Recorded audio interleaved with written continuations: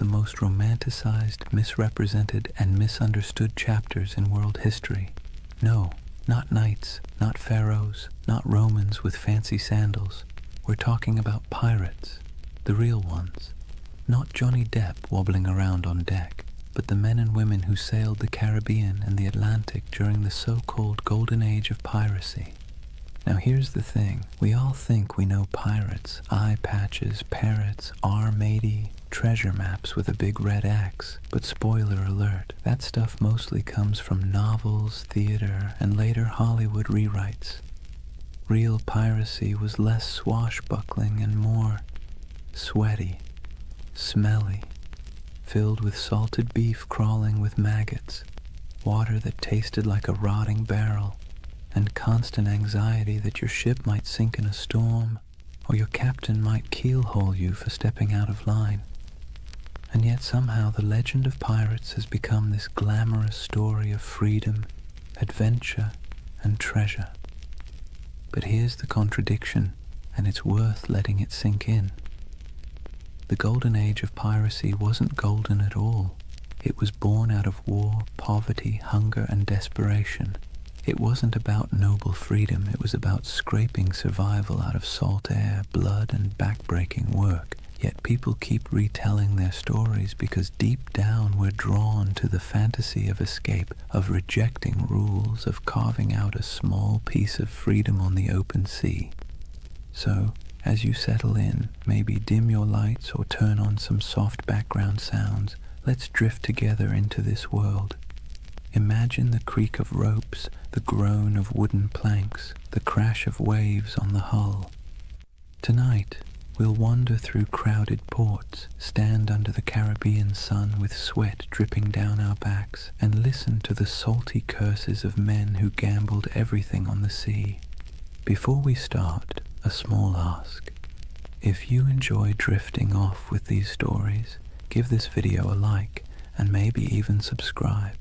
And tell me in the comments, what's keeping you up tonight? I'd love to know. Now, let's begin our first chapter with a world teetering on the edge of chaos, just perfect for the rise of piracy. Chapter 1. A world ripe for plunder. Picture the year 1690. Europe has been locked in endless wars, Spain versus England, England versus France, the Dutch fighting everyone.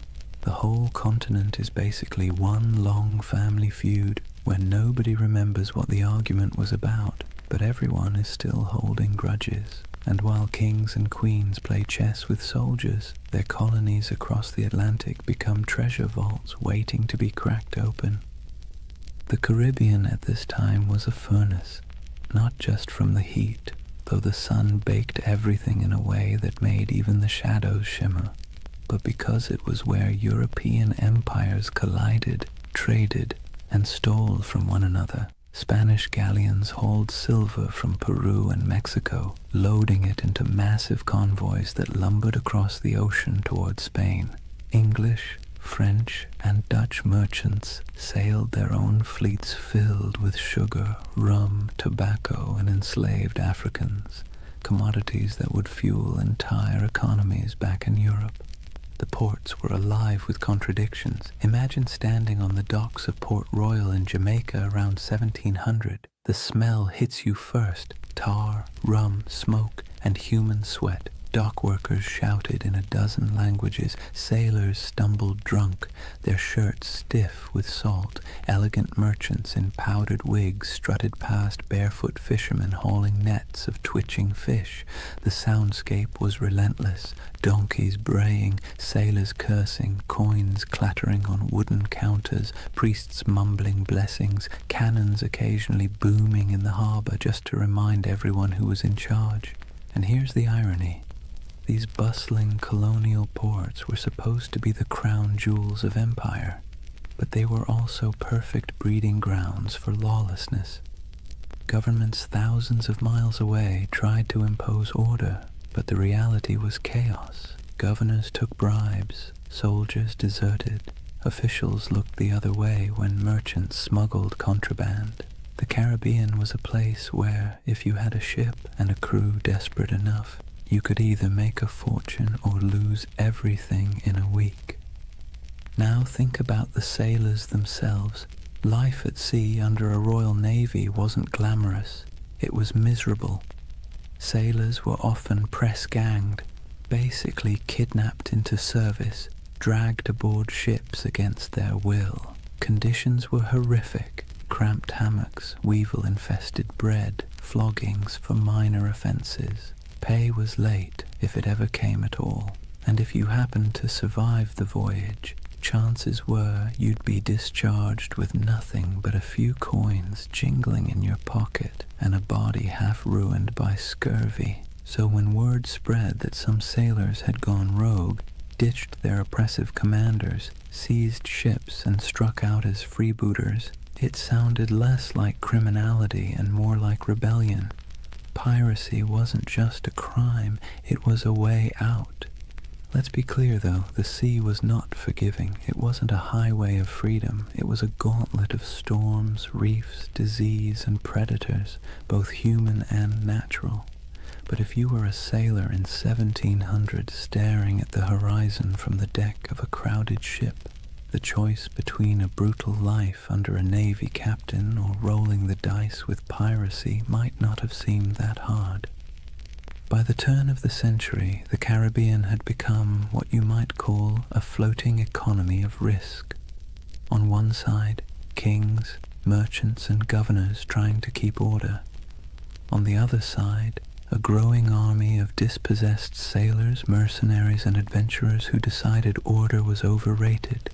All it took was the right moment, a gap in empire, a weakly guarded convoy, a ship with sails trimmed just so, and fortunes could be made overnight. And so, with every galleon groaning under the weight of silver, every sugar plantation coughing up profits, and every port overflowing with sailors who'd had enough of being cheated, the stage was set. The Golden Age of Piracy wasn't born out of nowhere. It was baked into the world itself, into the trade routes, the wars, the greed, and the desperation. The seas were ready, and so were the men who would plunder them. If the late 1600s and early 1700s had a theme, it would be everybody's exhausted, broke, and kind of angry. Europe's great powers had been at each other's throats for decades, and while kings and queens could patch up peace treaties, the wars left a trail of wreckage that stretched across the Atlantic, and in that wreckage, piracy took root. Take Spain, for example. Once upon a time, Spain was the big kid on the block. They had the gold, the silver, the fleets, and the swagger to call themselves masters of the New World. But by the late 1600s, their empire looked less like a shining crown and more like a rusty bucket with holes. Wars drained their coffers, silver shipments were constantly raided, and their ships, once the pride of the seas, were often outdated and slow. Spain still had territory, but its grip was slipping, and everyone else smelled the weakness. England wasn't doing much better. Sure, they were clawing their way toward global power, but back home, ordinary sailors were being tossed around like dice in a rigged game. One year they were privateers, government-approved pirates, with papers giving them permission to plunder Spanish ships in the name of the crown. Then, suddenly, the war ended. The crown said, "Thanks for your service," and those same men were dumped ashore with no pay, no prospects, and no sympathy. Imagine fighting for your country, risking death a dozen times only to be told you were now just another unemployed vagrant clogging up the docks. The Dutch Republic had its own story. Once dominant traders, their fleets crisscrossed the globe, but wars with England and France chewed through resources, leaving fewer jobs for sailors and merchants. France, meanwhile, under the grandiose reign of Louis XIV, spent lavishly on wars, palaces, and pretty much anything shiny, leaving French colonies stretched thin and their sailors restless. The result? a perfect storm of unemployed seafarers with skills nobody wanted except in piracy. These weren't random peasants deciding to play pirate for fun. These were trained men, veterans of naval battles, gunners who could load a cannon in seconds, carpenters who could patch a hull under fire, navigators who could steer through reefs in the dark, armies of skilled but bitter men, all with the same problem. No empire wanted to pay them anymore. And here's where it gets ironic. These empires had essentially created their own monsters. When Spain and England handed out letters of marque, those little slips of paper that legalized piracy during wartime, they encouraged men to attack enemy shipping. Privateers like Sir Francis Drake in the 1500s became national heroes. But once peace returned, those same activities suddenly became criminal. Imagine working for Uber. Then one day Uber shuts down and declares, by the way, anyone still driving is now a car thief. That's what happened to thousands of seafarers who had been told plunder was patriotic until it wasn't.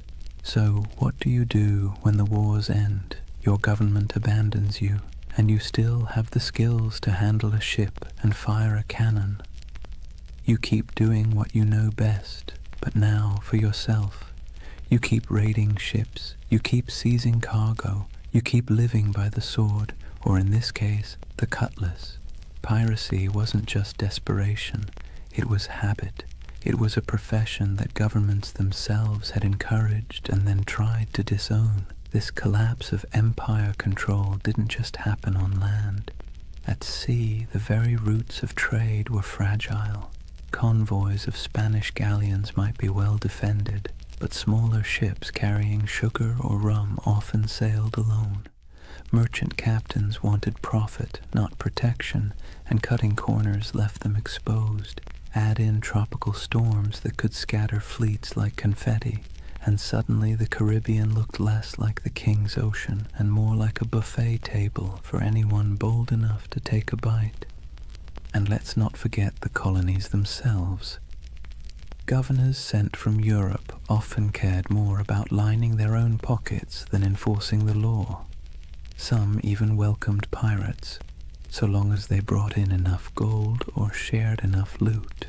For struggling outposts like Nassau in the Bahamas, pirates weren't a nuisance, they were the economy.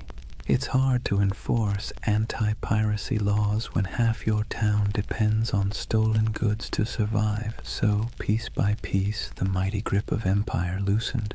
Spain couldn't patrol all its waters. England's navy was stretched thin. France was distracted by continental wars. The Dutch were in decline.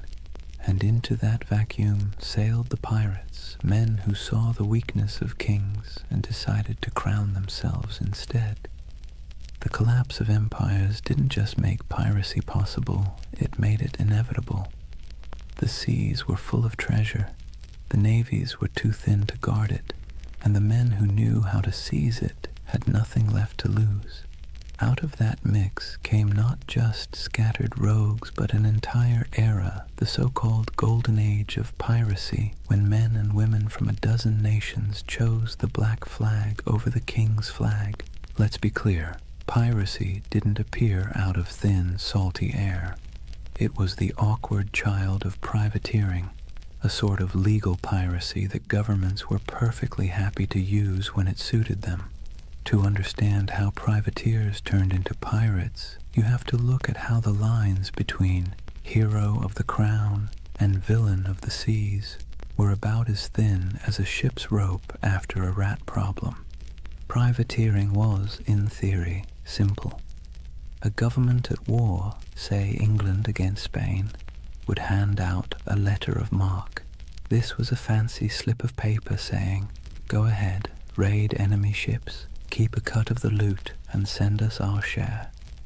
It was piracy, but with paperwork. Sir Francis Drake did it in the 1500s, sacking Spanish ports and coming home loaded with plunder. England called him a knight. Spain called him a criminal. One man's pirate was another man's patriot. Fast forward to the late 1600s, and the system was still in play. Privateers swarmed the Caribbean and Atlantic during wars, seizing sugar shipments, Spanish galleons, and anything else they could get their hands on. The Caribbean became a giant chessboard, and privateers were the pawns, expendable but useful. As long as the war lasted, they were tolerated, even celebrated. But here's the twist. Wars end. And when they did, governments suddenly didn't need these men anymore. One day you're proudly waving the flag of your nation, attacking the enemy, and selling stolen goods back to friendly ports. The next day, the war is over, the letter of marque is revoked, and now you're just a thief with a ship. There was no retirement plan, no pension, no thank you parade. Just a shrug and an unspoken suggestion to quietly disappear. The men, however, weren't built for disappearing. They were hardened sailors who knew the rhythms of the sea better than the rhythms of ordinary life. They knew how to fight, how to navigate, how to survive storms, and, most importantly, how to take wealth by force. These were not skills easily repurposed into farming or shopkeeping. So what did they do? They kept at it. The only difference was that now, instead of doing it for a king or queen, they did it for themselves. This transition was so common it almost feels inevitable. Many of the most famous pirates of the Golden Age had first cut their teeth as privateers. Men like Henry Morgan, who began under English sanction and later operated in a grey zone that looked a lot like piracy. Others, like Blackbeard, likely started out on privateering ships during the War of Spanish Succession before slipping into outright piracy when the war dried up. The habits, the networks, even the bases were already in place. It was just a matter of removing the official paperwork and keeping the cannons loaded. And here's the delicious irony. Governments created the very monsters they later tried so hard to destroy. By training thousands of sailors in the art of state-sponsored looting, they gave them a taste for plunder. Then, by abandoning them in peacetime, they essentially shoved them straight into piracy. Imagine teaching someone to pick locks during a war because you need spies, then firing them when the war ends and expecting them not to use their skills. Of course they'll keep picking locks, only now it's your house. There was also the question of identity. Once a man had lived as a privateer, free from the crushing discipline of a navy, sharing loot with his mates, and living by the tides, could he really go back to scrubbing decks under the bark of some lieutenant? Navy life was brutal, punishments were harsh, pay was low, and the class system was rigid. By comparison, the life of piracy, even with its hunger, storms, and risk of hanging, offered more equality and excitement. It wasn't just survival, it was liberation from the grind of the empire. Ports like Port Royal in Jamaica and Tortuga off Hispaniola blurred the line even further. Merchants there didn't care if the goods were captured legally or not. Sugar, silver, rum, if it could be sold, it was welcome. Tavern owners, traders, even governors quietly winked at piracy, especially when it brought wealth into their struggling economies. Some governors even kept pirates as unofficial attack dogs, unofficial allies when convenient, expendable scapegoats when politics shifted. So, from privateers to pirates wasn't a sharp break. It was more like a slow, sloping slide into the inevitable. Men who had been celebrated for plundering Spanish ships found themselves doing the exact same thing, only now branded as criminals. And they embraced it, because what was the alternative?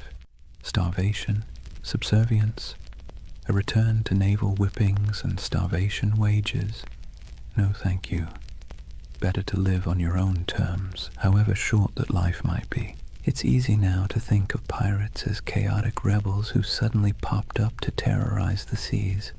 But really, they were a byproduct of empire, born from its wars, abandoned in its peace and sustained by its greed.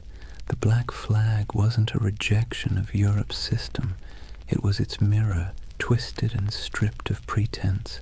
So when we picture those ragged sails appearing on the horizon, it wasn't random lawlessness at sea. It was the logical conclusion of policies that blurred morality for convenience.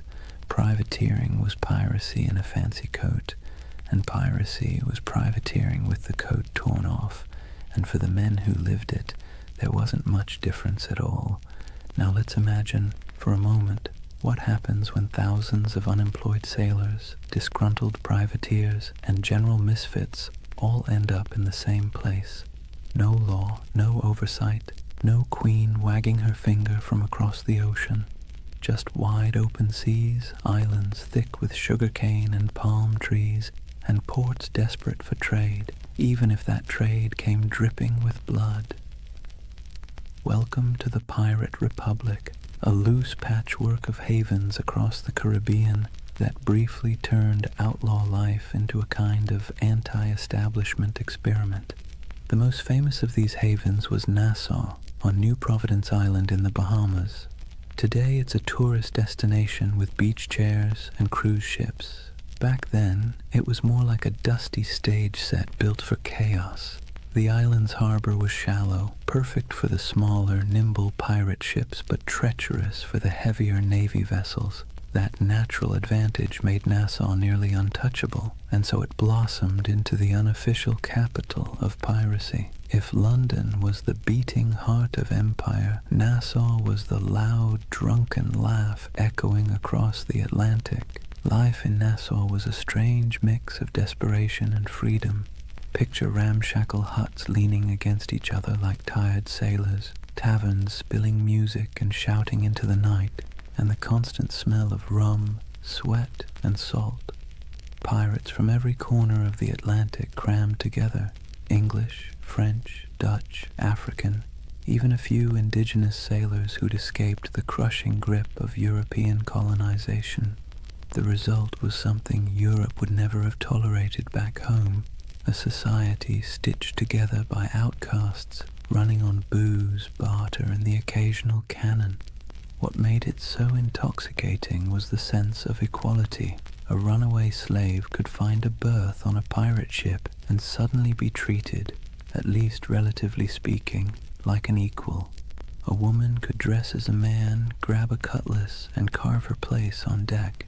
Anne Bonny and Mary Read, two of the most famous pirates in history, lived that very reality. The rigid hierarchies of Europe, lords and serfs, captains and peasants, broke down in Nassau's taverns. Everyone was broke, everyone was sunburned, everyone was one bad decision away from the noose. That kind of shared peril made for a twisted kind of democracy. And then there was Tortuga off the coast of Hispaniola. French buccaneers had started it as a base in the 17th century, and over time it became another pirate haunt. Tortuga was wilder, less organized than Nassau, but it shared the same energy, a place where authority didn't reach. Port Royal in Jamaica, before an earthquake literally dropped half of it into the sea in 1692, was the original pirate playground. It was called the wickedest city on earth, a place where taverns outnumbered churches and every second house was either a brothel or a gambling den. Imagine Las Vegas, but with more cannons and fewer neon lights. These places weren't just drunk paradises, they were strategic. Pirates needed somewhere to fix ships, sell stolen goods, and recruit new crews. Without havens, piracy would have been short-lived. With them, it flourished.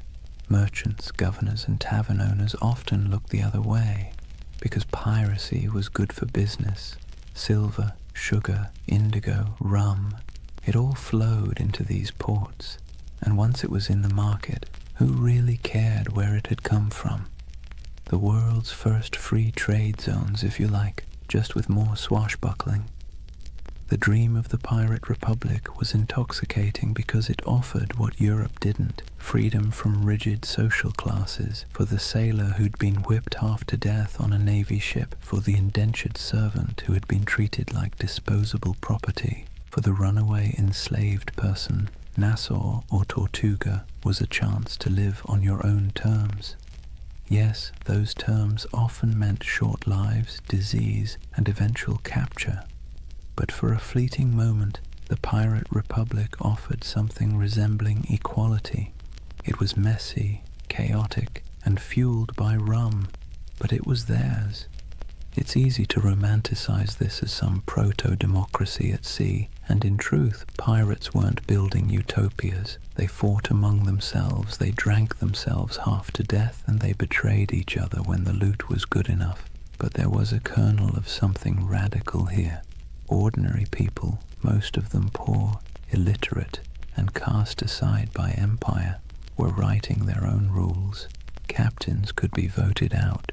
Plunder was divided more fairly than wages in most European jobs, and there was a sense, however fragile, that out here in the Caribbean heat, you weren't just surviving, you were free. Governments, of course, hated it. To them, the Pirate Republic was an insult, a slap in the face of civilization.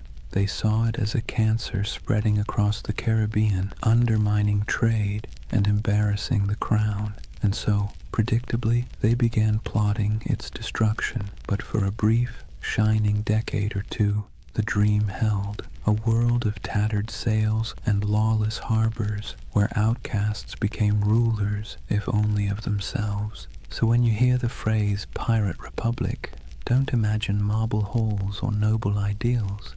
Imagine crowded taverns with lantern light flickering on sweat-streaked faces, mugs of grog slamming onto wooden tables, and the hum of 50 different languages mixing in the night.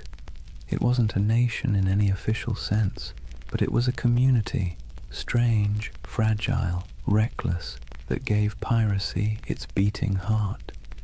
By the early 1700s, piracy wasn't just a nuisance, it was a global scandal. Imagine you're a London merchant who's just sent off a ship full of sugar from Barbados. You're already dreaming about the profits, about the clinking of coins on your counting table. Then word arrives that your ship was intercepted somewhere between Tortuga and Nassau by a crew of outlaws who now plan to sell your precious cargo at a discount in the very next port. Frustrating, absolutely. Embarrassing, even more so. And it wasn't just London merchants, Dutch traders, French planters, Spanish governors. Everyone had a stake in the Caribbean economy, and pirates cut into all of them like barnacles on a hull. News of piracy spread quickly, carried in letters, pamphlets, and gossip that traveled almost as fast as the ships themselves. In coffee houses in Amsterdam or taverns in Boston, people swapped stories of Blackbeard's blockade of Charleston or of Bartholomew Roberts capturing hundreds of vessels. Pirates became both feared and oddly admired, the same way we talk about celebrities who behave badly. They were disruptive, scandalous, but undeniably fascinating. Governments tried to project strength, but the truth was they were embarrassed. The Caribbean was supposed to be proof of European dominance, a playground of plantations, trade, and naval power. Instead, it was crawling with independent outlaws who mocked imperial authority with every stolen sail. Spain, already stretched thin across its empire, struggled to protect the treasure fleets. England, riding high after victories in European wars, now had to explain why ragged men in patched coats could blockade entire colonial cities. France and the Dutch weren't faring much better. In a world obsessed with image, piracy made the great powers look incompetent. What made it worse was that ordinary people were often rooting for the pirates, at least quietly. Think about it. If you were a poor sailor in Bristol, or an indentured servant in Jamaica, or even a small-town farmer in Virginia, Who would you rather cheer for? The faceless merchants and noble families who controlled your taxes, or the ragtag crews who thumbed their noses at authority and spread the loot, sometimes literally, among the lower classes? Pirates had a populist appeal. They were villains to the elite, but folk heroes to the downtrodden. Ballads were written, stories were exaggerated, and every port town knew someone who claimed to have once seen, or maybe even joined, a pirate crew. That uneasy admiration worried rulers as much as the piracy itself. It wasn't just about stolen goods anymore. It was about stolen loyalty. If too many sailors chose piracy over honest naval service, if too many colonists chose to trade with outlaws instead of legal merchants, the whole system could unravel. In this sense, the Pirate Republic wasn't just an economic threat. It was a political one. It represented a kind of freedom, however messy, that stood in direct contrast to empire. And so, as the first decade of the 1700s drew to a close, the world was watching. Governors wrote desperate letters to their monarchs begging for naval reinforcements. Merchants lobbied for protection. Admirals were dispatched with orders to stamp out the scourge. Yet for all this official outrage, the pirates kept sailing, kept raiding, and kept slipping back into the shallow harbors of Nassau, Tortuga, and Port Royal. The balance of power was precarious, and for a short, chaotic stretch of years, it seemed like the pirates might actually hold their ground. But as with all things in history, nothing so audacious lasts forever. The seeds of the pirates' downfall were already being sown, even as they toasted their freedom with mugs of grog under the Caribbean moon. Kings and parliaments were growing tired of being mocked. Naval patrols were growing stronger, and alliances, those fragile bonds between men who lived by theft and rum, were starting to fracture under the weight of greed. For now, though, the world watched in equal parts fear and fascination. Pamphlets painted pirates as monsters with hearts of stone, while tavern songs turned them into legends. Merchants cursed them, sailors dreamed of joining them, and governments plotted their end. The Golden Age of Piracy was in full swing, and like all golden ages, it glittered brightest just before the fall. Chapter 2. The Pirate's Life, Grit, Glory, and Grievance. So, let's get something straight right at the start. Life on a pirate ship was not a Caribbean holiday. You've probably seen the romantic paintings, glorious sails catching the wind, dramatic sunsets, and dashing figures with cutlasses gleaming. But if you were actually there, you'd spend less time admiring the view and more time trying to keep your stomach from revolting at the smell of rotting food. The pirate's life, while freer than serving in the Navy or laboring on a plantation, was still back-breaking, filthy, and endlessly uncomfortable. Imagine waking up below deck in the humid Caribbean heat. The air is thick, cloying, and full of the stink of unwashed bodies, damp wood, and tar. The ceiling is so low that you can't even stand upright. Rats scuttle across the beams, and you can hear the groan of the ship as it shifts against the waves. The pirate life didn't come with feather beds. You'd likely be sleeping on rough planks, maybe with a scrap of canvas for a blanket if you were lucky. Every day began with the creak of ropes, the bark of orders, and the endless rhythm of labor needed to keep a ship moving. Food was its own special kind of torture. Pirates stole plenty of supplies from captured ships, but unless you were lucky enough to raid a fresh merchantman recently, meals were, let's say, monotonous. Salted beef, so tough you could use it as a weapon. Hardtack, which was basically a cracker but harder than stone and often infested with weevils.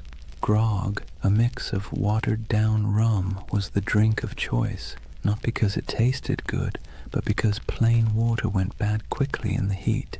If you were lucky, you might snag some fruit or vegetables before they spoiled, but scurvy was always lurking like an uninvited guest. Teeth loosened, gums bled, and bones ached from the lack of vitamin C. Daily chores weren't glamorous either. Pirates weren't just fighting and drinking, they were sailors first. That meant scrubbing decks, mending sails, climbing rigging slick with salt spray, and bailing water from the hold during storms. And storms, by the way, were constant reminders that the sea itself was often more dangerous than any enemy. A hurricane could scatter a fleet in hours, leaving survivors clinging to driftwood while their dreams of plunder sank to the bottom. And yet, for all this hardship, men, and a few women, chose it willingly. Why? Because compared to life in the Navy or under the whip of a plantation master, piracy offered something intoxicating: freedom. On a pirate ship, you weren't at the mercy of a cruel officer with a whip. You weren't paid starvation wages while some admiral or merchant lined his pockets. Instead, you had a say in decisions, a share of the loot, and a chance, just a chance, to change your fortune. The hardship was the same, but the dignity was different.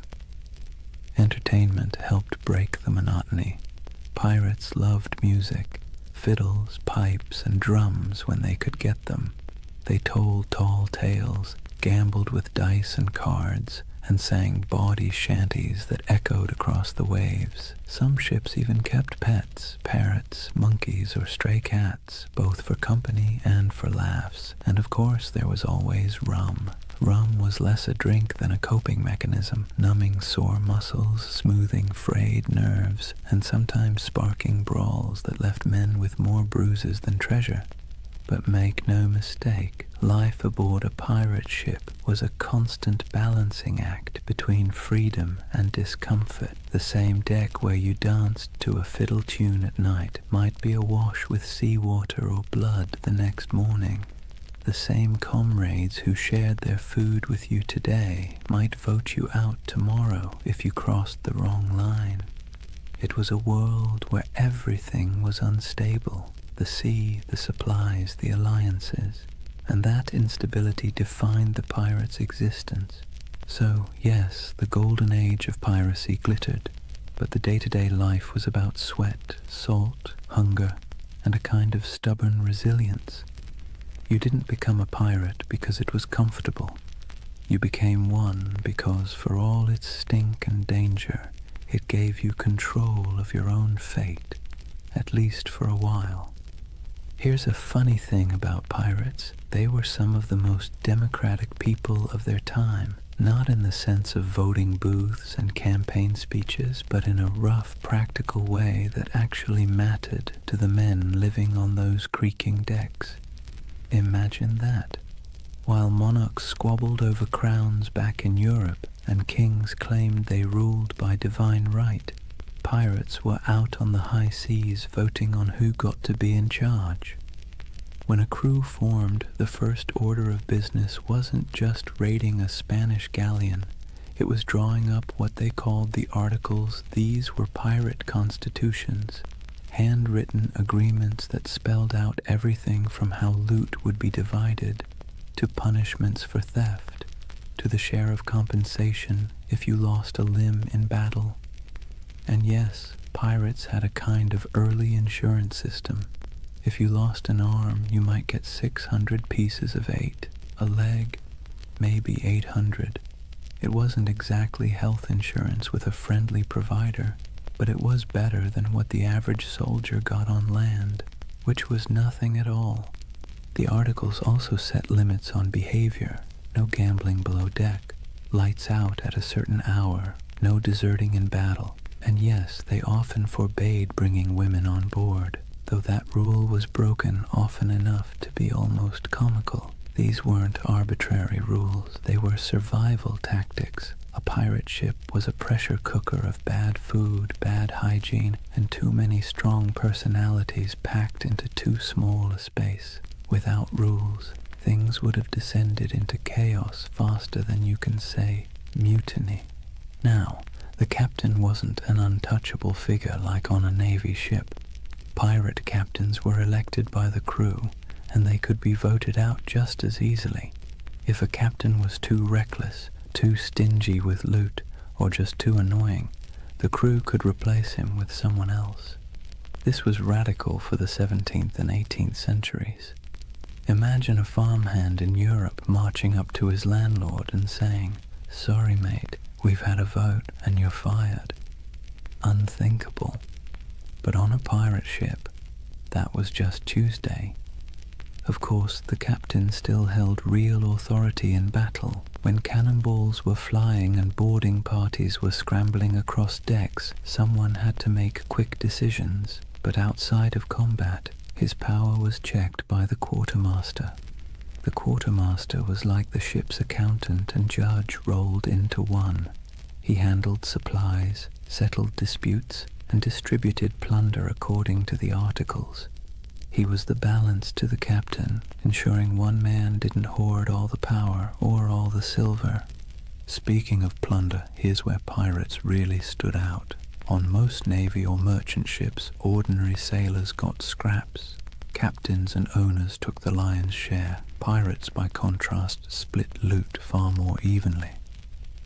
Yes, captains and officers usually got larger shares, but the gap wasn't massive. A captain might get 2 or 3 shares, while a common sailor got 1. Compare that to the Navy, where a captain could rake in a fortune while the sailors were paid in arrears, if at all. For men used to being at the bottom of the social ladder, this was revolutionary. This system created a sense of buy-in. Everyone had a stake in every raid. Everyone had a voice. It's one reason pirate crews could be so terrifyingly effective. They weren't being flogged into action by some officer. They wanted to fight because victory meant coin jingling in their pockets. Cold, heavy, jangly, deliciously spendable coin. It's tempting to see this pirate democracy as noble or progressive, but let's be clear, it wasn't about ideals. It was about practicality. Pirates knew they lived hard, dangerous lives. They needed a system that kept people motivated, minimized infighting, and gave everyone a reason to stick together when things got ugly. Fair shares and voting rights weren't about enlightenment. They were about survival. Still, there's something oddly charming about it. At a time when peasants were tied to land and sailors in navies were practically prisoners, pirates carved out their own rough republics. Nassau in the Bahamas was famously called a pirate republic, and while that sounds grand, it was mostly a sandy haven of broken-down taverns, makeshift huts, and a whole lot of rum. But for the men who had once been whipped by naval officers or cheated by merchant captains, it was paradise. So picture it. A ship rolling gently on the waves, men gathered on deck, a set of articles being read aloud by lamplight, each pirate nodding, agreeing to the rules, knowing that at least here, on this rough plank of wood floating in a dangerous sea, their voice mattered. It wasn't democracy as we think of it today, but it was a kind of freedom most of them had never known before. One of the most brilliant things pirates ever did wasn't about cannons or cutlasses, it was branding. Pirates understood that half the battle was won before the first shot was fired, and their greatest weapon wasn't always steel, it was fear. They cultivated it, packaged it, and sold it with skulls and crossbones. Let's talk about the Jolly Roger. That iconic black flag wasn't just for show, it was psychological warfare. Picture yourself as a merchant sailor in the Caribbean. You're already nervous. The sea is treacherous, storms are brutal, and half your crew is seasick. Suddenly, you spot a ship on the horizon raising a black flag, its canvas snapping in the wind. Painted on it is a grinning skull, a pair of crossed bones, maybe even an hourglass dripping sand. You know instantly these are not friendly visitors. You have a choice: surrender and hope for mercy, or fight and almost certainly die. And here's the genius. Most merchant crews didn't fight. They gave up. Pirates knew that if they could terrify you into surrender, they could plunder your ship without firing a shot, without losing a man, and without wasting precious gunpowder. The Jolly Roger was essentially the world's first corporate logo, and it worked like a charm. But flags weren't the only symbols. Pirates loved spectacle. Some captains made themselves into walking horror shows. Blackbeard, for example, tied slow-burning fuses into his beard before battle. Imagine a man storming across your deck with his hair literally on fire, eyes wild, smoke curling around his face like some demon from the deep. That's not just intimidation, that's theater. He was turning himself into a nightmare that sailors would retell in every port from Jamaica to London. Superstition also ran deep. These were men who spent their lives on the unpredictable sea, so of course they looked for signs, omens, and rituals. Whistling on board was considered bad luck because it might whistle up a storm. Bananas were famously avoided on ships, tied to tales of vanished vessels and mysterious deaths. Cats, on the other hand, were seen as good luck, their twitching tails thought to calm the winds. Some pirates tattooed symbols for protection: crosses, anchors, mermaids, inked in crude lines that doubled as badges of identity and talismans against doom. Then there were the rituals before battle. Some crews would gather for a speech, others for a raucous round of rum-fueled singing. There might be a drum beat or a chant, something primal to stir courage. Pirates knew the value of theater not just for their enemies, but for themselves. Fear is contagious, and courage sometimes needs a costume.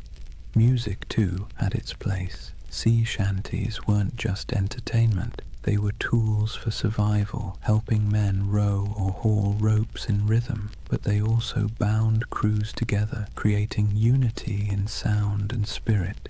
Picture the dark deck of a ship, waves crashing, lanterns swaying, and a chorus of rough voices rising into the night, carrying equal parts defiance and desperation. Symbols and superstitions gave pirates an edge. They were outnumbered and outgunned by naval powers, but they turned reputation into a weapon. Every skull painted on a flag, every whispered tale of a flaming bearded captain, every ritual chant before a raid, it all worked to magnify their presence far beyond their actual numbers. They made themselves larger than life, monsters of the sea, shadows that haunted every merchant sailor's imagination. And the beauty of it? Most of it cost nothing. A painted flag, a dramatic entrance, a bit of theatrical madness. Pirates didn't need massive armies or endless treasuries. They needed fear, and they knew how to conjure it.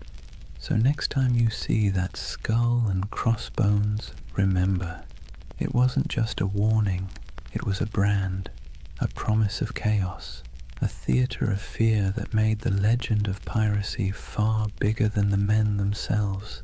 For all the flags and fiery beards, life aboard a pirate ship wasn't just about battle. In fact, most days weren't spent fighting at all.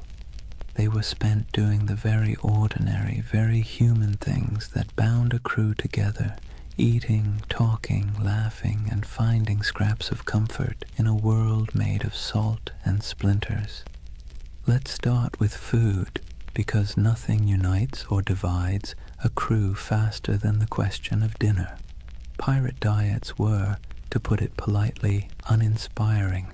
Salted beef or pork, rock-hard ship's biscuit crawling with weevils and barrels of dried peas were the staples. Water turned slimy after a few weeks, so rum, watered down into grog, became the drink of choice.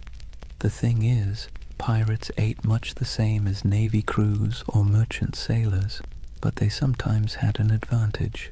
Because pirates plundered fresh food and drink whenever possible, they could actually eat better than the men they robbed. A captured merchant ship might yield cheese, citrus fruit, coffee, sugar, or even delicacies like cocoa or spices. For a brief time, life on the high seas could taste a little less like mold and more like luxury. But food was more than sustenance. It was ritual. Sharing a meal created unity. Imagine a crew gathered on deck, bowls in hand, gnawing at salted meat and joking about who got the biscuit with the most maggots. It was grim humor, sure, but humor all the same. A bad meal, eaten together, still forged bonds. And the occasional feast, say, after a particularly good raid, was celebrated with music, rum, and more laughter than some men had known on land. Music itself was essential. Pirates didn't have iPhones, but they did have voices, fiddles, drums, and makeshift instruments. Sea shanties weren't just working songs. They were entertainment, morale boosters, and the glue that kept rhythm in both work and play. Picture the rough chorus rising under the stars, a drum tapping time, a fiddle screeching out a tune stolen from some tavern ashore. These weren't trained choirs, but the sound was raw, communal, and strangely beautiful. It stitched men together, reminding them that even in isolation, they belonged to something larger. Then there were the games. Dice and cards were popular, played with stakes as modest as tobacco or as reckless as shares of loot. Wrestling matches and contests of strength filled idle hours, with men cheering on their favorites. Betting on the outcome wasn't just fun, it was a way of creating drama in a life that could otherwise drag on in monotonous days of empty horizon. And let's not overlook the surprising inclusivity aboard pirate ships. Escaped slaves often joined pirate crews, where they could earn equal shares of plunder instead of chains. Women, though rare, found roles too, sometimes as disguised sailors, sometimes openly accepted as fighters or partners. Life aboard a pirate ship was brutal, but in its own odd way, it offered opportunities for outsiders that rigid societies on land never would. In these small details, the shared meals, the rowdy songs, the roll of dice, we see the human side of piracy.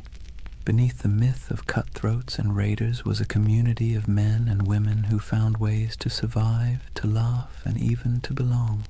Their ships were floating worlds, part prison, part family, part workplace, part tavern. And while the dangers of storms, disease, and naval patrols never disappeared, these ordinary moments gave piracy its texture, the rhythm of humanity beneath the roar of cannons. So when you picture pirates, don't just imagine black flags and treasure chests. Imagine the sound of dice clattering on a barrel lid, the smell of salted pork frying in a pan, the laughter of men half drunk on rum, and the scratchy notes of a fiddle floating over the sea at night. That too was the pirate's life, not just violence and fear, but moments of messy, ordinary humanity carved out in the vast loneliness of the ocean. For all the adventure, freedom, and strange democracy of pirate life, you have to ask the question, why did so many men and a few women decide that piracy was worth the risk of hanging, drowning, or dying from scurvy in some forgotten corner of the sea? The answer, as usual, has less to do with romance and more to do with grievance. Pirates were not born with skulls and crossbones on their flags. Most of them were men who had been used, abused, and discarded by the very empires that later called them criminals. Take the average sailor in the early 1700s. His life was a cruel contract, low pay, brutal discipline, and punishments that bordered on torture. The British Navy in particular ran on forced service. Impressment gangs snatched men off the streets, dragging them aboard ships where they might serve years against their will. Once aboard, they were flogged for minor infractions, fed poorly, and often paid late, if at all. It was a life so grim that joining a pirate crew, where you at least got a vote, a share of plunder, and the occasional feast, looked less like criminality and more like opportunity. Then there were the privateers. These men had once sailed under legal commissions, essentially hired by governments to plunder enemy ships during wartime. But when treaties were signed and peace declared, those commissions were revoked. Overnight, skilled sailors became unemployed and unwanted. Some went home to poverty. Others, unwilling to give up the taste of plunder or unable to find work, simply kept raiding. The difference was only paperwork. Yesterday's patriot privateer was today's villainous pirate. Economic desperation played its part too. Europe churned with unemployment, inequality, and waves of displaced workers. Colonies offered work, but much of it was brutal plantation labor or indentured servitude. If you were poor, your choices were few. Toil endlessly for scraps on land, serve miserably in the navy, or gamble your life on piracy, where at least the rewards were immediate, tangible, and occasionally extravagant. Even a short run of luck could mean pockets full of coin, fine clothes stripped from captured merchants, or a chance to live like a king for a few weeks before it all fell apart. And make no mistake, piracy was a protest of sorts. Pirates didn't just steal. They struck at the heart of the empires that had used them. They targeted Spanish treasure fleets, English merchants, and French plantations. Their defiance wasn't couched in noble speeches, but in cannon fire and audacious raids. To kings and governors, they were parasites. To many of the poor, they were folk heroes, men who thumbed their noses at the powers that had left them to starve. But grievances went deeper than economics. Pirates carried personal grudges, captains who had beaten them, navies that had cheated them of wages, merchants who had treated them as expendable. To hoist the black flag was not only to seek fortune, but also to take revenge on a world that had never cared if they lived or died. So when you picture pirates shouting and firing cannons, remember the bitterness beneath it all. Their laughter around the rum barrel was fueled by the knowledge that they had nothing to lose and everything to snatch. Their democracy at sea was born not from lofty ideals, but from anger at systems that had denied them dignity on land. Piracy was grievance turned into lifestyle, protest turned into plunder. That's why the Golden Age of Piracy still lingers in our imagination. Beneath the noise of cannons and the gleam of treasure, it was the story of men who had been pushed too far, who decided that if the world offered them no justice, they would carve out their own, on their own terms, with black flags snapping in the wind. Chapter 3. Legends of the Black Flag. If the first half of piracy's golden age was about survival, grievance, and reinvention, the second half was about faces, human faces, twisted into masks of legend. Because when we talk about pirates, we rarely remember the ordinary nameless sailor swabbing the deck or the hungry man who joined a crew for a share of bread and rum. We remember the icons, the ones whose names still echo like thunder across centuries: Blackbeard, Calico Jack, Anne Bonny, Mary Red, and Bartholomew Roberts. They were larger-than-life figures, painted by both truth and exaggeration, until they became less people and more symbols of defiance. Take Edward Teach, better known as Blackbeard. He understood something fundamental about human nature. Fear gets results. He grew his beard long and black, twisting it into braids tied with slow-burning fuses. Before battle, he would light them so smoke curled around his face, making him look like a demon rising from the sea. The truth? He may have killed fewer men than you'd think, often relying on intimidation to win without a fight. But his legend was so terrifying that many surrendered without firing a shot. It was theater as much as piracy, and it worked. Then there was Calico Jack Rackham, named for his fondness for bright, flamboyant clothing made of calico. He wasn't the most successful pirate, nor the most ruthless, but he had something else: charisma.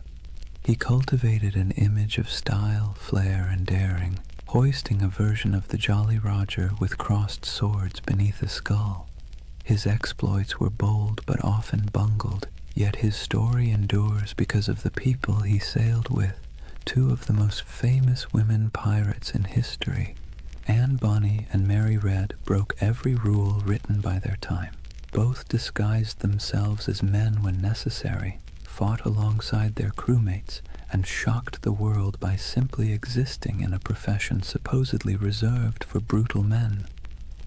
They cursed, they carried pistols, and they demanded to be treated as equals. Stories tell of Anne shouting at her fellow pirates during a fight, furious that they were cowering below deck while she and Mary stood on, firing back at attackers. Were all the tales true? Probably not. But the image of two women wielding blades under the black flag has been impossible to forget. And then there was Bartholomew Roberts, Black Bart.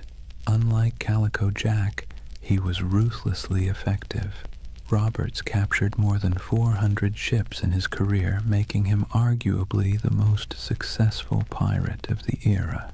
He dressed extravagantly, wore a crimson waistcoat in battle, and carried himself with the stiff pride of a gentleman gone rogue. He turned piracy into a system, drilling his men like a navy and enforcing discipline that other captains might have laughed at.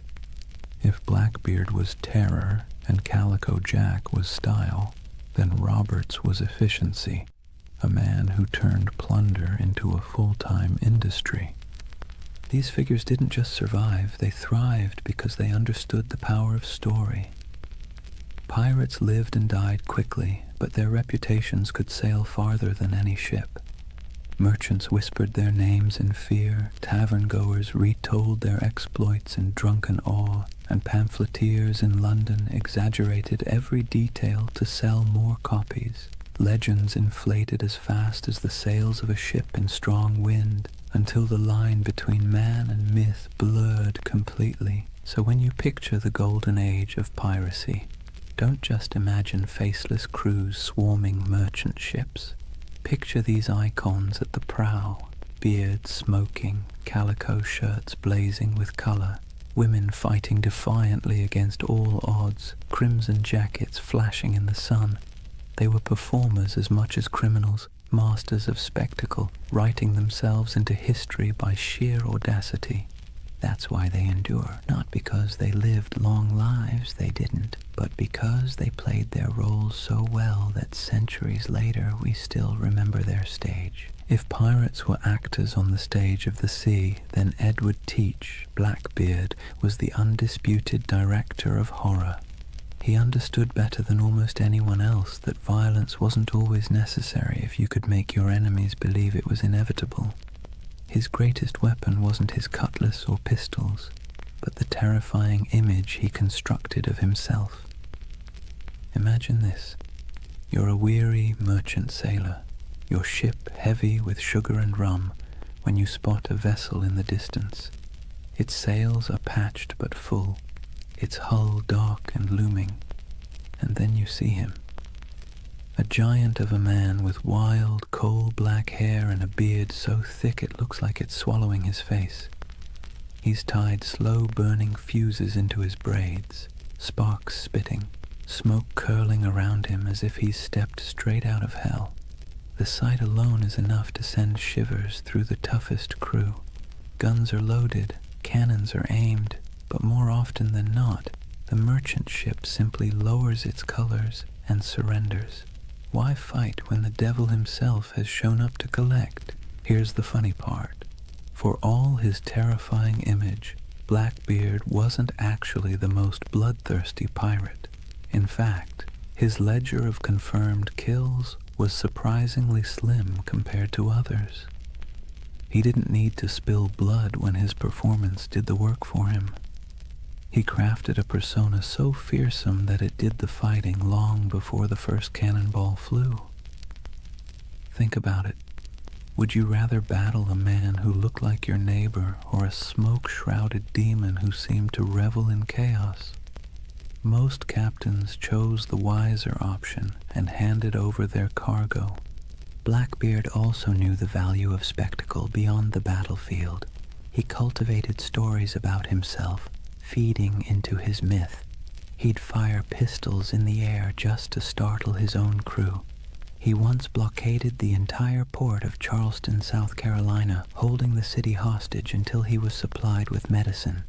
This wasn't just piracy, it was theater on a grand scale, a demonstration that one man and a few ships could humiliate an entire colony.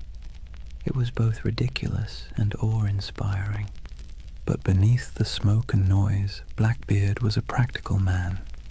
He divided plunder with some fairness, treated his crew as partners more than slaves, and knew when to negotiate. He wasn't some mindless brute. He was calculated. His use of fear wasn't just for show. It was a strategy that minimized actual risk. Why fight bloody battles when you can win by reputation alone? Still, his career was short. He rose fast and fell faster.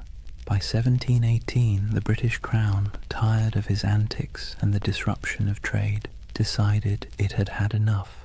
Lieutenant Robert Maynard lured him into a trap off the coast of North Carolina. In a brutal fight, Blackbeard was shot and slashed repeatedly before finally going down. His severed head was hung from Maynard's ship like a grotesque trophy, a final theatrical image for a man who had lived by performance. And yet, did death end the legend? Not at all. If anything, it sealed it. Blackbeard's ghost was said to haunt the waters where he died, his headless body swimming in the waves, searching for its lost skull. Fishermen swore they saw his spectral ship, the Queen Anne's Revenge, drifting silently across the horizon. Whether or not any of it was true didn't matter. The myth had already outgrown the man. So when you hear the name Blackbeard today, you're not just recalling a pirate. You're recalling one of history's greatest performers, a man who understood fear as both an art and a weapon. His stage was the sea, his audience the world, and his performance so unforgettable that centuries later we're still applauding in awe and a little bit of dread. If Blackbeard was the terrifying face of piracy, then John Rackham, better known as Calico Jack, was its fashion icon. The man wasn't particularly fearsome, nor was he especially successful compared to others, but he had something almost as valuable as gold: style. His nickname came from the brightly patterned calico coats he wore, loud enough to be seen from a mile away. It was a choice that said, I may not be the biggest or the baddest, but I'll be the most noticeable. And in a world where fear and reputation kept you alive, being memorable mattered. Calico Jack's story would likely have been a footnote in the annals of piracy, if not for two extraordinary women who joined his crew, Anne Bonny and Mary Read. Their presence turned his otherwise average exploits into a legend that has fascinated people ever since. Anne Bonny was born in Ireland, but grew up in the Americas, the daughter of a wealthy planter. She had a fiery temper and a restless spirit. Stories say she once stabbed a servant girl with a kitchen knife, though the truth is hard to pin down. What we do know is that she wasn't content with the role society expected of her. Marrying a small-time sailor didn't calm her spirit. Running away with Calico Jack did. She traded the plantation house for the rolling deck of a pirate ship, proving herself as fierce with a blade as any man. Mary Red's tale was even stranger. Born in England, she was disguised as a boy from childhood so her family could inherit money. She grew up living as Mark Red, working as a soldier and sailor. By the time she crossed paths with Calico Jack and Anne Bonny, Mary had long since mastered the art of slipping between identities. When she joined their crew, she initially kept her disguise. But Anne, curious and bold, discovered the truth. Instead of turning her away, Anne accepted her, and the two became close allies. Now picture it, a small pirate crew led by a man in flamboyant coats, backed by two women who defied every expectation of the age. While other pirates leaned on spectacle or terror, this trio leaned on audacity. Reports from the time describe Anne and Mary fighting openly in men's clothes, wielding pistols and cutlasses, cursing louder than the men beside them. They weren't mascots or novelties, they were feared combatants. When boarding parties went over the rails, Anne and Mary were often the first in line. One of the most famous stories of their courage came during the final days of Calico Jack's career. His ship was cornered by a pirate hunter. Most of the crew, drunk and unwilling to fight, cowered below deck.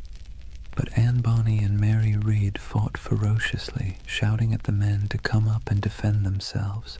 Outnumbered and abandoned, they couldn't hold out forever. The ship was captured, and the crew taken to trial in Jamaica. Calico Jack was sentenced to hang, and before his execution, Anne Bonny reportedly delivered the coldest line in pirate history. She told him, "If you had fought like a man, you need not be hanged like a dog." Brutal but fair.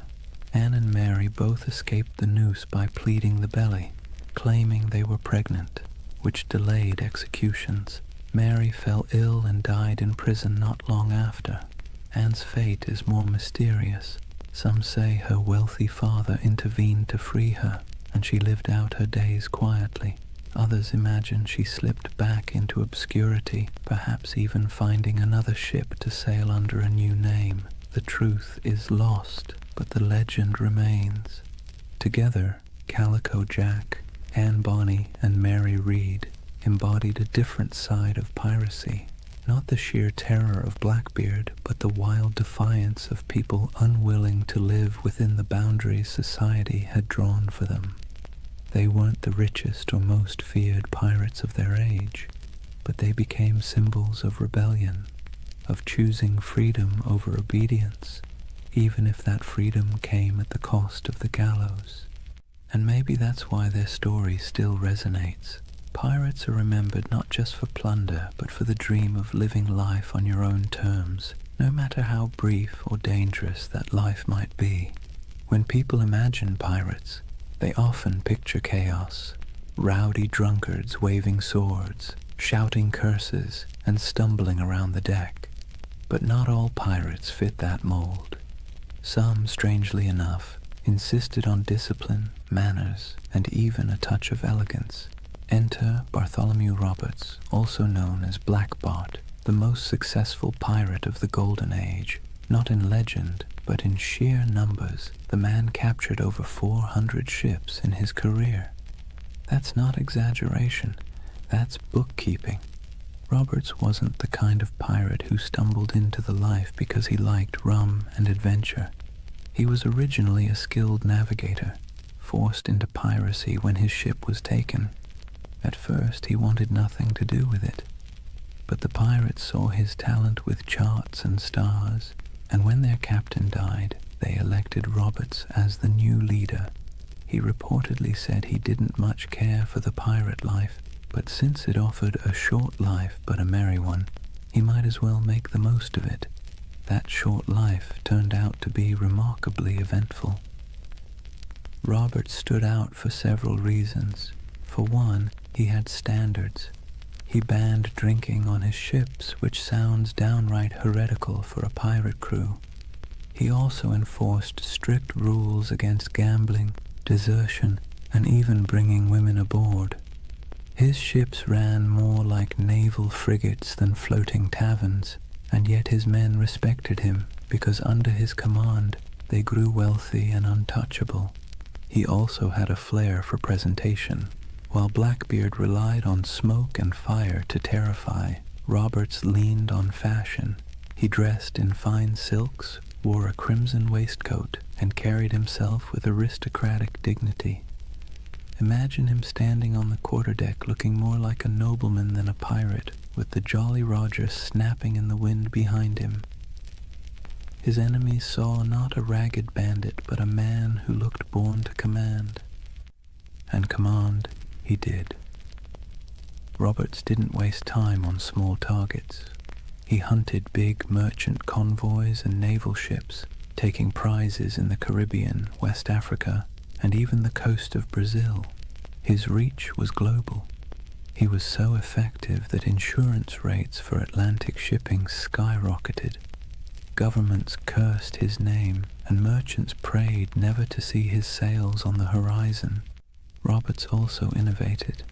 He used smaller, faster ships to outmaneuver larger warships, and he created a distinctive black flag showing a figure holding an hourglass, a grim reminder that time was running out for his enemies. His leadership was sharp, his men drilled, and his tactics effective. If piracy had generals, Roberts was one of them. But despite his elegance and order, he wasn't merciful. Roberts's raids often ended in executions or burning ships. His reputation sharpened not just by his appearance, but by his ruthlessness. Yet unlike Blackbeard's wild terror or Calico Jack's flamboyant defiance, Roberts's menace came with a chilling professionalism. He was less devil of the seas and more CEO of piracy. His downfall came, as it often did, from the tightening noose of empire. In 1722, near the coast of Africa, the British Royal Navy finally cornered him. During the battle, Roberts was struck by grapeshot and killed instantly. His men, knowing what capture meant, dressed him in his finest clothes, weighted his body with chains, and cast him into the sea, denying the Navy the satisfaction of displaying him in death. Bartholomew Roberts's reign lasted only a few short years, but in that time he reshaped piracy. He proved it could be efficient, disciplined, and terrifyingly successful. More than Blackbeard, more than Calico Jack, he showed that piracy wasn't just chaos on the waves. It could be a well-oiled machine, run with precision and purpose. And in a way, Roberts's legacy marks the peak of piracy's power. After his death, the Golden Age began to dim. The seas grew less welcoming to outlaws, and the balance of terror shifted back to the empires. But for a moment, one elegantly dressed pirate managed to turn the oceans into his empire, and he did it not with smoke or theatrics, but with order, discipline, and an iron will. If pirates were remembered only for their hunger, sickness, or sunburn, the Golden Age wouldn't have stuck in our imagination. What really carved them into legend were the moments when ragged crews on creaking ships went toe-to-toe with empires and lived to tell the tale. These were the epic raids and showdowns that spread their reputation across oceans like wildfire, whispered from tavern to tavern, and exaggerated until they felt larger than life. Let's start with the Caribbean, where Spanish galleons groaned under the weight of treasure hauled from the New World. These ships were floating vaults, packed with silver from Peru, gold from Mexico, and spices from across the empire. They were also well armed and heavily guarded, but that didn't always save them. Pirates struck with speed, knowing that a single galleon could fund a lifetime. Stories circulated of bold raids where men climbed aboard under musket fire, smoke filling the decks as treasure chests were dragged away. The truth was often messier, with smaller victories and more frustration, but the image of pirates plundering Spanish treasure ships became the core of their legend. Then there were the blockades, audacious acts where pirates essentially declared themselves rulers of the sea. Imagine sailing into a harbor, dropping anchor across the entrance, and holding an entire town hostage. That's exactly what Blackbeard did at Charleston in 1718. For nearly a week, he strangled the city's trade, capturing ships and ransoming hostages. The people of Charleston, terrified of massacre, had no choice but to give in to his demands. It wasn't just robbery, it was theater, a statement to the world that pirates could hold whole cities in the palm of their hands. Other raids were more brutal, like the infamous attack on Ouida on the coast of Africa by Bartholomew Roberts. Roberts stormed the harbor, seizing ships, killing crews, and leaving smoking wrecks behind him. His reach across continents showed how piracy had gone global. It wasn't just the Caribbean anymore. It was the Atlantic, Africa, Brazil, anywhere trade sailed and wealth moved. But the stories weren't just about treasure. They were about battles fought against impossible odds. Pirate crews often faced warships far larger than their own. When they won, it wasn't just luck, it was tactics. They fought dirty, boarding quickly, using fear and confusion as weapons. A Navy captain might train for years to master a cannon broadside, but pirates knew how to turn desperation into an edge. Their greatest victories weren't about gold. They were about proving that outcasts and runaways could stand against the giants of empire. Of course, these showdowns didn't always end well. For every successful raid, there were failed ones, with crews scattered, captured, or killed. Yet somehow, it was the victories that stuck in memory. Sailors retold the stories in candle-lit taverns, each time with a little more smoke, a little more fire, a little more treasure. And as the tales grew, so too did the aura of piracy. It's worth pausing to think about why. Pirates didn't win many wars. They didn't topple kingdoms or rewrite maps, but they became symbols because of these moments when they defied the odds, even briefly. They lived in the cracks between empire and chaos, and their raids and blockades became stories of small men standing up to vast powers. That's the kind of tale that sticks, even when the facts get fuzzy.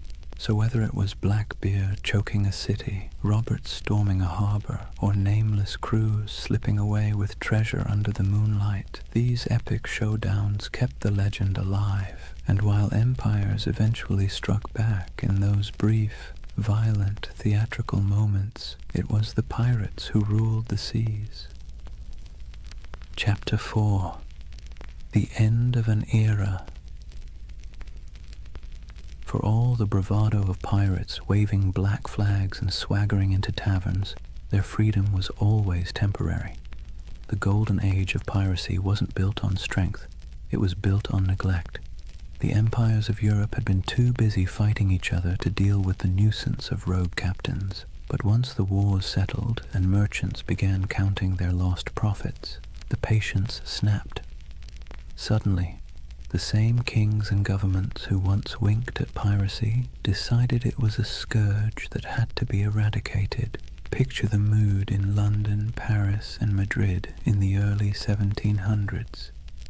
Merchants stormed into government halls, waving reports of ships lost, insurance rates skyrocketing, and ports paralyzed by blockade. Politicians, who once quietly enjoyed pirate loot filtering through colonial markets, now heard the complaints of bankers and shipping magnates, and when money complained, rulers listened.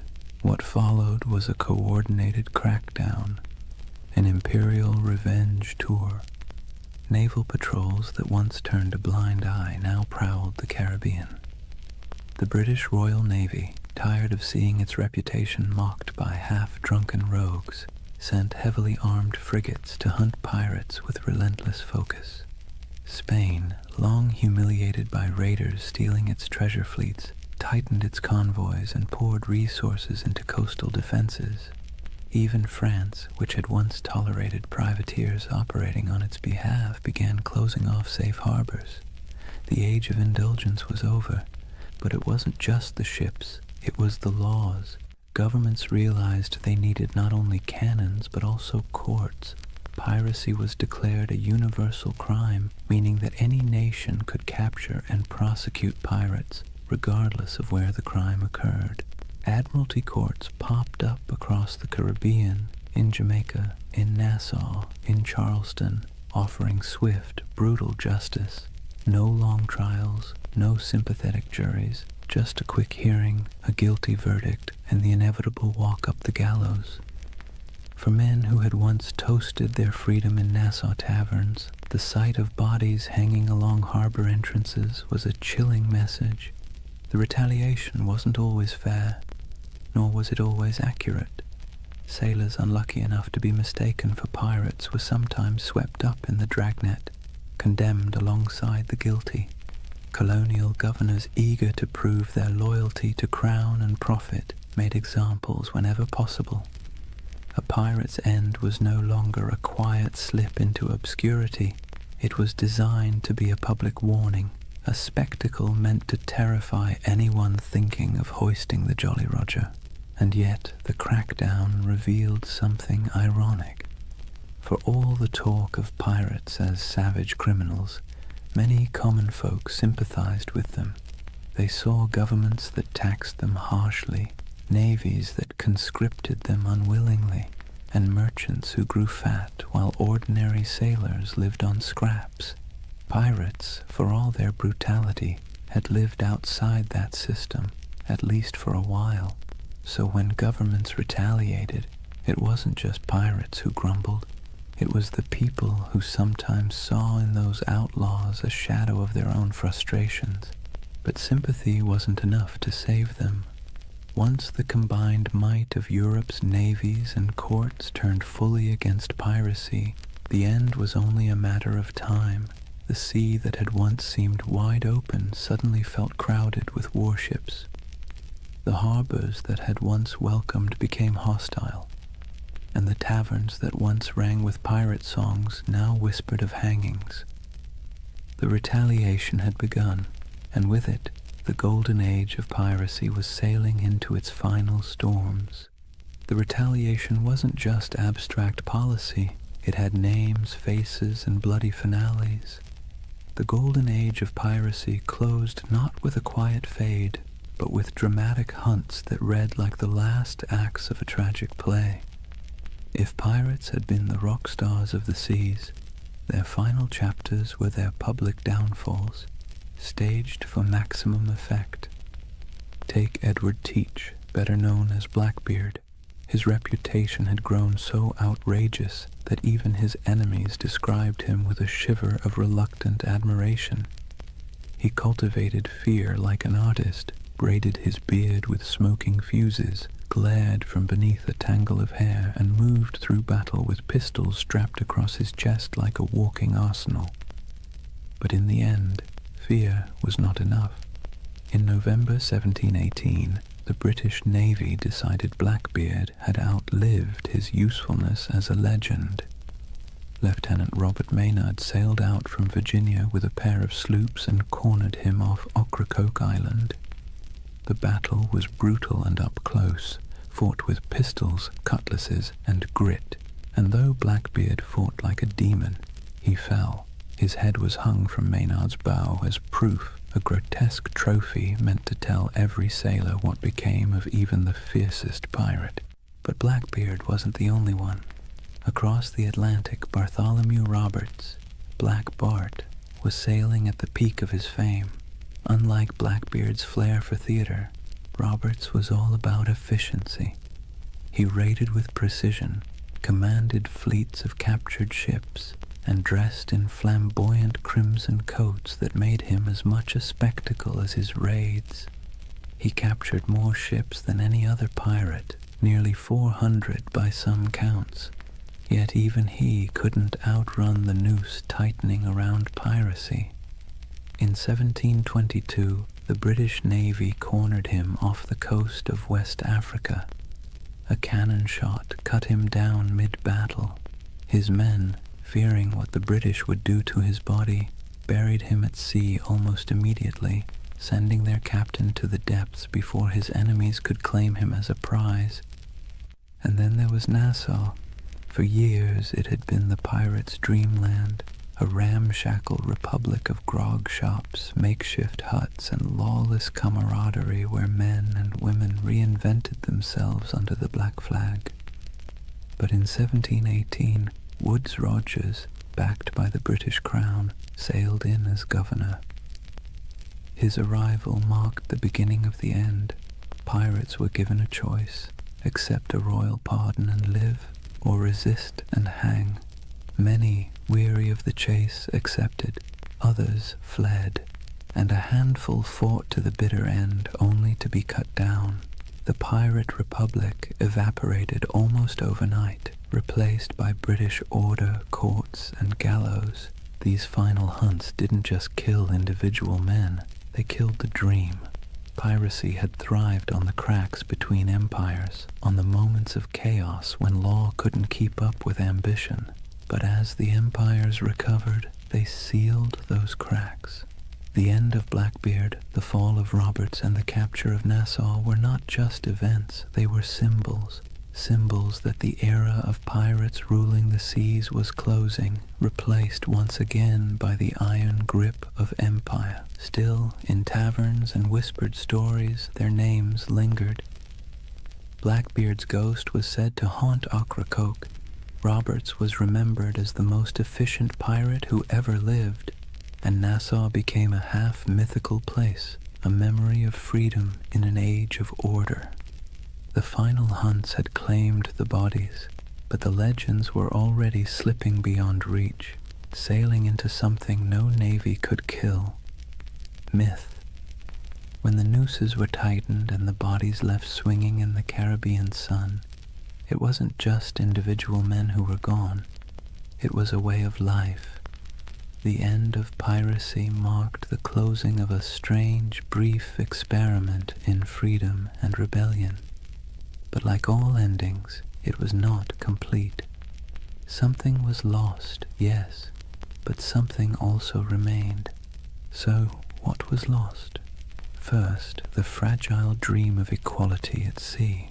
On land, society was suffocatingly rigid. Kings at the top, peasants at the bottom, and 1,000 unspoken rules about who could eat what, wear what, or even look at whom. But on a pirate ship, things were startlingly different. Captains were elected, loot was shared, and even the least skilled sailor had a voice in the Articles of Agreement. When piracy ended, that floating democracy sank with it. Back came the brutal hierarchy of naval life, where sailors were whipped into obedience and officers strutted about like petty kings. The sea, once a frontier of possibility, reverted to another arm of empire. Also lost was the illusion of safe passage for merchant ships. For 2 or 3 decades, the Caribbean and Atlantic had felt like waters where danger lurked behind every horizon. Every fat merchantman sailing out of Havana or Port Royal lived in fear that a black flag might rise from the waves. The end of piracy reassured investors, merchants, and kings, but it also stripped the seas of a strange kind of excitement. The stories that once terrified crews would, in time, thrill readers instead. But for the men who lived it, the sudden absence of that uncertainty was like a silence, comforting to some, suffocating to others. And let's not forget the pirate havens themselves. Nassau, Tortuga, Port Royal, these places lost their wildness. Nassau was brought under British law, Tortuga became just another colonial backwater, and Port Royal, once notorious as the wickedest city on earth, was tamed after earthquakes and hurricanes tore it apart. The rowdy taverns, the lawless marketplaces, the smoky wharves where men from every corner of the Atlantic rubbed shoulders, all faded into memory. In their place came customs officers, naval patrols, and clerks counting barrels of molasses with joyless precision. Yet, for all that was lost, so much remained. Pirates had stamped themselves into the imagination of the world, and that stamp proved impossible to erase. Their names lived on in court transcripts, sailor songs, and whispered tales in dockside taverns. the terror they once inspired began to transform into legend, and legend into myth. People who once cursed them began retelling their stories with a touch of admiration. Blackbeard's ferocity, Anne Bonny's defiance, Bartholomew Roberts's crimson finery, all these details outlived the reality of hunger, disease, and gallows. What also remained were the scars left behind on empire itself.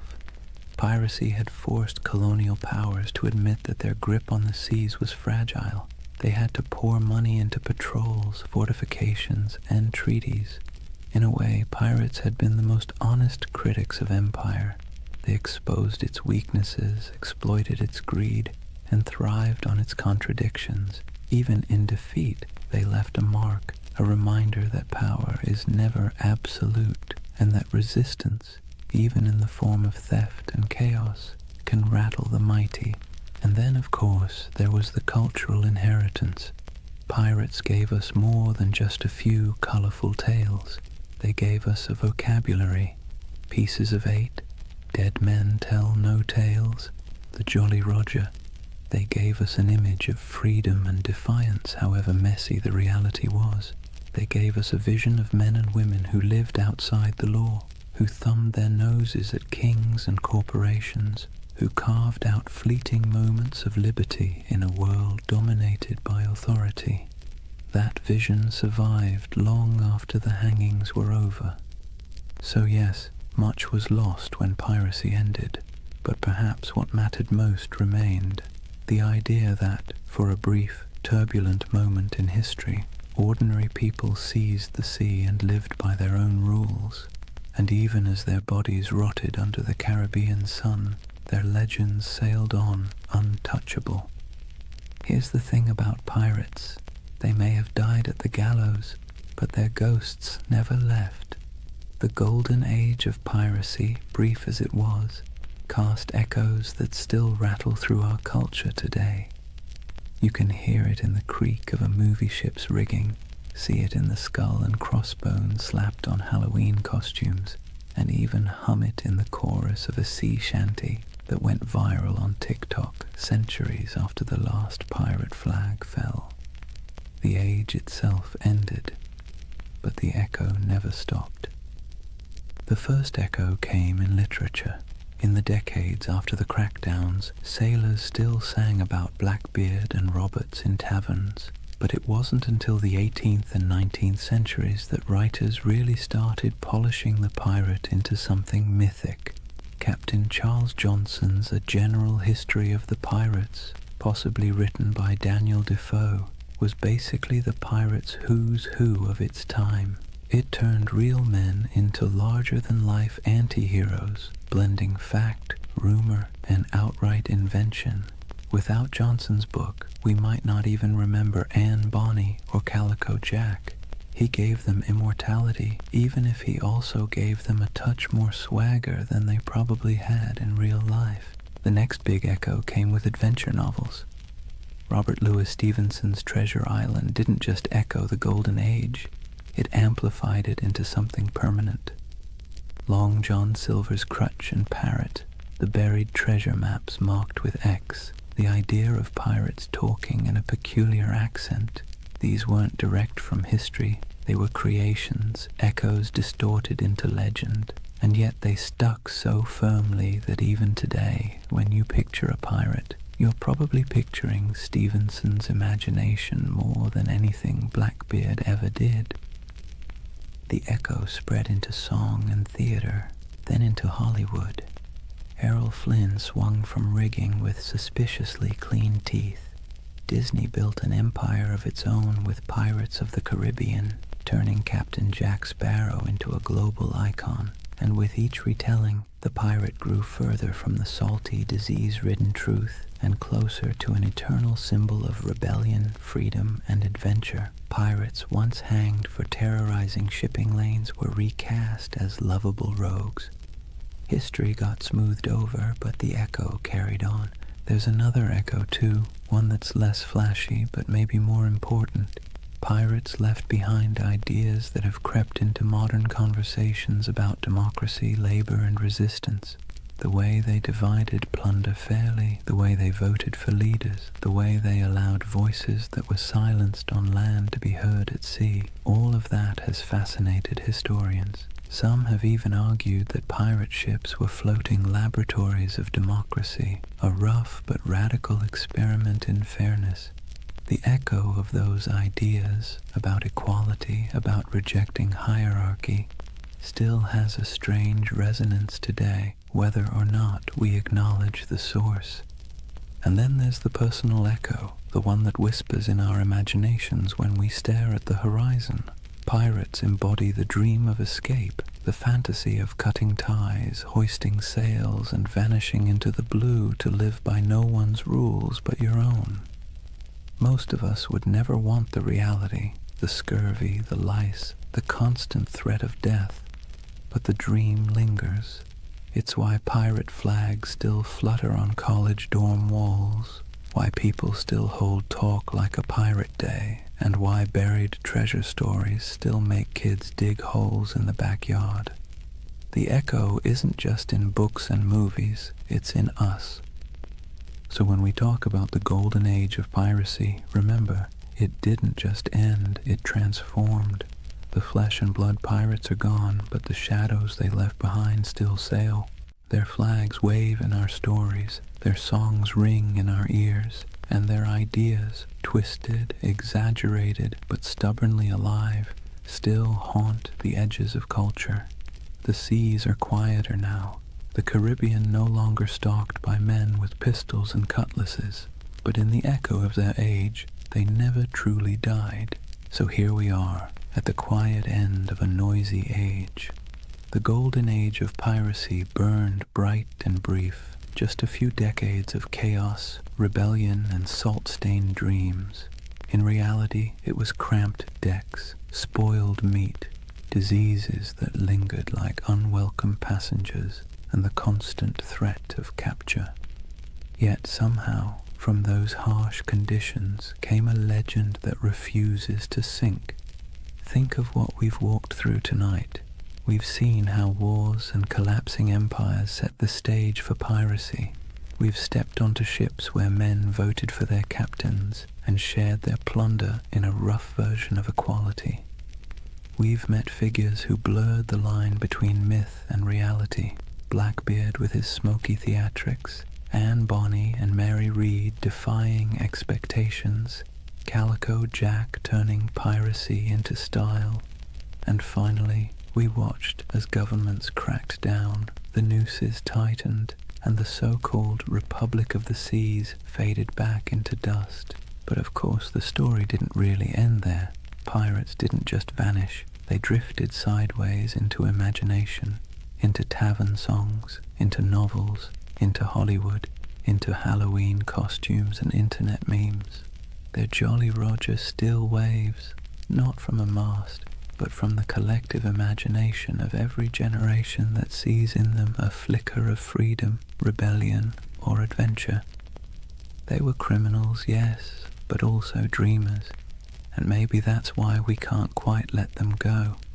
As you lie back now, let the rhythm of the waves soften in your mind. Picture the creak of a ship's timbers rocking gently in the swell, the lanterns swinging in the dark, the faint hum of a sea shanty fading into the night.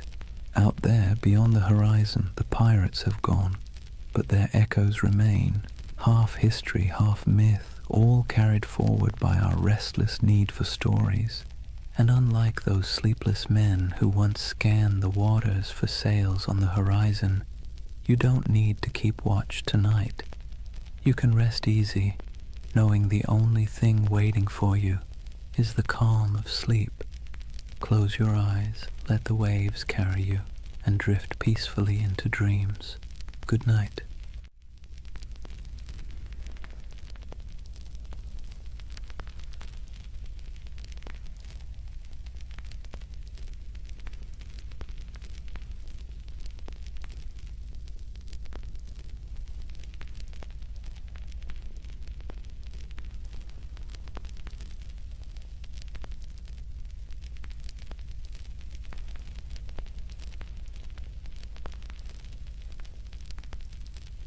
Hey guys, welcome back to the Sleep Atlas. Before we start tonight's journey, take a moment, dim the lights, let the noise of the day dissolve. Wherever you are, you're about to travel somewhere strange, not a place on any official map, but one that lives in whispers, in dust, in the margins of forgotten atlases. This is the story of Tartaria. They say history is written by the victors, but what happens when the victors forget to mention an entire empire? What if there really was a civilization, vast, advanced, beautiful, erased not by time, but by design? A civilization that built cities we can still see, but no longer recognize. Sounds impossible, right? Yet somehow you've probably already seen pieces of it. The old photos of cities with windows buried beneath the streets, the maps labeled Grand Tartary, the ornate architecture that feels out of place as if it belonged to someone else, someone older, someone gone.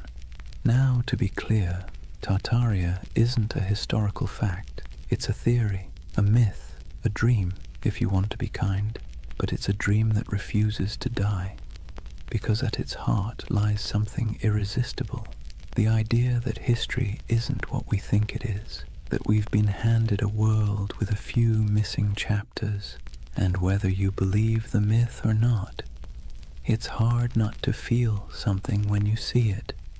So tonight, we're going to drift through that myth together, through maps, ruins, and half-buried cities, through stories of explorers and erased empires, through the dusty edges of history where imagination and memory blur together. And if you fall asleep along the way, that's fine. That's kind of the point. For more journeys through history to help you sleep, please subscribe to the Sleep Atlas. And hey, what's keeping you up tonight? Let me know in the comments. Alright, let's begin. Imagine fog rolling over endless plains, gold grass bending under the wind. You stand before a vast land that feels both ancient and impossible, somewhere between Asia and memory, somewhere once called Tartaria. Chapter 1. The Empire That Never Was, or was it? They called it Grand Tartary. On maps from the 17th and 18th centuries, it sprawled across nearly half of Asia, an empire stretching from the icy edges of Siberia to the mountains of Tibet, from the Pacific all the way to the Caspian Sea. A continent-wide expanse so huge it made Europe look like a backyard garden. But here's the strange thing. When you look closer, it doesn't behave like any other empire on the map. No clear capital, no list of rulers, just a name, Tartaria, floating over deserts and steppes, surrounded by decorative drawings of camels and horsemen. The cartographers might as well have written, "Here be mystery." And yet, for hundreds of years, Western mapmakers copied that name again and again. Tartaria, Grand Tartary, the Great Tartar Empire. Sometimes they drew castles or cities with minarets. Sometimes they left it blank, as if even they didn't know what they were depicting. So what was Tartaria, according to the official story? Nothing. The word Tartary was simply a European catch-all term for the unknown lands of Central and Northern Asia. The people who lived there, Tatars, Mongols, Siberian tribes, were lumped together under one convenient label. To the Europeans of the 1600s, it was the great blurry East, wild, uncivilized, and beyond comprehension. But to modern eyes, it doesn't look like nothing. It looks deliberate, mysterious, like the ghost of something that was once real. And that's where the story starts to hum. Because if you look long enough, if you trace enough old maps, you start to notice inconsistencies. Cities drawn where no cities should exist. Structures too grand for the people historians claim built them. Ruins that don't seem to fit their supposed age. Some believe those ruins were Tartarian, that an advanced civilization, older than Rome, older even than Egypt, once stretched across the world. They say its architecture was sophisticated, its technology almost magical, free energy, perfect symmetry, towering buildings powered not by fire or water but by something lost, something we can no longer name. It sounds absurd, but then you see the photos, black and white images from the late 19th century, cities under construction except everything already looks finished, cathedral-sized buildings supposedly built in a decade, though even modern machinery would struggle, streets half-buried, windows below ground level, as if the earth itself had swallowed the first floors. That's where the mud flood theory enters. According to believers, some great cataclysm, maybe natural, maybe man-made, swept across the world in the 1800s, burying entire cities in mud and erasing all evidence of this lost empire. When humanity dug out afterward, we inherited the world we think we built. In other words, the Victorians didn't build all those ornate cities, they unearthed them. It's easy to roll your eyes, but it's also strangely poetic, because even if Tartaria never existed, the feeling behind it, that something monumental was lost, is very real. And part of why this myth persists is because, well, history does lose things. Entire civilizations have vanished before. The Minoans, the Indus Valley, the Olmecs, people who built incredible cities, traded across oceans, and then disappeared, leaving nothing but stones and speculation. So maybe the idea of Tartaria isn't so far-fetched. Maybe it's a reflection of that same human ache, the need to fill in the gaps with something beautiful. Imagine wandering through a European city at dusk. The sky is pale gold, pigeons circle over rooftops. You walk down a street where the buildings rise like cathedrals, domes, arches, pillars carved in perfect balance. It all feels too good, too symmetrical, too ancient to have been born in the soot and smoke of the industrial age. For a moment you wonder, did we build this, or did we inherit it? The theory of Tartaria taps into that quiet doubt, the sense that somewhere along the way, humanity rebooted, restarted, forgot, and the mud flood is a metaphor for time, for amnesia, for the way civilizations bury their own pasts under layers of progress. It's an idea that's equal parts eerie and comforting, because if there really was a forgotten golden age, maybe the world isn't as random as it seems. Maybe we've been here before. Maybe we'll find it again. And even if it's all a myth, it's a myth that asks good questions. Who decides what counts as history? How much of what we know is just the version that survived? So as we drift deeper into the story, try not to worry about what's true or false. Just imagine the possibility. A civilization erased not by war, not by time, but by forgetting. A memory whispered by wind over empty plains. The empire that never was, or maybe the one we no longer remember. Imagine you're an explorer in the late 1700s. You've left behind the comfortable parlours of London or Paris, the powdered wigs, the smoky taverns, the endless debates about civilization and progress. You're trudging through a landscape so vast it feels like the sky itself is falling toward the horizon. This is the world early explorers called Tartary. Endless plains, windswept deserts, forests that swallow sound. You could ride for weeks without seeing a soul, yet somehow you never feel alone. There's something in the air, the sense that once something grand was here, something old, something that had the decency to leave quietly. Western explorers were baffled by what they found. Vast stone ruins scattered through Central Asia, half-buried fortresses, walls that seemed to go nowhere. Nomadic tribes spoke of ancient cities lost to storms and floods, old temples built by hands they could no longer name. And yet, in their journals, these explorers rarely admitted confusion.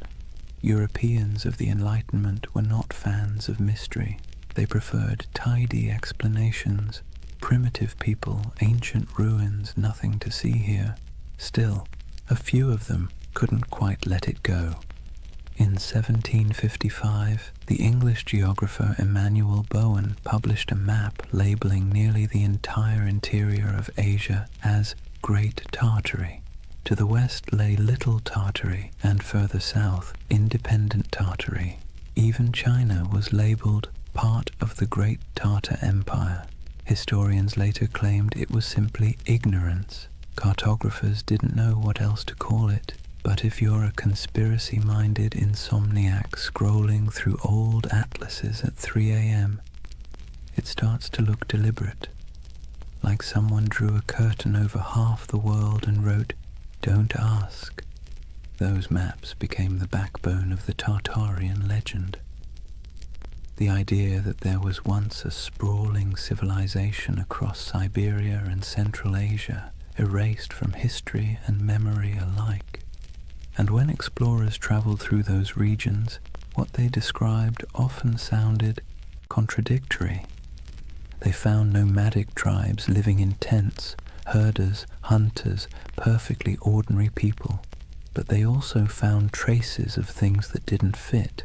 Ancient irrigation systems, half-buried brickworks, strange mounds that hinted at forgotten settlements.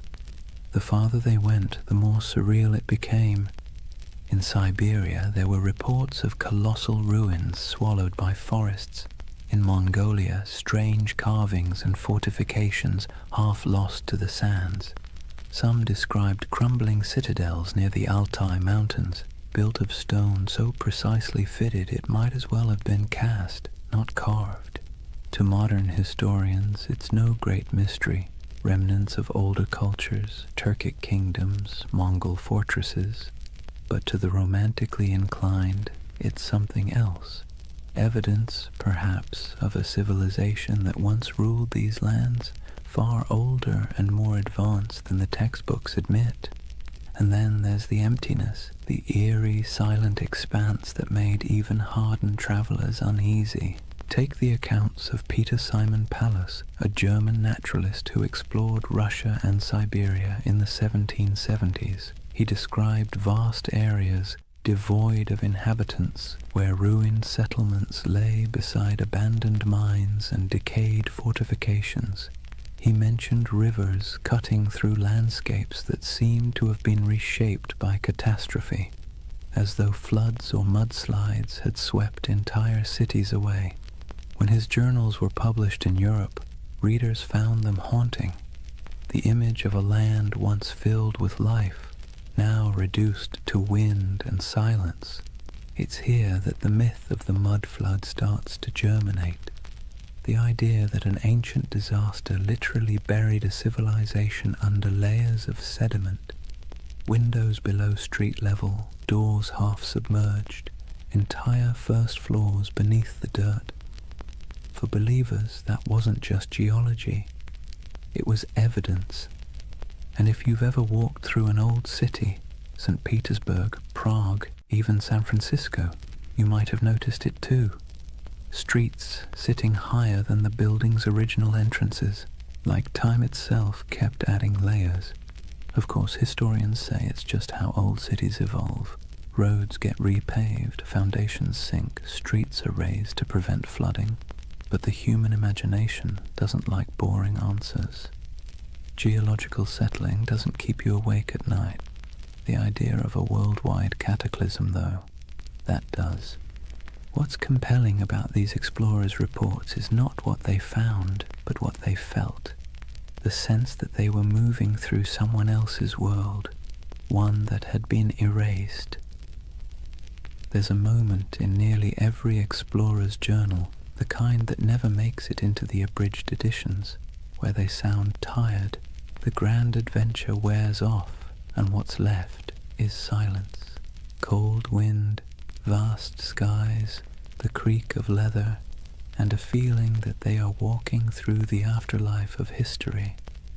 They pass strange earthworks, abandoned stone foundations, carvings of faces eroded to anonymity.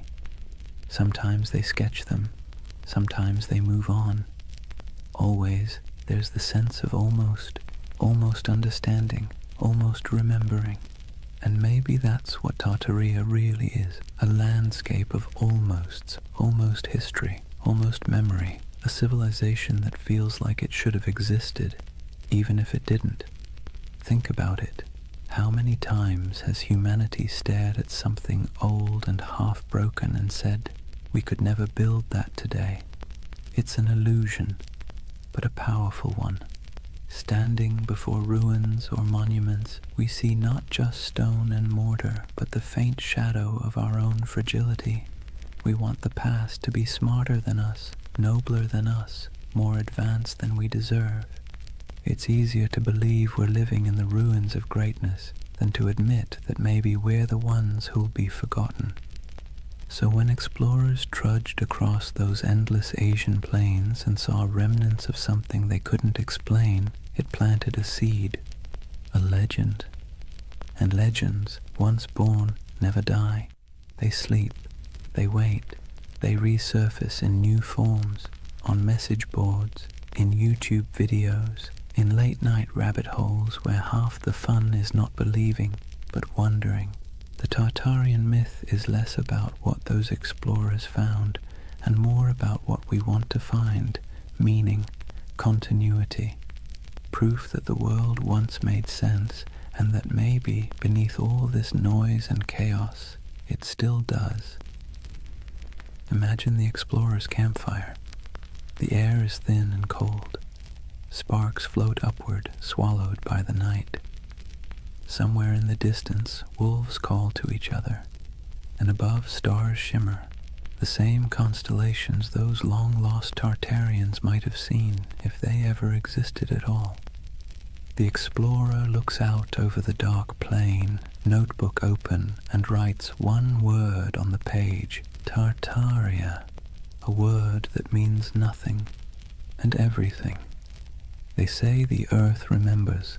Every stone, every layer of dirt, every foundation buried beneath a modern street is a diary, written in silence. But if you listen to the believers of the mud flood, the earth doesn't just remember, it hides. Picture this, a city half buried, windows that look out onto soil instead of streets, doorways that open into nothing but packed dirt, buildings whose first floors have vanished beneath layers of earth and time. To most it's a quirk of old construction. To the followers of Tartaria, it's evidence of something far stranger, a global cataclysm that erased an entire civilization in a single, muddy sigh. The mud flood theory is one of those beautiful modern myths that could only have been born in the age of the internet. It began quietly, like a whisper in digital catacombs, obscure forums, old photography groups, amateur historians trading ideas. Someone noticed something odd. Antique photos from the 1800s showing cities with half-buried buildings, windows at ground level, strange architectural anachronisms. Then someone else noticed the same thing somewhere else, and suddenly a pattern emerged, or seemed to. If you stare at enough old photos for long enough, patterns start to appear everywhere, and soon the whispers took form. What if history isn't what we think it is? What if there was a reset, a literal flood of mud that buried the old world, wiped it clean, and left us to rebuild on top of its bones?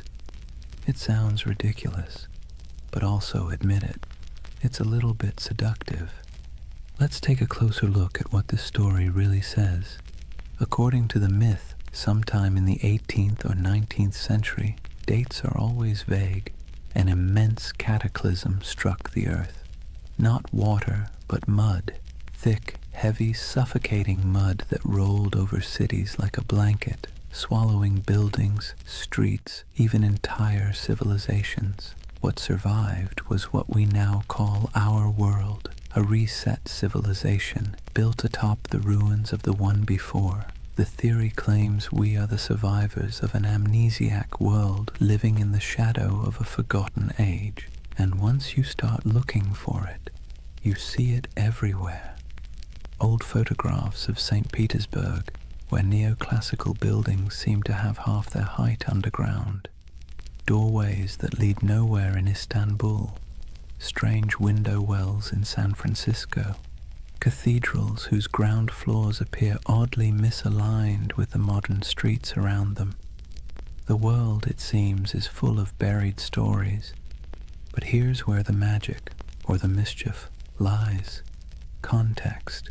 Cities grow, streets rise, pavements get repaved, foundations sink, earthquakes shift land. Engineers, bless their pragmatic hearts, have been dealing with that since ancient Mesopotamia. It's normal, but the human imagination doesn't want normal. It wants wonder. It wants the cosmic version of a plot twist. And so the mud flood became that twist, a grand, tragic reset that could explain the strangeness of the world, the impossible beauty of old architecture, the missing centuries, the ruins that look too modern to be ancient and too ancient to be modern. It's not hard to see why the theory stuck. It scratches two primal itches, the fear that we've forgotten something vital, and the hope that once humanity reached heights we can barely comprehend. It's a bedtime story for adults who no longer trust bedtime stories. Imagine it, the great cities of the past humming with energy and knowledge, star-shaped fortresses aligning with the heavens, towers crowned with gilded domes, machines powered not by coal or electricity but by sound, magnetism, or divine geometry. A golden age washed away in silence, leaving behind half-buried clues for the curious to rediscover centuries later. It's haunting, isn't it? The thought that the ground beneath your feet might be hiding a version of civilization more graceful, more harmonious, and, let's be honest, less exhausting than this one. The most poetic versions of the myth don't even insist on global destruction. They suggest something subtler. That time itself buried Tartaria. That the mud is just metaphor. The weight of centuries pressing down until memory sank into soil. That our cities grew atop their bones, and we live in their echoes without even realizing it. But even the literal believers, the ones who pore over 19th century photographs and Google Earth screenshots, are chasing something more than evidence. They're chasing awe, the sense that the world is not yet fully explained, that maybe, just maybe, there are still secrets hiding in plain sight. Because here's the uncomfortable truth. We like feeling small, not powerless, just small. The idea that we are part of something vast, mysterious, and older than we can imagine brings comfort. It means our anxieties, our endless scrolling, our late-night insomnia, they're all just surface noise above something deeper, older, wiser. The mud flood myth, for all its implausibility, taps into that longing. It's also, in a strange way, an act of defiance. In an age where algorithms decide what we see and experts tell us what to believe, the mud flood says, "No, I'll look for myself." It's a rebellion of curiosity, however misguided. And curiosity, even when it wanders off the map, is still one of the noblest human instincts. There's another reason the mud flood myth feels oddly soothing. It provides closure. History as we know it is messy. It's full of gaps, contradictions, burned archives, and lost languages. But if you say, it was all wiped out by a cataclysm, suddenly everything makes sense. The missing records, buried, the inconsistent architecture, survivors of the old world. The sense that things used to be better? Proof of what we lost. It's a complete narrative, simple, self-contained, emotionally satisfying. And if you whisper it softly enough, it almost sounds plausible. But let's pause for a moment. Imagine walking through one of these mud-flood cities today. St. Petersburg in winter, snow falling over pale facades, the streets gleaming under the dim orange glow of street lamps. You pass a row of 18th century buildings, their ground floors half below street level, the windows dark and shuttered. And for a second, just a second, you feel it. The hum of something ancient, the faint vibration of time layered upon time. You know rationally that the explanation is boring, centuries of road repairs and architectural evolution. But your imagination doesn't care. It leans closer, it listens, it wants to believe. That's the quiet power of myths like Tartaria. They live not in evidence, but in emotion. And emotion, not logic, is what builds civilizations, or stories of them. So when someone insists the world was buried in mud a few hundred years ago, it's tempting to laugh, but look closer, and you'll see what they're really saying. They're mourning something they can't name. They're trying to make peace with the feeling that something's missing. That modern life, bright, loud, and efficient, feels a little hollow, as if the real story is still underground. And maybe, in a metaphorical way, it is. Not beneath our cities, but beneath our certainty. History is the soil we stand on, and every generation adds another layer. The deeper you dig, the older the questions get, until eventually you realize that the mud was never hiding the past. It was making it. The world is built on burial, and everything beautiful is, in some sense, reclaimed from the dirt. So maybe Tartaria was never an empire at all. Maybe it's an idea, a longing for the lost wholeness of things. Or maybe it's just a very elaborate excuse for why so many basements flood in spring. Take your pick. Either way, as the night deepens and your thoughts drift like dust in lamplight, the question lingers: if an entire civilization could be buried under centuries of mud and forgetfulness, would we even recognize it when we uncovered it? Or would we mistake it for ruins of our own? It's a strange thing, how ruins can feel alive. You walk among them and swear you can hear breathing. Not loud, not human, but the slow exhale of stone, the whisper of time smoothing edges and swallowing stories. That's the allure of forgotten grandeur, the feeling that the past isn't gone, just drowsing, half buried, half awake, waiting for someone to notice. When people speak of Tartaria, they don't imagine mud and dust. They imagine beauty, colossal arches, glittering domes, towers capped with orbs of gold, and wide boulevards aligned with the stars. They imagine symmetry, harmony, perfection, the world before we made it messy. And that's the quiet genius of the myth. It isn't built on fear, but on longing. You've seen it, even if you didn't recognize it. The grand railway stations built in the 19th century, dripping with ornament that seems almost too elegant for its purpose. The courthouses with domes that look more celestial than civic. The cathedrals rising from cobblestone streets like frozen thunderclaps of devotion. You stand before these buildings and wonder, who built this, and why don't we build like this anymore? That question is the ember that keeps Tartaria glowing in the imagination, because it feels wrong that we've forgotten how to make beauty on that scale. It feels wrong that we can't carve marble with such grace, or erect domes that kiss the clouds. And when something feels wrong, the human mind looks for a story to explain it. Tartaria becomes that story, a civilization that mastered form, function, and soul, then vanished without a trace. Some say those old buildings are Tartarian relics, that the ornate facades of St. Petersburg, Paris, Chicago, and even San Francisco are remnants of the same world, a world whose architecture was an act of faith. That the reason we can't replicate it now is because the knowledge was erased, the formulas for harmony, for proportion, for power drawn from geometry, gone, buried under new blueprints and the hum of electric wires. Of course, historians roll their eyes at this.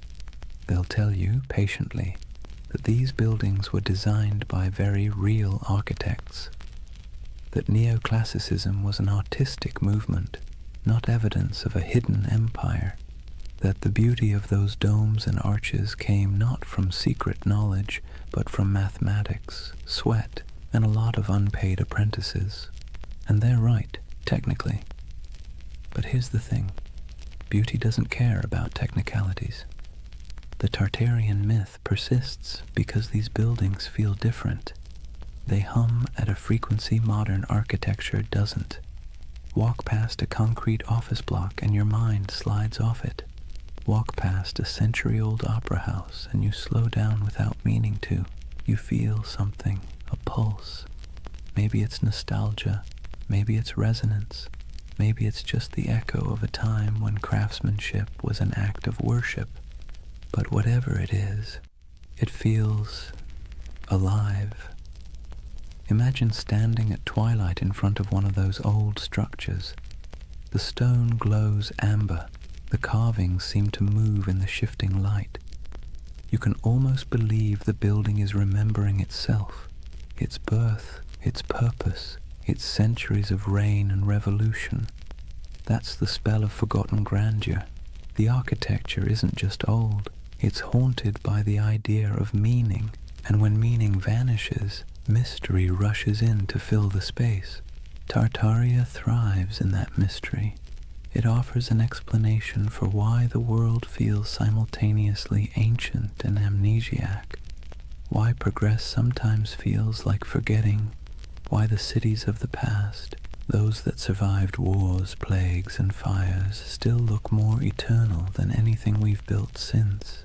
Modern life gives us glass towers and efficiency. Tartaria promises something slower, something that glows, a civilization that built not for profit or speed but for resonance, structures designed to outlast memory itself.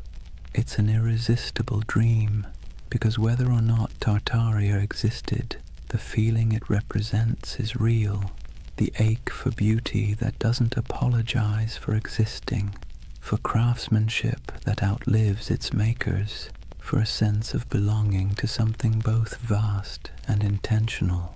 That's why the myth never fully dies. People share photographs of star-shaped forts, cathedrals that look like spaceships, and ornate courthouses buried halfway underground, whispering, "Look, this can't just be random." And maybe they're right, though not in the way they think, because what they're really seeing isn't proof of a lost empire. It's proof of a lost mindset. A time when humanity built upward and outward with a kind of faith we've since replaced with convenience. Take St. Isaac's Cathedral in St. Petersburg. It looks like it shouldn't exist. A colossal dome balanced on rows of red granite columns covered in gold that blazes even through fog. Inside, the marble floors mirror the heavens, and the ceilings are painted with saints so vivid they seem alive. Visitors describe it as overwhelming, transcendent, but the Tartarian imagination sees something else, evidence. They ask how such grandeur could be built in the early 1800s by hand in a place that was supposedly swamp and snow. They ask why the foundations look so deep, as if the building once stood taller. Historians give answers: scaffolding, imported granite, decades of work. But believers see a gap, and gaps, as we know, are where myths thrive. It's comforting in a way, because when you believe in Tartaria, you believe that someone once got it right, that the world once understood balance, proportion, light, and energy, that humans long ago built in tune with the earth instead of against it. It's a prettier story than the truth that history is mostly a series of accidents that occasionally produce beauty by mistake. And yet, even if the story is wrong, the emotion behind it is not. There's something deeply human about looking at ruins and imagining paradise, about standing in front of a crumbling palace and whispering, "Who were you?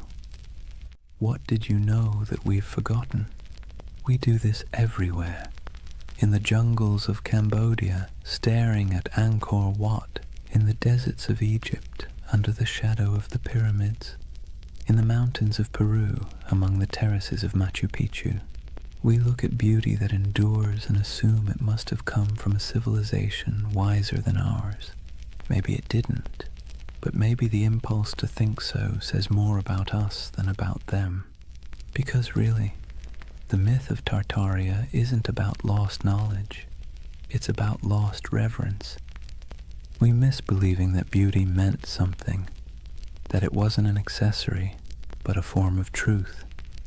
That stone could hold memory, and domes could sing. So when you see those impossible old buildings and feel that small, unexplainable ache, don't rush to fill it with conspiracy. Let it linger. That ache is the story. It's the ghost of wonder, tapping you on the shoulder, reminding you that history is not a timeline. It's a mood, a long, slow chord, still resonating beneath the noise. And maybe that's what Tartaria really is, the echo of a world that believed in harmony more than speed, a civilization of imagination, built not in stone, but in longing. So as you drift deeper into this story, eyes heavy, thoughts softening, remember this: whether Tartaria was real or not, the beauty it promises was. You can still walk through it, touch it, breathe it in brick and marble and dusk. It's there, waiting quietly behind every ornate facade and every buried window. Forgotten grandeur, humming in the walls. There's something strange about ideas that shouldn't survive, yet somehow do. Tartaria is one of them. Every few decades it slips back into conversation like a ghost that refuses to stay buried. A whisper here, a map there, a photograph that feels off, too ornate, too advanced, too forgotten. It persists not because it's proven, but because it's beautiful. You see, real history doesn't linger in our imaginations the same way myths do. Facts settle, myths breathe, and Tartaria breathes in the spaces history forgot to fill. It's almost poetic, how a rumor can live longer than an empire, how a half-remembered word on an antique map, Tartary, can spark entire worlds in the modern mind, because the truth is humans don't remember data, we remember stories, and this one, it's irresistible, a world erased, a golden age hidden beneath our feet. The paradox of Tartaria is that it survives precisely because it never existed. A real empire would have ended, decayed, been replaced, but something that never was can never truly die. It hovers in imagination, endlessly renewable, unprovable, untouchable. The perfect myth for the digital age, weightless, viral, and infinitely remixable. Scroll through YouTube or Reddit and you'll see it. Old photographs of grand cityscapes labeled Tartarian architecture, posts about star forts and buried windows, endless debates about free energy, hidden cataclysms and lost technology, thousands of comments beneath them, people saying things like, "I've always felt something was off about history." It's not about belief, it's about belonging. The myth offers comfort to anyone who looks at the modern world and feels like something essential slipped through our fingers. Maybe that's the real allure. Tartaria gives shape to a feeling we all have but rarely admit, that somewhere along the way, humanity traded mystery for machinery. We built faster, higher, louder, but maybe not better. We paved over silence, replaced curiosity with certainty, and called it progress. And when that certainty began to crack, when our cities started to feel soulless, our histories fragmented, people began looking backward, not for answers, but for meaning. It's easy to mock that impulse. Historians roll their eyes, scientists sigh. But behind the internet rabbit holes and Photoshop theories lies something genuine, a hunger for enchantment, a longing to believe that the past wasn't just dirt and survival, but art and light and knowledge we've somehow misplaced. And in that sense, Tartaria isn't a conspiracy, it's a lullaby, a story people tell themselves when the modern world feels too sterile, too linear, too loud, a bedtime tale for adults who sense that truth might not always fit inside textbooks. Think about it. We've mapped the Earth, decoded the genome, photographed black holes, and yet we're still drawn to mystery. It's like a gravity our species can't escape. Tartaria gives us that gravity in soft, dreamlike form. A lost world that never judges, never contradicts, never ends, because it was never real enough to die. But here's the thing, even myths can tell truths. They tell us what we miss, what we value, what we quietly wish could come back. When people imagine Tartaria, what they're really longing for isn't a lost empire, it's coherence.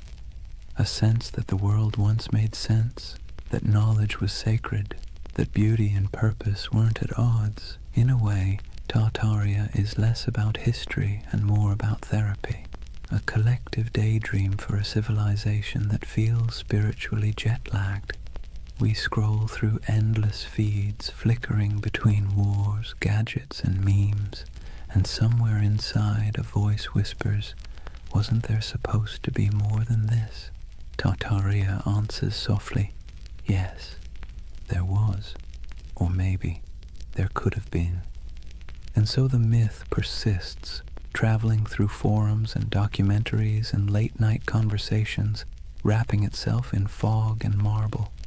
It survives because it speaks to something the Enlightenment forgot, that mystery itself has value, that not knowing is sometimes more comforting than knowing. But here's the paradox. Tartaria's greatest gift isn't in proving itself true. It's in reminding us that belief is part of what makes us human, that even in an age of algorithms, we still crave wonder. We still want to stand before something vast and say, "I don't understand, but it feels sacred." Maybe that's why late at night you find yourself staring at photos of old cities, their streets glimmering with gaslight, their domes fading into fog, and feel that tug in your chest. It's not nostalgia for Tartaria. It's nostalgia for awe, for the feeling of being small beneath something magnificent, something that doesn't explain itself. So as you lie there now, the room dim, the hum of the modern world soft around you, imagine that somewhere, beneath centuries of soil, beneath stories and skepticism, there's a quiet city still dreaming. Its towers shimmer faintly under the weight of time. Its fountains murmur in forgotten languages, and if you listen long enough, you can almost hear it, the heartbeat of the world before we named it. They called it Tartaria. Maybe it never was, but its echo, soft, patient, luminous, still lingers. Drift with it for a while. Let the questions fade. You don't need answers tonight, only the wonder. Chapter 2. The Real Tartars, Nomads, Empires, and Misunderstood Worlds. Let's take a breath. We've wandered through the fog of myth, through maps that hum with impossible empires and ruins that seem to remember more than they should. But now it's time to peel back the dream and look at the ground beneath it, the soil, the wind, and the people who actually lived there. Because behind every legend lies something real, even if it's been twisted beyond recognition. So, let's step out onto the steppe. Imagine yourself standing somewhere between Russia, Mongolia, and Kazakhstan. Not today, but thousands of years ago. There are no borders here, no lines on a map, no marble cities, just horizon, an ocean of grass rolling under a sky so wide it makes you dizzy. The air smells like dust and horses. The sound of wind is constant, threading through tall stalks of feathergrass. This is the birthplace of what Europe once called Tartary. Not a single empire, but a world of motion, a civilization without walls. To Western minds, this landscape always felt alien. How could a people rule without cities? How could a culture thrive without monuments? To the steppe nomads, that question would have sounded absurd. Their monuments were movement. Their empire was the horizon itself. Centuries before anyone drew Tartaria on a map, there were the Scythians, archers and horsemen who painted their bodies, buried their dead in golden tombs, and drank fermented mare's milk. The Greeks feared them, the Persians tried to conquer them, and yet they moved like smoke, impossible to hold. Herodotus called them a people who have no towns, no walls, no fixed abode, as if that made them lesser. But in truth, it made them free. The Scythians mastered the horse long before Rome even dreamed of chariots. They stitched their world together with leather, not mortar. They carried fire in bronze cauldrons, slept beneath felt tents, and worshipped gods of wind, sun, and sky. To them, the land wasn't empty. It was alive, a vast breathing plain where everything connected through motion and story. After the Scythians came the Sarmatians, then the Huns, then the Turkic Khaganates.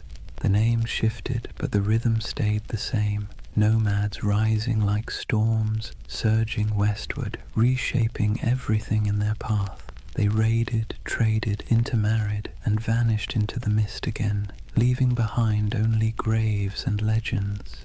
And so, by the time medieval mapmakers in Europe began sketching the world, this enormous, ungovernable space had already become a myth.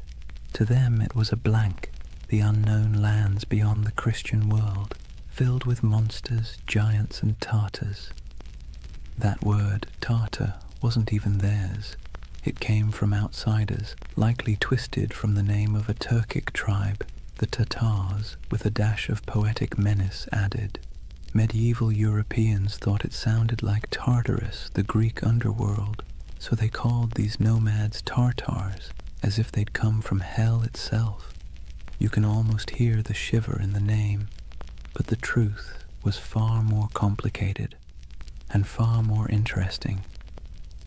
These weren't demons, they were people. Traders, horsemen, mothers, poets. They lived lives as rich as any Roman senators, just measured differently. Picture a nomadic camp at sunset. The steppe glows gold. Horses graze on the horizon, their coats shimmering in the low light. Fires crackle as women stir pots of milk and millet. Children chase each other between felt tents, yurts, their laughter carried by the wind. Men return from herding, their bows slung over shoulders, dust clinging to their boots. The air smells faintly of smoke and grass. Somewhere, a throat singer begins a low, resonant song, and the notes ripple across the plain like the hum of the earth itself. This was their Rome, not a city of marble, but of motion and memory. And to them the West's obsession with stone walls would have seemed as strange as worshipping stillness.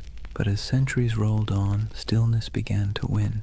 Empires like China, Persia, and eventually Russia pushed outward, trying to tame the steppe. They built forts, drew borders, demanded tribute. The nomads resisted, then adapted.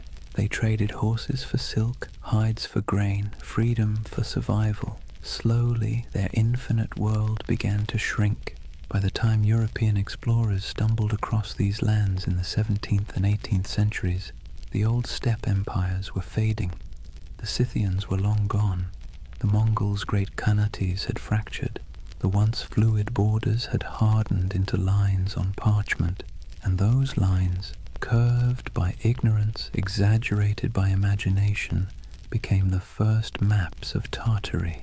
To the west, it looked like a mystery, an empire that wasn't quite there, a vast, seemingly empty space once teeming with civilizations that had vanished. But to those who lived there, it wasn't emptiness, it was memory. The bones of ancestors beneath the grass, the hum of stories in the wind, the echo of hoofbeats across the centuries. And maybe that's where the myth begins to make sense, because when you stand on a plain that stretches to the horizon in every direction, it's easy to believe that time itself might fold here, that something ancient could still be sleeping under the soil. Perhaps the world didn't erase Tartaria at all. Perhaps it just forgot how to see it. Let's be honest, Europe never really understood Asia, not in the Middle Ages, not in the Renaissance, and arguably not even now. For centuries, the lands east of Moscow and west of China were less a geographic reality and more a psychological one, an enormous blank space where anything could exist. And in that blankness, the idea of Tartary began to grow like a mirage. Imagine a candlelit room in Venice, sometime around the 14th century. A mapmaker hunches over his parchment, hands stained with ink. On the table beside him lie fragments of rumors, sailors' tales, merchant gossip, and a half-remembered account of a man named Marco Polo, who claimed to have seen palaces of gold and cities of stone somewhere beyond the horizon. He dips his quill and begins to draw. Europe is clear. So is Africa mostly. But once he crosses the Ural Mountains, the lines begin to blur. His hand hesitates. What lies beyond? He's never been there. No one he trusts has either. So he fills the void the way humans always do. He imagines. He writes Tartaria in sprawling letters across the page, large enough to cover thousands of miles. Because what else can you do when you're staring into the unknown? For Europeans, Tartary became a convenient label, an umbrella term for everything east of civilization and west of comprehension. It wasn't a nation, it was a category, a way to point at a map and say, this belongs to the others. But here's the funny thing. The more they tried to define it, the more mysterious it became. In the 13th century, when the Mongols exploded across Eurasia like a thunderstorm, Europe finally came face to face with the so-called Tartars. Villages burned, kingdoms crumbled, and word of unstoppable horsemen spread faster than the riders themselves. To a continent already steeped in superstition, it must have felt like the end of the world. Priests whispered that the horsemen were the scourge of God, a punishment for human sin. Chroniclers described them as monsters with faces of beasts and hearts of iron. And yet, when the first diplomatic envoys actually met them, they found something unexpected: organization, bureaucracy, even tolerance. The Mongol Empire, at its height, ran on order, not chaos. Messengers carried official seals, merchants moved safely under Mongol protection, and conquered cities often kept their own rulers so long as they paid tribute. The great Khans weren't savages, they were administrators. Ruthless ones, sure, but methodical. But Europe didn't want to believe that. It was easier, somehow, to imagine an empire of shadows, to turn complexity into myth. So the name Tartary stuck, not as a real place, but as a kind of warning, a whispered reminder that beyond the edge of the familiar world, something vast and unknowable waited. By the Renaissance, the legend of Tartary had evolved into something even stranger. The age of exploration brought better maps, but not necessarily better understanding. Cartographers began drawing Great Tartary, Little Tartary, and Chinese Tartary across their globes. carving up Central Asia into neat territories that existed mostly in imagination. If you were a European scholar in 1700 and you saw a map of Great Tartary stretching from Siberia to the Caspian Sea, you'd assume there was a single civilization there, a mighty hidden empire rivaling Rome or China. And if you were an explorer wandering through empty steppes, stumbling across crumbling ruins or strange earthen mounds, your mind might start to fill in the blanks. Who built this? Where did they go? Humans hate loose ends. We crave narrative closure. And Tartary, this vast echoing blank on the map, offered none. Marco Polo didn't help either. His travels fed the fire beautifully. He spoke of vast courts, cities paved in stone, golden palaces, and khans who ruled lands so wide that weeks of riding couldn't cross them. He wasn't wrong exactly. The Mongol Empire really was that enormous. But when his book was copied, translated, and retold, his words grew elastic. People read his tales and imagined something grander still, a civilization older than memory, hidden beneath layers of dust and time. You can almost see it, the way myths grow like vines around facts. Even the Enlightenment couldn't kill it. In the 18th century, as Russian explorers pushed eastward into Siberia, they stumbled upon ancient fortifications, strange geometries in the earth, and traces of civilizations long gone. The local tribes spoke of ancestors who built great cities before the snows came. The scholars, baffled, wrote it all down, and back in Europe, those reports fed the imagination once more. By now, Tartary had become more than geography. It was an aesthetic. The word conjured mystery, distance, and faded grandeur. Artists painted sweeping landscapes of icy mountains and lone riders beneath silver skies. Novelists filled their pages with lost kingdoms and forgotten dynasties. And so, when conspiracy theories about a lost Tartarian empire began resurfacing centuries later, it wasn't from nowhere. It was born of something older, a long European tradition of misunderstanding the East, of romanticizing what couldn't be explained, and of filling blank spaces with dreams. Maps, after all, are never neutral. They don't just show where things are, they show what people believe matters. And for centuries, Tartary mattered not because it was real, but because it was mysterious. Imagine yourself once more looking at one of those old maps. The parchment crackles under your fingers. The ink has faded to brown. The edges are frayed. Across the top, in flowing letters, are the words, Magna Tartaria. You trace the line of mountains, the curving rivers, the scattered cities whose names you don't recognize. You realize you're staring not at geography, but at imagination, a dream caught in ink, a memory of a place that never quite existed, but that never fully went away either. And maybe that's why Tartaria still captures people today. It wasn't born in a lab or on a message board.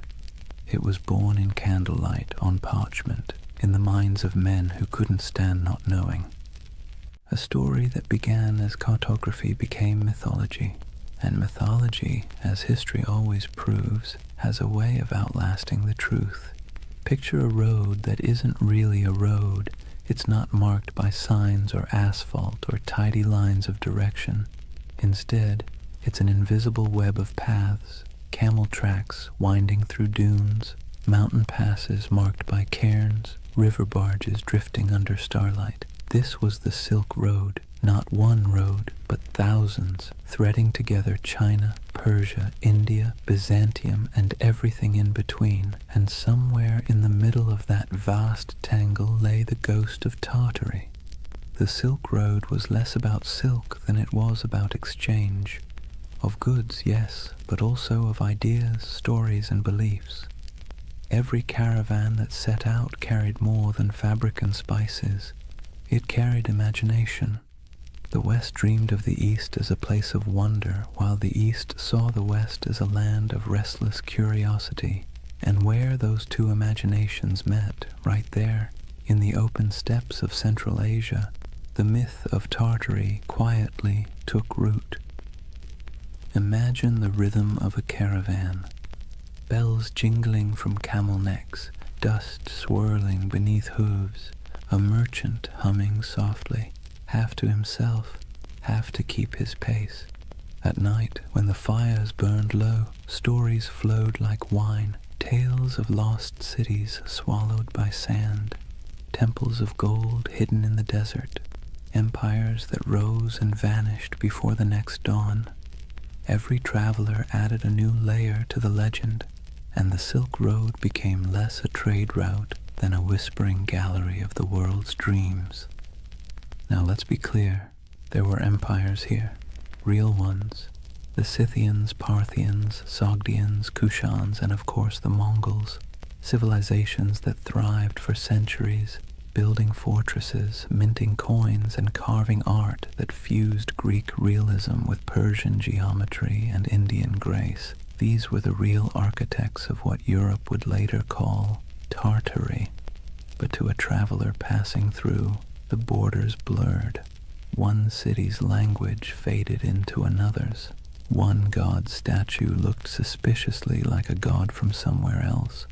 The world felt unified and strange all at once. The Silk Road had a way of softening distinctions. It made neighbors of distant worlds.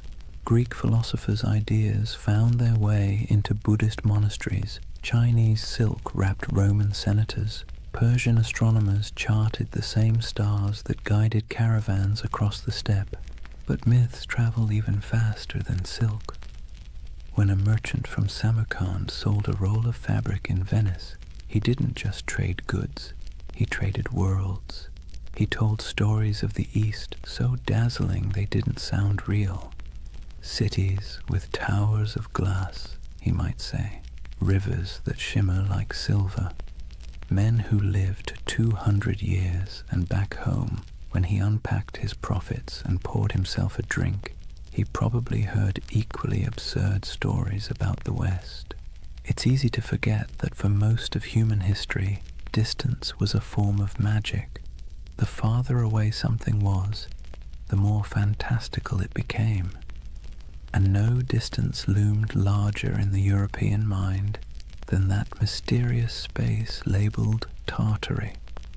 Through this swirling exchange, Tartary became a kind of mythic glue, a word that held together the fragments of a world too vast to comprehend. Think of it like this. When a Venetian mapmaker in 1500 scribbled Tartaria across the center of his globe, he wasn't really describing a political entity.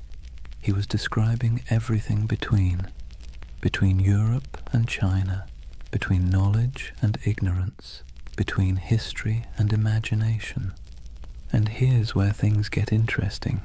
While Europe imagined Tartary as an exotic wilderness, the people who actually lived there were building connections that shaped the ancient world. The Sogdians, for instance, traders from what's now Uzbekistan, ran a network of trade colonies so extensive that historians sometimes call them the FedEx of the Silk Road. They spoke multiple languages, mediated between empires, and filled their homes with art from every culture they touched. A single Sogdian mural might show an Indian goddess, a Persian king, and a Chinese dragon all sharing the same painted wall. To them, Tartary wasn't a mystery, it was home. And yet, this multicultural world also sowed the seeds for misunderstanding.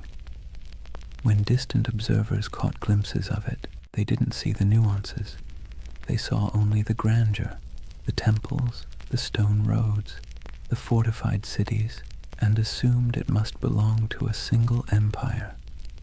That assumption, multiplied over centuries, became the illusion of the great Tartarian civilization. Even today, the ruins scattered across Central Asia, stone walls buried in sand, intricate tile work crumbling in forgotten courtyards, feed that same longing. People look at them and wonder, Who built this? Where did they go? Why do our textbooks skip over it? It's a fair question, because history doesn't just forget, it edits. When empires fall, so do their names. When borders shift, so does memory. The Mongols became the Tatars became Tartars. And eventually, Tartary became a convenient shorthand for the unknown. But beneath all that confusion was something real. A network of humanity that spanned continents. Imagine standing on a hill somewhere near Bukhara around the 10th century. The air smells of dry sage and smoke. Below you, the road shimmers in the heat, lines of travelers winding toward the horizon. A caravan from China passes one from Persia. A monk from India shares a meal with a soldier from Byzantium. Coins from Rome jingle beside jade amulets from the East. It's not an empire. It's not chaos. It's something in between, a living, breathing web of connection. And that's what Tartaria really was. Not a kingdom lost to mud, but an echo of this interconnected world. A dream of unity before maps divided it into pieces. The Silk Road gave birth to the myth by accident, because connection always looks like magic when seen from afar.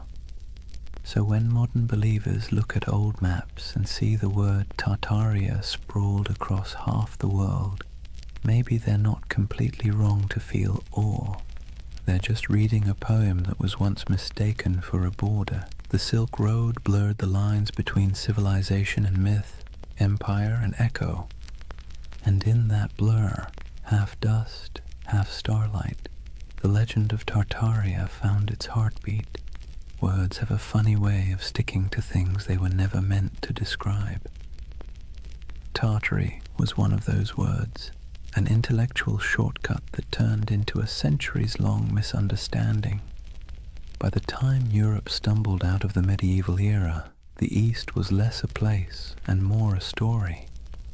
Monks copied maps showing vast lands labeled Tartaria, shaded in pale yellows and browns, with scribbled notes like, "Here be dragons," or "Land of Giants." It wasn't meant as insult or precision. It was just ignorance wrapped in ink. But ignorance dressed up nicely enough can look like authority. When Marco Polo returned from his travels in the late 1200s, he told Europe about the magnificence of the Mongol Empire. Golden palaces, porcelain cities, and roads so smooth you could roll a wagon for days without breaking an axle. His descriptions, half wonder, half exaggeration, lit up Europe's imagination. And when cartographers began to draw what he described, they needed labels. Cathay for China, Ind for India, and for everything else in the vast cold space north of Persia and east of Russia, Tartary. Let's be clear, Europe didn't know what Tartary was, but that didn't stop them from acting like they did. To Western minds, Tartary became a convenient placeholder for the unknown. It wasn't a country, it was a concept, a blank canvas where explorers, missionaries, and chroniclers could project whatever they needed to believe about the world beyond their reach, and what they needed, more often than not, was mystery. Maps from the 16th and 17th centuries show it sprawling across the top of the world like a sleeping giant. Great Tartary, Independent Tartary, Chinese Tartary, Little Tartary, names multiplying like rumors. To anyone who studied those maps, the message was clear. Beyond the borders of civilization lay a vast land of danger, wealth, and the unknown. And there's something deeply human about that. When faced with uncertainty, we name it. We box it in with words, even if those words are wrong. To Europeans of the early modern world, Tartary became shorthand for all the places they hadn't yet conquered, understood, or categorized. It was an intellectual convenience, a linguistic shrug. everything out there. If you were a 17th century scholar in London and someone mentioned the Tatars, you might imagine fur hats, horsemen, frozen tundra, and endless plains. You wouldn't know the difference between a Mongol prince in Karakorum and a nomad in the Kazakh steppe. To you, it was all Tartary, but that flattening, reducing countless cultures into a single word, had consequences. It erased identities, histories, and languages in the Western imagination long before any empire actually reached those lands. Imagine an atlas from the 1700s, lying open on a polished oak table. The continents are familiar enough now. The Americas are roughly shaped. Africa's coasts are charted. But look at Asia, and you'll see something odd. Above India and China stretches an ocean of blankness, punctuated only by the word Tartaria, scrawled in proud, swirling letters.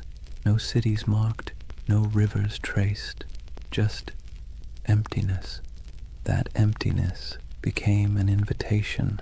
Missionaries imagined lost Christian kingdoms hidden in those plains, descended from the mythical Prester John. Explorers fantasized about tribes of giants or entire cities of gold. Poets and philosophers romanticized the steppe as a land of freedom, wild, untamed, untouched by decadence. And over time, that fantasy hardened into pseudo-history.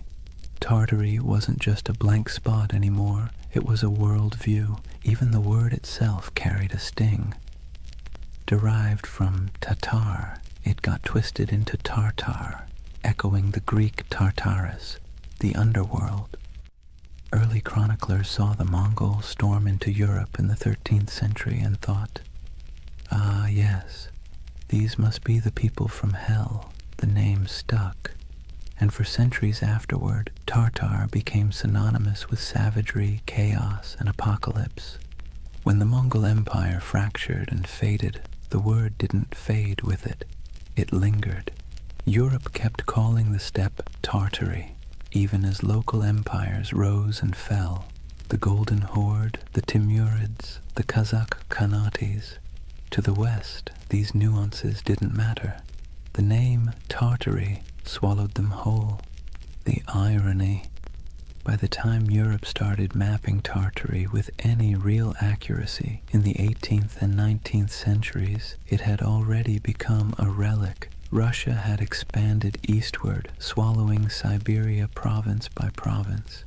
Qing China had claimed the west, and yet the word persisted, echoing in atlases long after it had lost any real meaning. There's something almost poetic about that, how a word can outlive the thing it never actually described. And it's here that the modern myth of Tartaria quietly germinated, because when those old maps resurfaced centuries later, digitized, color-corrected, and posted online, they seemed to show something uncanny.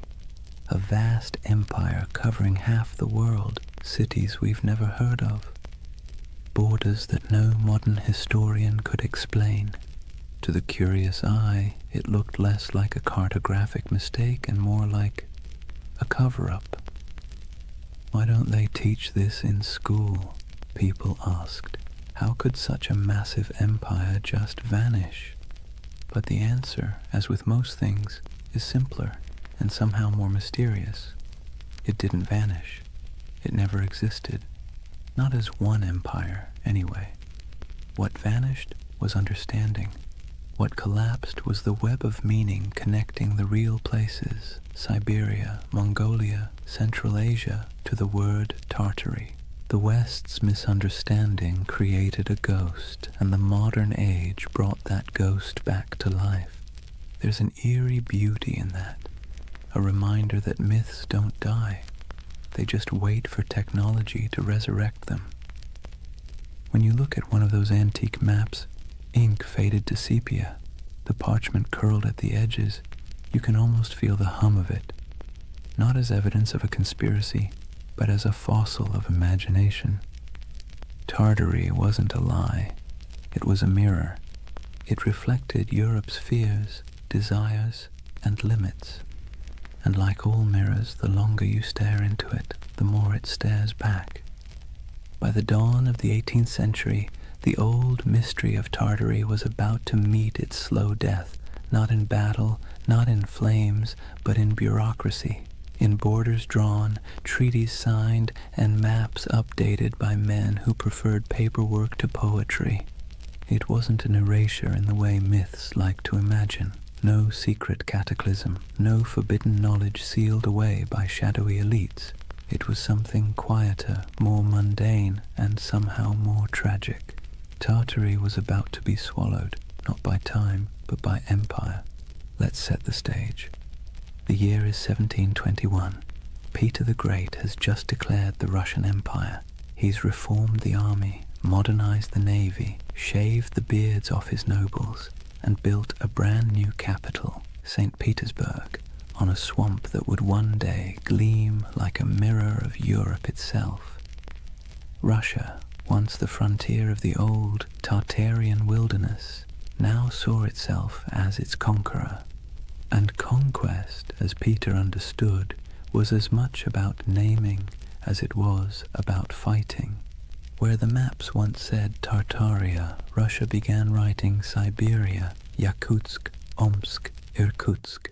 The empty spaces of imagination were replaced with administrative precision. Governors, garrisons, and census records. You can almost hear the scratching of quills replacing the crack of hooves across the steppe. This was empire by cartography. For centuries, Europe had peered east and seen a void. Russia filled it with coordinates. And just like that, the last breaths of Grand Tartary disappeared under layers of ink and decree. But here's the irony. While the West's maps were losing their mystery, the lands themselves were as unknowable as ever. Siberia wasn't tamed. It was endured. Frozen rivers, taiga forests, mountains that chewed up expeditions and spat them out as legends. To the empire, it was a treasure chest of resources, furs, minerals, and later oil. But to the people living there, it was home. The native tribes, the Evenki, Buryats, Yakuts, and dozens more, didn't think of themselves as Tartarians or Russians. They were simply themselves, and yet, in the tidy world of European cartographers, they became footnotes to someone else's empire. Take a moment to picture a Russian expedition in the mid-17th century, trudging through snow so bright it hurts to look at. The air burns the lungs, the dogs pant steam. A Cossack officer marks a new river on a map, proud that he's bringing civilization to the wilderness. But behind him, an old shaman watches silently, knowing that the land doesn't belong to anyone who needs to draw it to believe it's real. That's how Tartary truly vanished, not by disaster, but by documentation. The Enlightenment had arrived, and mystery was no longer fashionable. The world had to be measured, categorized, and explained. A single romantic name like Tartaria didn't fit into that neat little system. It was too vague, too mythic, too medieval. By the early 19th century, Tartary lingered only as a kind of ghost word on maps, an anachronism that survived in outdated atlases or in the minds of travelers who still preferred fantasy to geography. You might find Chinese Tartary scribbled across what is now Xinjiang, or independent Tartary hovering somewhere over Kazakhstan, but it was already fading, the ink almost apologetic. What had once stretched across half the known world was reduced to a linguistic relic, an old world word for a world that no longer existed. But this quiet death of Tartary created a strange paradox. By removing the name, the empires of the 18th and 19th centuries thought they were clarifying history. In truth, they erased a mystery so thoroughly that, centuries later, people would come looking for it again, because that's the thing about erasure, it always leaves an outline. In the modern age, when digital archaeologists started poring over antique maps, The rediscovery of Tartaria didn't feel like uncovering a lie. It felt like uncovering a secret. Here was proof, they thought, that something immense had once existed and been scrubbed from the record. The irony? They weren't wrong about the erasure. They were just wrong about what was erased. It wasn't a hidden utopia or an advanced global empire. What disappeared was ambiguity itself, the willingness to admit we didn't know everything. The 18th century push for rational order, scientific mapping, and imperial control smoothed the rough edges of the world, and in doing so, it flattened mystery into history. Let's be clear, the loss of Tartary wasn't a conspiracy. It was a side effect of certainty, and maybe that's why its ghost haunts us still, because deep down humans don't actually like a world that's too explained. We crave wonder, we miss the blank spaces, so when we see Tartaria glowing faintly on an old parchment, we don't just see a name, we see a question. A whisper from the past asking, "What did you forget?" The collapse of Tartary wasn't a fall. It was a fade-out, a slow dimming of a word that once carried the vastness of the unknown, and the quieter it got, the louder the myth became. By the time Russia completed its imperial expansion across Asia, by the time the British, French, and Qing empires carved their pieces of the East, Tartary had been buried not under mud, but under maps. And centuries later, when people began brushing that dust away, what they found wasn't evidence of a lost civilization. It was evidence of our collective imagination still alive and searching. That is the strange beauty of this myth. Tartaria may never have been real in the way empires are real, but its death, its quiet bureaucratic burial, feels as monumental as any fall of Rome, because sometimes the end of mystery is its own kind of catastrophe. Chapter 3. The Great Erasure. Lost knowledge, world fairs, and the architecture of amnesia. Take a deep breath. We're leaving behind the dust of the steppe and stepping into marble, into the gaslit glow of the 19th century, because this is where the story of Tartaria is reborn. Not in Siberia, not on the maps, but in the imagination. Picture it. The year is 1893. The World's Columbian Exposition in Chicago. 200 white buildings rise like mirages along the lake, glowing in electric light. Domes, arches, columns, architecture so grand that people literally wept when they saw it. It looked ancient, impossible, like something from a forgotten golden age resurrected overnight. And here's the kicker. It was built overnight. A team of architects and laborers had thrown up that entire city in less than 2 years. They called it the White City. To the public, it was a triumph of modernity, but to later eyes it looked suspiciously like something else. Massive domed palaces, ornate fountains, obelisks, colonnades stretching into mist. It looked ancient, yes, but not Greek, not Roman. It looked out of time. Now fast forward a century. A man sitting at his computer zooms in on old photos of the fair. He pauses. He notices something strange. The buildings look far too advanced for their time, he thinks. Too perfect, too grand. And then he finds something even stranger. After the fair ended, almost every single building was demolished, burned, scrapped, gone. And that's how a new kind of myth was born. The idea that maybe, just maybe, these temporary structures weren't built at all, at least not by us. Maybe they were rediscovered, remnants of an older, erased civilization. A civilization called Tartaria.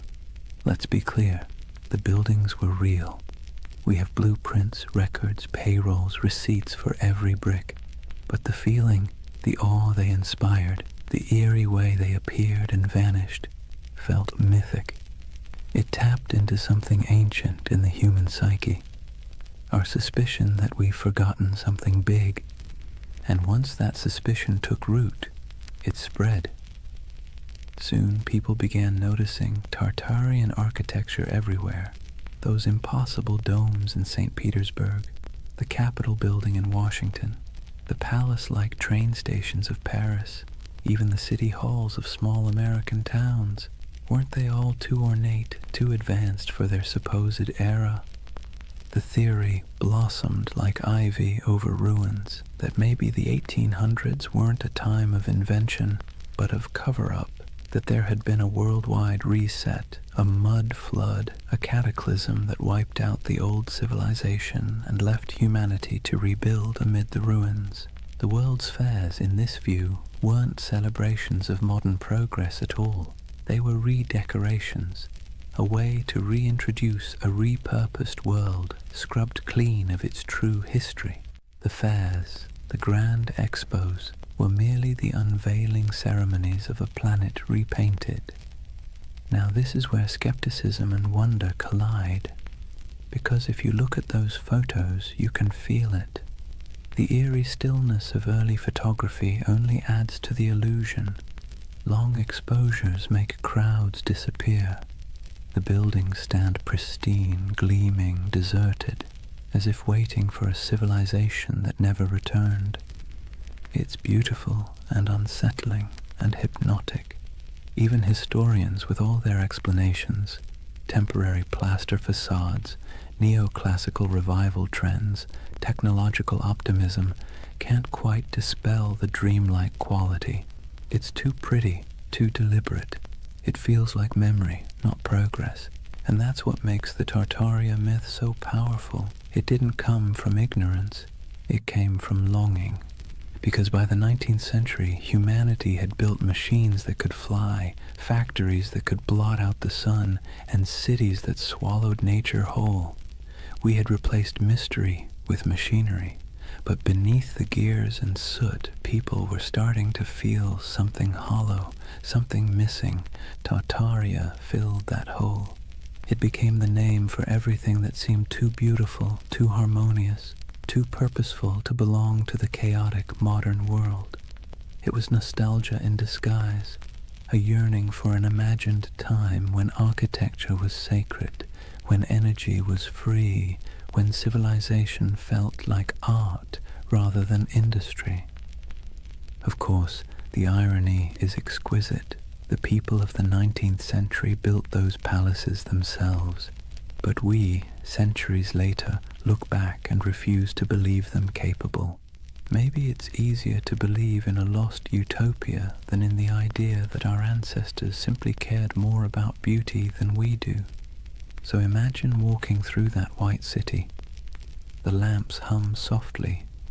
The canal reflects the moonlight. Music drifts from the pavilions.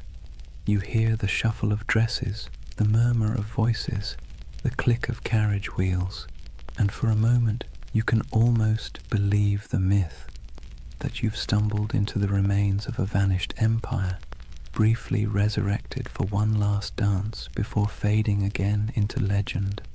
That's the strange charm of Tartaria. It doesn't matter if it's real. What matters is how it makes you feel, because beneath every conspiracy is a heartbeat, the desire to belong to something greater, to touch a truth the textbooks forgot to mention.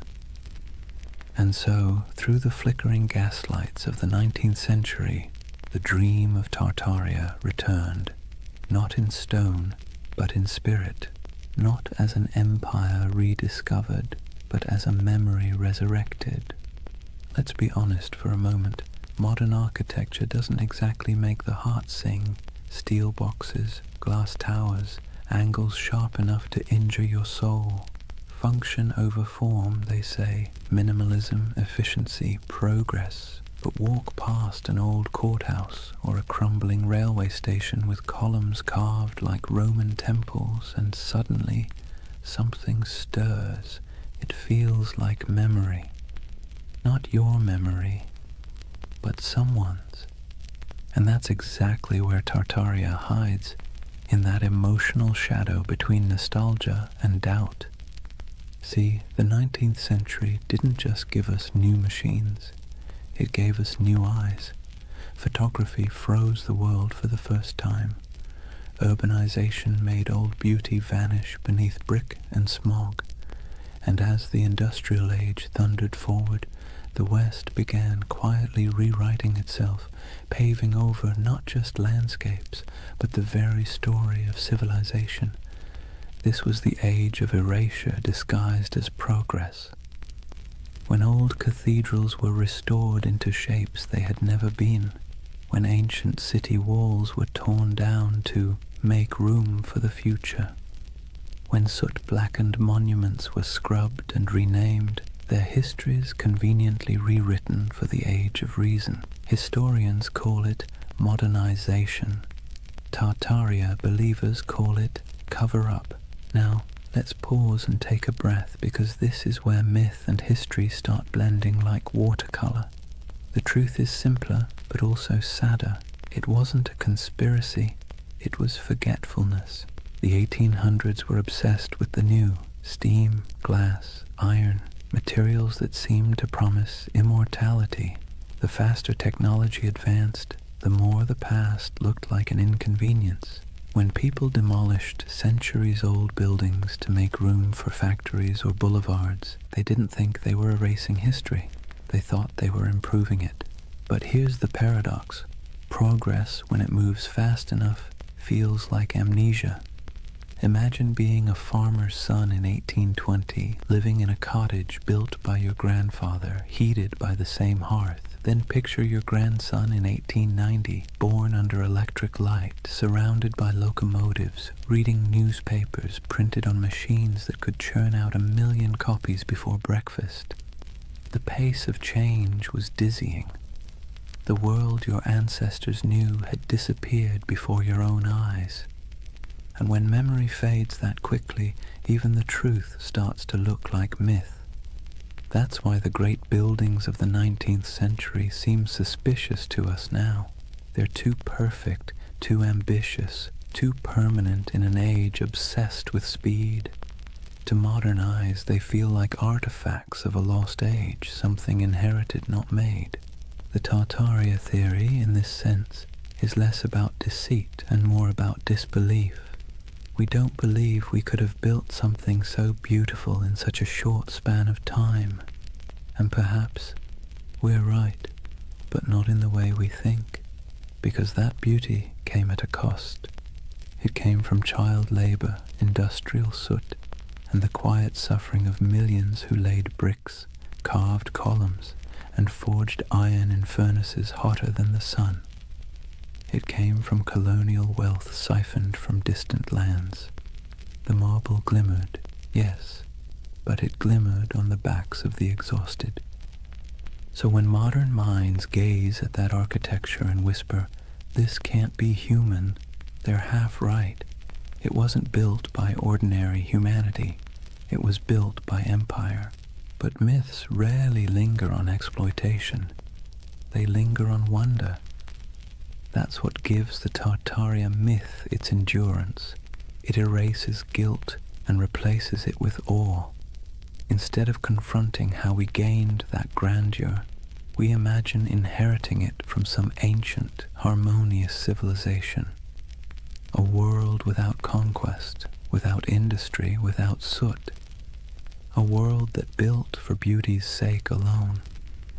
That's the secret comfort of believing in Tartaria. It allows us to dream of innocence without the blood, to long for sophistication without the cost. And it's not entirely foolish, because beauty is suspicious in the modern world. Think about it. When was the last time a new building made you stop and gasp?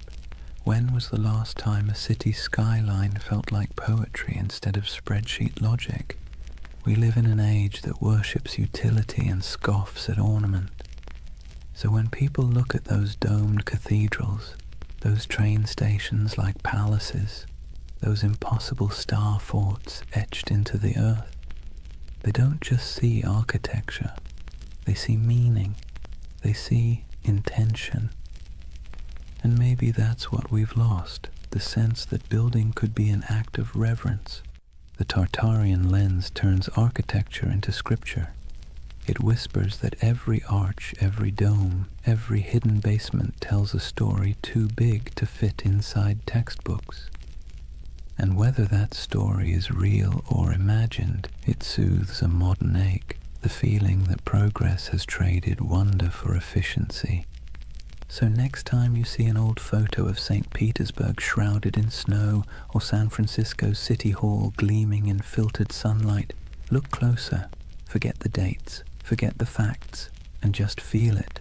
The silence, the symmetry, the faint pulse of something grander than logic. That's the hum Tartaria leaves behind. The ghost frequency of a civilization that may never have existed, but still haunts us with the possibility that it did. And maybe that's enough. Maybe the myth survives not because it's true, but because it's beautiful. Because deep down, beauty itself has started to feel like a conspiracy. Here's the funny thing about lost civilizations. They always seem to resurface when technology changes. The printing press revived Atlantis, television revived the pyramids, and the internet, well, the internet resurrected Tartaria, not in dusty libraries or archaeological digs, but in image boards, YouTube videos, Reddit threads, and algorithm-fed rabbit holes that feel half like history class and half like lucid dream. If the 19th century erased memory through progress, then the 21st century resurrected it through curiosity.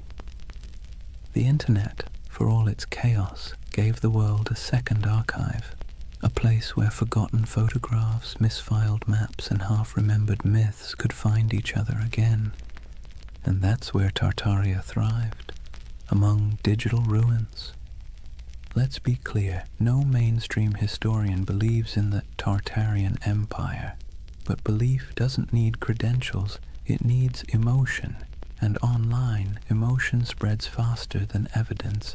It starts small. Someone scrolling through antique photos finds an image of a half-buried building, its windows strangely below street level.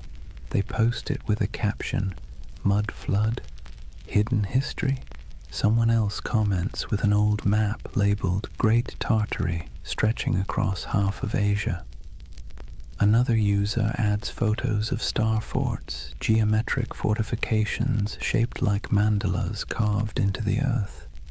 Then someone else notices that the architecture of 19th century world fairs, domes, spires, impossibly ornate facades, seems eerily similar across continents. And suddenly, the pattern takes on life. A civilization that might never have existed begins to coalesce, not in ruins, but in pixels. It's fascinating to watch. The modern Tartarian myth isn't a single story. It's an ecosystem, a living organism built out of collective imagination.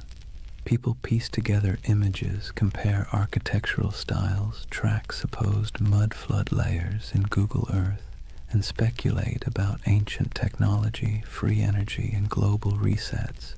And let's be honest, there's something soothing about it. It scratches the same itch that makes people organize puzzle pieces at 2 a.m. You start with fragments, photographs, engravings, forgotten buildings, and try to make sense of the world's dissonance. Why does history sometimes feel incomplete? Why do our cities seem to rest on older bones? Why does beauty feel borrowed? The Tartaria theory online isn't just conspiracy, it's therapy for disillusionment. See, we live in an age drowning in data but starving for coherence. Billions of facts, timelines, and explanations float around like loose screws. But the more we learn, the less it feels like we understand. We've traded mystery for information, and somehow that doesn't feel like progress. Tartaria brings the mystery back. Scroll through its digital cathedrals, YouTube thumbnails of glowing domes and forgotten maps, and you'll see that what people crave isn't deception, it's wonder. the feeling that history still holds secrets, that maybe we haven't already found every answer, that maybe, just maybe, there's still magic left under the mud. And the internet, for all its cynicism, feeds that craving beautifully. Where old historians dismissed oddities as coincidences, the online world stitches them together with creativity. Star forts become energy hubs, domes become ancient power stations, mud floods become symbolic of global resets, metaphors for forgotten knowledge buried under modern noise.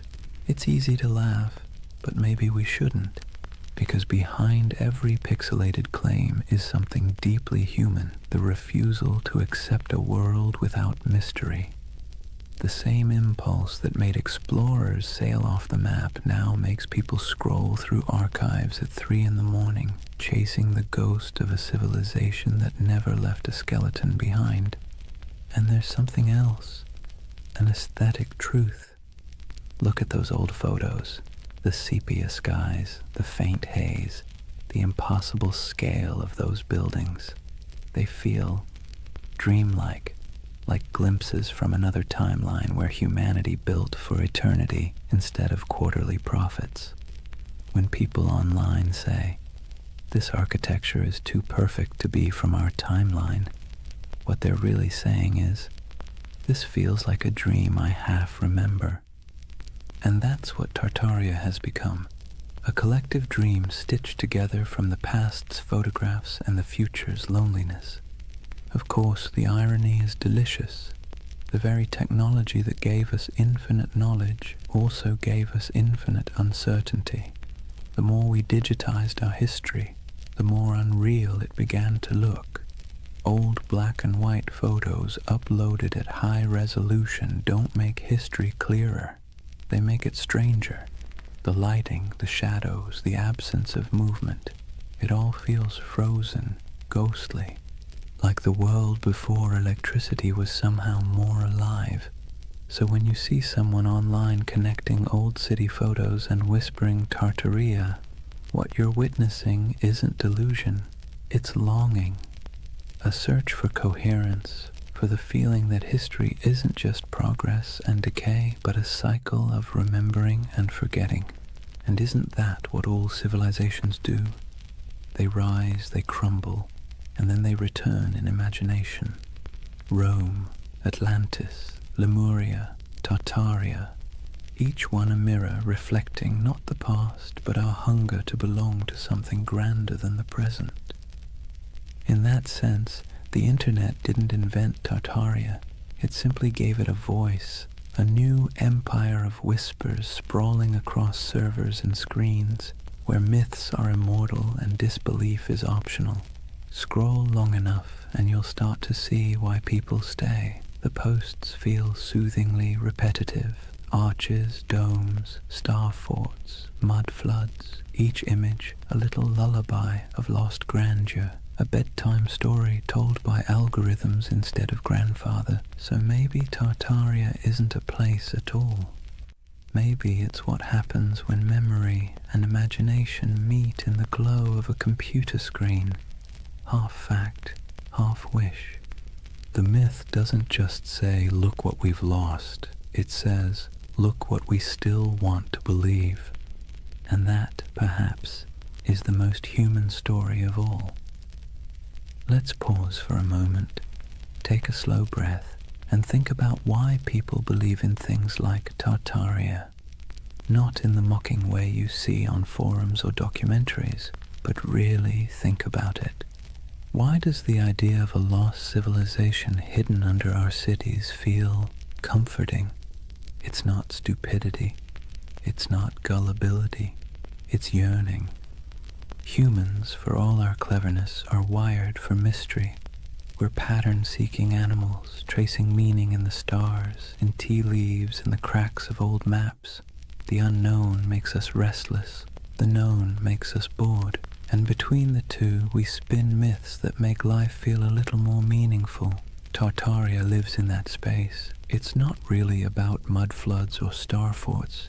It's about the suspicion, deep down, that the world we've been handed is incomplete, that someone, somewhere, has hidden something important, that maybe history isn't a straight line of progress, but a looping dream where civilizations rise, fall, and are forgotten not by accident, but by design. And honestly, that's not such a crazy thought. Think about how much of history you've forgotten personally. Think of everything humanity has lost to fire, war, vanity, or neglect. Libraries burned, languages erased, empires swallowed by desert and jungle. The dark ages weren't dark because nothing happened. They're dark because the light of memory didn't reach that far. So when someone looks at an ornate 19th century building and says, "I don't think we built that," they're not rejecting history. They're mourning it. They're mourning a world that seems to have misplaced its wonder. Let's be clear, modern life doesn't give us much mystery anymore. We have answers for everything, or at least the illusion of them. You can type any question into a search bar and get a dozen replies in seconds. But that convenience has a side effect. It kills the thrill of not knowing. And mystery, as it turns out, is essential to the human spirit. Without it, the world feels flat. That's where conspiracies slip in. They fill the void left by lost awe. When people say the elites hid the truth of Tartaria, what they're really saying is, I miss when the world felt magical. It's an emotional rebellion against boredom, a soft protest against a sterile universe made of facts but lacking enchantment. And here's the interesting part, it's not new. Every age invents its lost golden age. The Greeks dreamed of Atlantis, the Victorians romanticized Lemuria, the 20th century turned the Mayans into cosmic prophets, and now in the digital age we have Tartaria, an empire of dreams built on archives and algorithms. Each generation looks backward and imagines perfection because it's easier than imagining perfection ahead. We do it because the past is safe. It can't disappoint us anymore. Psychologically, belief in a hidden civilization like Tartaria scratches multiple itches at once. There's pattern recognition, the brain's love for connecting dots even when they don't belong together. There's narrative control, the soothing illusion that the world makes sense, that nothing happens by accident. And there's nostalgia, the bittersweet ache for a world that may never have existed, but should have. And then there's trust. Modern institutions, media, government, academia, have lost credibility with the public. When experts say, that's impossible, a growing part of the population quietly replies, so was flight once. The more closed and dismissive authority becomes, the more open people become to alternative voices whispering, maybe they're hiding something. It's not that people trust random YouTube channels more than historians. It's that the channels sound human, curious, skeptical, fallible. The voice of official history often sounds cold, certain, and patronizing. The voice of the Tartaria believer sounds like someone sitting beside you late at night saying, "Look at this, doesn't it make you wonder?" And wonder is addictive. Once you feel it, it's hard to go back to plain explanations. Even the act of believing, of piecing clues together, creates a small dopamine rush. It gives the believer a sense of purpose. You're not just scrolling, you're investigating. You're part of something big, something secret. It's empowering in a world that makes most people feel small and powerless. So the Tartarian myth becomes more than a theory. It becomes a community, a shared dream.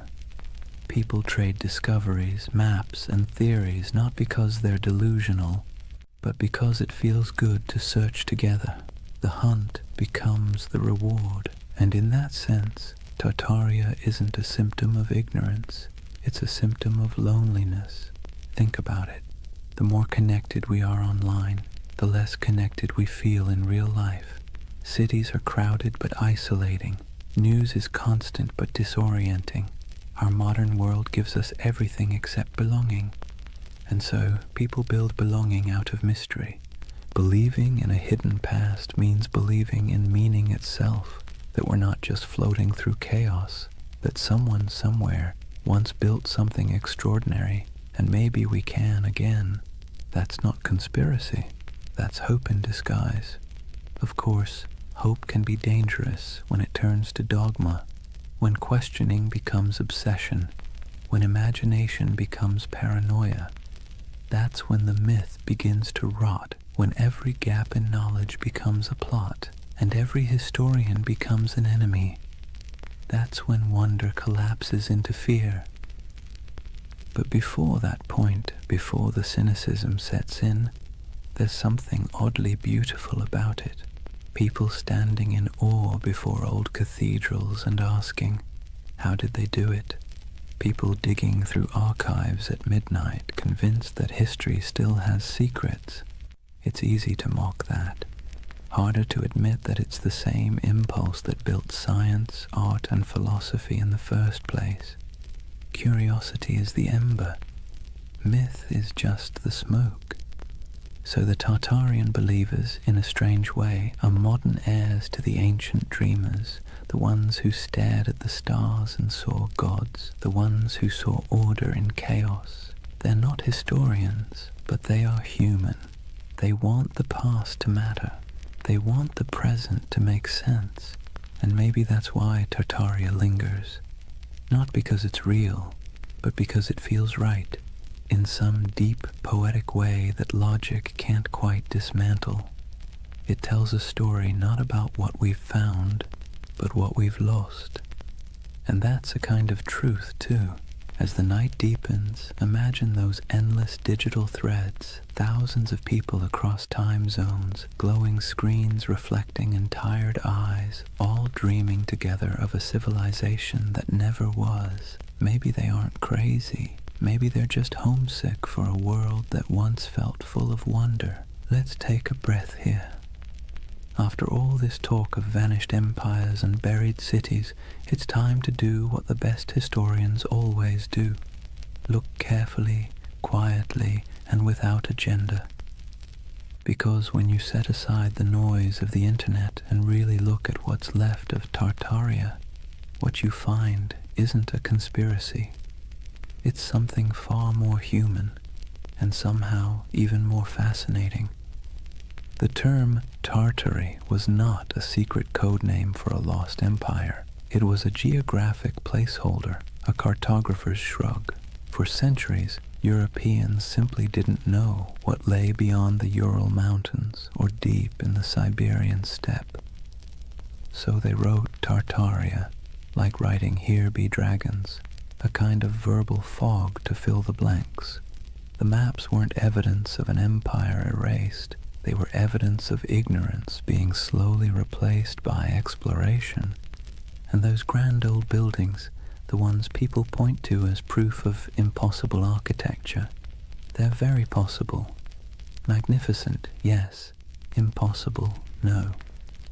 The ornate city halls, cathedrals, and palaces of the 19th century weren't built by some forgotten super-civilization. They were built by humans with chisels, scaffolds, and a near-religious obsession with grandeur. The 1800s were a century drunk on ambition. Industrialization made iron, glass, and concrete cheaper than ever. Colonization and global trade poured wealth into Europe's cities. Architects looked backward to Greece, Rome, Byzantium, and Egypt, and then combined everything like over-enthusiastic chefs. The result was the neoclassical explosion, domes, columns, and marble facades that looked ancient but were brand new. That's why so many people mistake them for relics, because they were designed to look timeless. They were Rome in steel corsets, deliberate nostalgia built in brick and plaster. The world's fairs that fuel so many Tartarian videos, they were real, yes, and they really did look astonishing.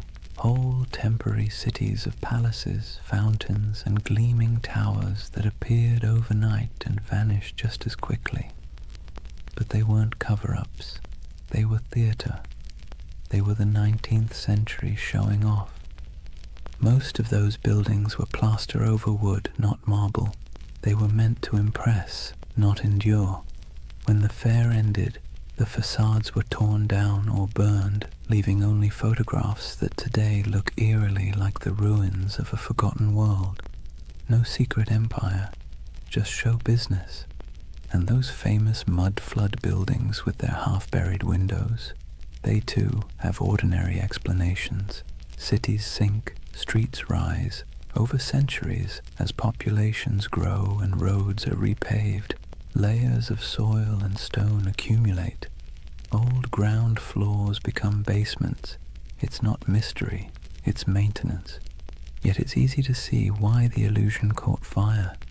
Because even the real explanations, erosion, engineering, economics, are, in their own way, beautiful. The world doesn't need hidden magic to be miraculous. Consider this. The same roads once labeled Tartarian carried traders, nomads, poets, and conquerors across continents. Cultures met, clashed, and blended until identities blurred. What Europe called Tartary was not one empire but a kaleidoscope of peoples, Turkic, Mongol, Persian, Russian, Chinese, each with their own stories, languages, and gods. Out of their collisions came ideas, inventions, and art that shaped the world we still live in. The myth says Tartaria was erased. The truth is that it was never singular to begin with. It was many, and that's why it's hard to pin down. The steppe doesn't lend itself to borders. Empires there were fluid, waves of power that rolled across the grasslands and receded again. The Scythians, the Huns, the Mongols, the Khazars, they all rose, ruled, and vanished, leaving behind only fragments. To an outsider, that flux looked like a void. To those who lived it, it was life itself. And maybe that's where the misunderstanding lies. Western history loves walls and dates, beginnings, endings, dynasties. The steppe doesn't play by those rules. Its empires were seasonal, migratory, woven into the land and wind. If you expect pyramids, you miss the poetry. So no, there was no single global Tartarian empire, but there was a vast interconnected world of trade, culture, and movement that stretched from Europe to China long before globalization had a name. The Silk Road wasn't just silk, it was the internet of its day, transmitting not data but ideas. Buddhism, astronomy, metalwork, medicine all passed through those dusty caravans. The real miracle isn't that something was erased, it's that so much survived, and yet debunking doesn't have to mean disappointment. If anything, it should make the world feel richer, because the truth is not dull, it's layered. The mud flood isn't proof of deception, it's proof of time. The ornate buildings aren't relics of a forgotten empire, they're monuments to human excess. The missing maps aren't evidence of suppression, they're artifacts of discovery. And here's the quiet irony. Even the myth itself is part of history now. The videos, the forums, the believers, they've become a digital folklore, our century's way of myth-making.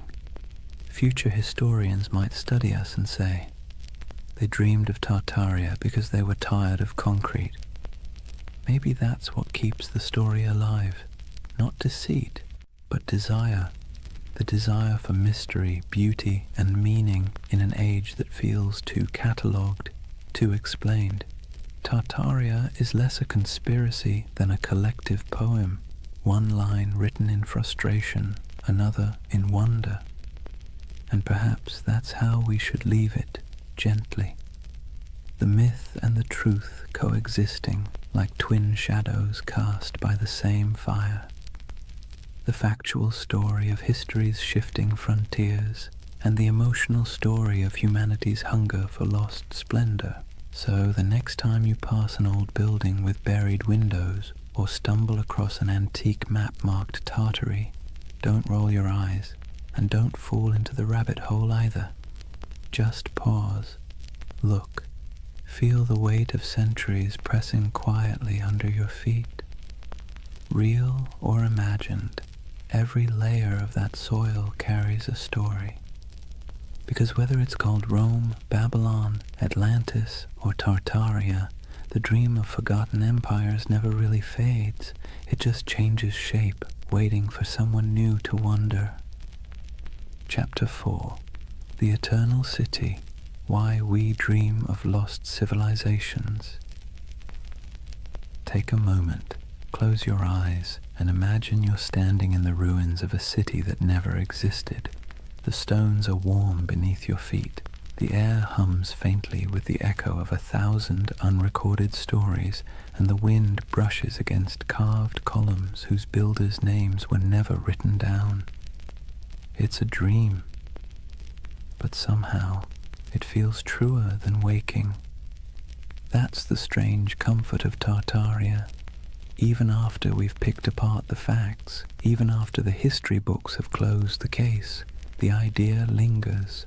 The notion that somewhere, sometime, humanity built something magnificent, a civilization unified, enlightened, and then, inexplicably, erased.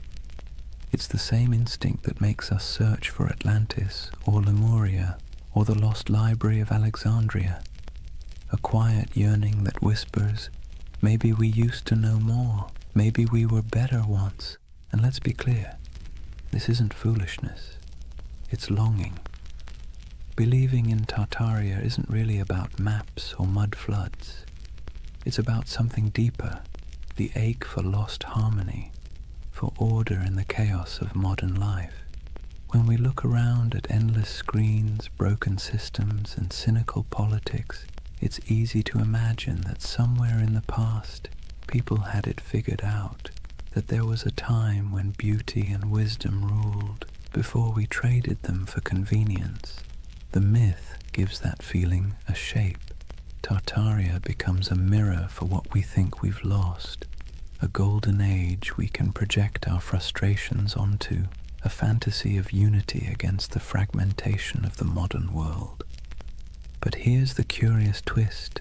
Myths like Tartaria comfort us because they're out of reach. They can't be disproven in a way that satisfies the heart.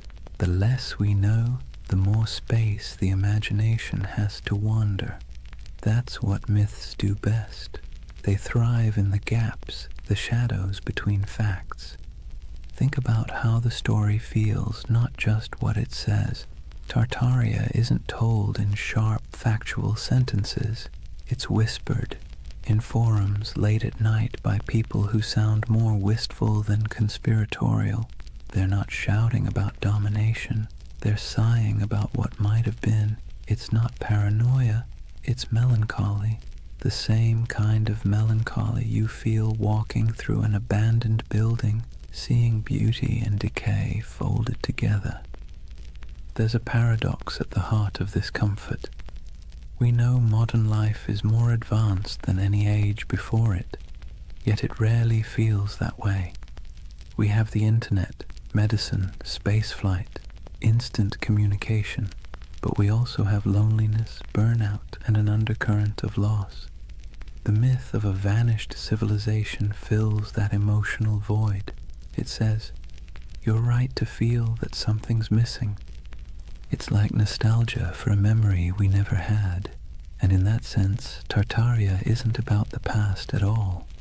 It's about the present, about how alien our own world can feel. The skyscrapers of glass and steel, the humming servers, the sterile symmetry of cities built for efficiency rather than awe. No wonder people scroll through photos of old domes, arches, and impossible cathedrals and feel something stir. Those buildings look like they remember something we've forgotten, so we call it Tartaria. We give the feeling a name. It's easier to believe there was once an age of grace that was stolen than to accept that beauty is fragile, and we let it slip away ourselves. But this comfort isn't all illusion.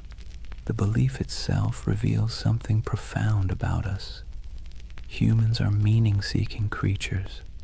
When the world feels senseless, we create patterns to make it make sense. We weave stories over the noise, and in those stories, we find calm. Myths are our way of telling ourselves that the universe still has order, even if it's hidden. That's why so many people find peace in the idea of a lost civilization. It implies that knowledge, beauty, and balance aren't gone forever, just misplaced.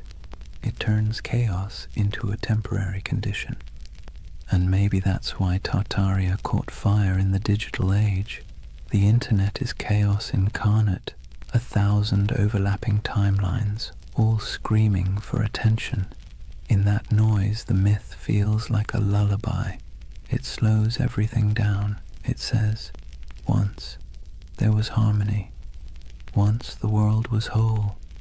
Now, whether that's true or not almost doesn't matter. What matters is the feeling it evokes, the quiet pull toward something larger, wiser, softer than the present. The myth becomes a kind of spiritual balm for an age that measures everything but meaning. Imagine yourself late at night, scrolling through photos of ornate ruins, strange domes, or cities half buried in snow. You feel that twinge, that recognition without memory. The beauty is haunting, not because it hides a secret empire, but because it reminds you that time erases, and yet somehow we still search for permanence. That search, that ache, is what keeps myths alive. They aren't about fooling ourselves. They're about coping, finding wonder again in a world that's forgotten how to dream. And maybe that's the greatest comfort of all. Tartaria might not have existed on a map, but it exists in us, in that quiet place between curiosity and longing, where we still hope that something grand and good once stood before the mud, before the noise, before the forgetting.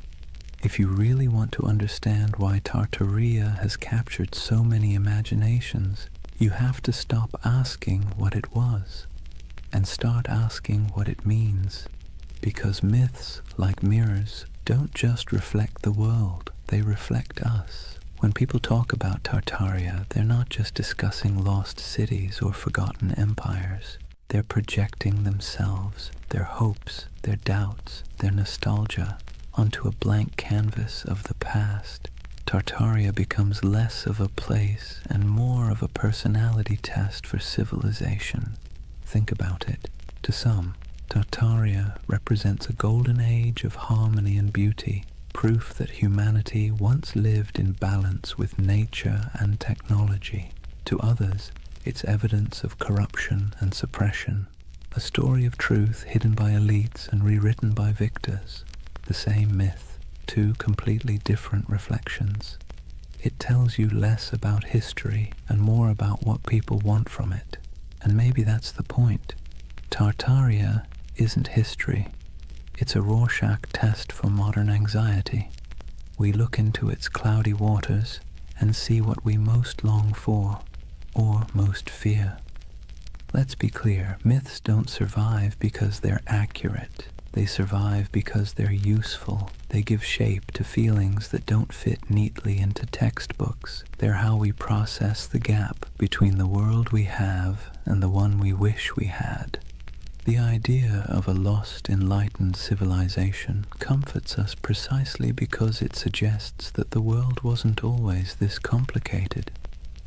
That maybe, somewhere back in time, people figured out the balance between science and spirituality, between art and function, between progress and peace. And if they could, maybe we can again. That's why you'll notice something poetic in the way Tartaria believers talk. It's not just data or dates, it's reverence. They speak of architecture the way others speak of cathedrals. They trace maps like pilgrimages. They aren't just arguing for history. They're mourning for something sacred. You can see it in the fascination with architecture, the domes, arches, spires, and towers that dot the myth. These buildings feel alive, don't they? Too beautiful to be merely functional, too symmetrical to be accidental. When people say, "There's no way we could build this today," what they're really saying is, we don't build like this anymore. We don't fill our world with beauty unless it serves a profit. The myth becomes a critique of our own era, disguised as nostalgia for another. Tartaria, then, is the mirror we hold up to our own cultural amnesia. We scroll through pictures of palaces and fairgrounds, domes and star forts, and we whisper, "How did we forget to dream like this?" The myth reflects not a lost empire, but a lost aesthetic soul. There's something almost therapeutic about that reflection. Myths like Tartaria allow us to grieve, not for people we've lost, but for possibilities. They let us feel that our yearning for meaning isn't crazy, that maybe it used to exist, that maybe someone, somewhere, built a world that made sense, and maybe that's why Tartaria feels more mystical than menacing. Most conspiracy theories isolate people, make them suspicious of the world. Tartaria, strangely, connects them. It invites wonder instead of fear. It suggests that the past might still hold beauty waiting to be rediscovered. But reflection cuts both ways. Myths also reveal our blind spots. When people claim that all grand architecture must have come from a lost civilization, they sometimes overlook the real genius of the humans who built it. The artisans, masons, and engineers who left their fingerprints in stone.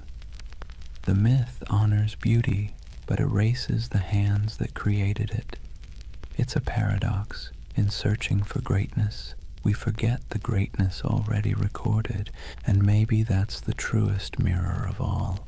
We live in an age obsessed with rediscovery, yet blind to what's in plain sight. We chase mysteries across continents while ignoring the ones humming beneath our feet, the hidden systems, the forgotten craftsmanship, the quiet brilliance of ordinary people.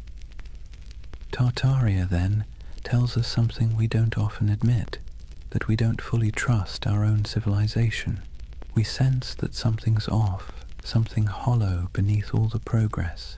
So, we project our doubt backward into the comforting distance of myth.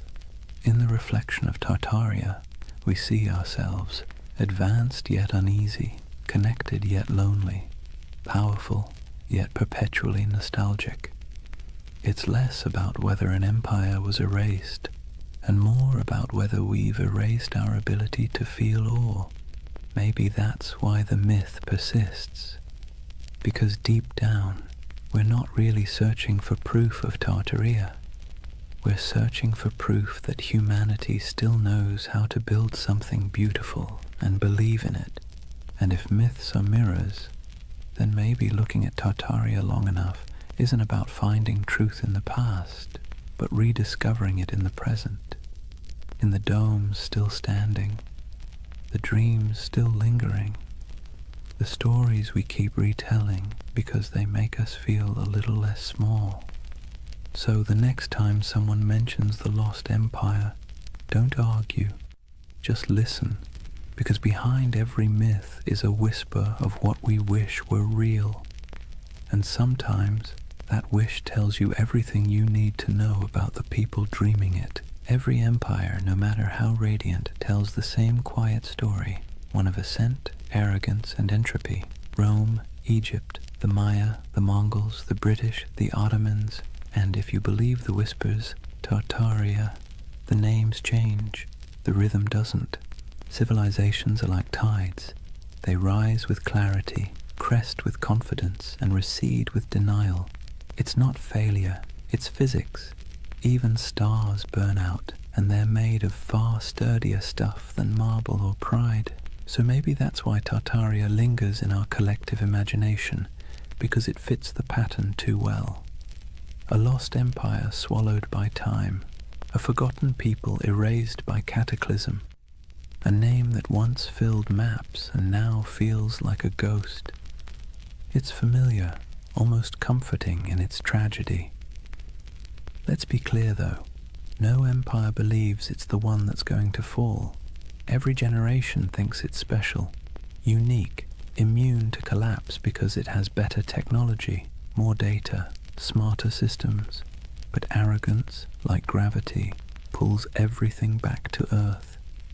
If Tartaria existed, if even a fragment of the legend were real, its disappearance would have followed the same script as every empire's twilight. The small cracks first, corruption, complacency, overreach, then the slow decay disguised as progress, and finally the quiet moment when the last flame flickers out and the world simply moves on. You can almost imagine it, the final days of a grand civilization, not with war or fire, but with exhaustion, merchants still trading, scholars still writing, architects still sketching impossible domes for clients who will never pay. The end doesn't always come with thunder. Sometimes it's a sigh. And here's the thing. We need myths like Tartaria because they remind us that our own civilization isn't exempt. It's a soft warning wrapped in wonder. The idea that maybe, just maybe, we've been here before. Towering cities, vast networks, unshakable certainty, and lost it all to hubris and time. You see, the cycle isn't just historical, it's psychological. We build, we forget, we rebuild. We burn libraries, then mourn the loss of knowledge. We pave over ruins, then spend centuries digging them up again. The pattern is maddeningly human. The Greeks had a term for this, anarchiklosis, the cycle of government and decay. Kingdoms become tyrannies, tyrannies become democracies, democracies collapse back into chaos. Wash, rinse, repeat.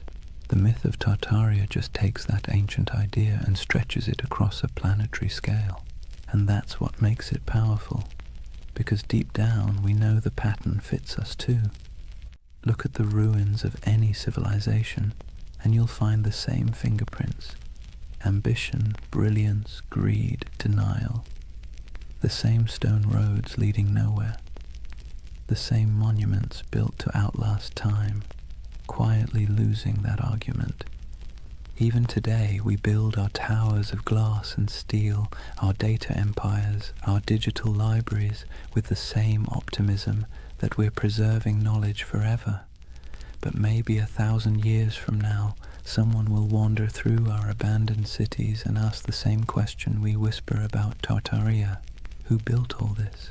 Maybe that's why we're drawn to stories of collapse told in soft voices, because they allow us to grieve for what's inevitable before it happens. They help us process the strange truth that impermanence is not failure, it's the natural order. In that sense, Tartaria becomes a bedtime story for civilization itself, a reminder that we are temporary but not meaningless, that even in loss there's continuity. The ruins of one world become the foundations of the next. And if you look closely, you'll see that rebirth is always hiding inside decay. The Renaissance bloomed from the ashes of plague. The Enlightenment grew out of dark superstition. Even myths once dismissed are rediscovered as metaphors with new life. The cycle never ends. It only changes costume. So perhaps Tartaria isn't just about a lost civilization, but the eternal rhythm of creation itself. We build worlds, lose them, and then dream them again.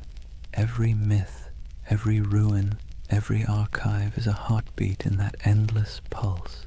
Imagine standing at the edge of some forgotten city, moss creeping over marble, wind sighing through hollow windows, and realizing that this place once thought it was eternal too, that people once stood here, confident that their children's children would never forget their names. But the earth has other plans. And yet the beauty is in the persistence. Even in silence the stones whisper. Even when names fade, the patterns remain. Every fallen empire becomes a lesson written in dust, and every myth like Tartaria is the echo of that lesson, trying to reach us before we make the same mistake. History doesn't repeat exactly, but it rhymes in hauntingly familiar cadences.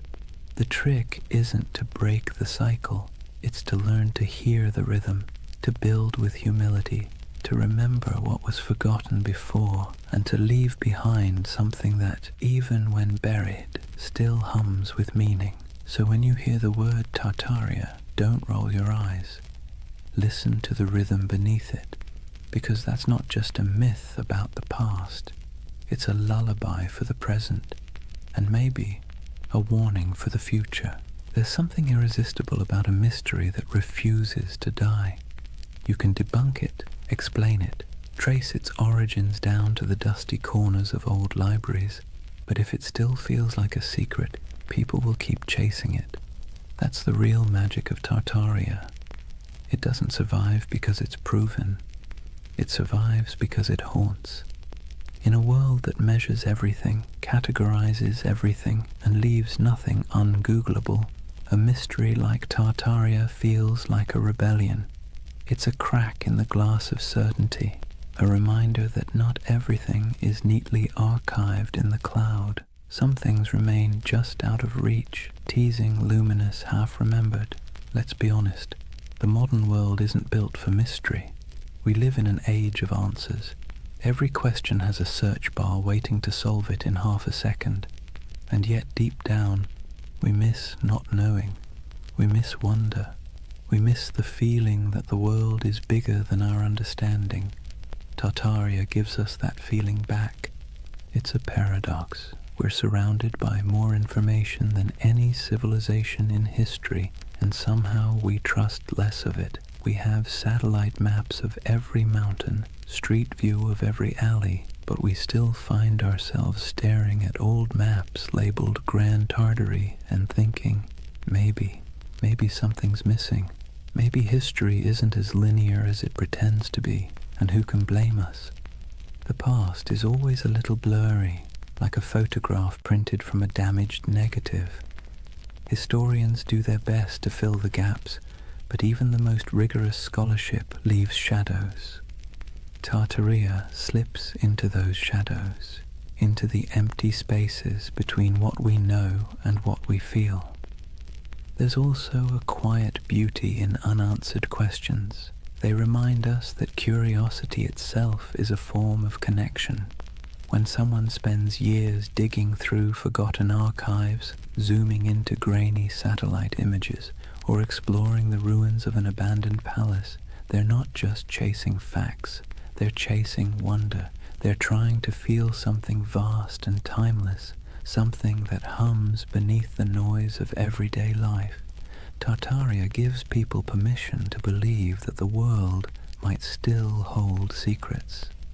That's why even skeptics can't quite bring themselves to dismiss it entirely, because even if it's not true in a historical sense, it's true in a psychological one. It's the same impulse that made ancient people draw constellations in the stars, to impose meaning on the infinite and find comfort in the patterns. Imagine yourself walking through an old European city at night. The cobblestones glisten after rain. Gas lamps flicker against the carved faces of forgotten gods on building facades. You look up, and the skyline feels impossibly ancient. Arches, domes, and spires stacked like a dream you can't quite interpret. You don't know who built it. You don't need to. The mystery itself is enough. It's like hearing a song in a language you don't understand but somehow recognize. Tartaria lives in that feeling. The hum between knowing and not knowing.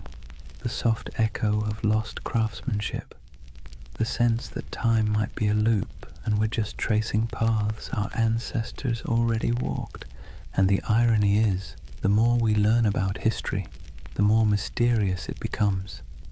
Every discovery opens 10 new questions. Every answer reveals how much we don't know. The ruins of Göbekli Tepe pushed back the dawn of civilization by thousands of years. The Antikythera mechanism rewrote what we thought the ancients could build. Maybe Tartaria doesn't exist, but the idea that civilizations rise and vanish, leaving traces we mistake for impossibilities, isn't so far-fetched after all. Even the skeptics, the scientists, the historians, they're chasing the same thing as the dreamers. They just call it research instead of mystery. But deep down, it's the same hunger to understand what came before, to find meaning in the ruins. There's a gentle wisdom in letting some mysteries remain mysterious. Not every story has to be resolved. Not every legend needs to be disproven. Some things are more beautiful when they stay slightly out of focus. Tartaria belongs to that realm, the twilight between history and imagination. Because here's the truth. Even if we mapped every ruin, deciphered every language, catalogued every artifact, we'd still find ourselves asking, what's missing? What did we overlook? What used to be here? And that question, that ache, is what keeps humanity moving forward. It's what drives us to explore, to create, to tell stories at all.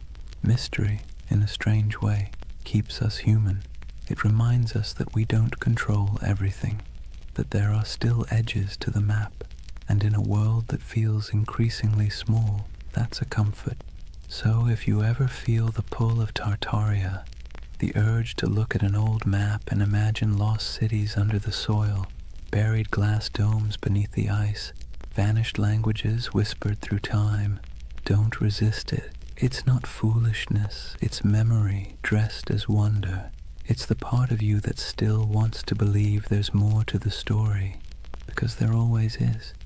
Imagine drifting in that half-awake space between dreaming and memory, the kind where time doesn't quite make sense and faces blur into landscapes. That's what the myth of Tartaria feels like, a collective dream stitched together from ruins, half-forgotten books, and the quiet yearning that maybe, just maybe, humanity once built something beautiful and lost it. Not just an empire, but an idea. Tartaria isn't really about maps or mud floods. It's about longing. The longing for a golden age before the noise, before the smog, before the blinking lights of modern anxiety.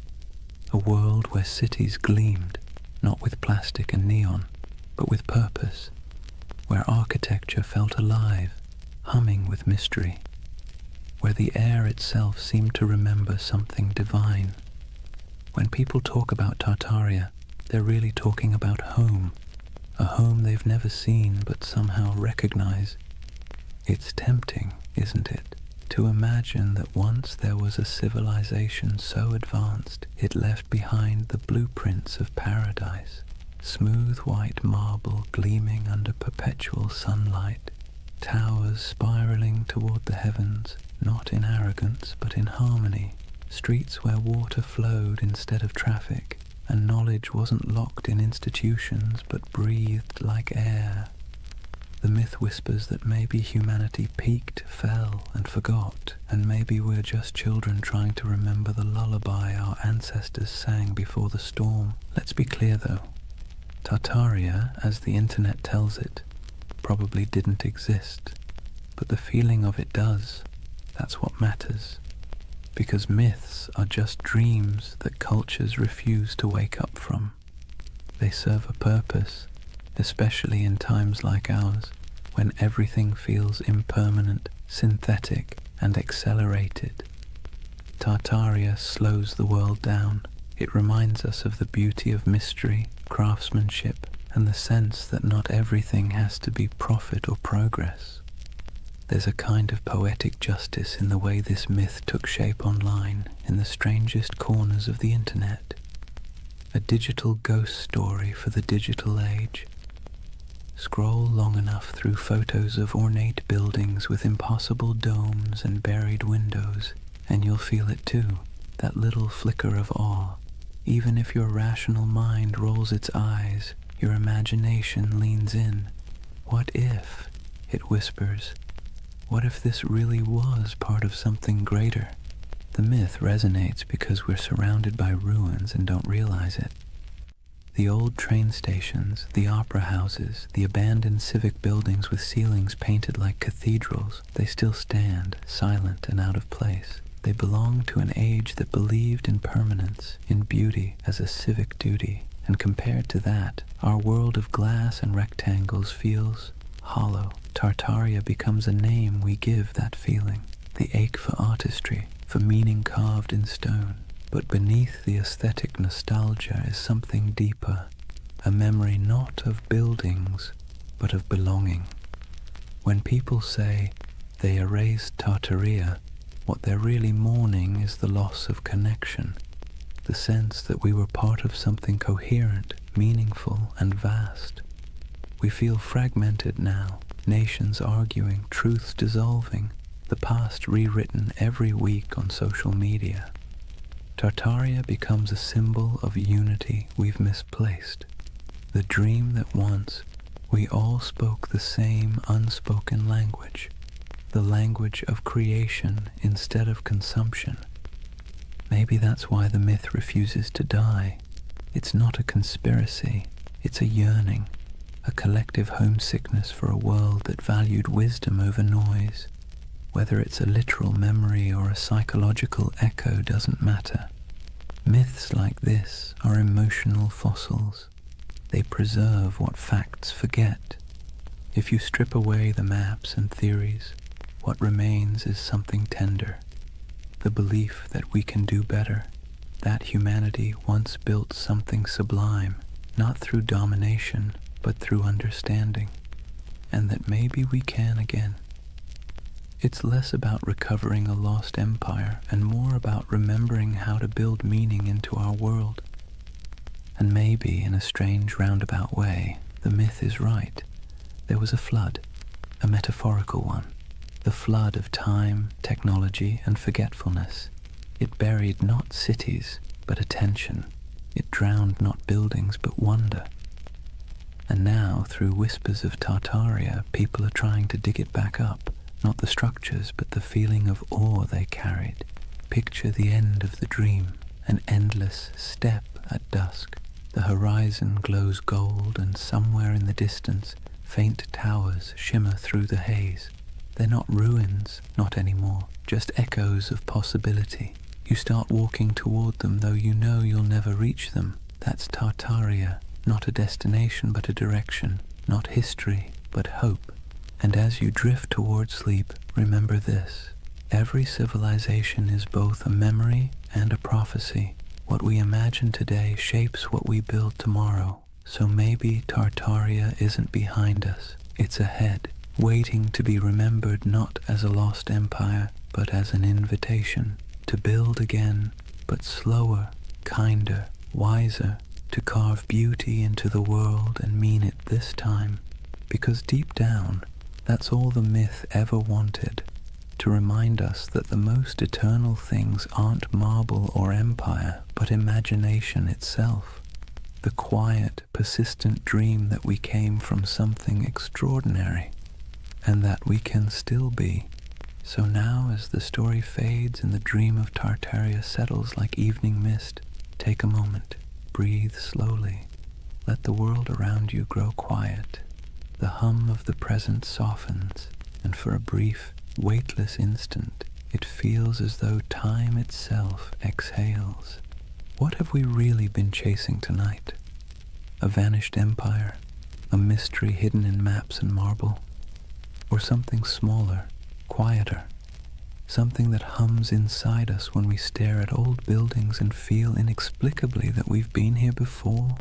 Tartaria may never have existed on any official timeline, but in another sense, it's never stopped existing. It lives in the empty plazas at dawn, when the light hits old stone just right, and the world feels ancient again. It lives in the symmetry of cathedrals, the curve of forgotten domes, the echo of a song hummed in a language no one remembers. It lives in us, the builders, the dreamers, the rememberers. And maybe that's the truth behind all forgotten civilizations. They never really vanish, they just move inward into the imagination. Every myth is a refuge, a way of saying, once we were capable of beauty. Once we remembered how to build with our hearts. So as you lie there now, listening to the quiet between sentences, imagine those impossible cities, half marble, half memory. The air is cool, the towers glow faintly, their reflections trembling in still water. Somewhere in the distance, bells ring, soft as wind chimes, a civilization asleep, waiting to be remembered. Let yourself drift there for a while, between the known and the forgotten, between myth and truth, between what was and what could be, because that's where Tartaria lives, not in the history books, but in the gentle space between waking and dreaming. The world outside your window may look ordinary, but beneath it runs the same current that built empires, painted ceilings, and told stories by firelight. It's the same desire to make meaning from the chaos, to leave something beautiful behind, even if no one remembers who built it. So rest easy. You don't need to solve the mystery tonight. You don't need to decide what was real and what was legend. Just breathe and listen. The past has a rhythm, slow and steady, like the tide, like a heartbeat. It's the sound of humanity remembering itself. Tomorrow the noise will return, screens, traffic, chatter. But tonight belongs to silence, to candlelight, to the soft pulse of an imaginary empire that refuses to die. Tartaria is gone, but also eternal. An echo across time reminding us that wonder is its own kind of truth. And as your eyes grow heavy, think of it this way. Maybe the greatest lost civilization isn't buried under mud or stone. Maybe it's the one inside us, waiting to be uncovered again. A world built not from power, but from awe. Good night, dreamer. Sleep well under ancient skies. And if you find yourself walking through those shining cities again, don't rush. Stay a while. The empire of imagination is always open.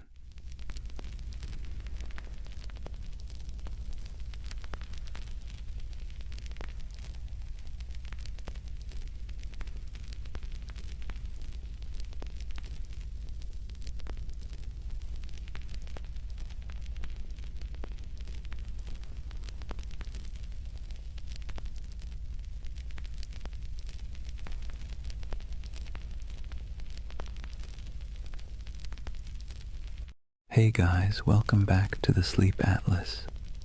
Tonight, we're wandering into one of those stories that sits somewhere between history and myth, the kind that makes textbooks squirm but conspiracy theorists cheer.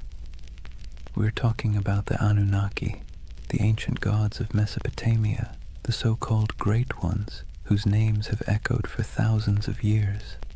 Now, before you picture little green men zipping around in flying saucers, let's be clear. The Anunnaki weren't dreamt up by modern sci-fi. They were very real to the people of ancient Mesopotamia, the Sumerians, Akkadians, Babylonians, and Assyrians, who lived their entire lives believing these beings were watching, judging, and occasionally meddling in their affairs. These gods weren't distant. They weren't serene. They were moody, demanding, and sometimes alarmingly human in their behavior. But here's the twist. In the last few decades, the Anunnaki have been rebranded, plucked out of their ancient temples and repackaged as spacefaring engineers who supposedly created humanity. You've probably seen them pop up on late-night cable documentaries with dramatic music, or in corners of the internet promising that the truth is out there. On one hand, that's entertaining. On the other, it's a perfect reminder that myths are slippery. They change to fit whatever worries and wonders we carry. So tonight, I'm going to tell you their story.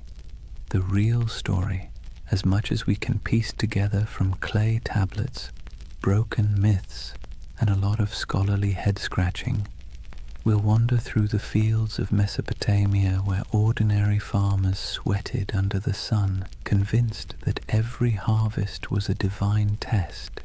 We'll meet kings who built entire cities just to brag that the Anunnaki approved of them. We'll listen to myths where God squabbled, punished, and occasionally spared humanity. And yes, we'll peek into the modern fascination with aliens because apparently every ancient thing eventually gets abducted by sci-fi. But don't worry, this isn't a lecture. Think of it as a long, meandering nighttime walk through a world that feels both impossibly distant and strangely familiar. So, dim the lights, maybe pull a blanket a little tighter, and let's drift together into the land between rivers and gods. And before we begin, let me ask, what's keeping you up tonight? Let me know in the comments. I'd love to hear where in the world you're listening from. Settle in. Let's start at the beginning. Chapter 1. Life under the watchful eyes of the gods. Imagine yourself standing in the wide open plain of Mesopotamia, the land between the rivers, the Tigris to the east and the Euphrates to the west. The horizon stretches flat and endless, broken only by the shimmer of heat and the twisting bodies of those unpredictable rivers. The air is heavy, thick with dust and the smell of damp reeds.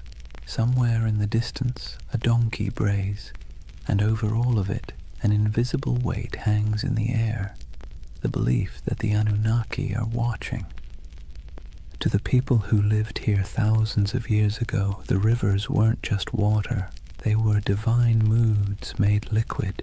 A generous flood meant the Anunnaki were pleased, a drought meant they were angry, a sudden storm that flattened your barley fields.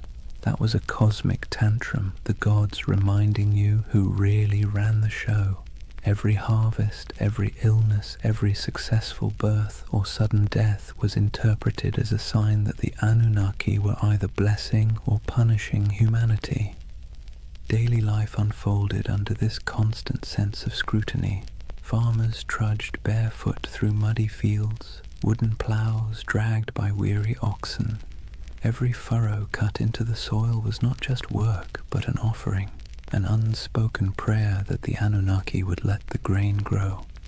Scribes bent over clay tablets in the shade of temples, scratching wedge-shaped symbols into wet clay, convinced that the gods valued their careful accounting of grain, beer, and taxes. Mothers tucked their children into reed mats at night with stories of Inanna and Enlil, half myth, half warning, because even bedtime carried reminders that the gods were keeping score. The landscape itself reinforced the idea. Towering ziggurats rose above flat mud-brick cities, stepped pyramids painted in bright colors that have long since faded. To climb one was to ascend closer to the heavens, to the Anunnaki who supposedly convened in their council chambers above. At the base, ordinary people shuffled forward with offerings, bowls of grain, jars of beer, bleating goats, hoping that their small sacrifice might earn a flicker of divine favor. And through it all, the question lingered. Were the gods ever satisfied? The answer, most of the time, was no. If the Anunnaki were pleased, life was merely tolerable. If they were displeased, life became unbearable. It was a kind of spiritual anxiety disorder written across an entire civilization, one that never let you forget that your fate was being judged by beings you couldn't see but definitely believed in. So here's the paradox of Mesopotamia and of the Anunnaki themselves. They gave people a framework to explain the chaos of life, but they also kept everyone permanently nervous. Imagine waking up every day knowing that your job performance review wasn't coming from your boss, but from a pantheon of unpredictable, immortal beings with the power to ruin your entire year. Comforting? Not exactly. Necessary? Absolutely. That was life under the watchful eyes of the Anunnaki, and it was only the beginning. Now that we've set the scene, the dust, the rivers, the nervous glances toward the heavens, let's lean into the daily grind of keeping the Anunnaki happy. Because if there was one thing everyone in Mesopotamia agreed on, it was that the gods were needy. Think of the Anunnaki less like distant divine beings and more like an extended family of very spoiled aristocrats. They didn't simply exist in the background of your life. They were treated as if they lived right there in the city with you, lounging in temples that were really more like mansions stocked with food, drink, and endless attention. Priests fed the gods' statues elaborate meals. They clothed them in fine garments. They bathed them, sang to them, and even tucked them into bed at night with rituals designed to assure the gods that yes, they were adored. And here's the kicker, the gods didn't actually eat the food, wear the clothes, or drink the beer. The priests did. But in the logic of the time, that was the point. The offering wasn't about literal nourishment. It was about respect, about demonstrating submission to the divine order. Imagine working all day in a scorching field, hauling baskets of barley, and then handing over a chunk of your hard-earned harvest to a temple where priests would cook it up in front of a golden statue. You didn't get to enjoy the meal. The gods did, or so you were told. This wasn't optional. Failing to make offerings wasn't just rude, it was dangerous. Skip your temple duties, and you risked angering a god who could retaliate with a bad harvest, a plague, or a flood. It was like living with an unpredictable landlord who might torch your house because you didn't bring them enough bread.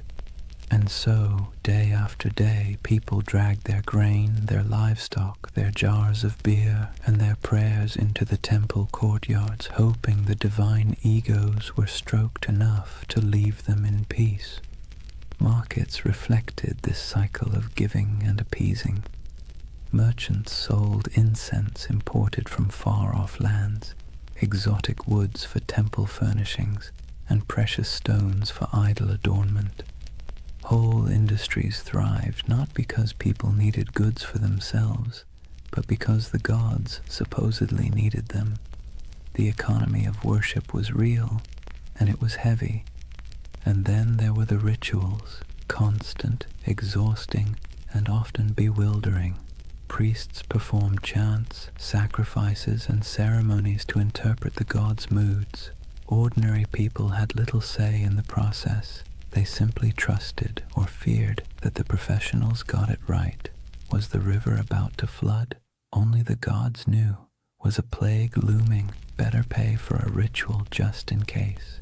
Imagine the anxiety. You might lose your family, your crops, your city, not because of something you did wrong in the field, but because a priest forgot to wash a statue properly before a ritual. This constant pressure shaped how people thought about themselves. You weren't just a farmer, a merchant, or a craftsman. You were a servant of the gods, and your work was always under review. The Anunnaki weren't the kind of bosses who praised your effort either. At best, they ignored you. At worst, they punished you for reasons you could never quite understand. And yet there was comfort too. As strange as it sounds, the ritual obligations gave life structure. There was a rhythm to the year, festivals, sacrifices, processions, moments when the whole city gathered together in noisy, colorful celebrations. For a while, the pressure of survival melted into shared relief. Beer flowed, music played, incense smoke curled into the sky, and people could convince themselves that the Anunnaki might actually be pleased for once. But make no mistake, the weight of worship was heavy. It pressed down on every meal, every harvest, every family gathering. It meant living in a world where you never really owned your life. You were always making payments upward, into the hands of gods who demanded much and explained little. Civilization, in other words, came with a permanent divine subscription fee. So when you picture Mesopotamian life, don't just imagine mud brick houses and busy bazaars. Picture the temples looming above everything, casting long shadows across the city. Picture priests bustling through courtyards, chanting prayers and carrying offerings. And picture the ordinary farmer at the gate, holding a bowl of barley with cracked hands, hoping that this small gift would keep the Anunnaki's attention fixed somewhere else. That was the weight of worship, a constant burden, heavy as the mud brick walls themselves, shaping every breath of life in the land between the rivers. If temples were the stage for grand rituals, then the family was where belief in the Anunnaki seeped into the most ordinary corners of life. From the moment you were born in Mesopotamia, you were wrapped in layers of tradition, lore, and stories that all reminded you the gods were watching and you had better behave. Picture a household, mud brick walls enclosing a small courtyard with reed mats laid out for sitting and sleeping. The air smells faintly of cooking grain, sheep dung burned for fuel, and maybe onions sizzling in oil if the family was lucky enough to afford them. Life here was simple, cramped, and endlessly repetitive. Yet, hovering over every task, grinding flour, weaving wool, teaching children their chores, was the belief that the Anunnaki were present, judging not just cities or kings, but households too. Families were patriarchal, meaning the oldest male ruled the home, and his authority was framed not as personal power, but as divine order. Fathers were seen as enforcers of a structure that supposedly mirrored the cosmic hierarchy. Just as gods ruled over humans, men ruled over their families. Hammurabi's famous law code spelled this out with brutal clarity. Wives owed obedience, children owed respect, and failure to comply could bring harsh consequences. This wasn't just social convention. It was written into the laws that claimed divine backing from the gods themselves. Mothers carried their own weight, of course. They were the backbone of the household, weaving, grinding, managing food stores, raising children, and passing on the stories that glued the family's beliefs together. Bedtime wasn't a cozy session of fairy tales. It was an education in fear and respect. Children were told myths of Inanna descending to the underworld, of Enlil sending storms, of the Anunnaki judging souls in the afterlife. These stories weren't entertainment so much as early compliance training. The message was clear: live properly or the gods will notice. Children's lives reflected this constant training. Boys learned the family trade early, whether that meant trudging in the fields, selling goods in the marketplace, or, if you were very lucky, scratching cuneiform signs into clay tablets under the harsh eye of a schoolmaster. Girls learned weaving, cooking, and managing the household, roles that prepared them to keep the rhythm of worship alive in the next generation. Even play wasn't free of divine oversight. Children carved little clay figurines of gods and heroes used in games that blurred the line between fun and reverence. Faith wasn't just whispered in prayers, it was baked into family rituals. Before meals, small offerings of grain or beer might be set aside for the household gods. Amulets were hung by doorways to ward off demons. Protective charms shaped like little snarling figures were placed in bedrooms, especially near infants. Birth itself was wrapped in ritual. Women prayed to Ninhursag, goddess of fertility, to protect mother and child, while midwives muttered incantations to keep evil spirits away. From the very first breath, life was understood as a fragile gift, one that could be snatched away if the Anunnaki weren't appeased. And here's the thing, families weren't just private units, they were miniature reflections of the larger city and its hierarchy. Just as kings claimed authority from the gods to rule nations, Fathers claimed authority from the gods to rule homes. The same logic that justified empires justified bedtime discipline. Civilization and family structure grew up hand in hand, each reinforcing the other, all under the Anunnaki's restless gaze. Of course, within this strict system there were still moments of warmth. Picture a mother teaching her daughter how to weave, her hands guiding the thread through the loom. Picture a father showing his son how to plant barley, pressing the seeds into the soil with calloused fingers.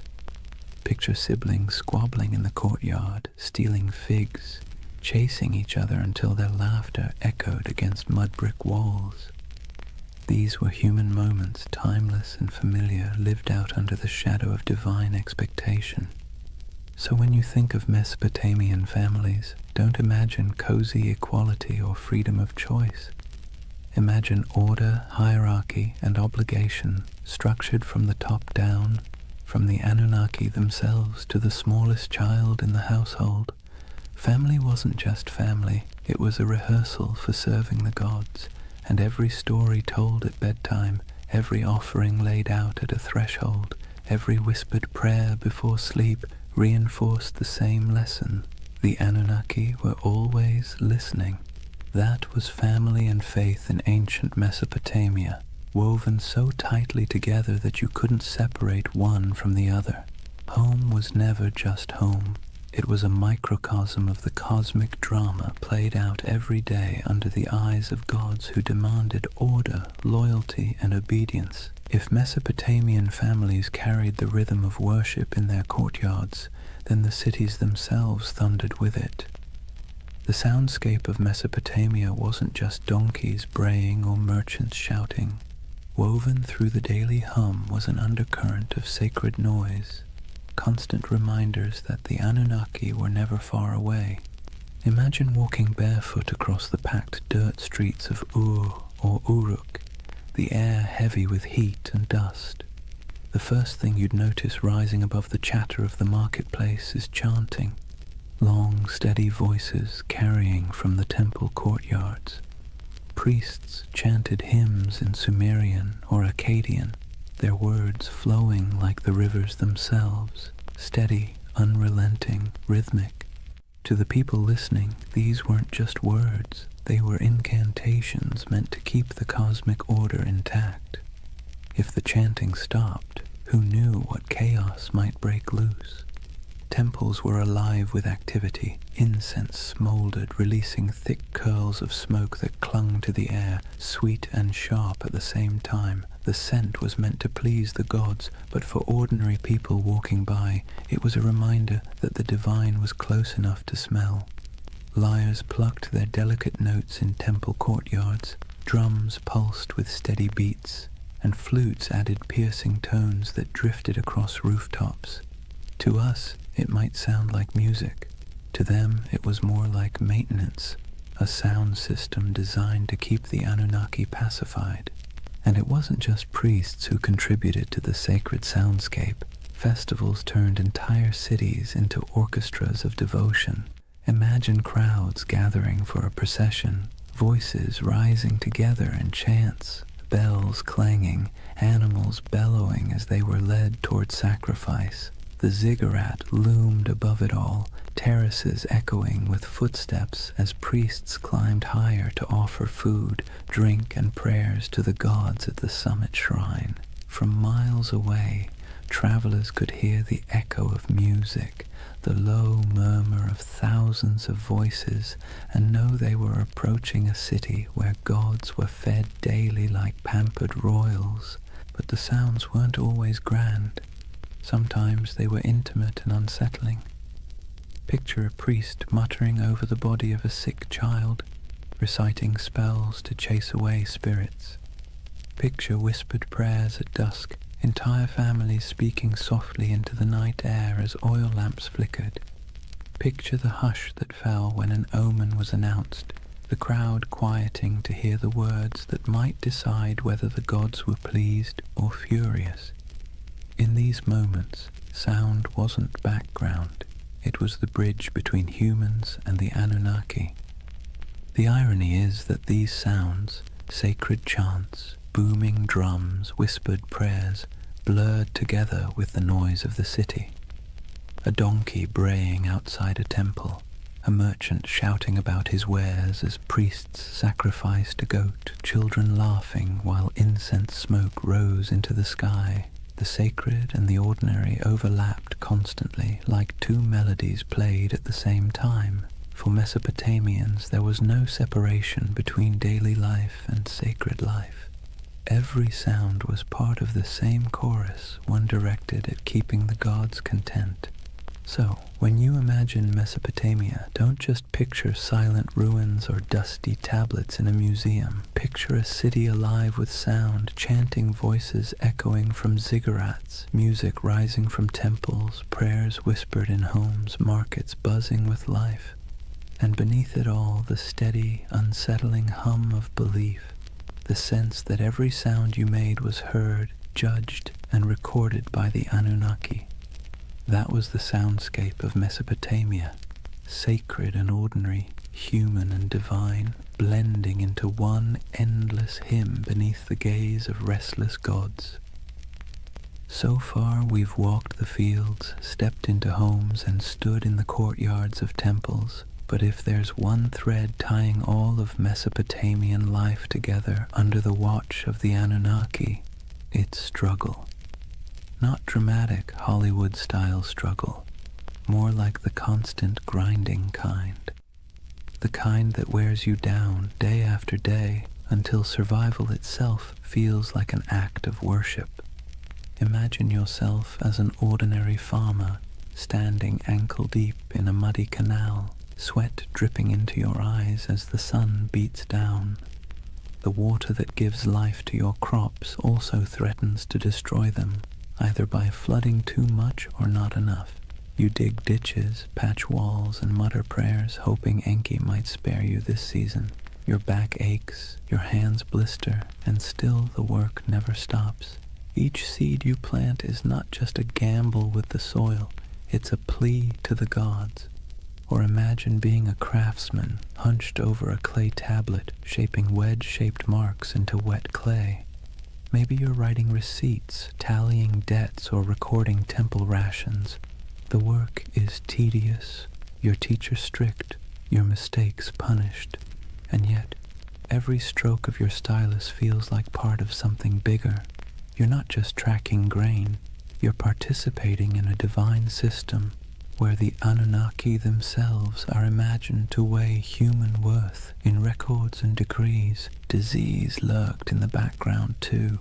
Cities were crowded, hot and filthy, and illness spread quickly.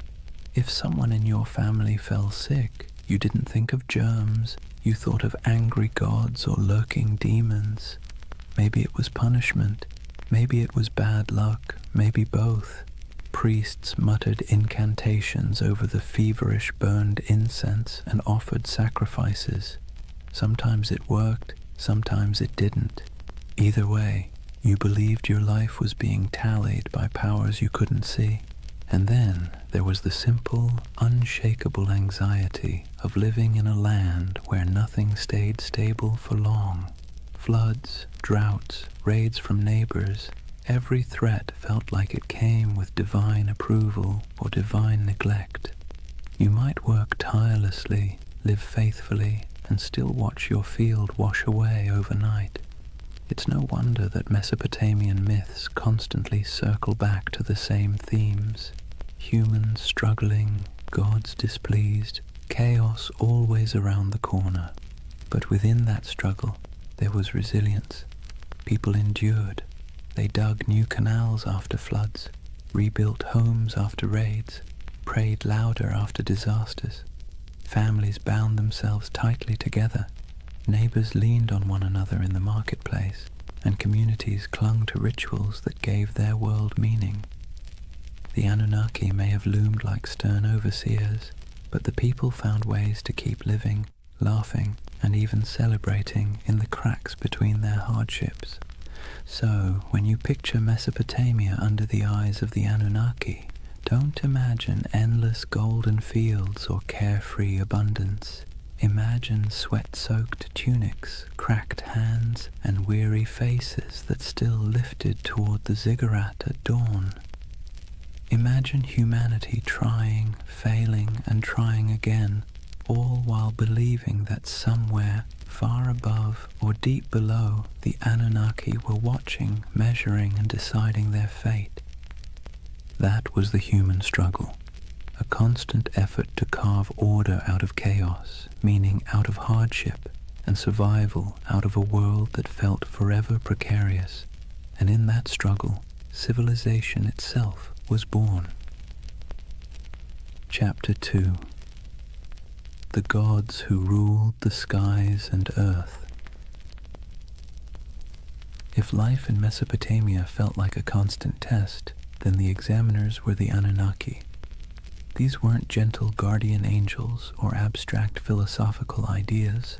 They were the great gods, beings who sat at the very top of the divine food chain, descended from the union of Anu, the Sky Father, and Ki, the Earth Mother. To the Mesopotamians, the Anunnaki weren't distant background characters. They were judges, enforcers, and supervisors, always peering down like cosmic landlords who never forgot to collect rent. The word itself, Anunnaki, has a heaviness to it, something that sounds like it should be whispered by torchlight. Ancient scribes described them as the 50 great gods, though their numbers shifted depending on which city you asked. Some texts placed them in the heavens, others in the underworld. In either case, their role was clear. They were the arbiters of fate, the beings who decided whether you lived to see another harvest or whether your name would vanish into dust. Picture it like a cosmic council chamber. Anu presides as the lofty patriarch of the skies, his authority absolute, but his personality distant. He isn't the kind of god you chat with about personal problems. He's the one who sets the tone, like a CEO you've never met, but whose name sits on every memo. Beneath him, Enlil, god of air and storms, is the enforcer, a figure as feared as he was respected. He could bless the land with life-giving rain or flatten it with violent winds. His moods were the weather forecast. Ea, or Enki, the clever god of wisdom and water, often played the role of fixer, the one who bent the rules when the council's decisions were too harsh. Ninhursag, the mother goddess, embodied fertility and nurturance, though even she could be stern when humanity overstepped. The Anunnaki weren't imagined as serene or harmonious. Their council was more like a divine courtroom full of debates, rivalries, and power plays. They were the ones who weighed the fates of kings and commoners alike. If a ruler conquered a rival city, it was because the Anunnaki permitted it. If a plague swept through the streets, it was because the Anunnaki had signed off on the punishment. Their decisions rippled down into every corner of daily life, from the canals of farmers to the palaces of kings. And while ordinary people couldn't see them directly, their presence was everywhere. Every temple inscription invoked their names. Every prayer carried their authority. Every law code claimed their approval. Kings ruled not because of military might alone, but because they claimed to be chosen by the Anunnaki. To question their power was to question the gods themselves, and that was a career-ending move, if not a life-ending one. So, when you picture Mesopotamian religion, don't imagine a single figure like Zeus hurling thunderbolts or a kindly creator painting the skies.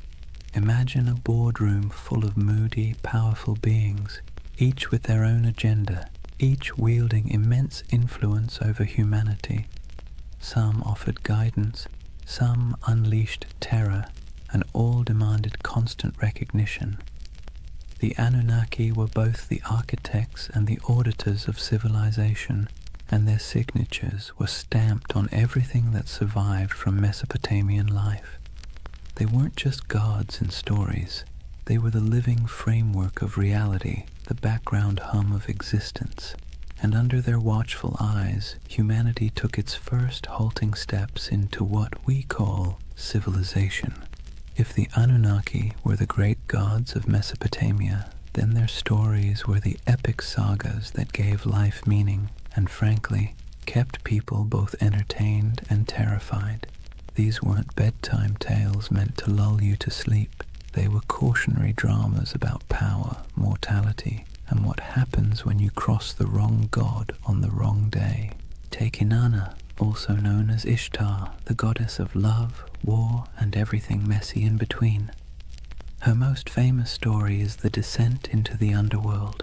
Imagine her striding into the shadowy realm ruled by her sister Ereshkigal, Queen of the Dead. But there's a catch. At each of the 7 gates she passes through, she must remove an item of clothing or jewelry. By the time she arrives before her sister, she's stripped bare, not just physically, but of her power and protection, and the Anunnaki, acting as judges in the underworld, condemn her. She's struck down, lifeless, and the world above begins to wither without her presence. Only through divine trickery and intervention does she return, but not without a price. Her lover, Dumuzi, is dragged down to take her place for part of the year. It's a story about death and rebirth, about the cycles of fertility and decay, but also about how even the mightiest goddess isn't immune to the stern judgments of the Anunnaki. Then there's Enlil, the god of storms, whose power was as unpredictable as the weather he ruled. In one tale, he decides humanity has become too noisy. Seriously, that was their crime, just existing too loudly, and pushes for their destruction. You can imagine a farmer shaking his head at this, muttering, "We break our backs in the sun, and still the gods complain we're too chatty." But it wasn't just petty annoyance. The Anunnaki gathered as a council to decide humanity's fate, and their verdict carried the weight of life and death. Enki, the god of wisdom and water, often acted as a counterbalance. He was the sly one, slipping humanity a lifeline when the other gods turned cruel. He whispers secrets to mortals, helps heroes survive floods, and generally makes sure that civilization doesn't collapse entirely under the divine equivalent of poor management. His rivalry with other Anunnaki, especially when their decrees seemed harsh, created the tension at the heart of many myths. Without him, the stories would end a lot sooner, usually with humanity wiped off the map. The Anunnaki didn't just sit around in myths as background figures. They were portrayed as active enforcers of cosmic law. They're described as judges in the underworld, weighing the souls of the dead. They show up in tales as the arbiters of fate, determining whether kings succeed or fall. To the Mesopotamians, this wasn't abstract philosophy. It was how the universe worked. The Anunnaki weren't just on the stage. They were the directors, the critics, and occasionally the executioners. And then, of course, there's the divine drama. Rivalries, betrayals, and power grabs weren't unique to human kings. The Anunnaki mirrored the squabbles of earthly rulers. They fought, negotiated, sulked, and occasionally unleashed chaos on a cosmic scale.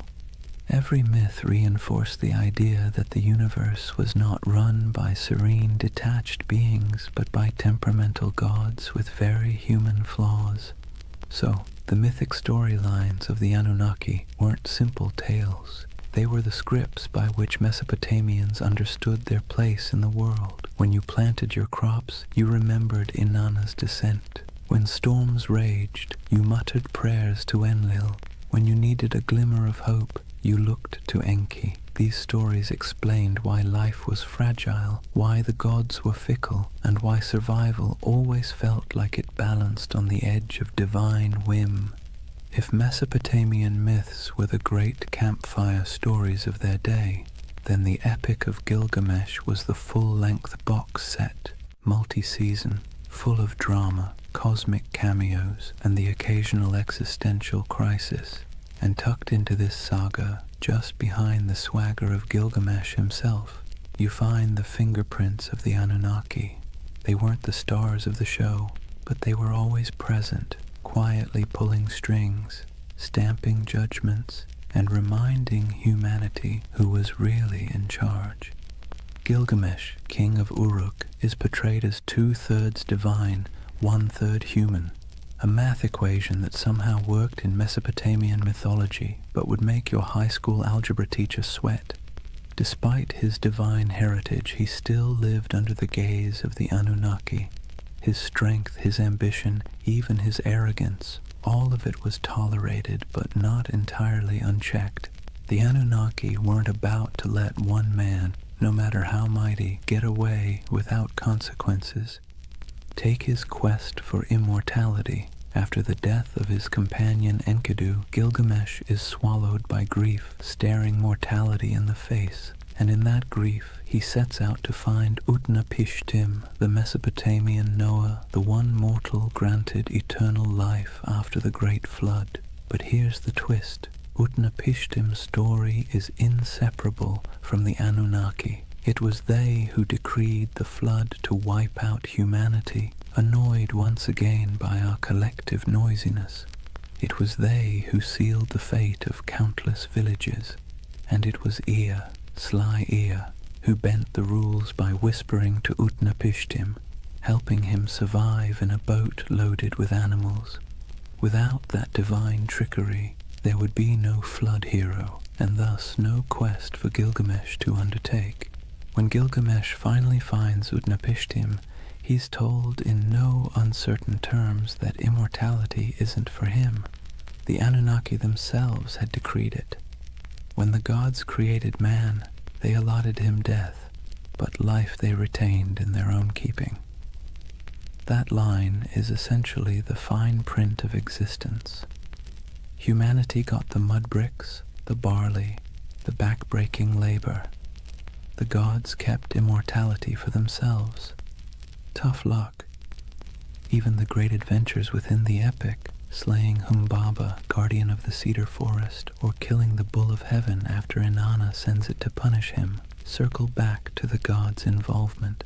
The Anunnaki weren't background noise. They were the referees, deciding when Gilgamesh had crossed a line and when his hubris deserved punishment. The death of Enkidu, for instance, is the direct result of divine judgment.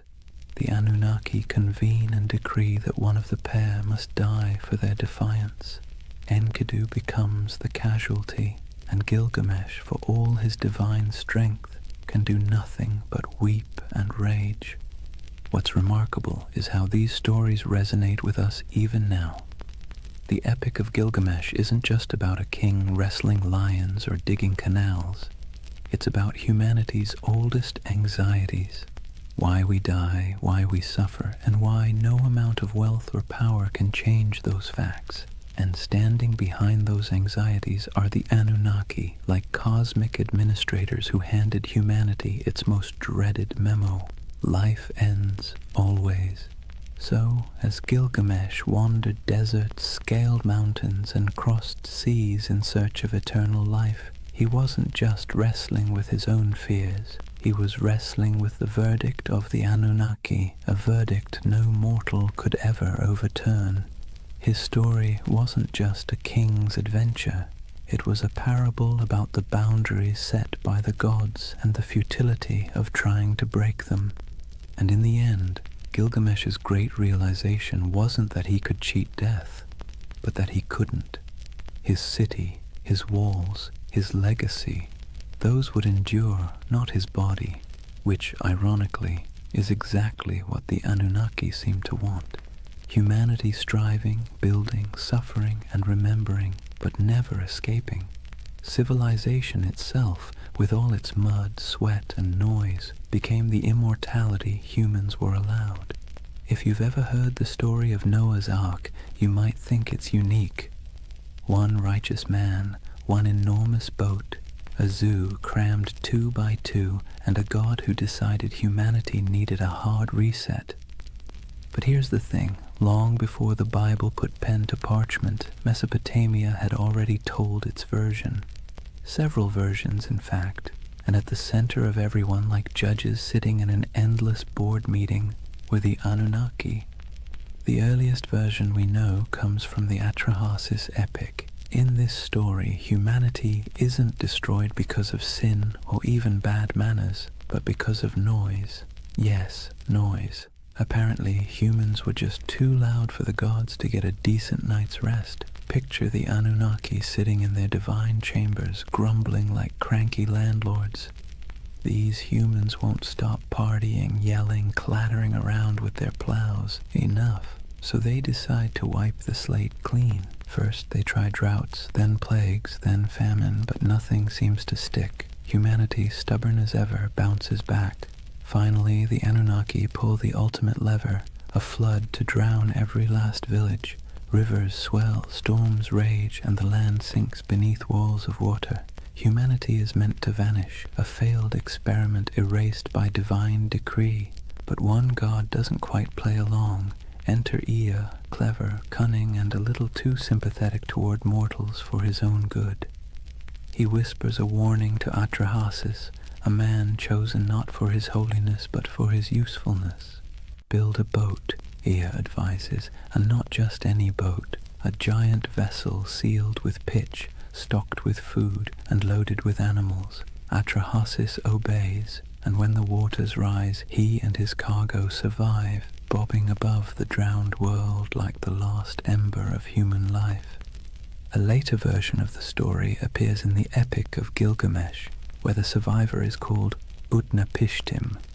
The details are eerily familiar: divine anger, whispered instructions, an ark, a flood, and birds sent out to find dry land. Sound familiar? It should.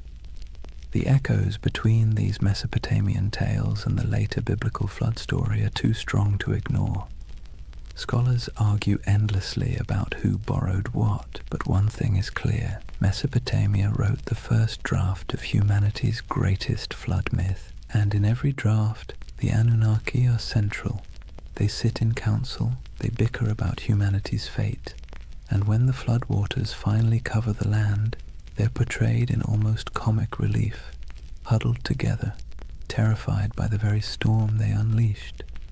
Some tablets even describe them as starving, deprived of the offerings that humans usually provided.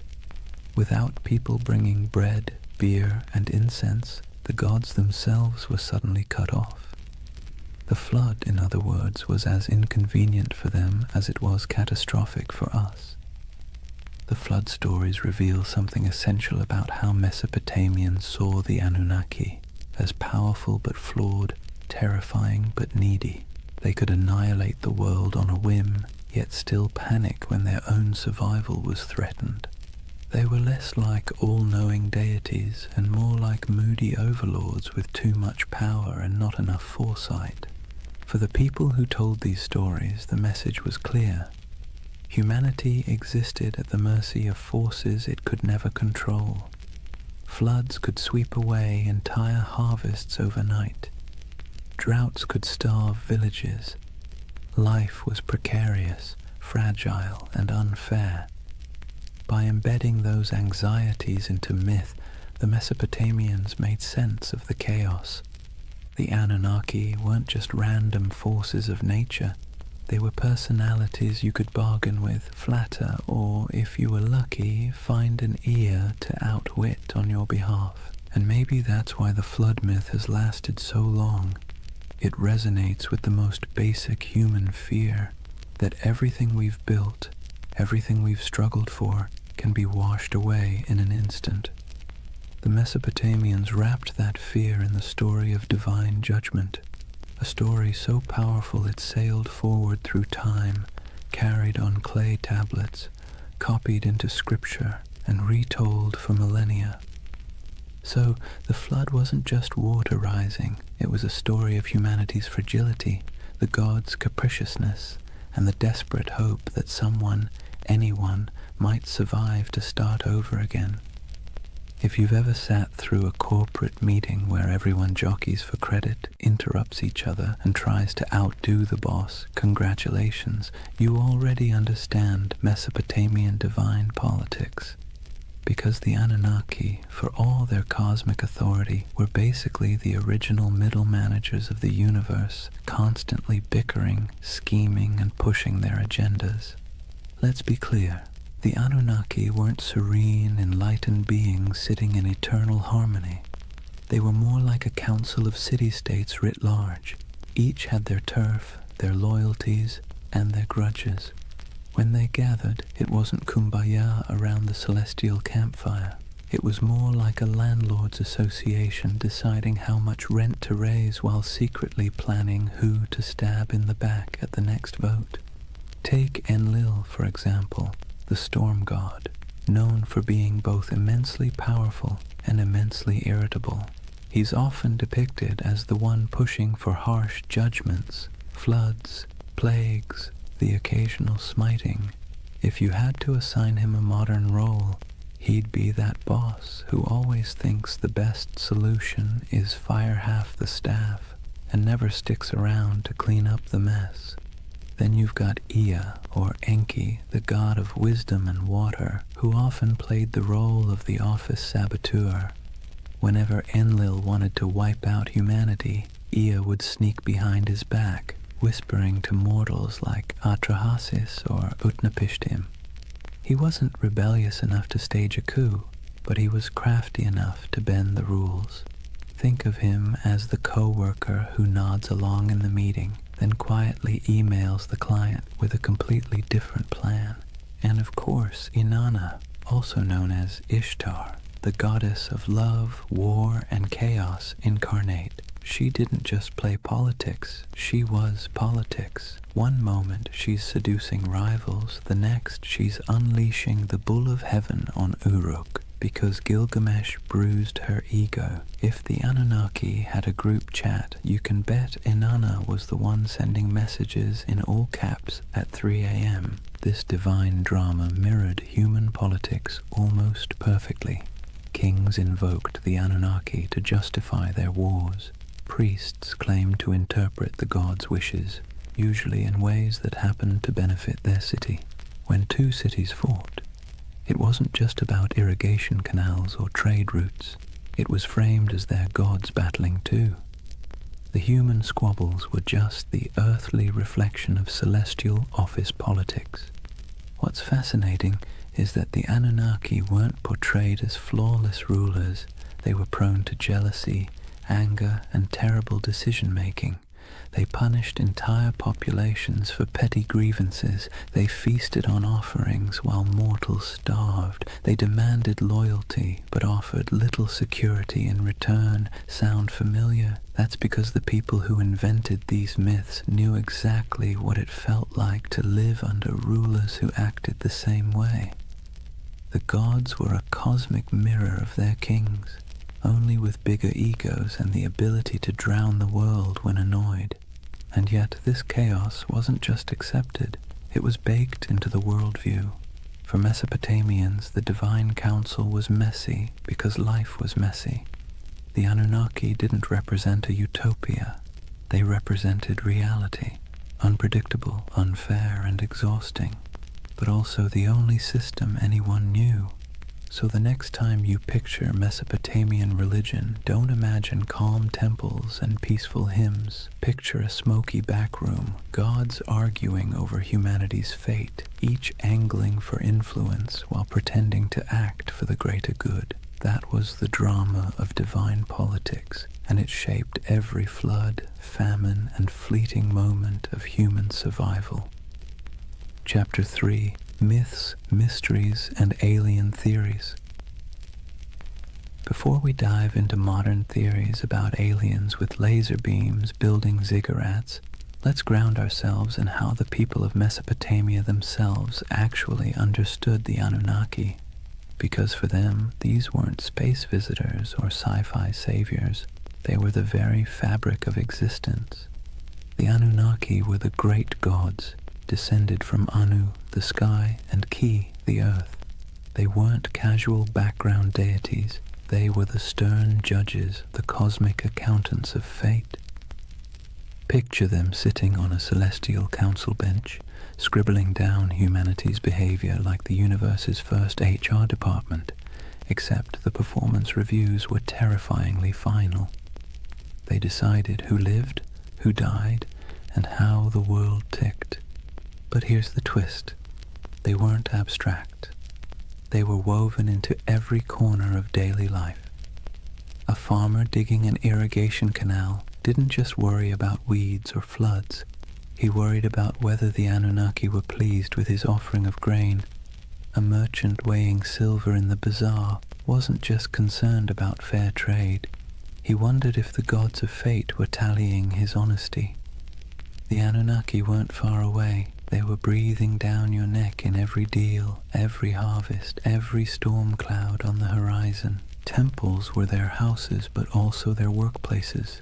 Priests acted as caretakers, feeding the statues daily meals, dressing them in embroidered garments, and bathing them in ritual purity.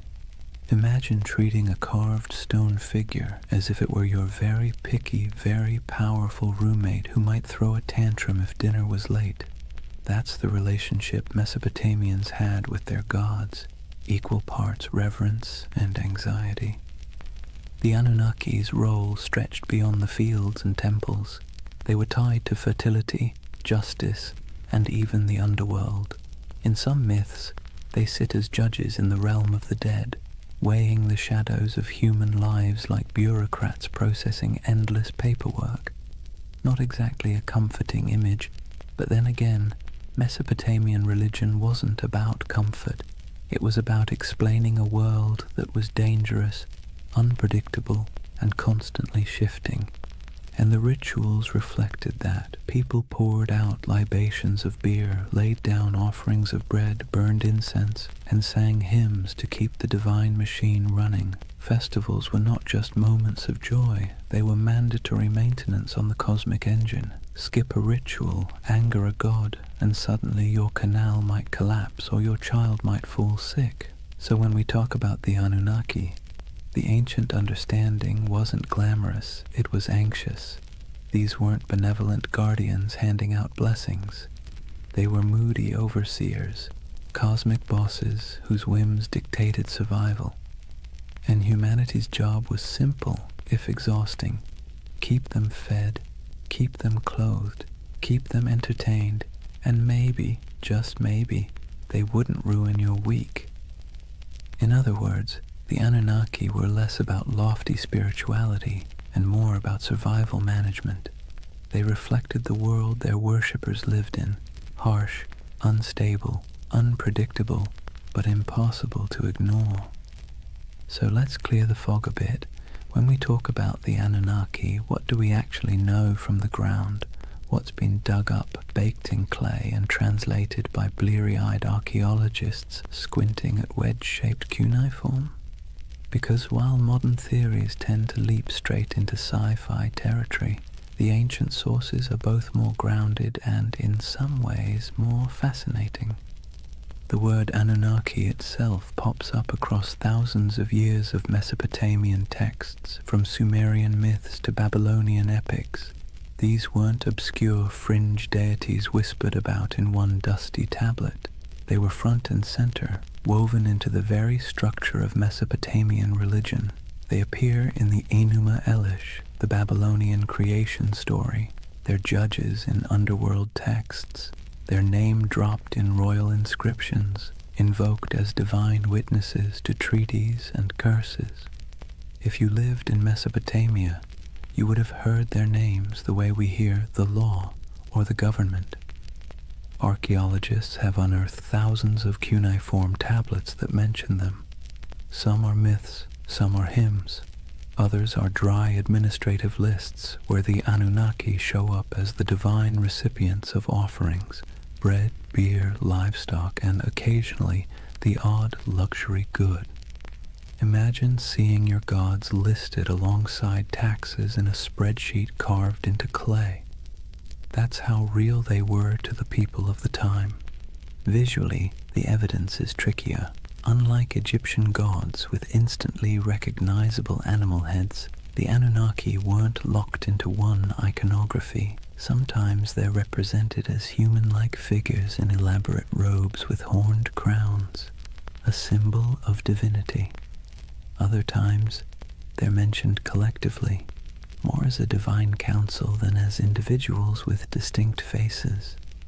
Reliefs from places like Assyria show gods flanking sacred trees, holding ritual objects, or hovering in winged forms. Whether every winged figure should be read as Anunnaki is debated, but what's certain is that these divine images were meant to remind worshippers of cosmic hierarchy, gods above, humans below, no exceptions. Then there are the ziggurats themselves, the massive step temples that dominated Mesopotamian skylines. While we can't slap a label on the bricks reading Anunnaki headquarters, the texts make clear these structures were dedicated to them and their kin. Priests, trained scribes, and entire economic systems revolved around the upkeep of these temples. Archaeological digs at Ur, Uruk, and Babylon show storehouses stuffed with offerings, workshops producing ritual goods, and courtyards where processions would wind past colossal altars. These weren't quaint little shrines, they were institutions, part Wall Street, part Vatican, part government office, all in the name of gods like the Anunnaki. Of course, the tablets don't answer every question. They leave gaps. Frustrating gaps that modern minds love to fill with speculation. Did the Anunnaki descend from the heavens in some dazzling moment of contact? The texts never say that. Did they genetically engineer humans in a laboratory? No mention. What they do say is that the Anunnaki were the arbiters of fate, the enforcers of divine will, and the ever-watchful overseers of human existence. They're described as present in the underworld, as the ones who decree destinies, and as an assembly that even other gods had to respect. The challenge and the beauty of the archaeological evidence is that it roots the Anunnaki firmly in the ancient imagination without giving us neat answers. What survives is clay, dry, cracked tablets that were once wet mud in the hands of scribes. Reliefs chipped out of palace walls, broken statues that once carried offerings, the echoes of rituals performed in smoke-filled courtyards. The Anunnaki live on through these fragments, like a puzzle with half the pieces missing, and maybe that's why they remain so compelling, because the evidence is enough to prove they were central to Mesopotamian life, but not enough to fully explain them, which leaves space, too much space, for centuries of speculation, from serious scholarship to, well, let's just say, less serious theories about alien overlords building irrigation canals. Now, here's where things take a sharp turn from dusty tablets to late-night cable television. For thousands of years, the Anunnaki lived quietly in broken clay fragments and forgotten ziggurats. Then the 20th century rolled around, and suddenly they were recast as cosmic engineers from another star system. The gods of the underworld became astronauts, and the myths of Mesopotamia were rebranded as ancient history's greatest cover-up. The name most associated with this reimagining is Zecharia Sitchin, a writer who in the 1970s published a series of books claiming that the Anunnaki weren't just gods. They were extraterrestrials from a mysterious 12th planet he called Nibiru. According to his interpretation of Sumerian texts, these beings came to Earth hundreds of thousands of years ago, mined gold to repair their failing atmosphere, and genetically engineered humanity as a labor force. Essentially, humans are the original interns in someone else's cosmic business plan. Sitchin's book sold like hot bread in a Mesopotamian market. They tapped into a cultural moment when UFOs, space exploration, and Cold War paranoia made alien narratives irresistible. His Anunnaki weren't just mythic figures. They were proof, he claimed, that our origins weren't entirely our own. The gods of Sumer weren't metaphors, they were visitors, technicians, and in some versions, slave masters. And conveniently, they promised to return someday, which gave the whole story a nice mix of biblical prophecy and sci-fi cliffhanger. From there, the Anunnaki leapt into popular culture. They became staples in documentaries, internet forums, video games, and conspiracy theories. You've probably seen them lurking in the background of the History Channel's Ancient Aliens, their horned crowns swapped for astronaut helmets in digital recreations. They pop up in books arguing that ancient architecture, the pyramids, Stonehenge, Machu Picchu, was the handiwork of godlike beings with advanced technology. Never mind that the Sumerians never claimed their ziggurats were rocket launch pads. The imagery proved too enticing for modern imaginations. The Anunnaki as aliens theory has sticking power because it blends two irresistible ideas, that the gods were real and that humans didn't climb the ladder of civilization entirely on their own. It offers mystery, grandeur, and, let's be honest, a touch of flattery. Because if aliens engineered us, then clearly we're special, or at least somebody's favorite experiment. Of course, historians and archaeologists roll their eyes hard enough to sprain something when these theories come up. There's no tablet that says, by the way, we came from planet Nibiru. There's no evidence of spaceports in Ur or genetic labs in Babylon. The texts talk about floods, fate, rituals, and divine councils, not interstellar travel. But for many people, that's part of the fun.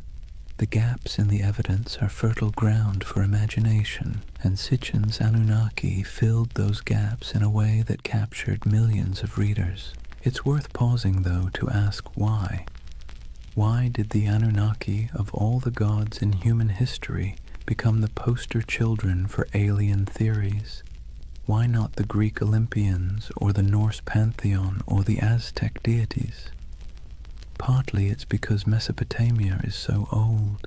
These myths stretch back to the dawn of writing, which makes them feel like they contain hidden truths, the first draft of humanity's story. And partly it's because the Anunnaki were always portrayed as remote, judgmental overseers, an image that lends itself easily to the idea of superior beings from elsewhere. So, in the modern imagination, the Anunnaki have been rebranded, no longer just the moody gods of grain and flood. They're star travelers, geneticists, and absentee landlords of Earth. Whether you buy it or not, you have to admit, it's a heck of a career change for a bunch of ancient underworld judges. So, let's weigh the scales. On one side, we have archaeologists with dirt under their fingernails, carefully piecing together tablets baked 5,000 years ago. On the other, we have modern storytellers claiming the Anunnaki were gold-mining astronauts with a taste for human DNA. Which side is right? Well, that depends on whether you prefer your history served with clay dust or with tinfoil hats. First, the debunking side. Professional Assyriologists, those are the folks who actually read cuneiform, not just squint at it until it looks like spaceships, are nearly unanimous. The alien Anunnaki theory has no basis in the texts. The tablets describe gods with human emotions, divine councils, underworld judges, and mythic battles. They don't describe rocket launches, orbiting planets, or genetic splicing. The so-called translations used by Sitchin and his followers are, to put it gently, extremely creative. Imagine reading a cookbook, ignoring the ingredients list, and deciding it's actually a secret guide to time travel. That's about the level of scholarship we're talking about. Historians also point out that Mesopotamian myths are not unique in describing gods coming from the heavens or shaping humanity. Nearly every culture personified natural forces, storms, floods, fertility, death, as divine beings. The Anunnaki fit neatly into this pattern. Their role as overseers of fate and cosmic order makes sense in a world where rivers could make or break your survival overnight. They were not literal engineers from outer space. They were metaphors dressed in horned crowns. And yet, here's where the believing side makes its case, not necessarily because the evidence is strong, but because the allure is irresistible. People love mysteries. We love the idea that official history only tells part of the story, and we especially love the idea that ancient civilizations had secrets we can barely comprehend. The Anunnaki as aliens theory scratches all those itches. It takes the gaps, the missing pieces in the archaeological record, and fills them with rockets, DNA labs, and interstellar empires. And let's be honest, the official scholarly version isn't exactly sexy. The Anunnaki were stern gods who oversaw the underworld and enforced cosmic order doesn't exactly sell a million paperbacks. The Anunnaki were aliens who built humanity as their labor force and promised to return. Now that gets you a book deal, a History Channel interview, and a lifetime supply of conference invitations. What's fascinating is how both sides talk past each other. Scholars insist, rightly, that there's no evidence for aliens. Believers insist, also rightly in their own way, that the mysteries of Mesopotamia leave plenty of room for speculation. And between those poles, the Anunnaki themselves sit in silence, their names carved into clay, waiting for us to argue over them. Maybe that's the real takeaway here. Not whether they were gods, judges, or astronauts, but the fact that the Anunnaki are still sparking debate thousands of years later. They're still being reinterpreted, reshaped, and reimagined to suit the anxieties and fascinations of every age, whether that's Bronze Age farmers worrying about floods, or modern readers worrying about aliens in the night sky. So are they aliens? Almost certainly not. Are they fascinating? Absolutely. And in the end, whether you lean on the side of clay tablets or cosmic spaceships, you're participating in the same tradition the Mesopotamians started, using stories to make sense of a world that always feels a little bit out of our control. Here's the thing, whether you side with the cautious archaeologists or the ancient astronaut crowd, one fact is undeniable. The Anunnaki have staying power. Thousands of gods have come and gone, their names forgotten, their temples reduced to rubble, but somehow the Anunnaki still loom in our imagination, stubbornly refusing to fade. Why? What is it about this particular group of deities that continues to haunt us? Part of the answer lies in timing. The Anunnaki belong to the very earliest chapters of human history. When we talk about them, we're not just talking about some late add-on to mythology. We're talking about gods that walked hand in hand with the invention of writing, cities, and law. They're baked into the foundations of civilization itself. To imagine them is to imagine the dawn of human organization, when the rules of existence were still being scribbled on clay for the very first time. That alone gives them an aura of primordial authority. Another part is their personality. Unlike distant creator gods who retreat into the heavens after making the world, the Anunnaki were meddlesome. They judged, they punished, they demanded offerings. They were nosy landlords of human destiny, constantly keeping score. And let's be clear, that resonates because it feels familiar. Who hasn't felt like life is governed by forces beyond your control, demanding rent, setting impossible rules, and punishing you when you fall short?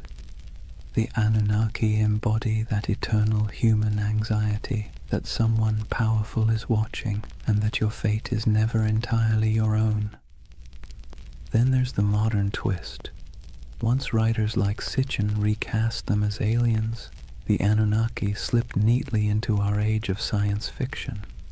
Suddenly they weren't just gods in dusty temples.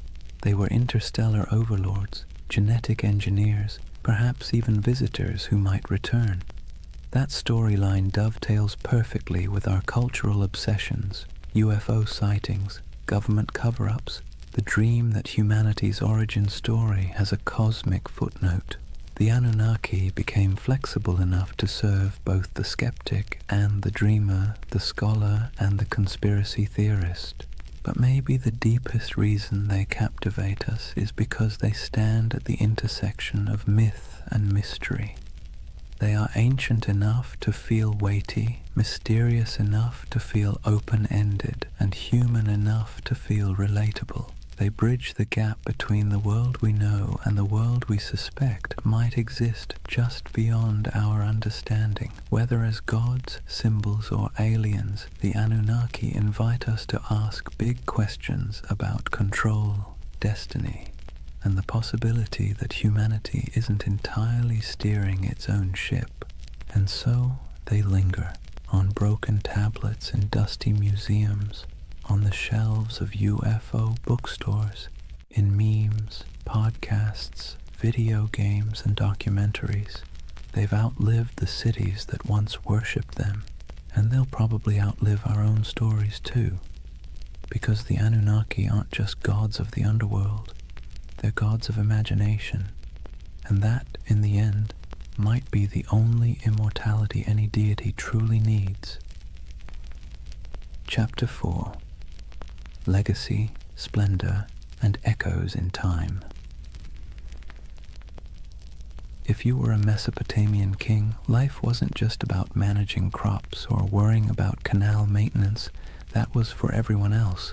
Your main job, besides bragging in stone, was to convince people that the Anunnaki were firmly in your corner. Ruling wasn't just politics, it was theater, and the Anunnaki were the ultimate stage props. Step into the palace of a Babylonian ruler and look at the walls. Carvings show the king standing tall, flanked by divine symbols, winged discs, horned crowns, stars etched above his head. These weren't decorative doodles, they were bold advertisements. The message was simple: I don't just rule because I say so, I rule because the gods, the Anunnaki themselves, have given me the keys to the kingdom. If anyone dared question it, well, they weren't defying just a man, they were defying the cosmic order. Not exactly a comfortable position to be in. And then there were the temples. Massive ziggurats weren't simply for piety, they were political assets. Kings poured resources into these towering mud brick staircases to heaven, dedicating them to the Anunnaki as if they were paying off a divine mortgage. Each new level added, each gleaming brick was another way of saying, see how devoted I am? Clearly the Anunnaki love me more than the guy ruling next door. Priests, of course, benefited handsomely from this arrangement, receiving offerings, land, and workers, all in the gods' names. Kings and priests together formed a kind of divine PR firm, endlessly reminding everyone that their power flowed straight from above. Rituals, too, were carefully choreographed to spotlight this connection. The king might be shown pouring libations to a statue of a god or personally leading a festival procession. Behind him trailed nobles, musicians, soldiers, and ordinary citizens, all participants in a drama where the king was both actor and messenger. The Anunnaki's presence was invoked at every step, their supposed approval stamped onto the very structure of civic life. Of course, it wasn't all incense and hymns. Kings also invoked the Anunnaki in their darker pronouncements. Inscriptions often came with curses attached. Whoever defaces this monument, may the Anunnaki destroy his seed, wither his fields, and turn his name to dust. Nothing like a little cosmic threat to keep people from messing with your statues. The Anunnaki became both benefactors and enforcers, tools for rulers to extend their grip long after their actual armies had gone home. To the elite, the Anunnaki were less distant deities and more political allies. Their approval justified expansion, conquest, and the construction of monumental architecture. Their names adorned treaties, their authority sealed laws, and their imagined presence loomed over courts and councils. Ordinary Mesopotamians might have seen the Anunnaki as stern judges of fate, but for kings they were a brand, one you invested in heavily because without it your power was just another mud-brick palace waiting to crumble. And so when you think of Mesopotamian splendor, banquets with honey cakes and music, dazzling gates covered in glazed brick, kings reclining in luxury, remember that every goblet raised was, at least on paper, raised in honor of the Anunnaki. The gods were everywhere, woven into the very fabric of elite life, both as protectors and as the ultimate marketing department. Let's step outside the palaces for a moment and see how different life looked depending on where you stood in Mesopotamian society.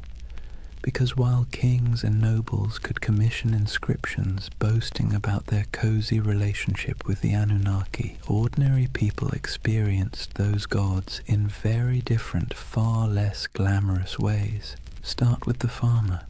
He rises before dawn, trudges barefoot through mud, and pours out a portion of his precious grain as an offering.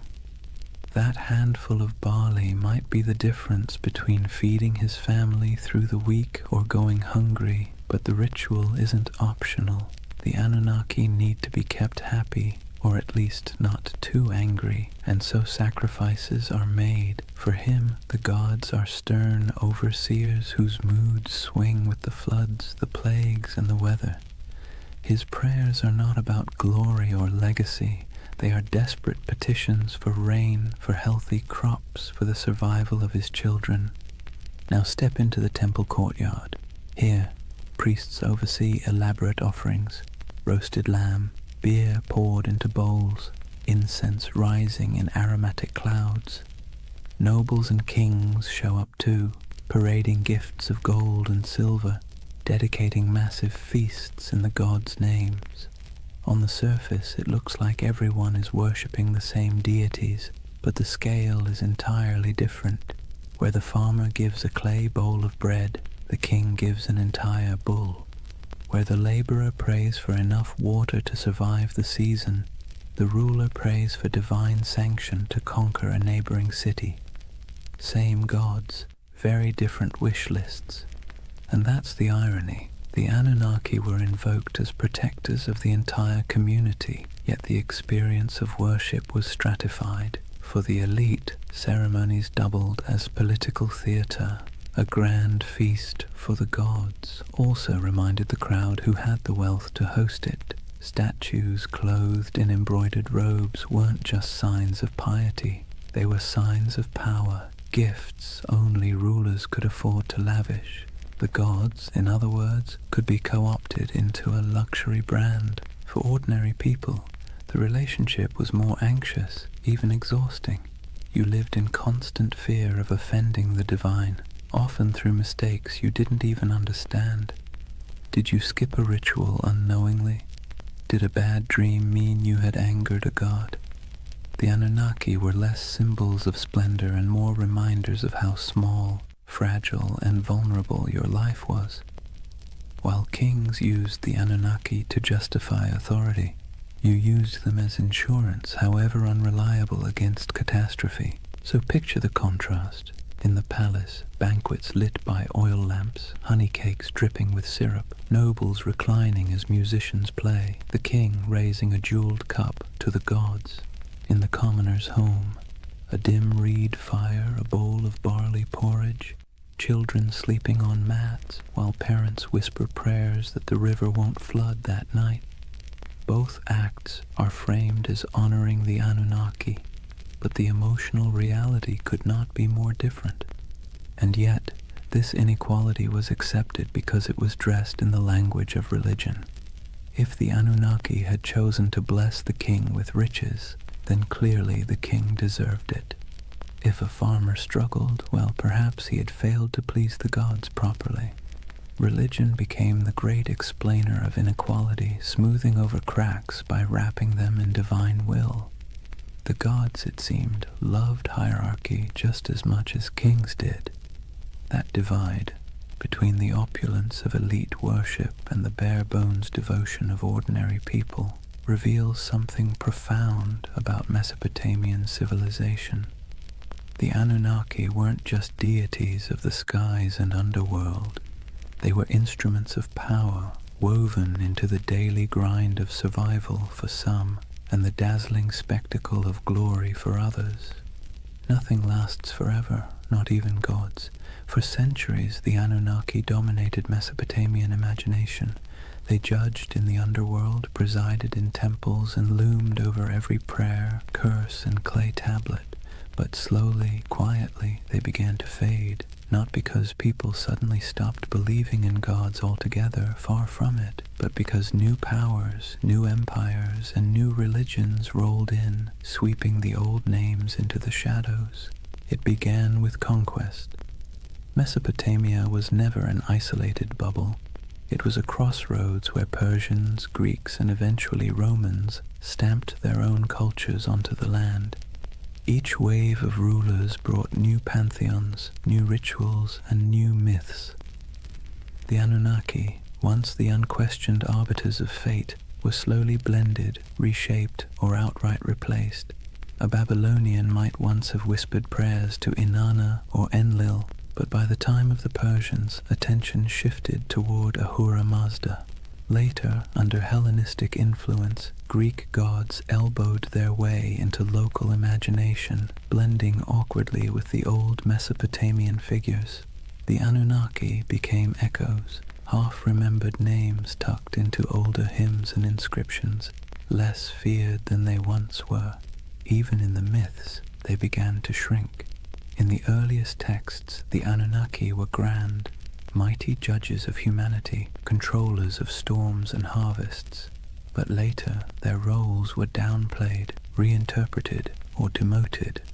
Some became minor underworld deities, their names appearing only in lists or rituals, stripped of personality. Others were absorbed into the identities of more dominant gods like Marduk, who rose to prominence in Babylon. It's as if the divine stage grew crowded, and the Anunnaki were pushed to the background, while new stars took the spotlight. Part of their decline came from the simple fact that memory is fragile. Myths were preserved on clay tablets, but those tablets broke, crumbled, or were buried under centuries of dust. Without scribes constantly rewriting and teaching them, names slipped away. And when temples fell into ruin, when ziggurats melted back into mud, the rituals that once kept the Anunnaki alive dissolved too. Gods require worshippers. Without daily offerings, songs, and fear, even the most intimidating pantheon becomes just a whisper in old stories. Yet their influence didn't vanish completely. Biblical writers remembered Babylon and its gods, often casting them as symbols of arrogance or oppression. Later cultures hinted at shadowy beings who sounded suspiciously like the Anunnaki, stern judges, watchful figures, half-remembered echoes of older myths. But their names, once shouted in temple courtyards, became faint murmurs in academic footnotes and archaeological reports. Imagine walking through the ruins of Ur or Babylon centuries after their decline. The great ziggurats are crumbling, reeds sprouting between broken bricks. Once bustling courtyards are silent, save for the wind. The statues of gods are toppled or eroded, their once bright garments long since rotted.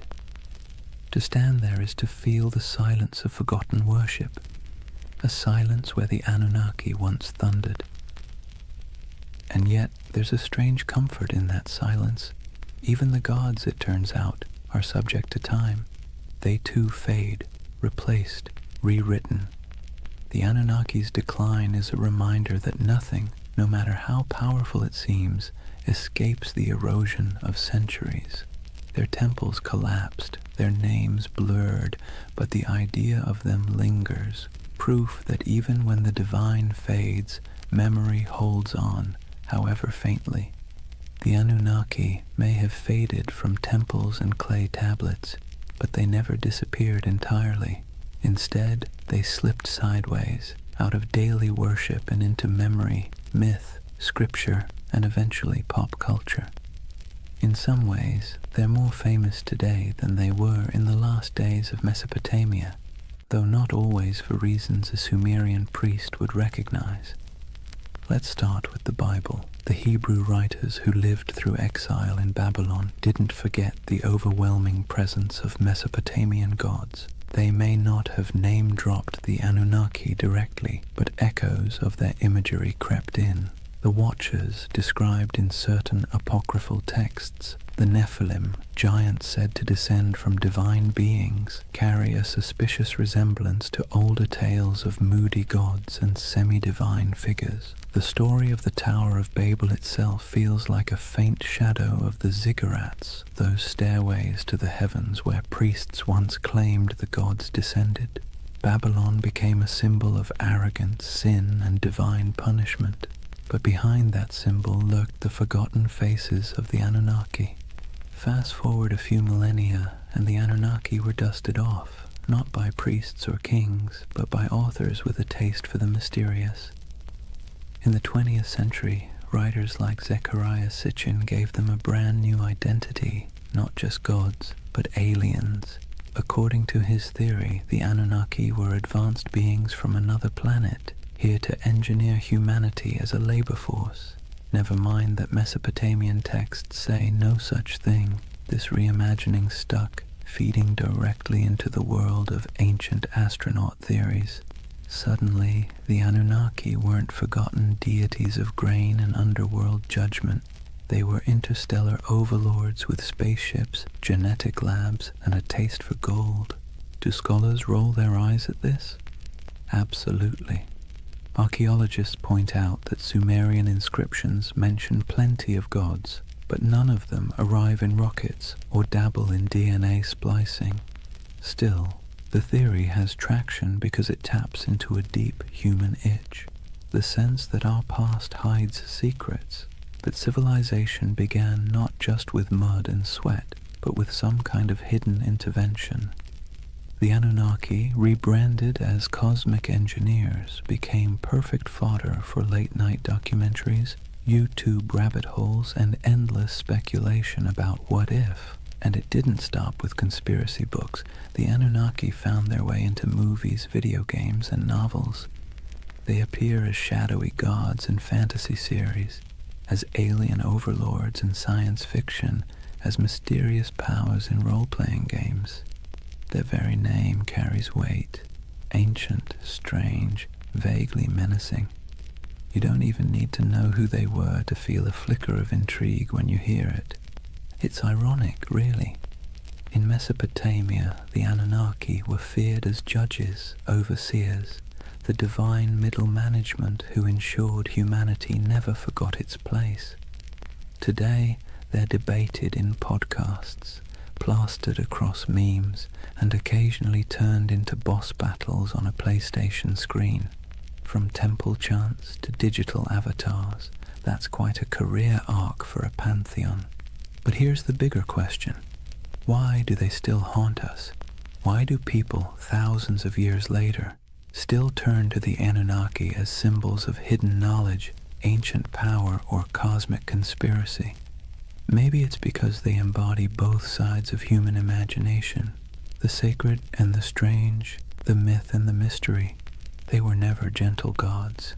They were moody, demanding, unpredictable. In that sense, they feel closer to us than the serene, distant gods of later traditions. They remind us of a time when the divine was messy, imperfect, and perhaps a little terrifying. And in that imperfection, they remain endlessly fascinating. So whether you see them as forgotten deities, misunderstood myths, or interstellar overlords with questionable management skills, the Anunnaki endure. They're still here, not in temples of mud brick, but in our stories, our media, our restless curiosity, and maybe that's their real legacy. Not the rituals of the past, but the questions they leave us with in the present. So here we are, at the end of a long walk through the world of the Anunnaki. From their thunderous presence in Mesopotamian temples to their quiet afterlife in pop culture, they have proved to be more than just forgotten gods. They are a mirror of how humans explain the unexplainable, manage fear, and weave stories to make sense of chaos. Think about what the Anunnaki represented to the people who first told their stories. They were the ones who judged the living and the dead, who decided whether floods would come, who weighed the worth of humanity day after day. They were terrifying, yes, but they were also familiar. They quarreled like humans, demanded food and drink like humans, punished and forgave like humans. In their flaws, they reflected the world of their worshippers. Life in Mesopotamia was harsh, unpredictable, and full of petty dramas, so naturally their gods were too. Fast forward to today, and the Anunnaki still serve the same role, just in a different costume. Some people see them as symbols of divine mystery, others as aliens with secret blueprints for human evolution, others as archetypes of forgotten myths. But underneath those interpretations is the same impulse, the need to believe that our world is not random, that there are forces, whether gods, aliens, or fate, shaping our story. And here's the irony. In searching for the Anunnaki, what we really uncover is ourselves. Our hopes, our fears, our longing for meaning. Whether in temple hymns, clay inscriptions, or late-night conspiracy videos, the Anunnaki are less about the gods and more about the humans who imagined them. They tell us that from the very beginning, we've been restless. We've wanted answers, we've wanted control, and when the rivers of life flooded or dried, we looked upward, to the sky, to the gods, to the stars, and tried to explain it. So why do they still haunt our imagination? Maybe because they embody the uneasy truth of civilization, that progress comes with anxiety, that knowledge comes with questions we can't quite answer, that power, whether divine or human, is always precarious. The Anunnaki remind us that even at the dawn of history, people wrestled with the same feelings we carry today: awe, fear, wonder, doubt. And as you drift into sleep tonight, let that thought settle in gently. The Anunnaki may be gone, their names eroded by time, their temples reduced to dust, but the echoes of their stories still ripple through us, not as warnings from stern gods, but as reminders of our own humanity. The rivers rise and fall, empires bloom and crumble, gods fade, then return in new disguises. Yet the rhythm of life carries on. In the quiet of your own night, you don't need to worry about divine judges weighing your worth. You can rest easy, knowing you are part of a story that stretches back to those ancient voices who once whispered prayers under starlit Mesopotamian skies. They too feared the night, they too searched for meaning, and in that connection, across thousands of years, maybe we find the most peaceful truth of all. We've always been human, and we've always been looking up. And so, we come to the end of our long journey with the Anunnaki. We've walked the muddy fields of Mesopotamia under their watchful gaze, sat in the courtyards of ziggurats while priests chanted, listened to myths of floods, heroes and gods who judged humanity like a never-ending performance review. We've seen them fade into dust, only to reappear in new disguises, as echoes in scripture, as theories of alien visitors, as symbols of mystery and power. What's remarkable is not that the Anunnaki vanished, but that they never truly left. They live on in the stories we tell, in the patterns of our thought, in the restless curiosity that keeps humans forever asking, what if? They are a reminder that civilization itself began with questions, with awe, with fear, with the desire to turn chaos into order. And in their myths, we can still hear the heartbeat of the first cities, the first prayers, the first sleepless nights. But unlike those ancient people lying awake under reed roofs, fearing floods, demons, and divine wrath, you don't need to worry tonight. The Anunnaki may have been restless gods who never slept, but you can.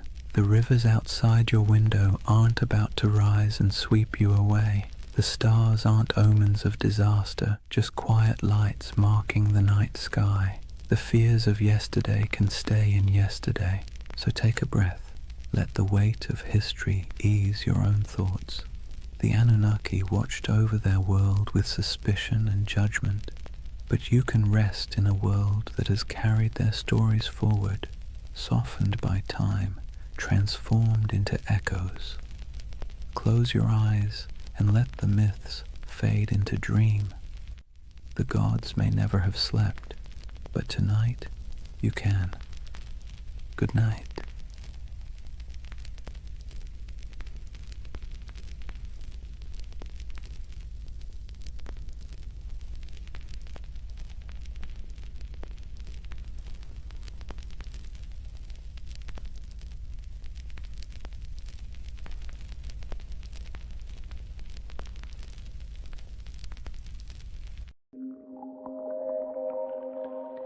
Sometimes history hides things so enormous that we only notice them when we leave the planet. Hidden deep in the Sahara is a perfect circle 25 miles wide, a formation so strange that astronauts were the first to truly see it. Yet despite its size, its symmetry, and its eerie resemblance to a giant eye staring straight up through the sand, no one can fully explain how it formed. This is the Risha structure, the Eye of the Sahara, and tonight we're going to gently unravel one of Earth's quietest and most hypnotic mysteries. But here's the part that stops you in your tracks. However, despite all our technology, satellite mapping, and geological theories, the Risha structure still doesn't neatly fit into any box. It isn't a crater, it isn't a volcano, and it isn't the kind of erosion that typically produces such clean, concentric rings. And yet there it sits, alone in the desert, looking just organized enough to make your brain whisper, "Wait, who made that?" Now, don't worry. We're not here to chase sensational theories or sprint through conspiracies. This channel is all about slowing down, letting curiosity stretch out a bit, and using history's strangest corners as gentle stepping stones toward rest. So if you're someone who falls asleep best to ancient civilizations, quiet landscapes, and mysteries wrapped in soft, soothing detail, you're in the right place tonight. Go ahead and dim the lights, settle in, and if you haven't already, subscribe to continue exploring the enigmatic corners of history that make the perfect companions for sleep.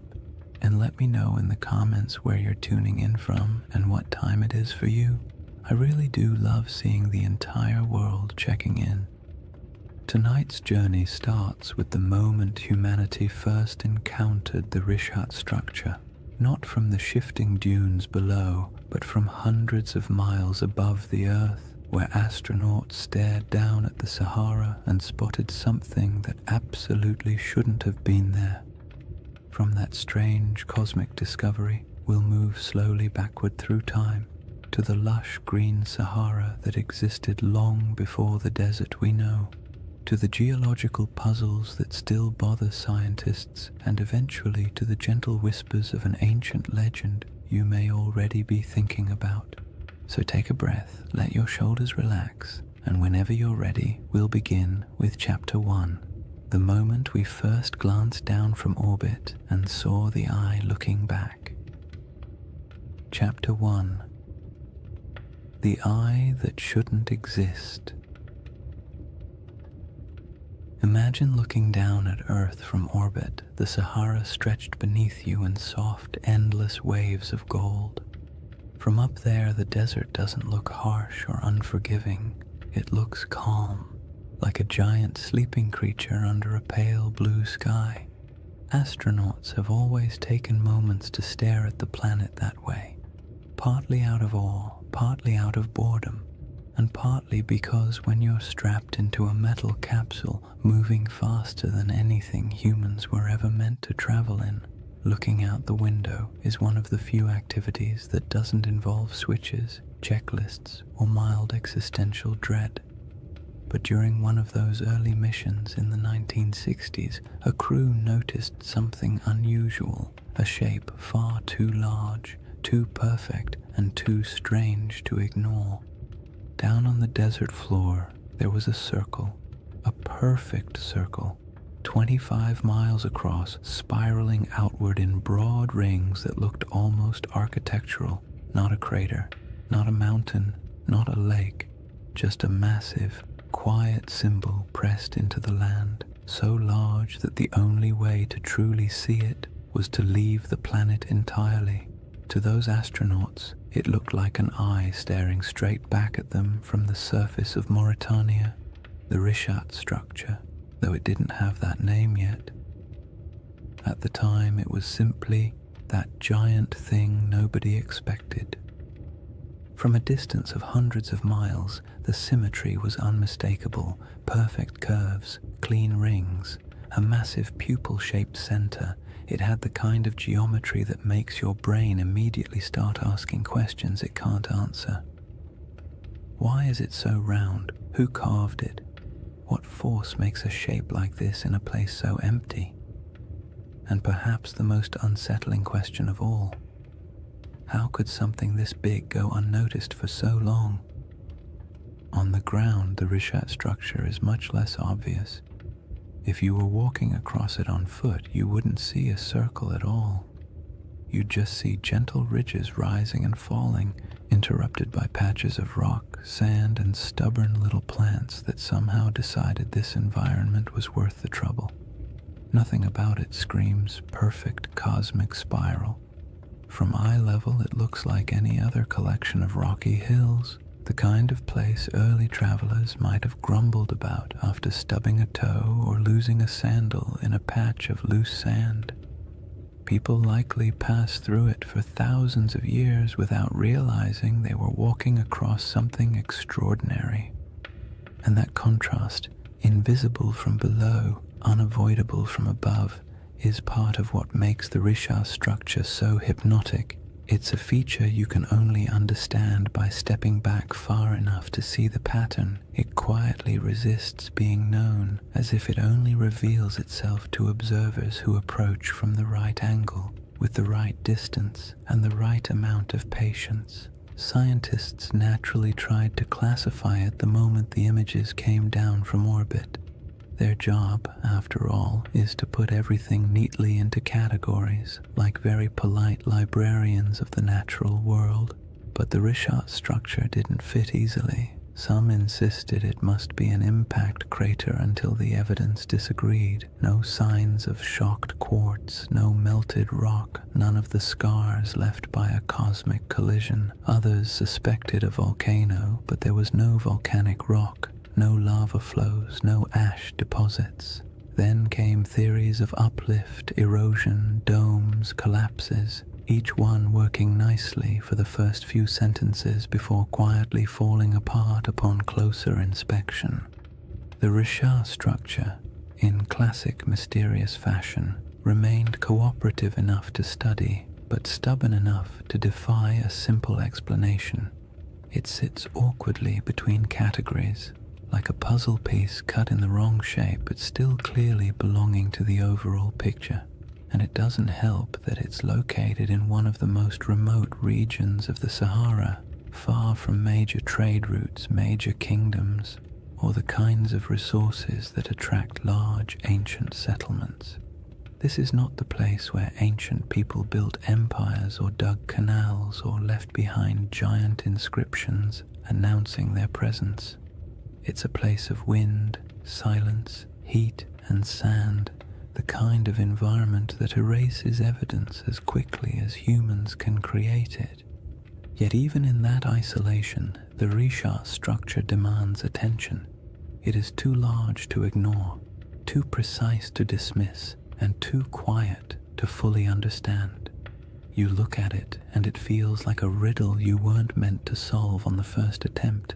The desert around it stretches endlessly, dunes rising and falling like slow-motion waves, while the structure itself sits calmly in the center, a spiral carved into a world of shifting sand. There is a strange comfort in its stillness, as if it has been watching changes for far longer than humans have been paying attention, waiting patiently for someone to finally look down and notice. People naturally draw comparisons to ancient tales, especially the ones involving circular cities and lost civilizations swallowed by disaster. Humans are not subtle when it comes to pattern recognition. You show us a shape that even vaguely resembles something familiar, and our imaginations sprint ahead with enthusiasm. A structure with concentric rings in northwest Africa, larger than many ancient cities. The connections write themselves, but resisting those assumptions for now helps us appreciate just how odd the Risha structure is on its own terms. We don't need myths yet. The geology alone is strange enough to occupy the mind, and perhaps the most compelling detail is this. The Risha structure did not emerge in the desert we see today. It predates the dunes, the dryness, the isolation. It formed long before this region became a barren expanse, back when the land was green, watery, and alive. Understanding what this place used to look like changes everything about how we interpret the structure, because the environment around it wasn't always harsh silence. There was a time when this region held rivers, lakes, animals, and early humans whose daily lives unfolded under a sky that seems impossible when compared to the Sahara's modern emptiness.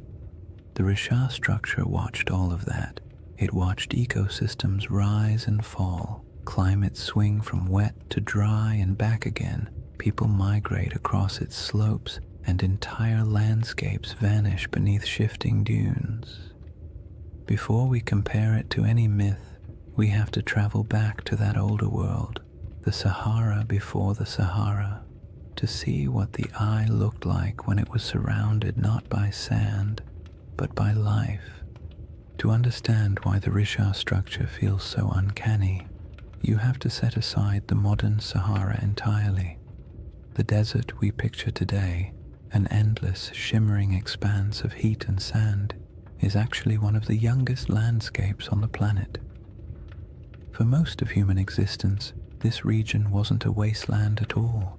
It was green, fertile, and astonishingly alive.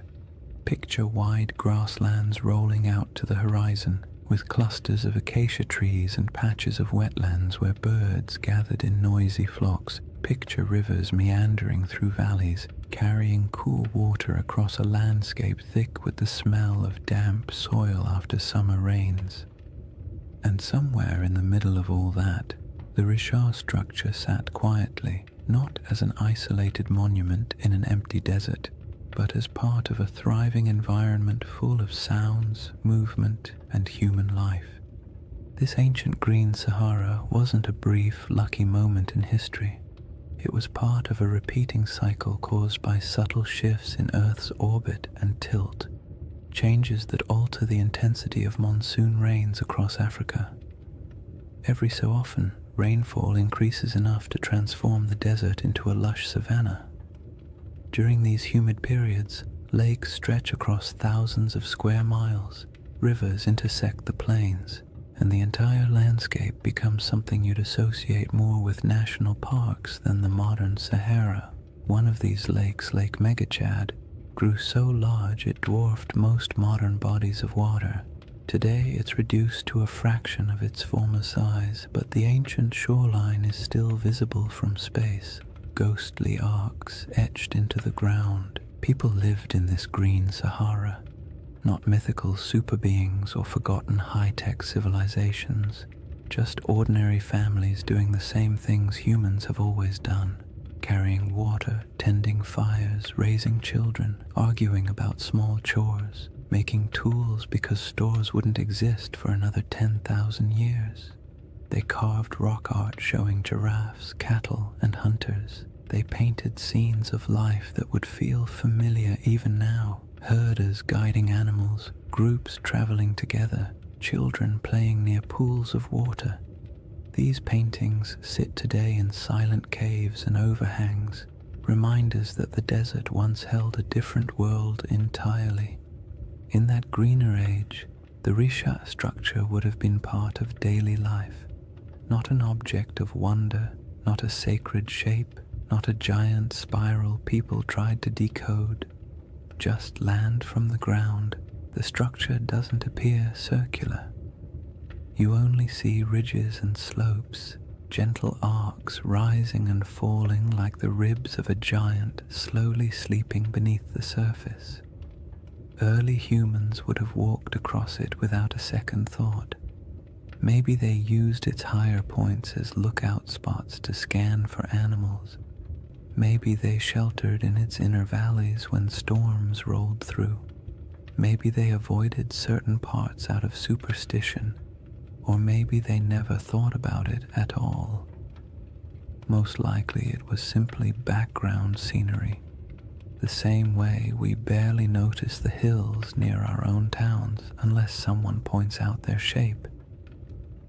But even if it blended into the landscape, the Rishat structure would have quietly shaped the rhythm of life around it.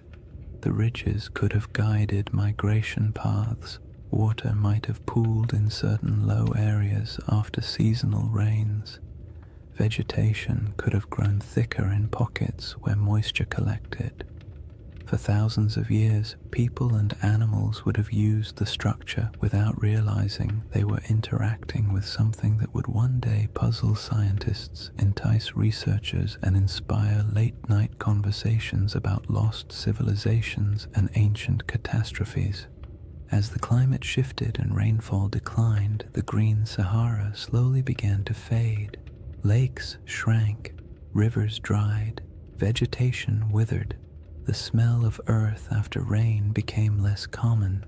Migration stretched longer as people followed dwindling water sources, and eventually dunes crept across the landscape, swallowing paths, burying campsites, and erasing nearly all traces of the world that had existed before. What's haunting about this transformation is how quickly it happened in geological terms. A few thousand years, an eye blink in Earth's timeline, was all it took to turn a thriving ecosystem into one of the largest deserts on the planet. The people who lived here would have witnessed that shift firsthand. Generation by generation, they watched lakes retreat, animals disperse, and once reliable seasonal patterns collapse. Oral traditions from various African cultures still contain echoes of climates changing, waters disappearing, or ancestral migrations driven by environmental upheaval. Stories stretch and distort across centuries, of course, but they often carry a spark of truth at their core. And it's not unreasonable to imagine that somewhere in the long, layered history of this region, memories of a circular landform in a once wet landscape might have eventually become a distant, reshaped legend. When modern researchers study the Sahara's ancient lakes and rivers, they often describe them as ghost waterways, because their traces linger beneath the dunes like faint scars, visible only from satellite images or through careful ground surveys. It's peaceful in a strange way to picture these lost rivers running across land that now feels so desolate. The desert is quiet, but beneath that quiet are the outlines of ecosystems that once flourished.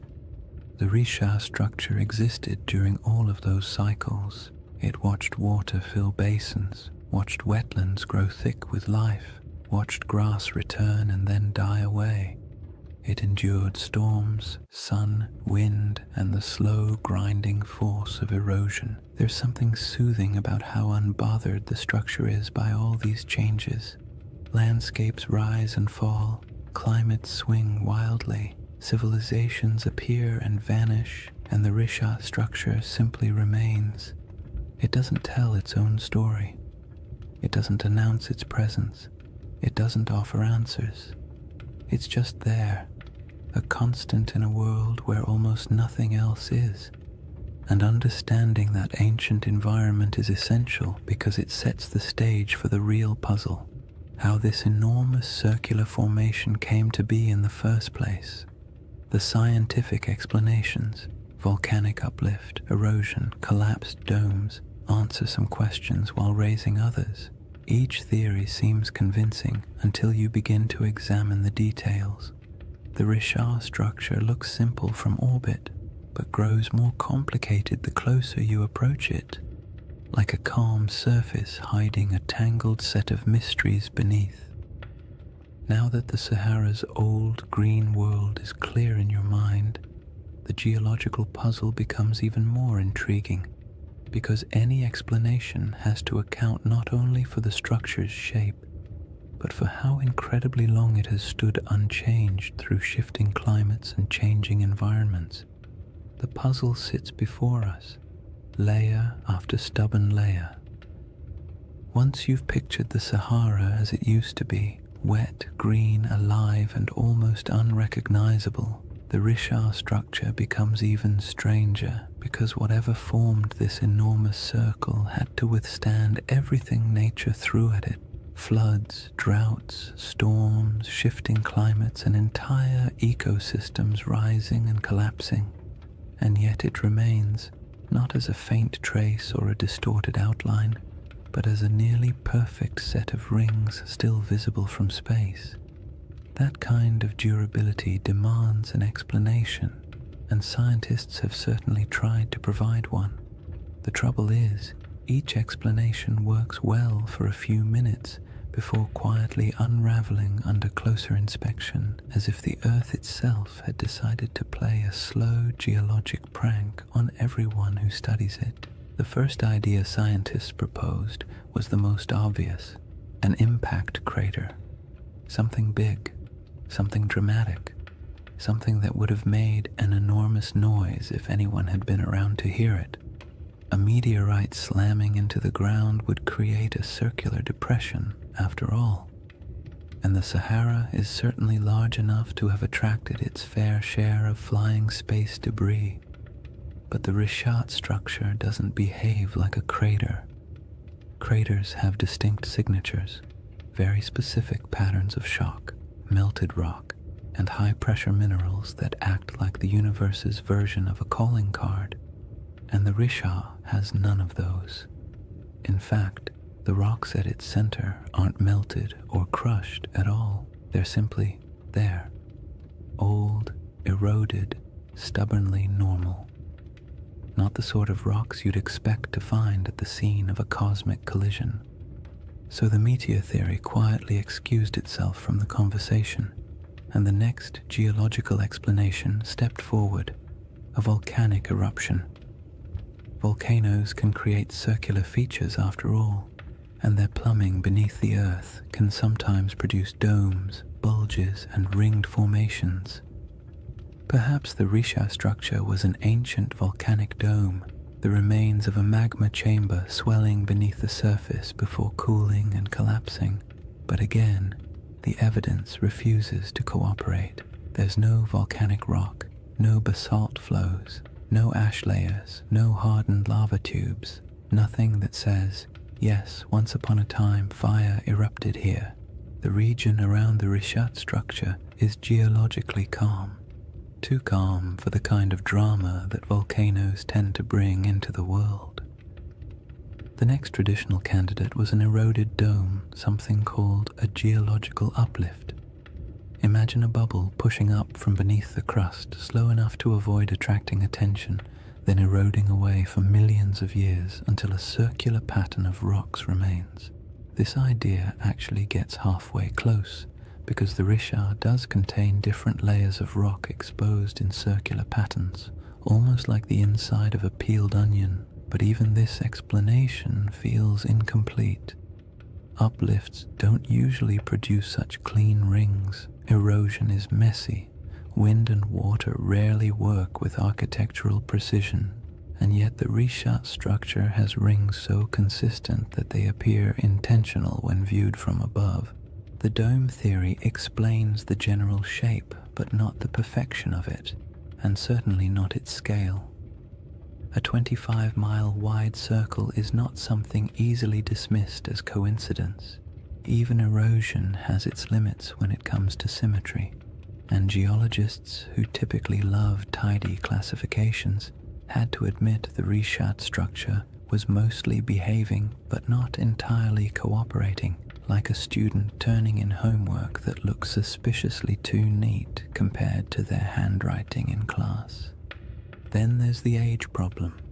The rocks that make up the Richat structure are incredibly old, hundreds of millions of years in some places, but the shaping of the structure itself, the exposure of its rings, is much younger, something pushed upward long ago, something eroded later, something left behind a pattern that would eventually catch the eye of anyone staring down from orbit.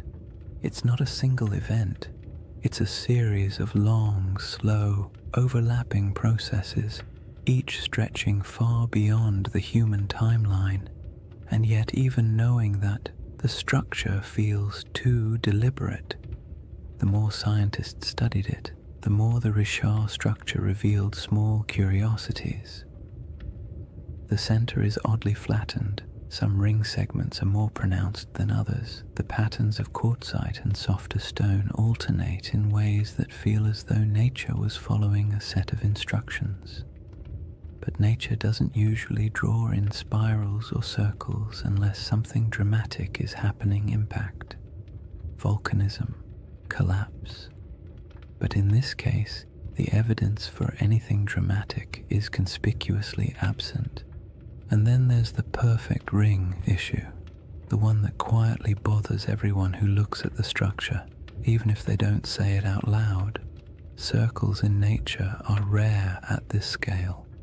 Random erosion doesn't create them, rivers don't carve them, wind doesn't sculpt them, and when you see one this large, this clean, and this old, it's hard not to feel like the earth briefly decided to act like a compass and draw a near-perfect shape in the sand.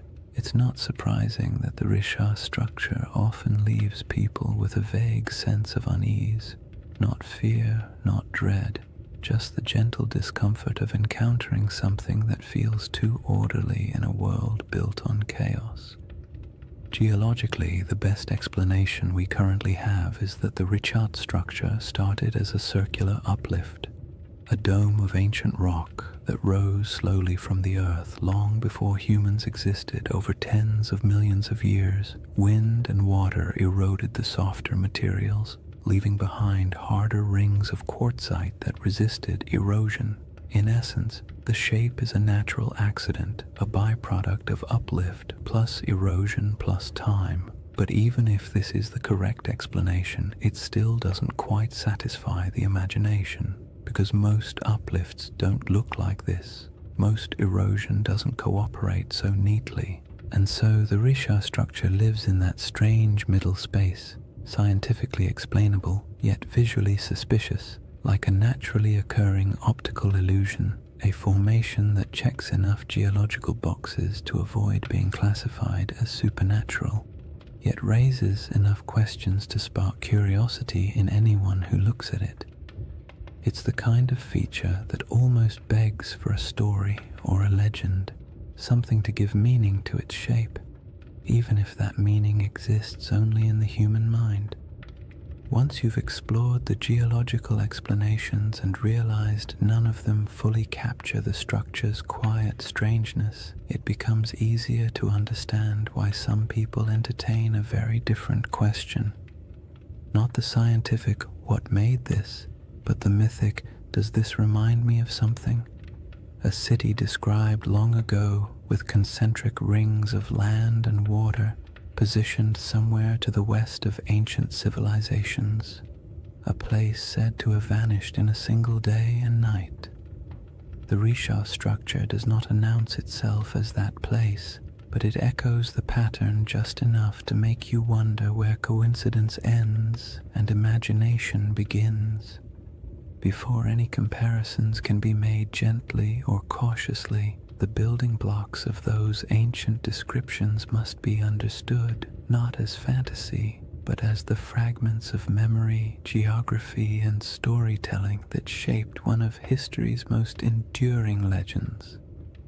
Long before anyone could stare down at satellite images or argue over geological uplift on the internet, there was a different kind of puzzle circulating through the ancient world, a story recorded by a single philosopher, passed on from a conversation he claimed to have heard, describing a civilization so strange and so perfectly structured that it bordered on myth even in its own time. Plato's tale of Atlantis has been repeated so often, repackaged so many times, and stretched so far by imagination that the original description often gets lost under the weight of all the versions built on top of it. But if you strip away the embellishments, the crystal cities, the impossible technologies, the ancient aliens with clipboards, interpretations, you're left with a surprisingly simple outline: a circular city, rings of land and water, mountains to the north protecting it, a broad plain to the south, a river that flowed to the sea stones of red, black, and white, abundant animals, especially elephants, and a civilization that rose to prominence before collapsing in a sudden, dramatic event. Whether this description is literal, symbolic, exaggerated, or entirely fictional is something scholars have debated for centuries. But what matters for our quiet journey tonight is not whether Atlantis existed. What matters is the shape of the story, because that shape is what causes people to glance at a satellite photo of the Risha structure and pause. The comparison doesn't begin with belief. It begins with pattern recognition. Humans are wired to look for familiar shapes in unfamiliar places. It's the same instinct that makes us see faces in electrical outlets or animals in passing clouds. So when someone sees a massive set of concentric rings in northwest Africa, a structure wrapped in mystery and sitting in a region that once held rivers, lakes, and life, it's reasonable that part of their brain whispers, "This looks like something I've heard before." The resemblance is not perfect, not literal, not conclusive, but it's enough to make curiosity shift in its seat a little. Consider the colors Plato mentions: red, black, and white stones. The Risha structure, like much of the Sahara, contains layers of rock and sediment that naturally fall into those shades. Iron-rich sandstone brings the red. Basalt and volcanic remnants elsewhere in the region bring the black, and pale limestones offer the white. No one is saying ancient builders selected them and arranged them like a geological art project, but the coincidence is interesting, especially when paired with the natural ring pattern visible from above. Then there are the mountains. Plato describes a notable mountain range to the north of Atlantis. The Risha structure sits in front of the Adrar Plateau, a raised, rugged region that would have looked like a natural wall in a greener era. Today, it's a dry, worn highland, sculpted by time and wind, but long ago it would have been more dramatic. Cliffs, ridges, and elevated land dotted with vegetation and wildlife. If early people lived in the region, they would have viewed those northern heights as a defining feature of their landscape. And what about animals? This part always surprises people because they imagine the Sahara as permanently empty. But during the African humid period, elephants were plentiful. So were giraffes, rhinos, crocodiles, and countless other species. Elephants weren't just passing through, they were thriving. Some rock art across the Sahara shows entire herds, depicted with the casual familiarity of people who lived alongside them. So yes, if someone had described this region during one of its greener eras, full of elephants, would have been an accurate statement. The river connection is where things become both interesting and gentle in their ambiguity. In a lush Sahara, a river system could have flowed westward toward the Atlantic. Some ancient channels still appear faintly beneath the modern desert, traced by satellite radar and geological surveys. These channels hint that at least some rivers once traveled across areas that are now sand and stone. Whether any of them connected near the Richard structure is debated, but the possibility is not unreasonable. In a world where climates shifted dramatically, waterways did too. It's worth saying calmly and clearly, none of these correlations prove anything. They simply show why the mind wanders toward the comparison. The Richard structure does not need Atlantis to be interesting. Its mystery stands fully on its own. But when the circular shape, the colors, the mountains, the animals, and the long-lost rivers all quietly line up with parts of an old story, your thoughts naturally drift toward the what-if of it all. Plato wasn't writing a travel guide. He was a philosopher using allegory to make a point about human nature, power, hubris, and collapse. Atlantis, in his narrative, was less a factual account and more a moral lesson bundled into a geographic metaphor. Yet even then, scholars have noted that ancient myths often embed distorted memories of older events. Storms, floods, migrations, or lost settlements folded into stories, generation after generation. Myths protect what history doesn't always preserve. They store impressions of landscapes that no longer exist. They embellish, exaggerate, simplify, and dramatize, but something recognizable occasionally survives inside them. The Richat structure doesn't have ruins. It doesn't have walls, canals, columns, marketplaces, or any of the features you'd expect of a large city. The environment around it would have been challenging even in greener times. And human settlements from that ancient period would likely have left fragile traces now erased by thousands of years of wind and shifting sand. So the idea of it being a lost civilization rests not on evidence but on the shape alone, the irresistible symmetry that triggers recognition even when no proof supports it. That's part of the comfort of this mystery. It doesn't demand belief. It simply invites curiosity. You don't have to imagine ancient kings or advanced societies. You don't have to build a hidden metropolis in your mind. All you need to do is stand quietly before a satellite image and let the shape speak for itself. A giant ringed formation in the middle of an ancient landscape that has changed almost beyond understanding. Somewhere between geology, memory, climate, erosion, and myth sits the Richat structure. It tells us nothing directly. It refuses to commit to any single story, and perhaps that's why it remains such a calming mystery, one that doesn't need dramatic conclusions or bold claims. It only needs an open horizon, a quiet night, and the imagination drifting gently toward possibilities. Chapter 2 begins with the world that once surrounded this structure, a world of forgotten lakes, shifting climates, and early peoples who lived in a Sahara that doesn't resemble the one we know today. Chapter 2: A Lost World Buried in Sand.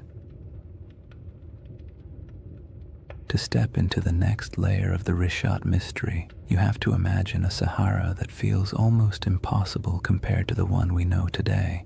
not the hot, shimmering, bone-dry desert that stretches endlessly across maps, but a world so green and alive that if you were dropped into it without context, you might not even guess you were standing in northern Africa at all. The Sahara's greener eras weren't brief accidents of climate, they were entire chapters of Earth's history, long enough for lakes to swell into inland seas, for animals to migrate freely across savannas, and for human communities to settle into rhythms of daily life as familiar and as ordinary as any other early society. In that forgotten landscape, the Richard structure wasn't an isolated swirl of geology in a barren desert. It was simply part of the scenery, a ringed plateau sitting quietly in a world full of life. During the African humid period, monsoon rains shifted northward and transformed the Sahara into a mosaic of grasslands, wetlands, and rivers. Satellite studies have revealed thousands of ancient lake beds, some stretching larger than modern countries. The largest of them, Lake Megachad, was so vast that its shoreline would have swallowed entire modern coastlines.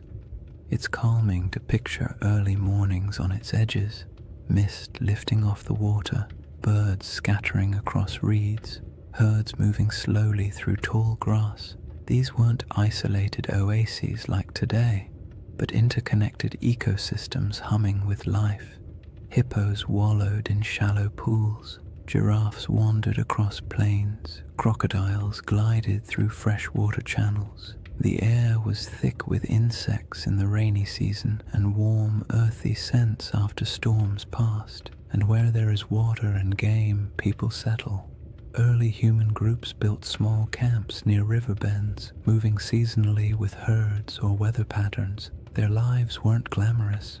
They dealt with all the usual prehistoric frustrations: unpredictable weather, stubborn animals, unreliable food sources, and the constant inconvenience of tools that, despite countless hours of crafting, were still capable of breaking at the worst possible moment.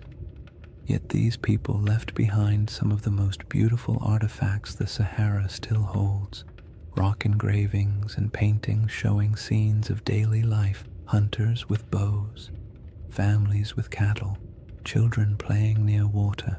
These artworks are serene, calm snapshots of a world that no longer exists, carved into stone that has stubbornly endured long after the lakes dried.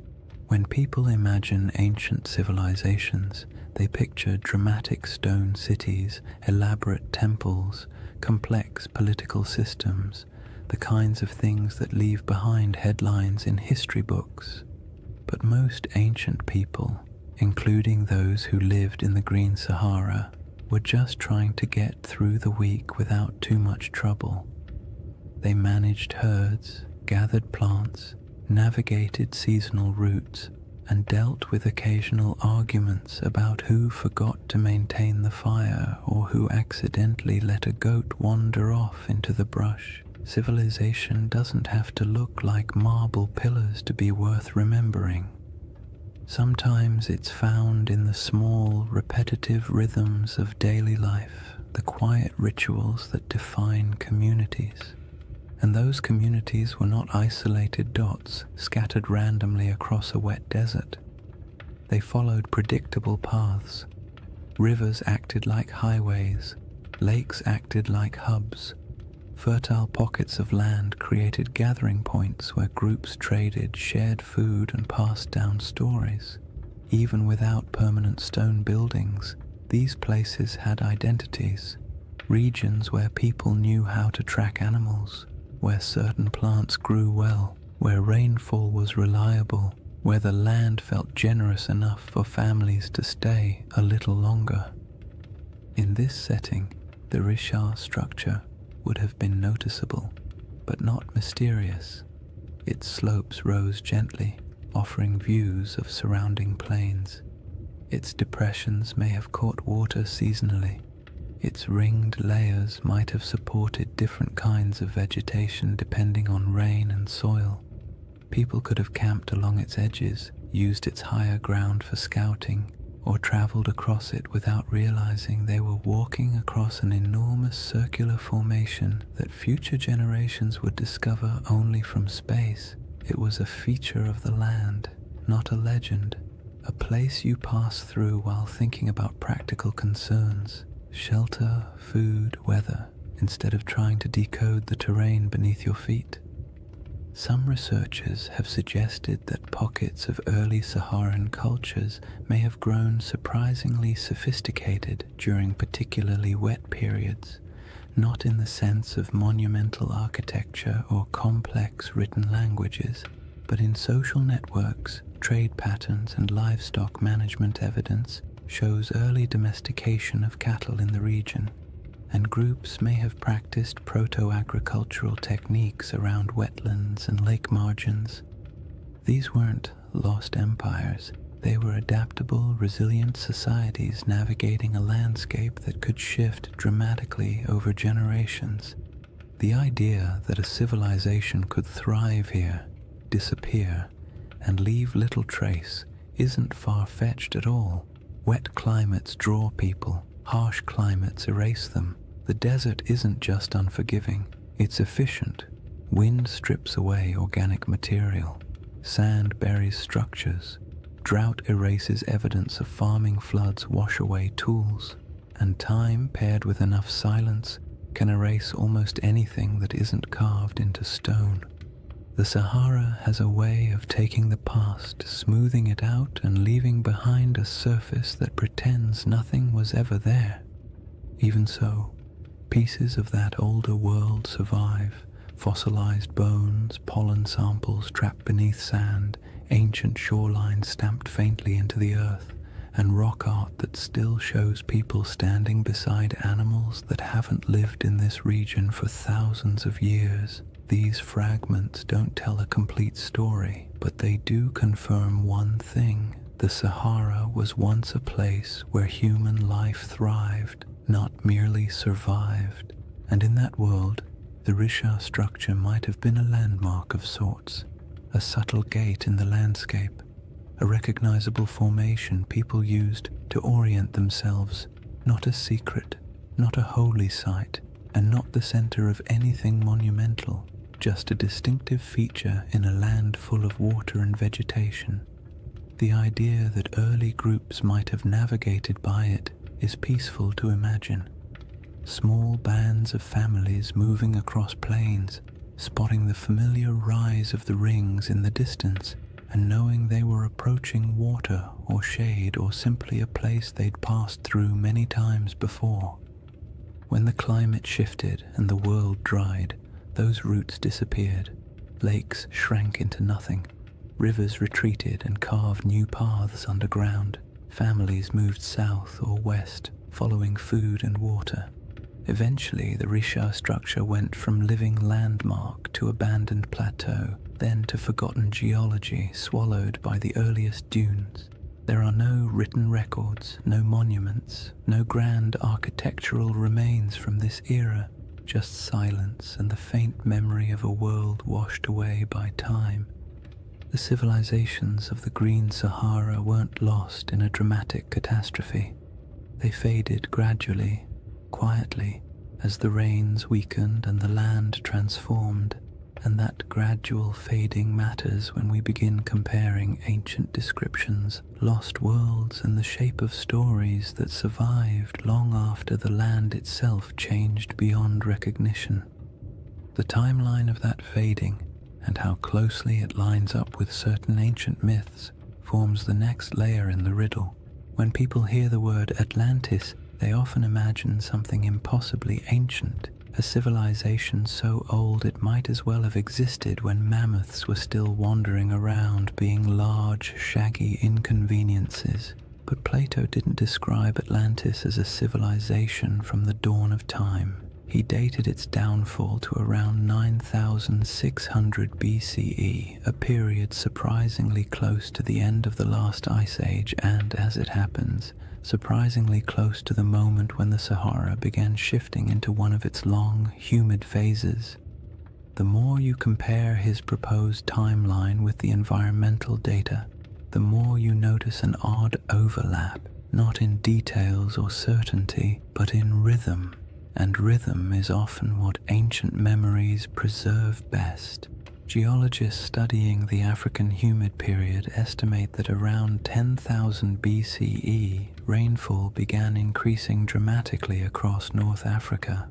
The desert, which had been relatively dry and barren, transformed into a landscape of lakes, wetlands, and grasslands. This wasn't a gentle shift. Climate models show that the monsoon system surged northward in a way that would have felt abrupt on a human timescale. Rivers reappeared, plants spread, herds expanded, and places that had been empty for thousands of years suddenly became habitable again. If you were living anywhere near the region, the shift would have felt like the land itself waking up after a long sleep. Plato's date for Atlantis is often treated like a mystical number.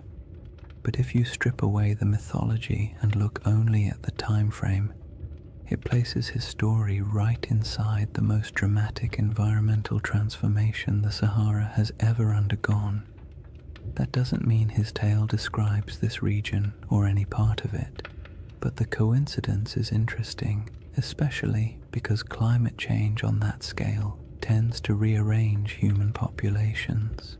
Cultures migrate, old settlements are abandoned, new territories open for exploration.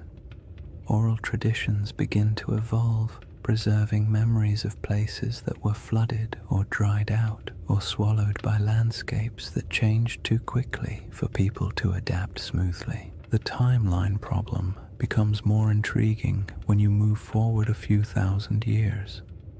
Between roughly 7,000 and 5,000 BCE, the Sahara was at the peak of its green transformation. Lakes were plentiful.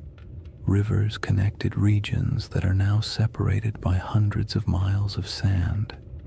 The climate was stable enough that people began developing more complex subsistence strategies, managing herds, experimenting with early forms of cultivation, and forming social groups large enough to leave meaningful traces in rock art and archaeological deposits.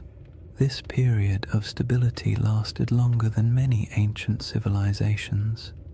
For thousands of years, life in the Sahara was predictable enough for generations to grow up without ever knowing anything except abundant water, warm seasons, and a landscape that supported human life easily. When conditions are that reliable for that long, people tend to form stories about belonging, about identity, about who they are and how their world works. And when environmental changes finally disrupt those patterns, the departure from what once felt normal can echo through oral traditions for centuries.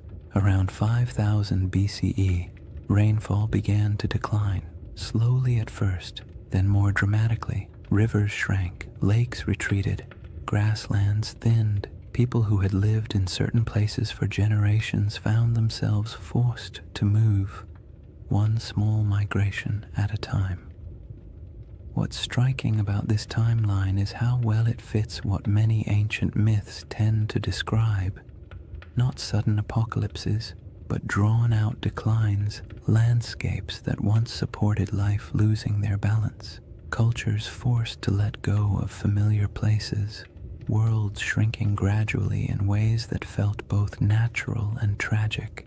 Plato described Atlantis as falling in a moment of sudden catastrophe, but his narrative was shaped by philosophical goals, not meteorological accuracy. When you strip the moral and symbolic layers away, you're left with a simple suggestion: an old civilization, once vibrant, lost to changing conditions long before recorded history. You don't need a supernatural event to produce a memory like that. All you need is a shifting climate.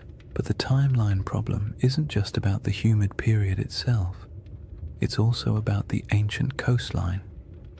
During the era Plato places Atlantis, sea levels were dramatically lower. Coastlines extended far beyond their modern boundaries. Large parts of West Africa that are now underwater would have been exposed as dry land. Rivers would have flowed along different paths. Estuaries, marshes, and coastal plains would have existed where the ocean now rests. If someone in the deep past described a coastal landscape, that description would make little sense today unless you knew where the shoreline used to be.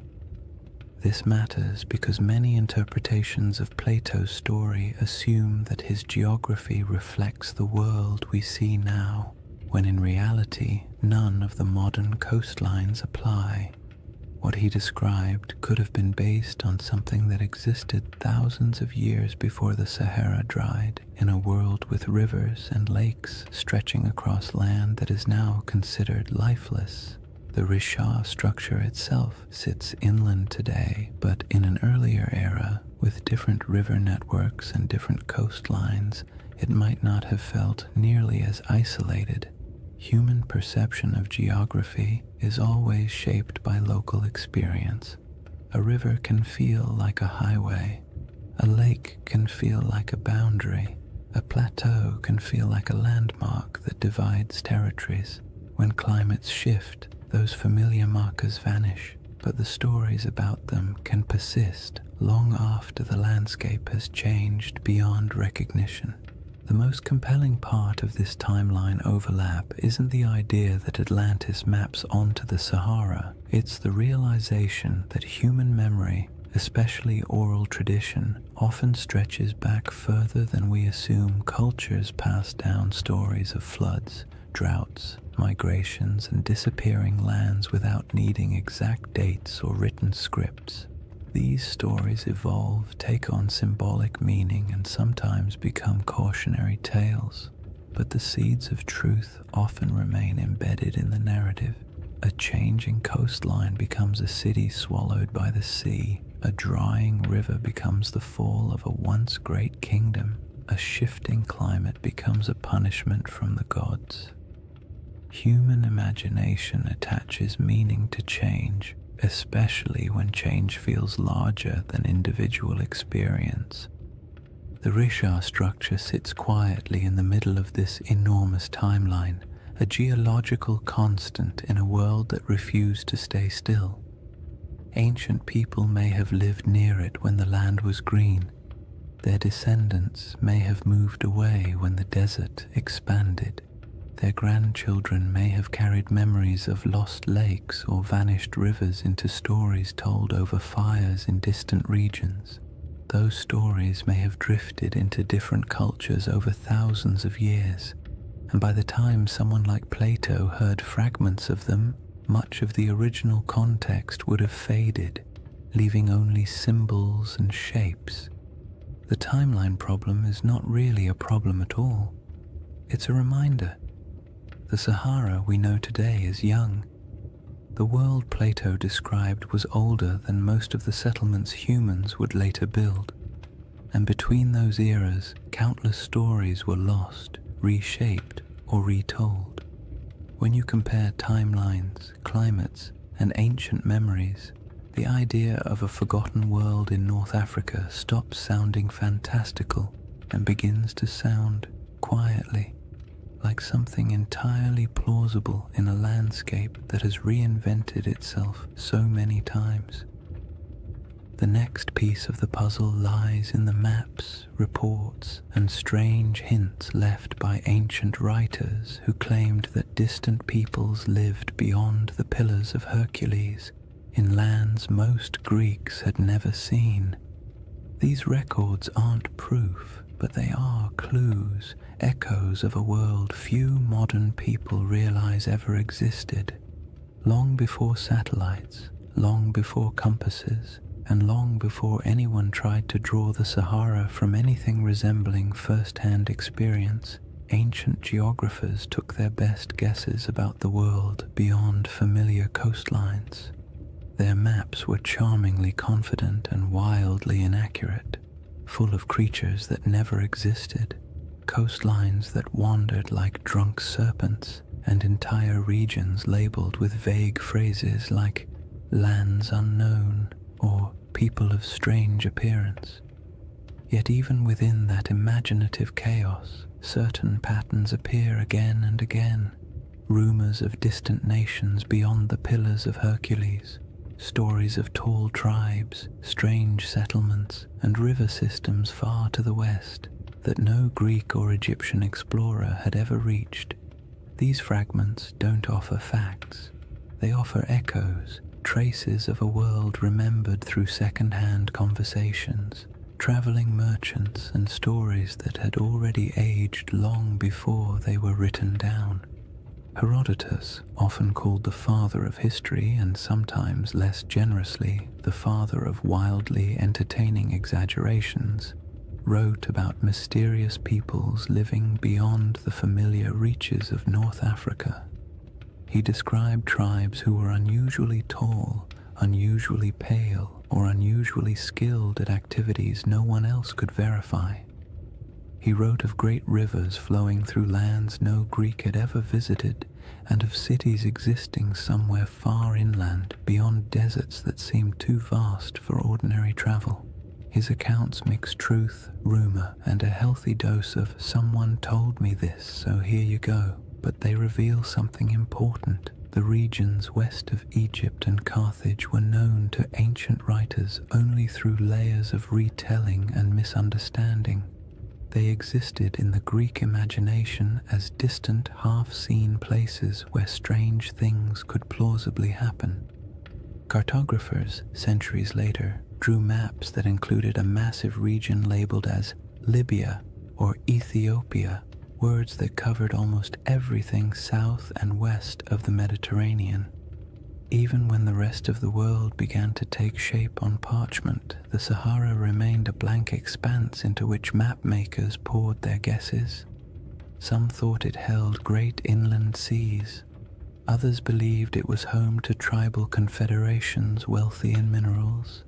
Medieval maps continued the tradition, referring to kingdoms of the West or lands of gold believed to lie somewhere beyond the desert. These weren't precise descriptions.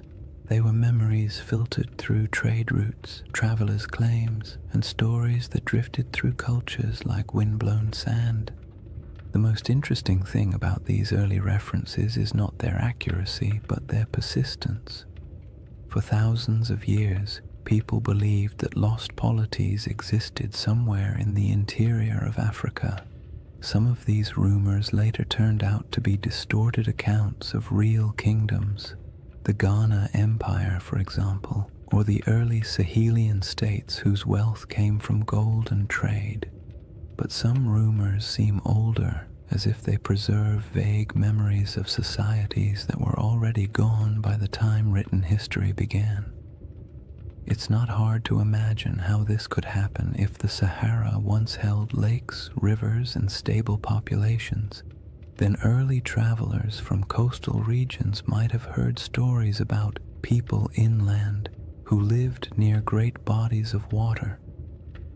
By the time those stories reached Greek scholars, the lakes might have dried, the migrations might have begun, and the cultures connected to those earlier landscapes might have dispersed.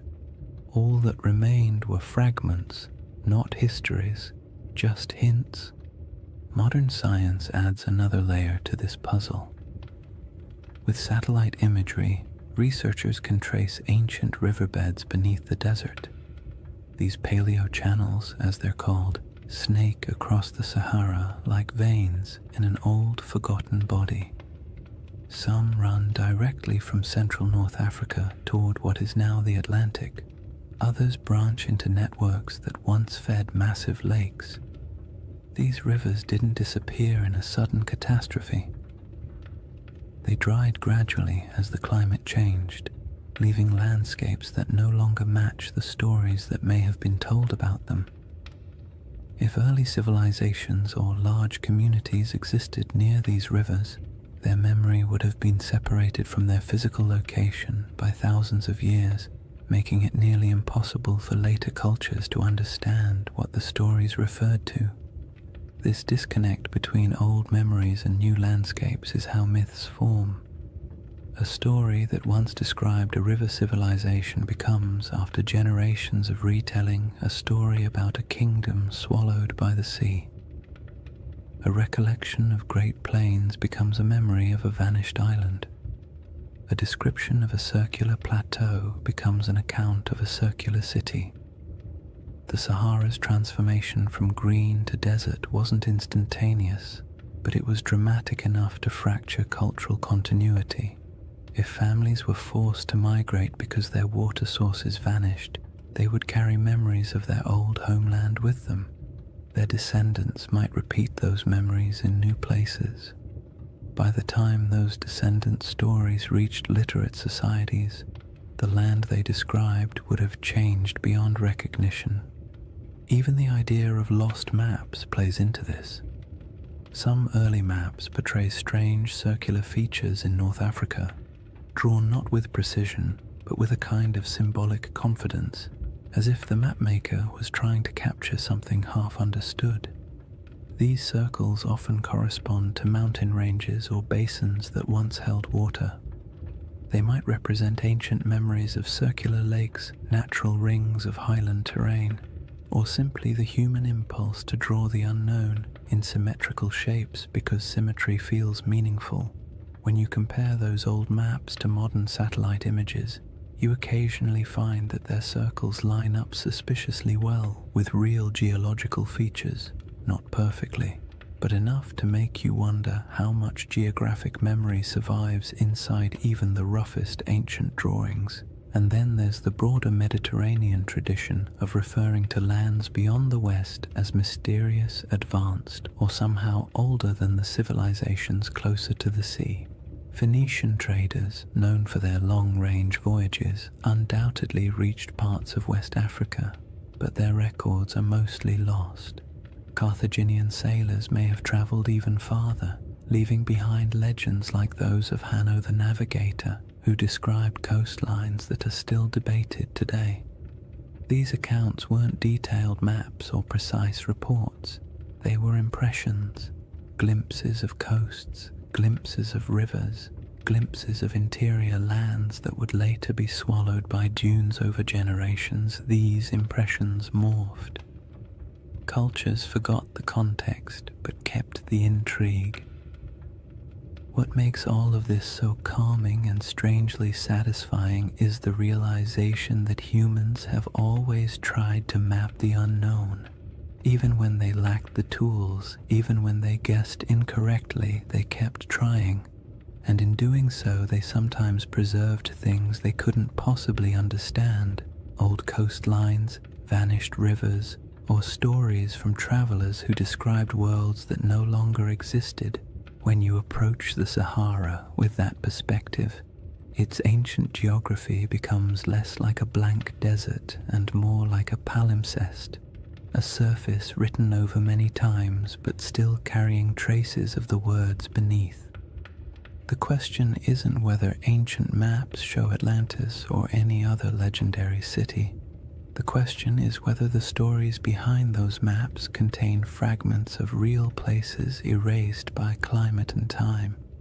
In a world where the Sahara once supported thriving cultures and vast waterways, it's not unreasonable to imagine that memories of those lost communities could drift across centuries, eventually arriving in distorted form on the pages of ancient writers. The final piece of this chapter lies in the moment when all those rivers dried and the green Sahara collapsed into the desert we know now.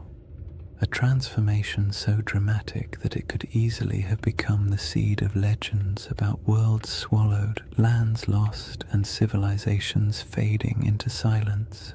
When people imagine worlds disappearing, they usually picture sudden disasters, walls of water, earthquakes splitting the earth, angry gods sweeping civilizations into the sea. But the Sahara didn't collapse in a single night. Its transformation from a green, living landscape into a vast desert was quieter, slower, and far more unsettling. It wasn't a dramatic catastrophe, it was a gradual unraveling of an entire ecosystem. A process so steady and so relentless that it might have felt to the people living through it like the land itself was breathing out for the last time. This slow-motion disaster is one of the most profound environmental changes in human history. and its echoes still shape our perception of ancient worlds. The end of the African humid period began subtly. Rains that had once arrived predictably started coming later. Lakes that had always been full began to shrink just slightly around their edges. Wetlands that had supported birds, fish, and early settlements became patchier. People may not have noticed these first signs at all. One dry season feels like an anomaly. 2 in a row feel like an inconvenience. 3 or 4 begin to feel like a pattern. And before long, families who had lived near the same lake for generations might have found themselves walking farther and farther to reach the shore each year. As rainfall continued to decline, the lakes shrank dramatically. Rivers that had once flowed energetically across the plains became shallow streams, then trickling channels, then dry paths where children could walk without getting their feet wet. The soil hardened, vegetation struggled, herds moved away, and because humans rely on the same resources as every other species, they followed. Migration became a necessity rather than a choice. People packed up their belongings, tools, baskets, simple ornaments, memories of what had once been, and set out in search of more reliable water. This wasn't an age of monumental architecture. People didn't leave behind cities where archaeologists could sift through layers of foundations. What they left behind were stories, passed from one generation to the next. Stories of places that had been full of water. Stories of rivers that used to run through valleys now swallowed by dust. Stories of hunting grounds that disappeared so gradually it felt like watching a friend fade over time. These stories survived even after the landscapes themselves did not. And as families moved farther away, spreading into new regions, the memory of those green lands became a distant echo, reshaped by each retelling. If you could watch the Sahara's drying from a high vantage point, maybe even from the center of the Richard structure itself, the change would look like a slow retreat, lakes pulling inward decade by decade. Shorelines collapsing, riverbeds fracturing into networks of disconnected pools before vanishing entirely, grasslands thinning until the only plants left were the stubborn species adapted to drought. You would see the land lose color, then texture, then sound, until finally all that remained was the wind sweeping grains of sand across empty plains. But there were moments during this drying where the process didn't feel slow at all. When monsoon patterns shifted suddenly, regions that had relied on predictable rainfall could experience dramatic declines in just a few years. A lake that had provided generations of stability might disappear in 2 or 3 long drought cycles. Floods that once rejuvenated riverbanks might stop arriving altogether. These moments would have felt catastrophic to the people experiencing them. They wouldn't have had the language of climate science, but they would have understood that something fundamental had changed in their eyes. The land had turned against them. Such moments of environmental collapse often become the seeds of myths. A lake vanishing can become a story about the gods withdrawing a gift. A flood that never returns can become a story about a cursed people. A migration forced by drought can become a tale of exile. When these stories pass through enough generations, the context blurs and the details shift. What once described a drying valley might eventually become a narrative of a kingdom sinking beneath waves or disappearing overnight. Not because the original event was exaggerated maliciously, but because the environment changed more quickly than human memory could keep up with. As the desert expanded, dunes began to march across the land. Sand doesn't move with purpose, it simply responds to wind, drifting slowly over everything in its path. It fills valleys, it buries old lake beds, it smooths over animal tracks, human footprints, and any fragile structures that once stood nearby. Over centuries, dunes consumed the last evidence of the old Sahara. Rock art survived only where cliffs or caves shielded it. Any settlements built from organic materials vanished entirely. The landscape became clean, empty, and silent, a perfect blank slate for future generations to wonder about. Today, when you look across the Sahara, it's difficult to imagine the world that came before it. The silence is heavy. The land feels ancient in a way that suggests permanence, but permanence is an illusion. The desert is young, geologically speaking. It is still changing, still shifting, still carrying beneath its surface the faint outlines of rivers that once sustained entire populations. And in the midst of this world of sand sits the Rishat structure, a relic of deeper geological time that somehow feels connected to the stories of the people who once lived nearby. If early civilizations or pastoral groups did gather near the Rishat structure in greener times, they would have watched their world collapse gradually. The retreat of the lakes, the shrinking of rivers, the decline of herds, and the encroachment of sand would have felt like losing a home in slow motion. And when those people moved on, their stories went with them. Stories of a place where water once flowed, stories of circular hills or landscapes shaped in ways that felt meaningful. These stories might have evolved into tales of lost worlds, not because anyone invented them out of fantasy, but because the original geographic references vanished. This is what makes the drawing of the Sahara such a powerful backdrop for ancient legends. When a land undergoes such a dramatic transformation, memories of the old world become mythic by default. A fertile plain becomes a garden of the gods. A shrinking lake becomes a vanishing kingdom. A circular plateau becomes a city swallowed by disaster. Not because any of these interpretations are literally true, but because the landscape changed so completely that the only way to explain it was through story. By the time later civilizations began writing their records, the Green Sahara had been gone for thousands of years. All that remained were scattered hints, maps with odd symbols, travelers' reports of ancient rivers, and faint memories passed through cultures far from where the original events took place. And all of it sets the stage for the comparisons and questions that would later emerge when people finally saw the Rishat structure from above and began searching for meaning in its perfect rings. With the ancient landscape transformed, the stage is set for the next part of the mystery. How the Rishat structure quietly echoes elements of Plato's most enduring legend. Chapter 3. Atlantis, Coincidence or Clues? By the time people began comparing the Rishat structure to Atlantis, Plato had already been misunderstood, misquoted, stretched into metaphors he never intended, and, to his likely horror, placed at the center of more conspiracy theories than any other philosopher in history.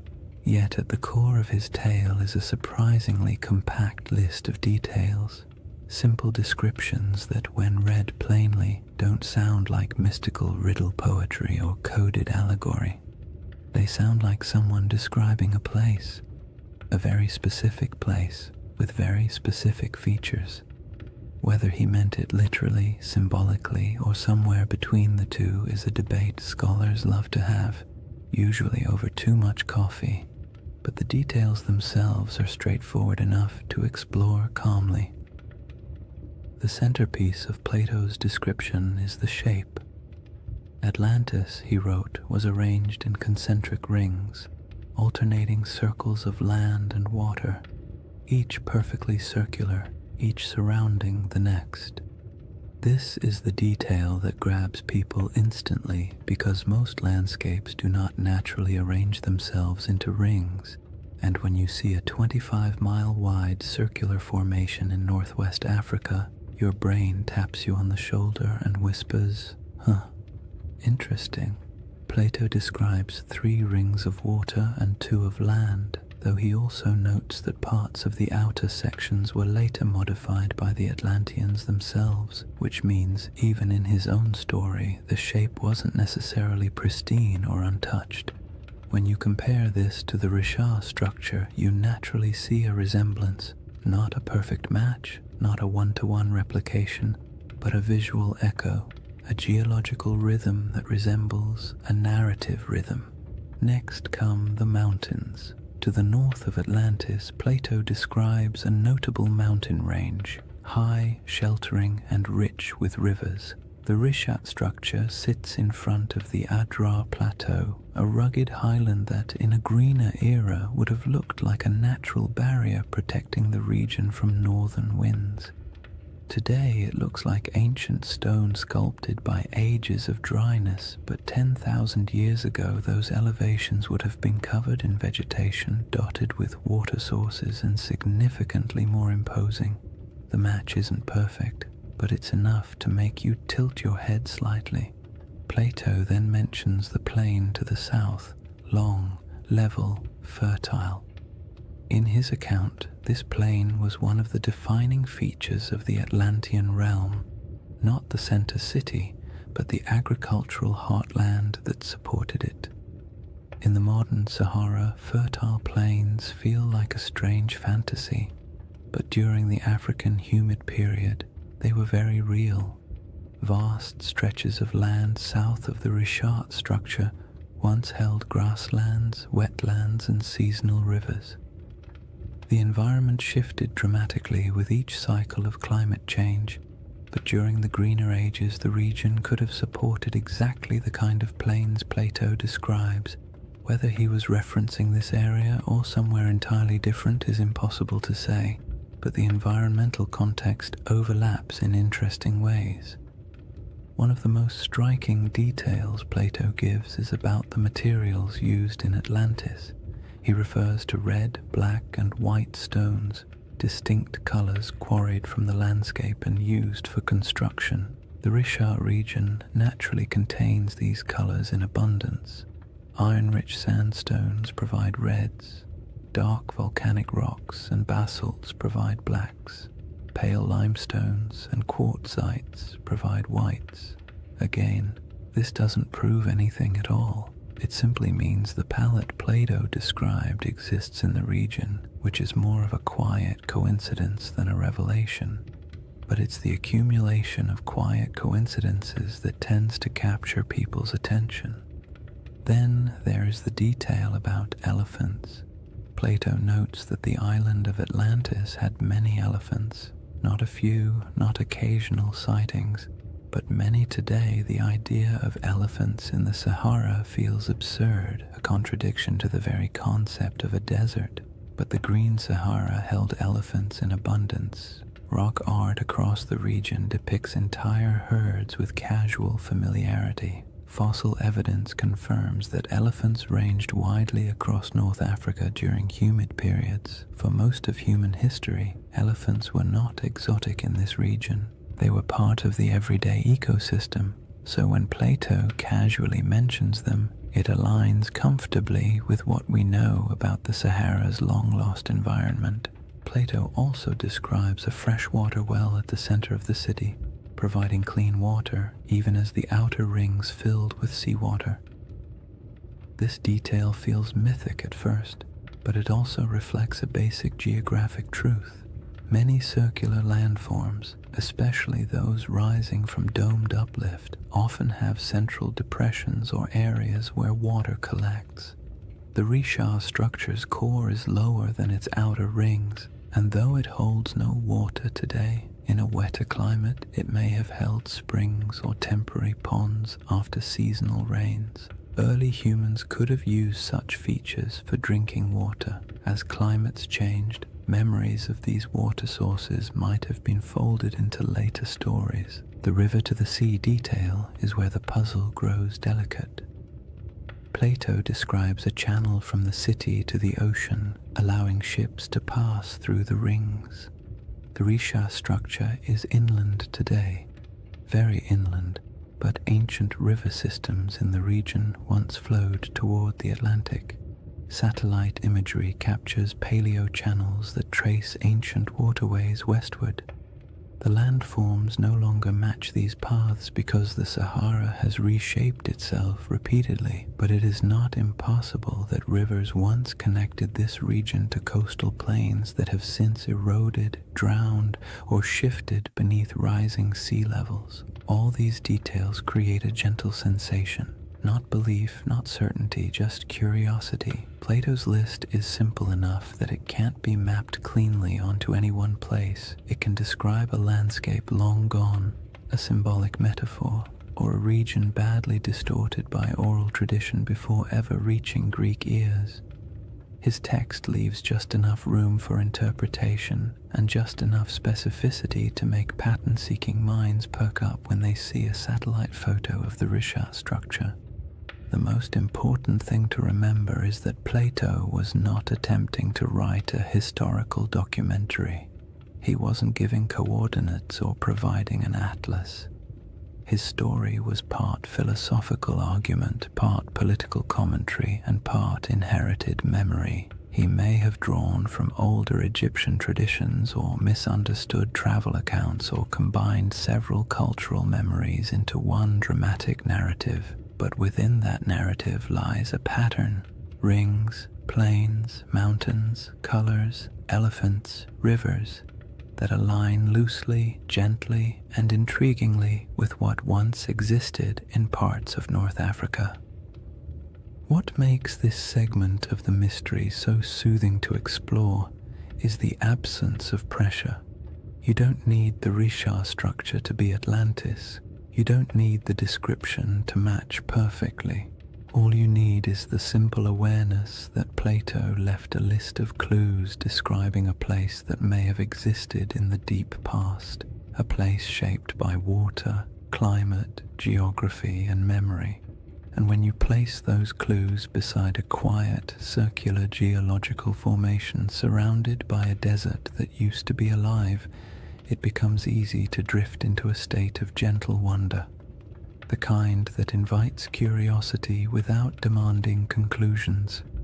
Once you've examined Plato's clues and quietly accepted that some of them line up with the Rishat structure in a pleasantly suspicious way, the next step is to look at the smaller oddities, the details that don't prove anything on their own but linger in the mind like faint fingerprints on ancient glass. These are the features that make researchers pause, tilt their heads slightly, and say something academic like, "Well, that's interesting." They don't demand conclusions, they simply refuse to be ignored.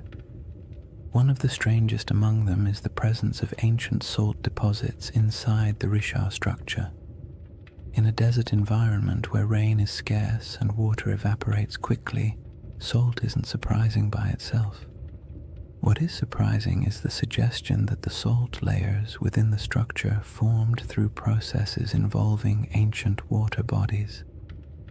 Some geologists have pointed out that portions of the Risha contain evaporate deposits, minerals that form when water sits, lingers, and evaporates over long stretches of time. This doesn't mean the Risha was once a lake, but it does hint that water interacted with its geology in ways that aren't immediately obvious from the modern climate. When you picture the Sahara during a humid phase, rivers flowing, lakes filling, storm clouds gathering, it becomes easy to imagine water pooling in the structure's circular basins, creating the kind of environment where salt layers could slowly accumulate. Then there are the ancient river systems that slither beneath the desert like ghosts of a wetter world. Radar imaging in the late 20th and early 21st centuries revealed the outlines of these massive paleo-channels, dried riverbeds that once carried immense volumes of water across North Africa. Some of these channels flow in directions that match Plato's narrative surprisingly well, running from deep inland regions toward what is now the Atlantic coastline. In modern geography, the Richard structure sits far from the sea, but in the world of 10,000 or even 8,000 years ago, the landscape would have been dramatically different. Coastlines were altered, deltas shifted, and river networks created pathways across regions that are now hostile to life. When you consider these ancient waterways, the idea of a circular formation once connected to a westward flowing system becomes far less far-fetched. Another curiosity is the distribution of ancient fauna across the region, especially elephants.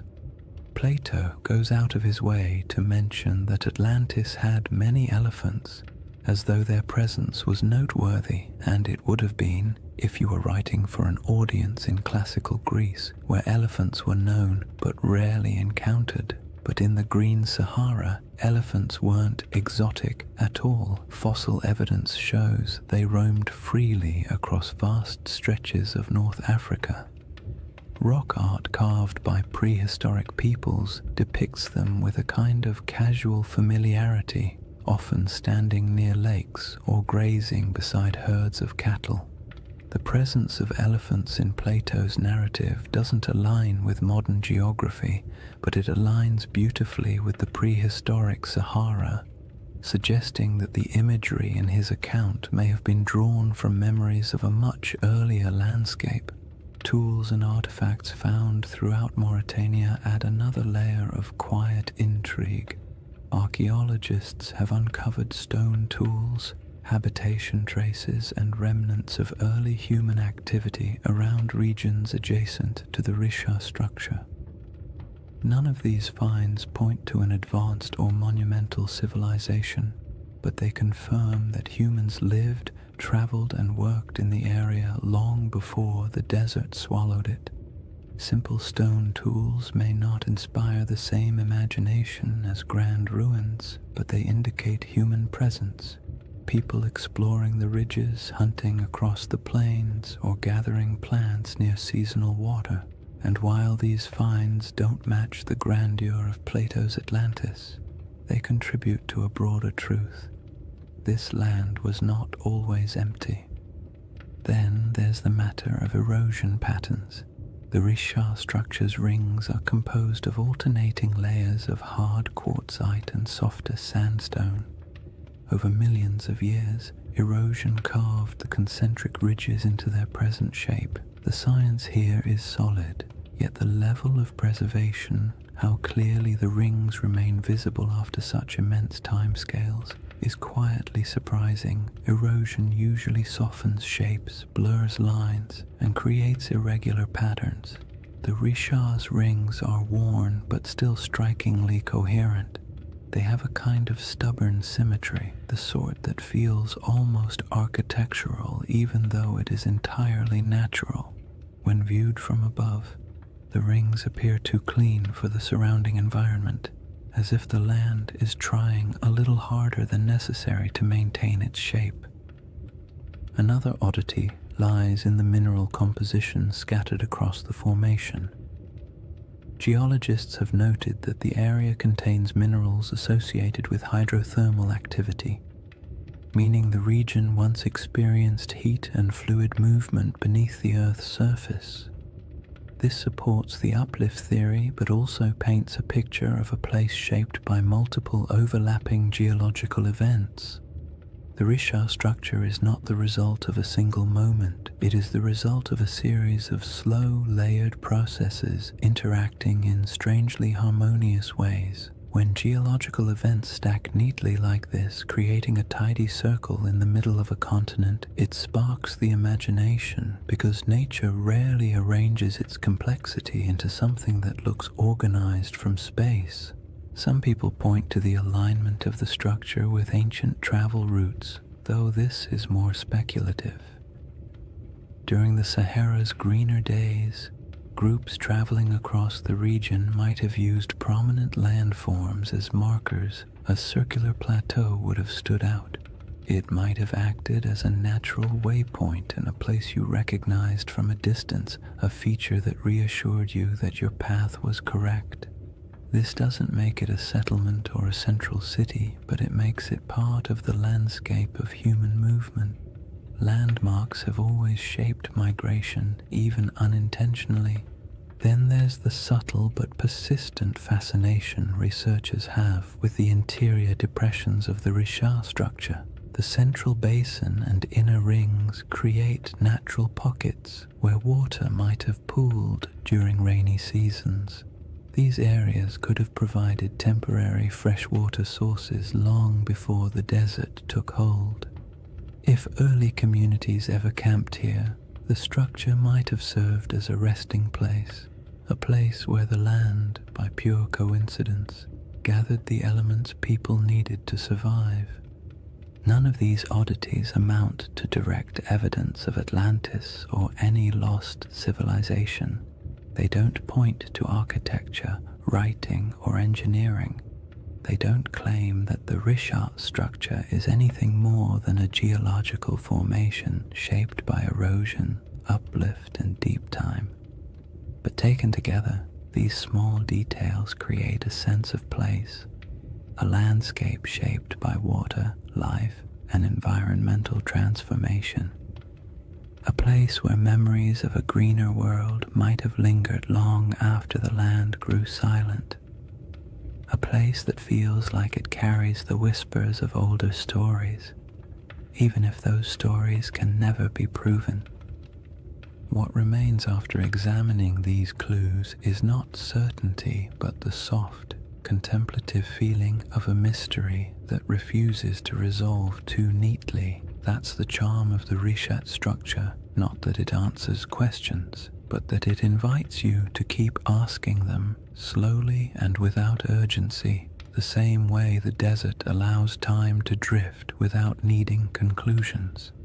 After exploring the curious parallels and intriguing coincidences, it's important to settle into the other side of the discussion, the quiet, grounded, scientifically steady side, the side that takes a deep breath, adjusts its glasses metaphorically, and says, "All right, let's not get carried away." Because while the Richat structure is visually compelling and undeniably mysterious in its aesthetic, the case against it being anything remotely like Atlantis is just as strong as the case that makes people wonder in the first place.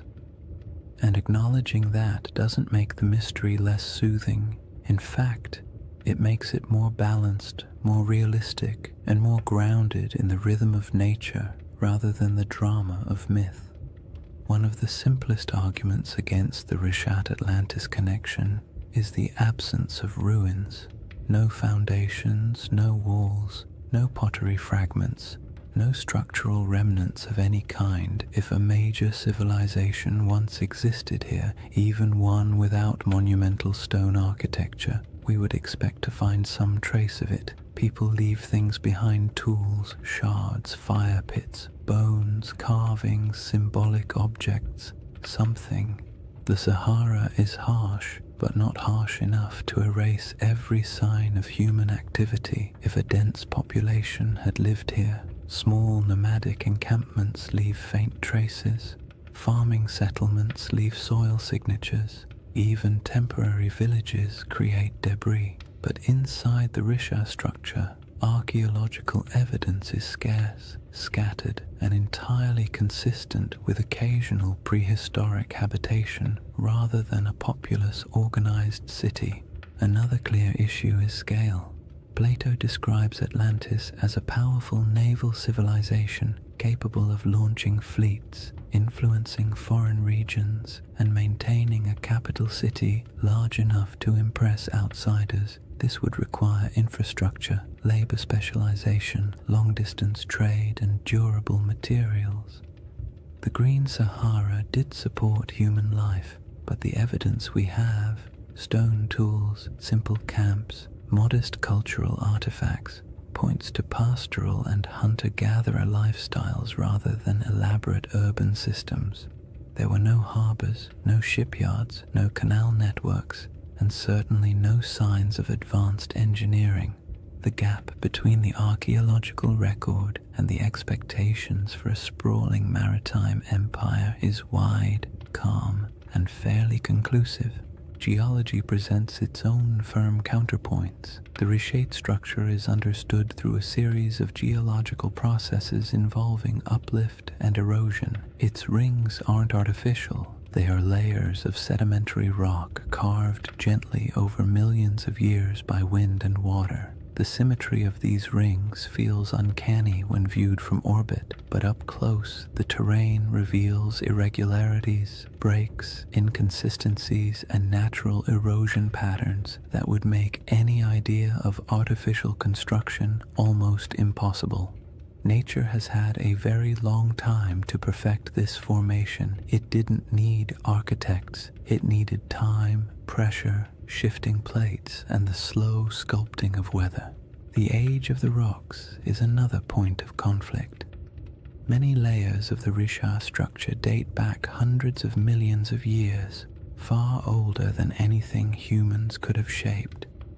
The uplift likely occurred tens of millions of years ago. Even the youngest erosional processes are far older than the timeline of human civilization. If Plato's account referred to an advanced society around 9600 BCE, the Richat's geological history simply does not align. Humans were not carving rings into uplifted domes while mammoths still roamed the northern forests. The idea collapses under the sheer weight of deep time.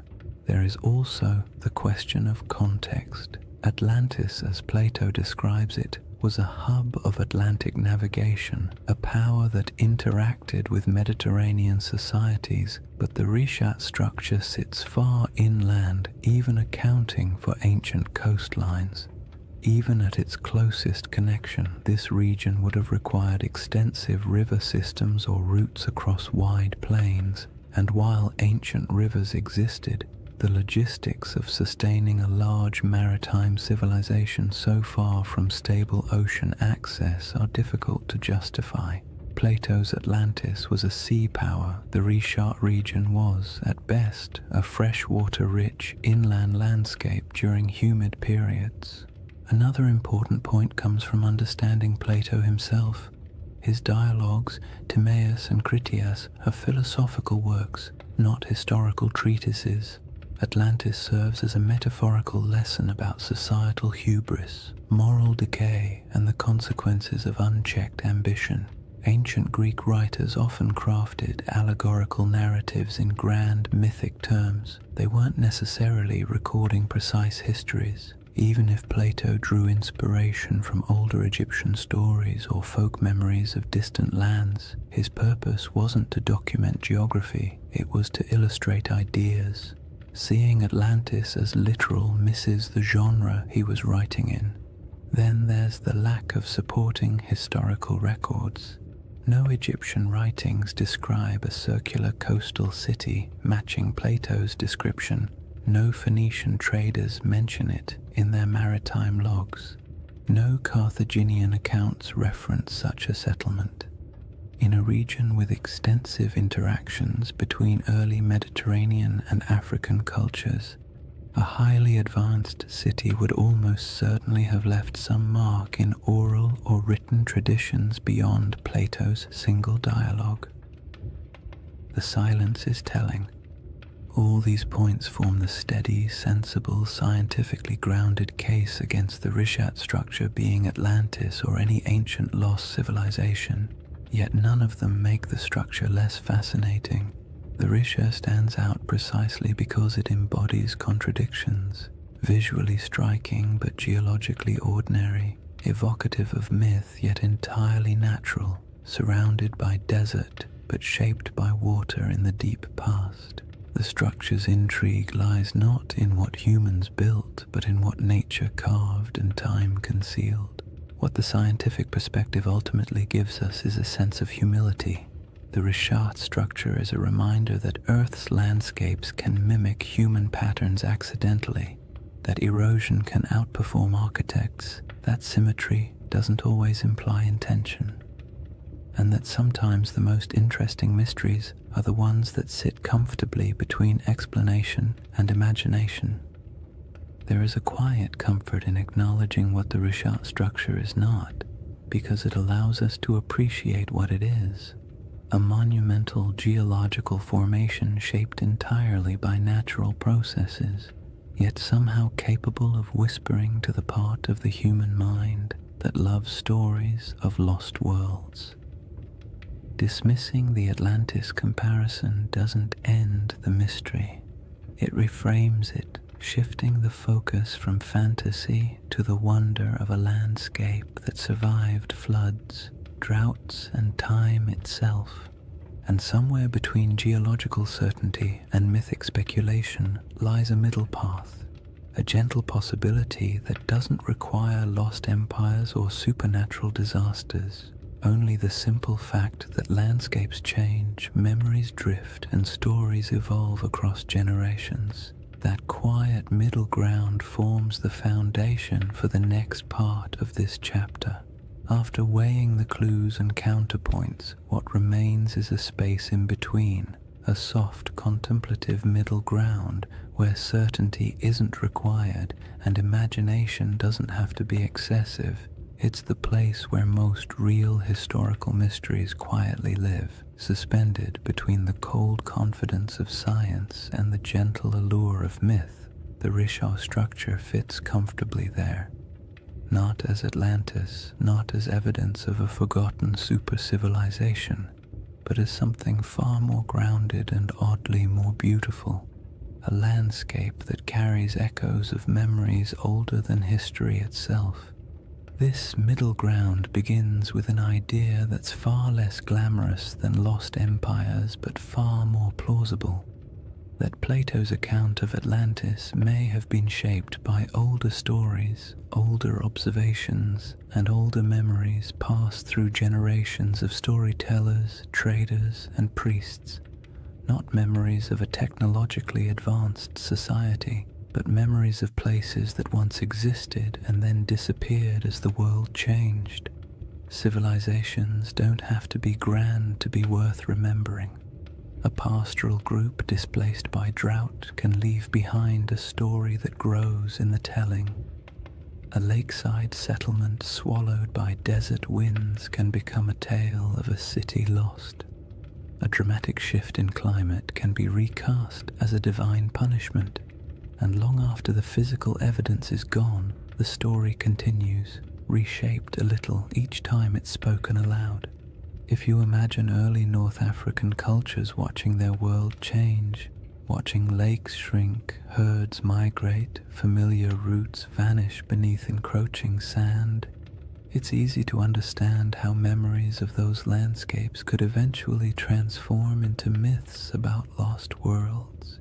The Sahara didn't disappear overnight, but it disappeared quickly enough in human terms that it would have felt, to those who lived through it, like watching a homeland dissolve. People don't forget something like that.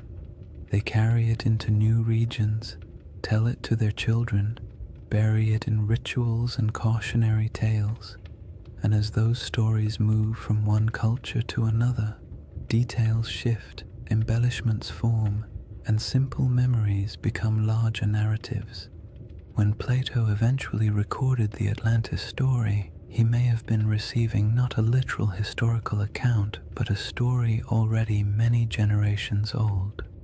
A story so old, in fact, that the geography behind it had changed completely since the original events.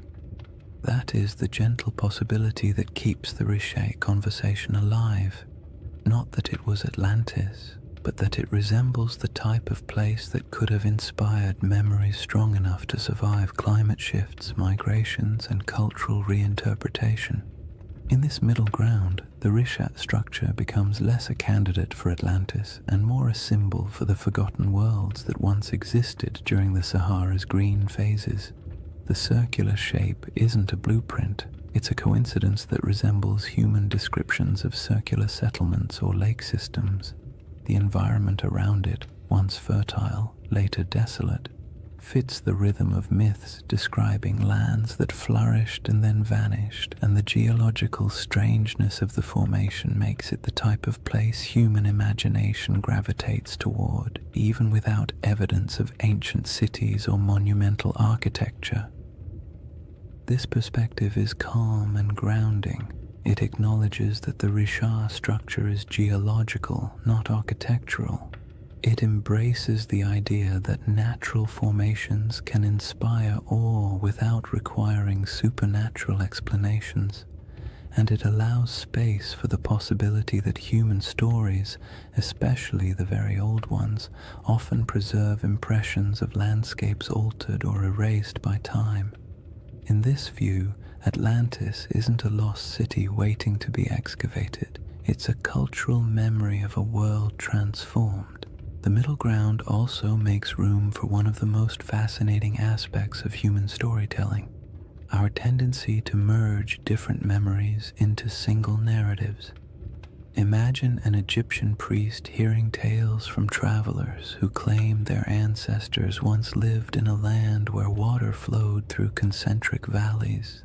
Imagine those memories mixing with other stories of disappearing lakes, ancient floods, or regions swallowed by drought.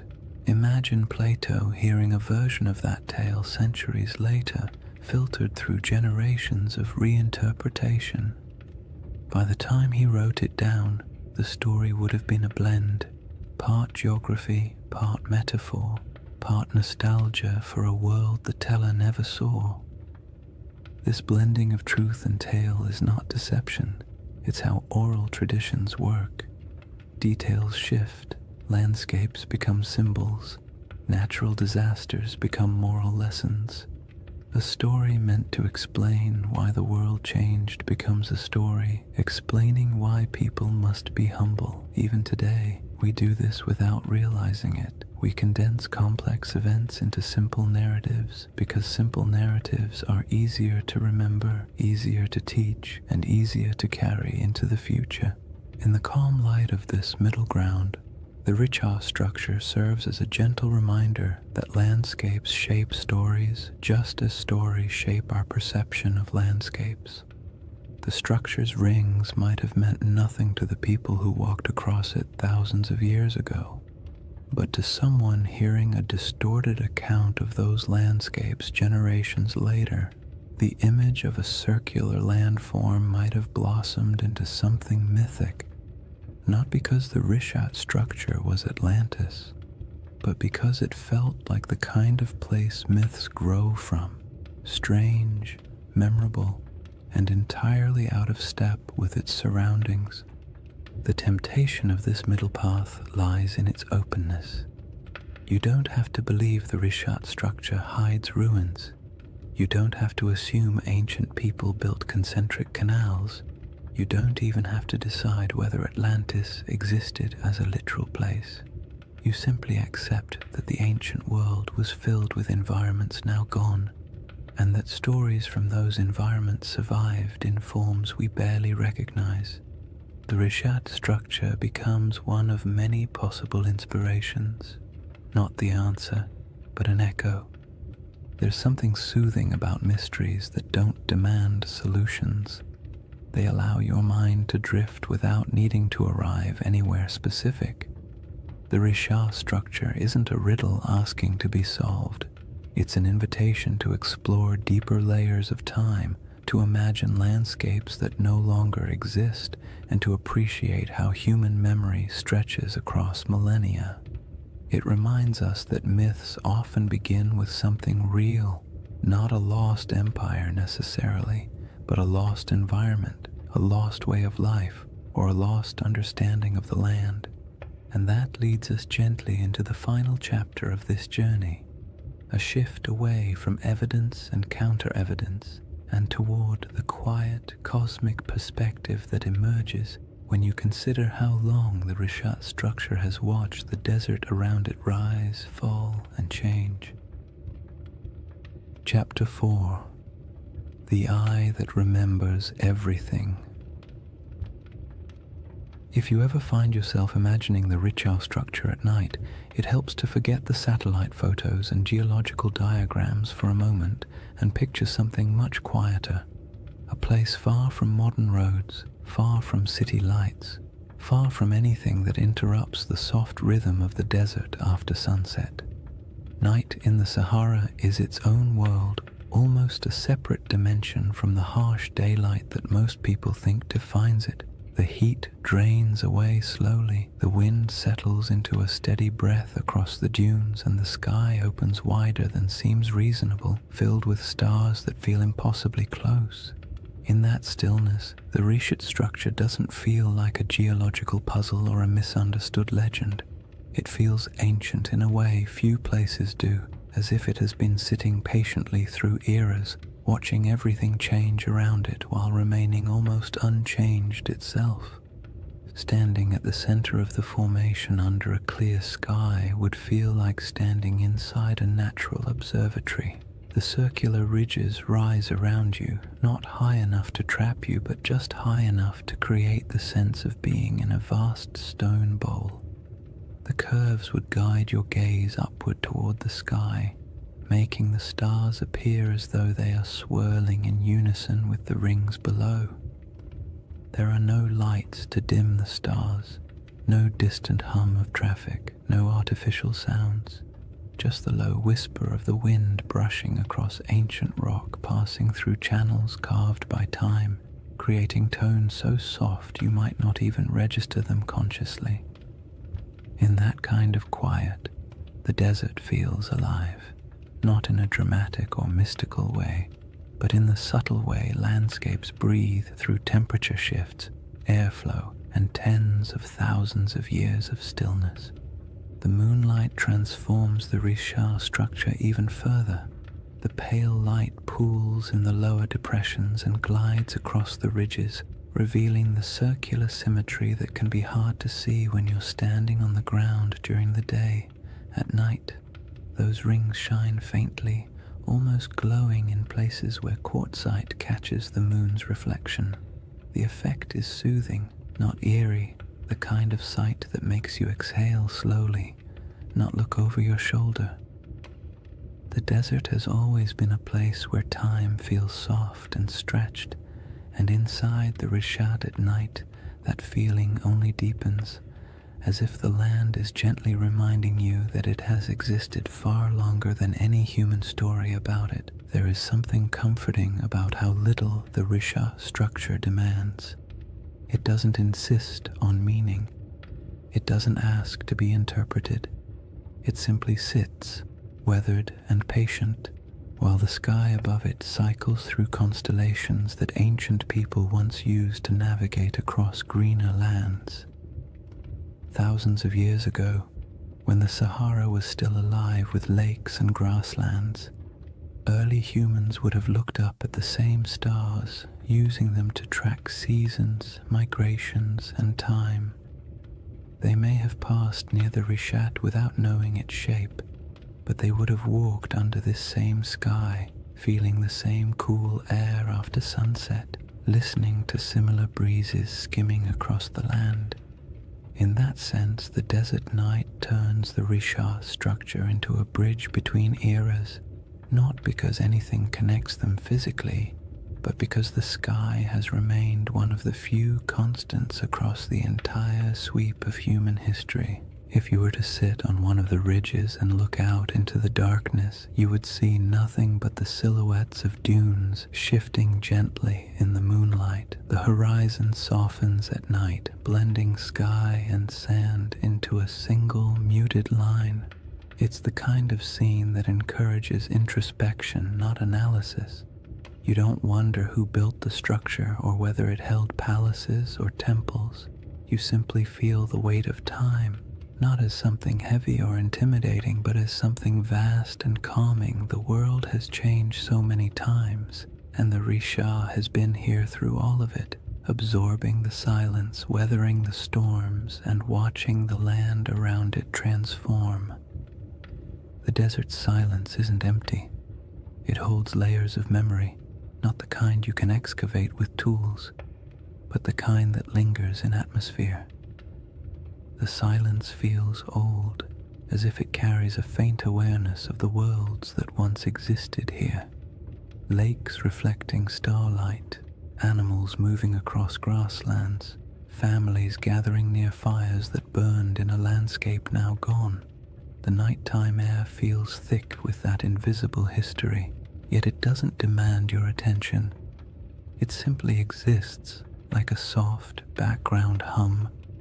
The stars above the Rishat structure appear especially dense because of the region's extreme remoteness. The Milky Way stretches overhead like a pale river of light, echoing the rivers that once flowed across the Sahara during its humid phases. The longer you look, the more constellations seem to reveal themselves, and the more the structure on the ground feels connected to the cosmos above. The rings of the Rishat mirror the vast circular patterns in the sky, the arcs of the galaxy, the curvature of the horizon, the slow rotation of the Earth itself. It creates a sense of gentle symmetry between Earth and sky, a reminder that humans have always found meaning in patterns even when those patterns were accidental. It's easy to understand why people feel drawn to connect this ancient formation with legends. Standing inside the Risha at night could make anyone feel the urge to tell a story, not a sensational one, but a quiet one about the persistence of the land, the fragility of memory, and the way nature sometimes creates shapes that feel like symbols. In the soft glow of the moon, the structure doesn't look artificial, but it does look intentional in a way only nature at its most patient can achieve. What makes the Risha structure so soothing at night is the way it absorbs human curiosity without answering it. You can wonder about its origins, its place in mythology, its connection to past climates, or whether ancient people ever felt a hint of awe when passing near it. But the structure offers nothing back except the gentle assurance that it will still be here long after our questions fade into silence. In that sense, it becomes a reminder not of lost civilizations, but of time's quiet endurance, the slow, steady processes that shape the Earth far beyond human timelines. And as the night grows deeper and the air cools further, the Rishat structure settles into complete stillness, becoming not a mystery to solve, but a place to simply exist for a moment, to rest, to breathe, and to absorb the sense of calm that comes from standing in a landscape that has survived every climate, every story, and every shift the world has thrown at it. The next layer of this journey explores the source of that storytelling instinct, why humans see patterns, build myths, and create meaning from landscapes that endure long after the civilizations around them disappear. If you sit long enough inside the Risha structure, not literally of course, but in your mind, quietly imagining the desert night and the slow movement of stars overhead, you eventually drift into a very human question. Why do we tell stories about places like this?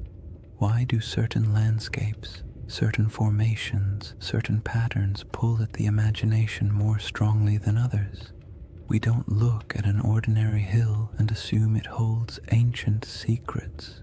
We don't stare at a random cluster of rocks and start crafting mythologies, yet give us a perfect circle in the middle of a desert, or a mountain shaped like a face, or a forest that feels too symmetrical to be an accident, and our brains immediately begin weaving meaning into the shapes. It isn't irrational, it's instinctive. A deep part of how humans make sense of the world, especially the parts of it that feel older than our ability to explain them. That instinct begins with something simple: pattern recognition. Humans are exceptional at spotting patterns even when those patterns don't exist. It's a survival trait. Recognizing the difference between a harmless shadow and a predator hiding in the bushes was once a matter of life and death. Over time, that instinct expanded into art, religion, storytelling, and all the imaginative ways we try to connect the dots between what we see and what we feel. When early people saw the rings of the Rishat structure, perhaps not from the ground but from the gradual rise of surrounding terrain, they might have sensed an unusual regularity in its shape. Maybe not enough to interpret it as a city or a monument, but enough to remember it, enough to describe it, enough to make it feel distinct from the ordinary landscapes around it. The human imagination thrives on places that feel just slightly out of place. The Risha structure does exactly that. It's too round, too wide, too neatly layered to blend in with the rugged desert. It doesn't look artificial, but it doesn't look random either. It occupies a liminal space, natural but strangely intentional in appearance, and when a landscape hovers in that space, the imagination naturally steps in to fill the gaps. People project stories onto it not to deceive anyone, but because stories help us understand what feels beyond understanding. Storytelling is how humans anchor themselves in time, how they transform landscapes into memories, and how they preserve experiences that might otherwise vanish. This is why even the calmest, most scientific minds sometimes drift into gentle speculation when they look at places like the Rishat, not because they truly believe in lost empires hiding under millions of years of erosion, but because landscapes with unusual beauty evoke a sense of quiet wonder, and wonder is a fertile ground for stories. You don't need to imagine Atlantis rising and falling. You only need to imagine how it felt for early communities to live in a Sahara full of lakes and wildlife, passing by a strange circular plateau that looked different each season. Maybe it was a landmark, maybe it was a gathering point, maybe it meant nothing at all, but it would have stood out, and anything that stands out tends to gather stories. Humans also tell stories because the natural world isn't always generous with explanations.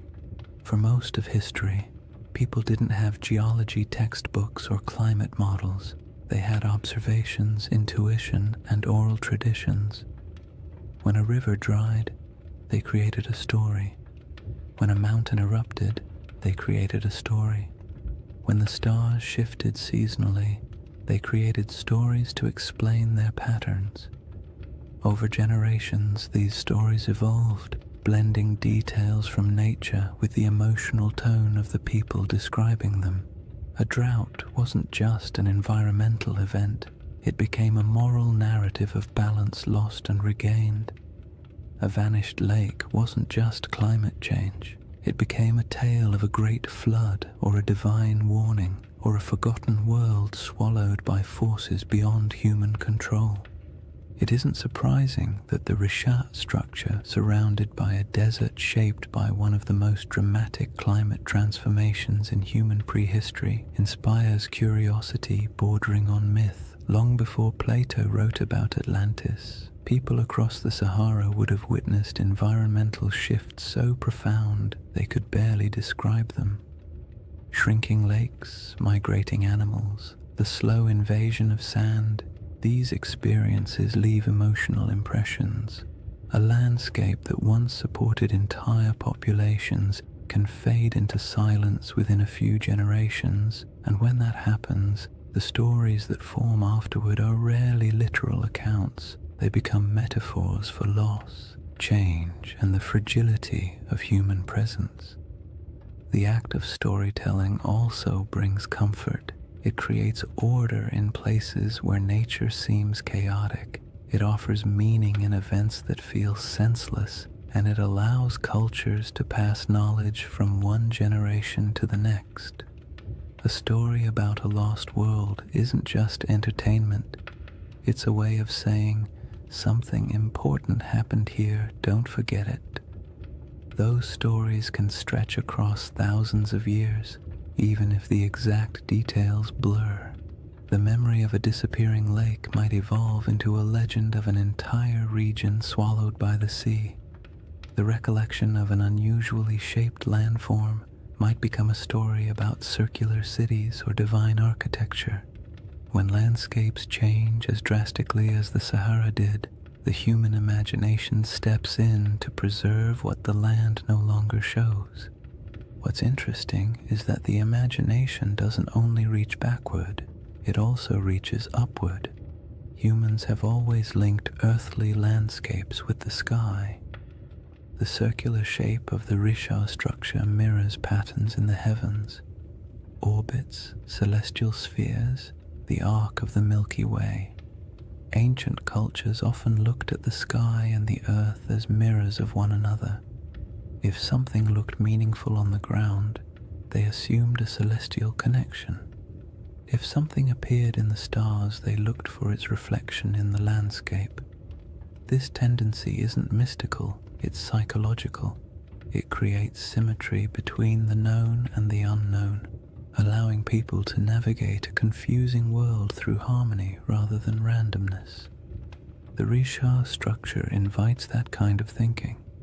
At night, when the stars swirl overhead and the rings below form a gentle spiral of shadow and light, it becomes easy to understand how the human imagination might link the two, not through elaborate theories, but through quiet intuition, through the simple feeling that a place shaped in circles must hold a story shaped in circles, through the awareness that landscapes sometimes look like symbols even when they are not, through the natural desire to connect the visible world with the invisible past. In the end, the human imagination isn't a flaw in our understanding of places like the Risha structure. It's a companion. It allows us to explore possibilities without insisting on answers. It lets us appreciate mysteries without demanding they be solved. And it reminds us that even when we know the scientific explanation for a geological formation, we can still feel wonder, still be moved by the beauty of its shape, and still tell stories about what it might have meant to the people who walked through a greener Sahara thousands of years ago. That instinct to remember, to reinterpret, to imagine, leads naturally into the next part of this journey, the way deserts protect, preserve, and occasionally conceal pieces of worlds that no longer exist, leaving behind not cities but quiet geological breadcrumbs for the patient observer. When people think of the desert, they often imagine it as a place that erases everything, wind sweeping across dunes, sand swallowing anything left on the surface, time grinding all traces of the past into dust.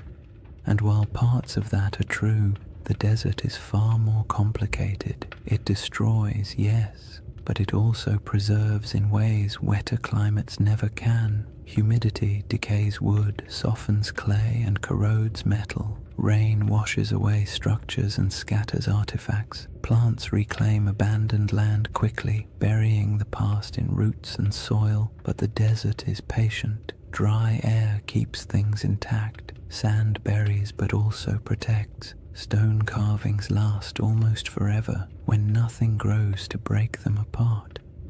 If anything, the Sahara is one of the most powerful memory keepers on Earth, even if it rarely gives up those memories easily. The Rishat structure sits in the middle of this vast archive, not an archive of books or ruins or treasure, but an archive of landscapes. The rings themselves are a geological timeline. Each layer tells a story about a different era of Earth's crust.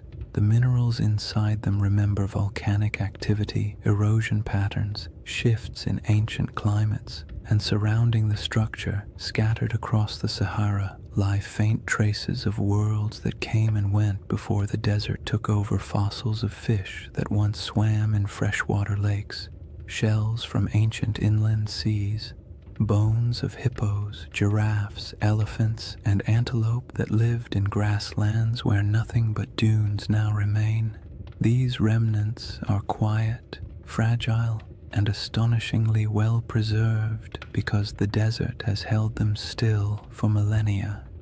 Even more delicate objects survive in surprising numbers. Stone tools left behind by early humans who walked across plains now buried under dunes, arrowheads, blades, grinding stones, small carvings. They're scattered, not concentrated, evidence of lives lived lightly on the land, following herds, collecting plants, moving when the seasons demanded it. None of these objects tell a story of a centralized city or a monumental culture, but they do tell the story of human persistence in a world that was constantly shifting around them.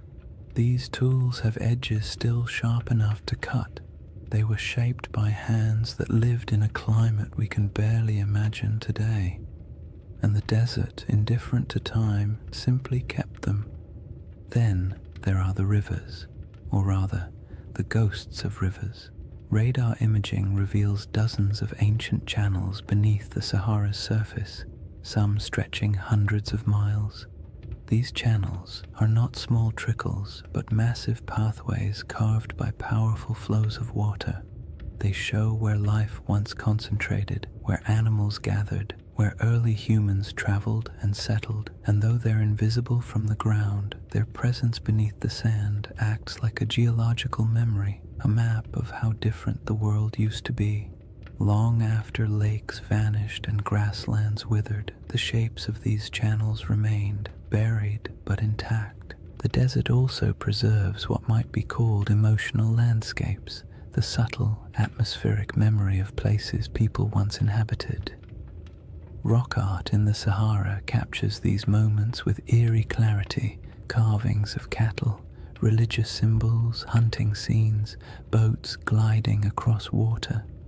Some images show animals that haven't lived in the region for thousands of years. Others depict rituals or daily activities of groups whose descendants migrated far away when the climate changed.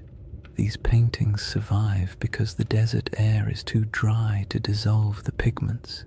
They are echoes etched into stone, fragments of human emotion fossilized in mineral form. And even though they don't correspond to Plato's Atlantis, they show how easily early cultures could leave behind traces that would confuse or inspire later generations. But the desert's preservation comes with a twist. It protects selectively. It keeps what nature builds, but rarely what humans build.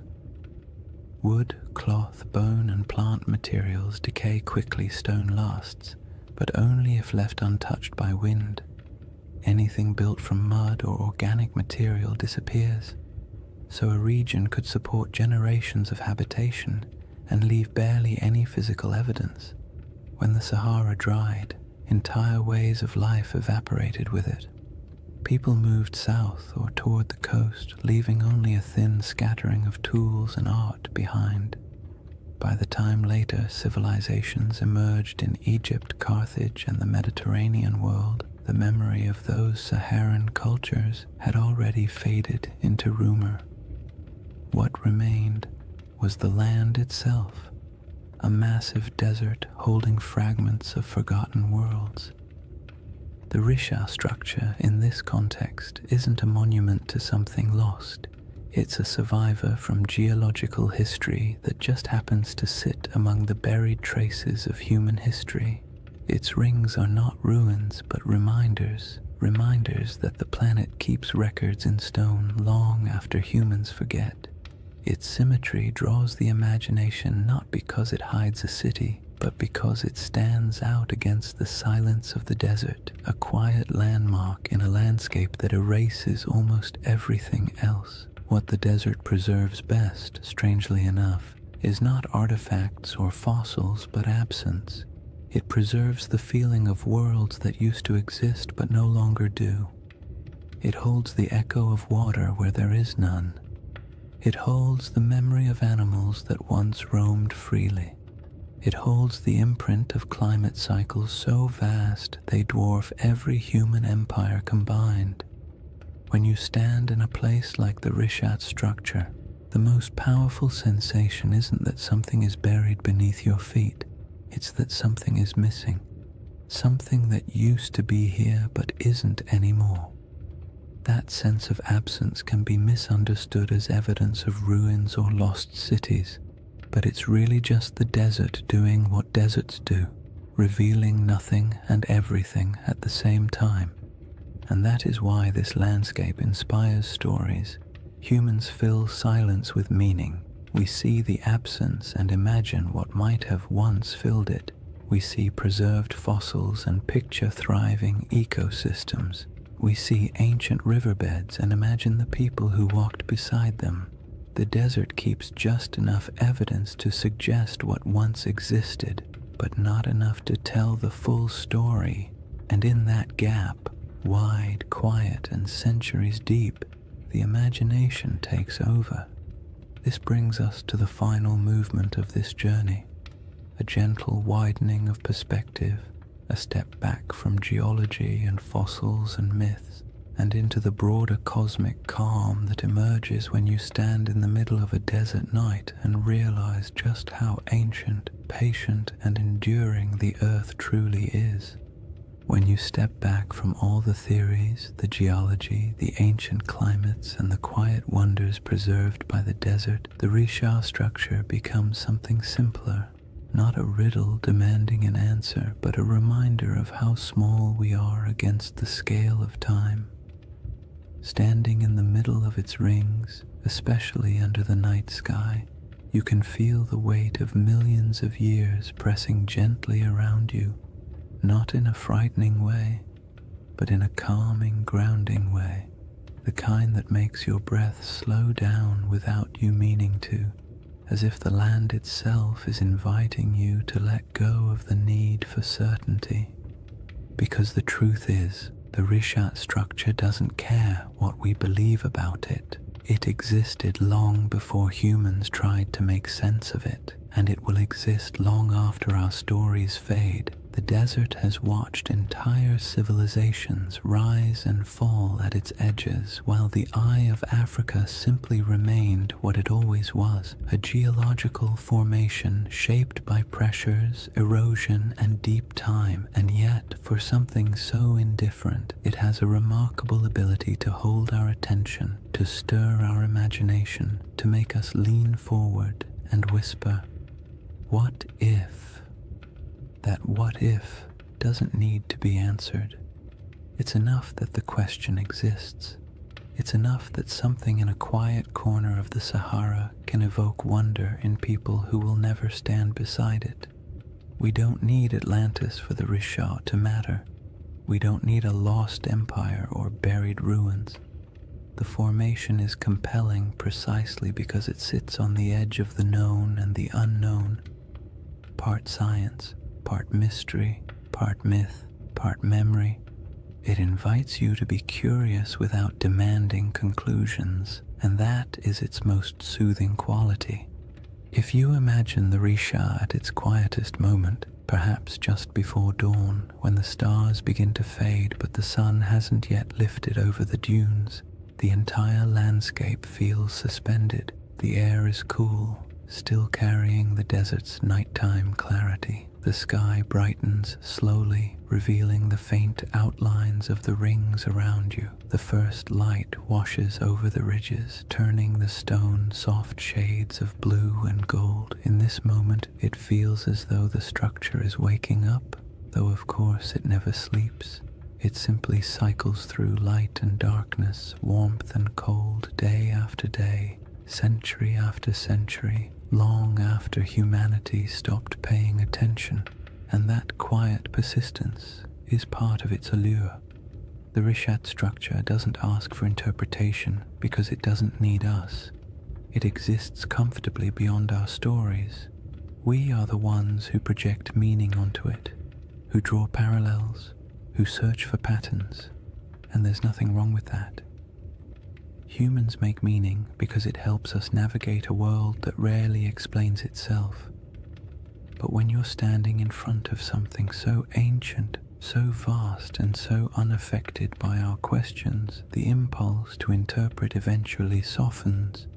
You start to accept the landscape the way you accept the night sky, beautiful, mysterious, complete without needing answers. This is why the final feeling the Risha structure gives isn't excitement or fear or even curiosity. It's perspective, the kind of perspective that makes you realize how temporary human history is compared to geological time.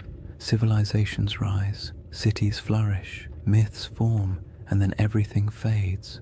But the land remains.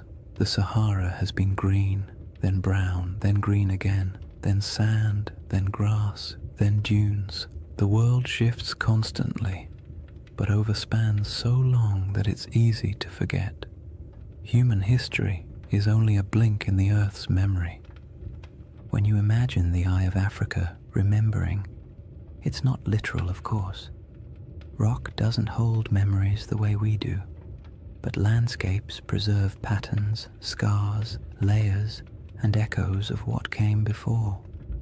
The Risha structure remembers not through intention, but through endurance, through the way its rings hold the imprint of ancient forces, through the way it witnessed the Sahara's transformation without changing its own essential shape, through the way it stands in the middle of emptiness, still holding the quiet dignity of something older than our oldest stories.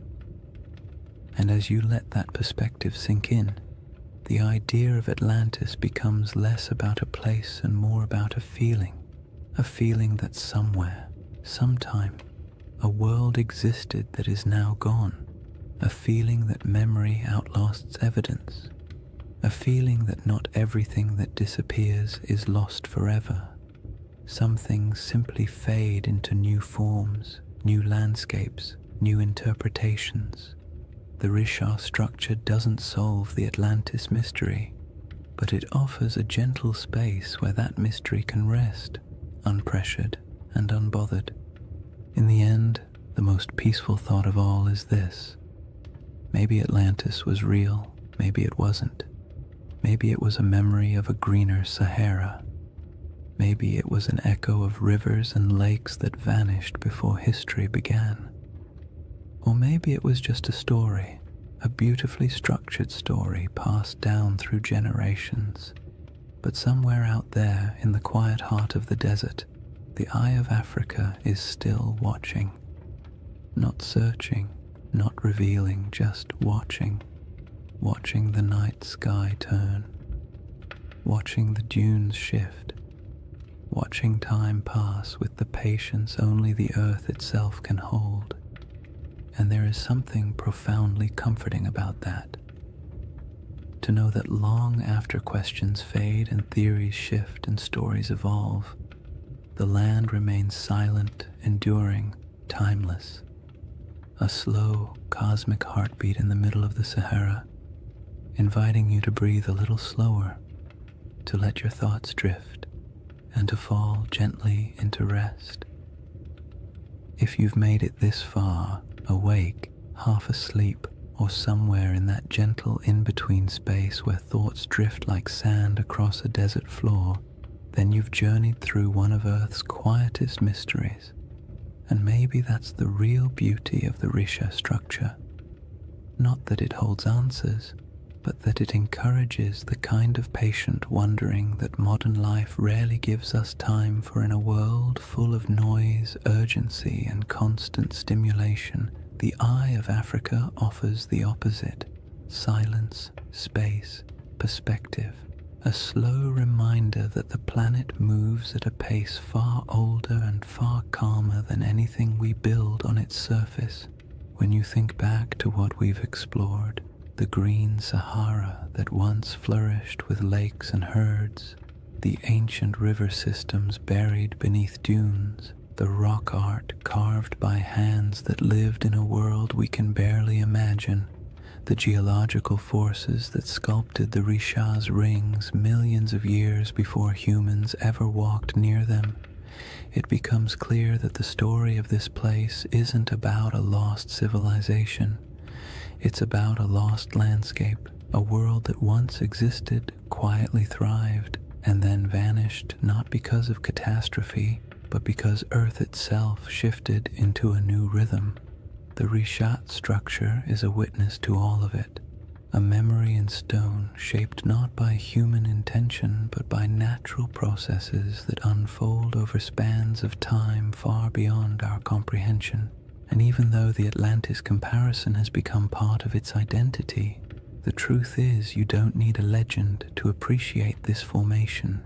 You don't need Plato or myths of rings and cities or theories about ancient mariners. You only need the simple awareness that our planet contains places so strange and so beautiful that they feel like stories even before we start telling them. The Rishat structure is one of those places. Perfectly circular, timeless, a little unsettling, completely mesmerizing, the kind of formation that makes you pause and remember that the earth was sculpting wonders long before anyone arrived to give them names. There's a quiet comfort in imagining the Eye of Africa as a presence rather than a puzzle, not a watcher in any mystical sense, but a symbol of endurance. It has seen the Sahara as a cradle of life, then as a wilderness, and now as a vast ocean of sand. It has seen climates shift, species migrate, and entire ecosystems vanish into memory. And through all of it, it stayed where it was, letting time carve every ridge, every basin, every curve. There's something almost meditative about that, the idea that some things don't chase meaning, they simply endure and allow us to come to them with whatever questions or stories we carry. As you settle into the final moments of this journey, imagine once more the Rishat structure under the stars, the rings around you fading into shadow, the sky stretching overhead like an ancient tapestry, the air cool, the sand carrying the day's warmth, the wind quiet enough to feel like the earth is holding its breath. In that moment, all the theories, all the debates, all the speculation falls away. What remains is just the land, unconcerned, immense, older than memory, a reminder that our place in the world is temporary but also meaningful in its own small way. And maybe that's the real gift of places like this. They allow us to step outside ourselves, to drift gently into perspective, to remember that not everything needs to be solved. Some mysteries are meant to rest, some landscapes are meant to simply be admired, and some stories, like the Sahara itself, are more soothing when left open, when allowed to breathe, when allowed to drift into the same soft silence that defines the desert at night. So as you drift towards sleep or into a deeper state of calm, let the Rishat structure fade into that quiet space behind your thoughts. Let the rings dissolve into darkness, the stars soften overhead, and the desert wind carry away whatever tension you brought with you. The earth has been here a long time, and it will be here long after the worries of today have faded.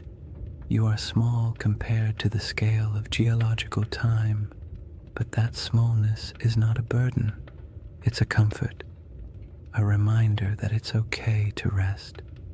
Thank you for spending this time exploring one of the planet's most beautiful and enigmatic features.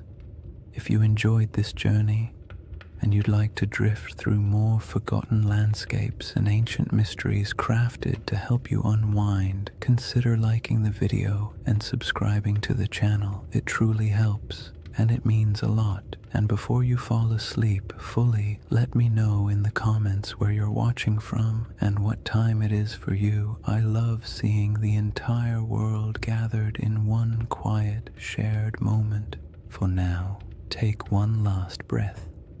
Let it go slowly, and let the desert night close around you. The Eye of Africa will keep its silent watch. You only need to rest.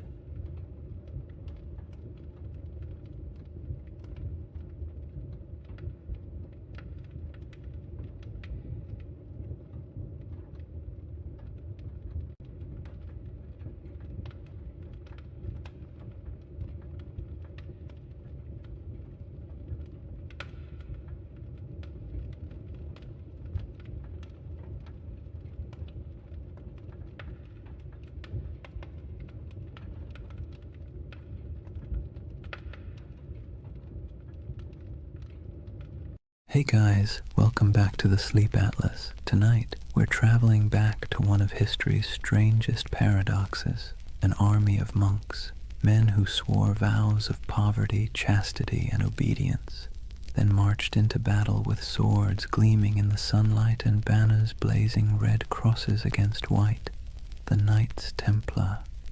For the next 2 hours, you're not in the 21st century anymore. You're in the age of cathedrals and crusades, relics and rumors, faith and fear. And as always, if you enjoy these journeys through history that help you fall asleep, please subscribe for more nights like this one. It helps the channel, and it helps you find your way back when you need another story to drift away to. Now tell me in the comments, what's keeping you up tonight? Because tonight, we're going to talk about a brotherhood that was born in faith, drenched in blood, and consumed by legend. A story that begins not in a palace, but in silence. Imagine, a torch flickers in an underground chamber beneath Jerusalem. The year is 1119. The city still smells faintly of conquest, burned wood, incense, and the metallic tang of drying blood. 9 knights kneel in a circle. Their armor creaks as they bow their heads. One of them, Hugh de Payens, a French nobleman with eyes like chipped flint, swears an oath before God to live without wealth, without women, without fear, to protect the pilgrims traveling these deadly roads to the Holy Sepulchre. No music, no witnesses, just men and stone and the echo of words they can never unsay. That's how the Knights Templar began. Or at least how history thinks they did. But as with most things that begin in the dark, the truth is more complicated. Chapter 1. The Secret Birth of a Holy Army. Jerusalem in 1119 was not a place of peace. The First Crusade had ended 20 years earlier, and what the Crusaders left behind wasn't holiness, it was chaos. The Holy City was technically Christian, ruled by a Latin king, but the streets were still littered with ghosts. Mosques had been turned into churches. Pilgrims from Europe wandered through the desert, barefoot and dazed, believing they were walking through the Bible itself. And everywhere, the tension between faiths hung thick as incense. The roads between the coast and the city were a nightmare. Bandits, raiders, and desert tribes preyed on travelers like wolves. Every year, hundreds of unarmed pilgrims set out from the ports of Jaffa or Acre to see the place where Christ had died, and many never arrived. It was a land where faith could get you killed faster than sin. Enter those 9 knights, poor, devout, and possibly bored noblemen from northern France. Their leader, Hugh de Payens, had fought in the Crusades and stayed behind when most went home. He and 8 companions approached King Baldwin II of Jerusalem with a strange request. They wanted permission to form a new order of knights, not to conquer, not to rule, but to guard. The king said yes. The church hesitated. Nobody quite knew what to do with these men. They were knights, yes, but they claimed to be monks too. The idea didn't fit into any box the medieval world understood. A soldier was supposed to fight, a monk was supposed to pray, and these men wanted to do both. Baldwin gave them quarters in a building that stood on the ruins of the Temple of Solomon, the most sacred and controversial ground in the world. And that's where their name came from. The poor fellow soldiers of Christ and of the Temple of Solomon, or more simply, the Knights Templar. Now here's where things start to shimmer with myth, because for nearly a decade, nobody heard much from them. No glorious battles, no public presence, just 9 knights living quietly in a half-ruined temple, claiming to protect pilgrims. And that's when the whispers began. What were they doing under the temple? Some said they were excavating.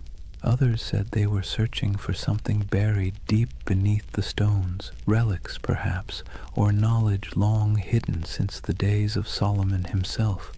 Modern archaeologists will tell you this is nonsense, of course, but even they admit the Templars had access to the Temple Mount, a privilege almost no one else in Christendom enjoyed, and for years they dug there with the Church's blessing. When they finally emerged into public life, they were different, organized, wealthy, confident, almost as if they'd found something that changed everything. But let's step back for a moment. The early 11th century was an age of improvisation. The Crusader states were young, messy, and barely hanging on. Every kingdom was a patchwork of loyalties, half knights, half pilgrims, and a lot of wishful thinking. The Church was desperate for order, and the Templars offered exactly that, a blend of zeal and discipline that looked like divine intervention in armor. It was a brilliant pitch, and they sold it well. When Hugh de Payens travelled back to Europe in 1127 to seek official recognition, he met with kings, nobles, and eventually the Pope himself. The Church loved them, a holy army that required no payment, asked for no land, and swore absolute loyalty to God. It was a bureaucrat's dream. Pope Honorius II granted them official status, and a few years later, in 1139, another pope, Innocent II, took it even further. He declared that the Templars answered to no king, no bishop, and no law except the popes.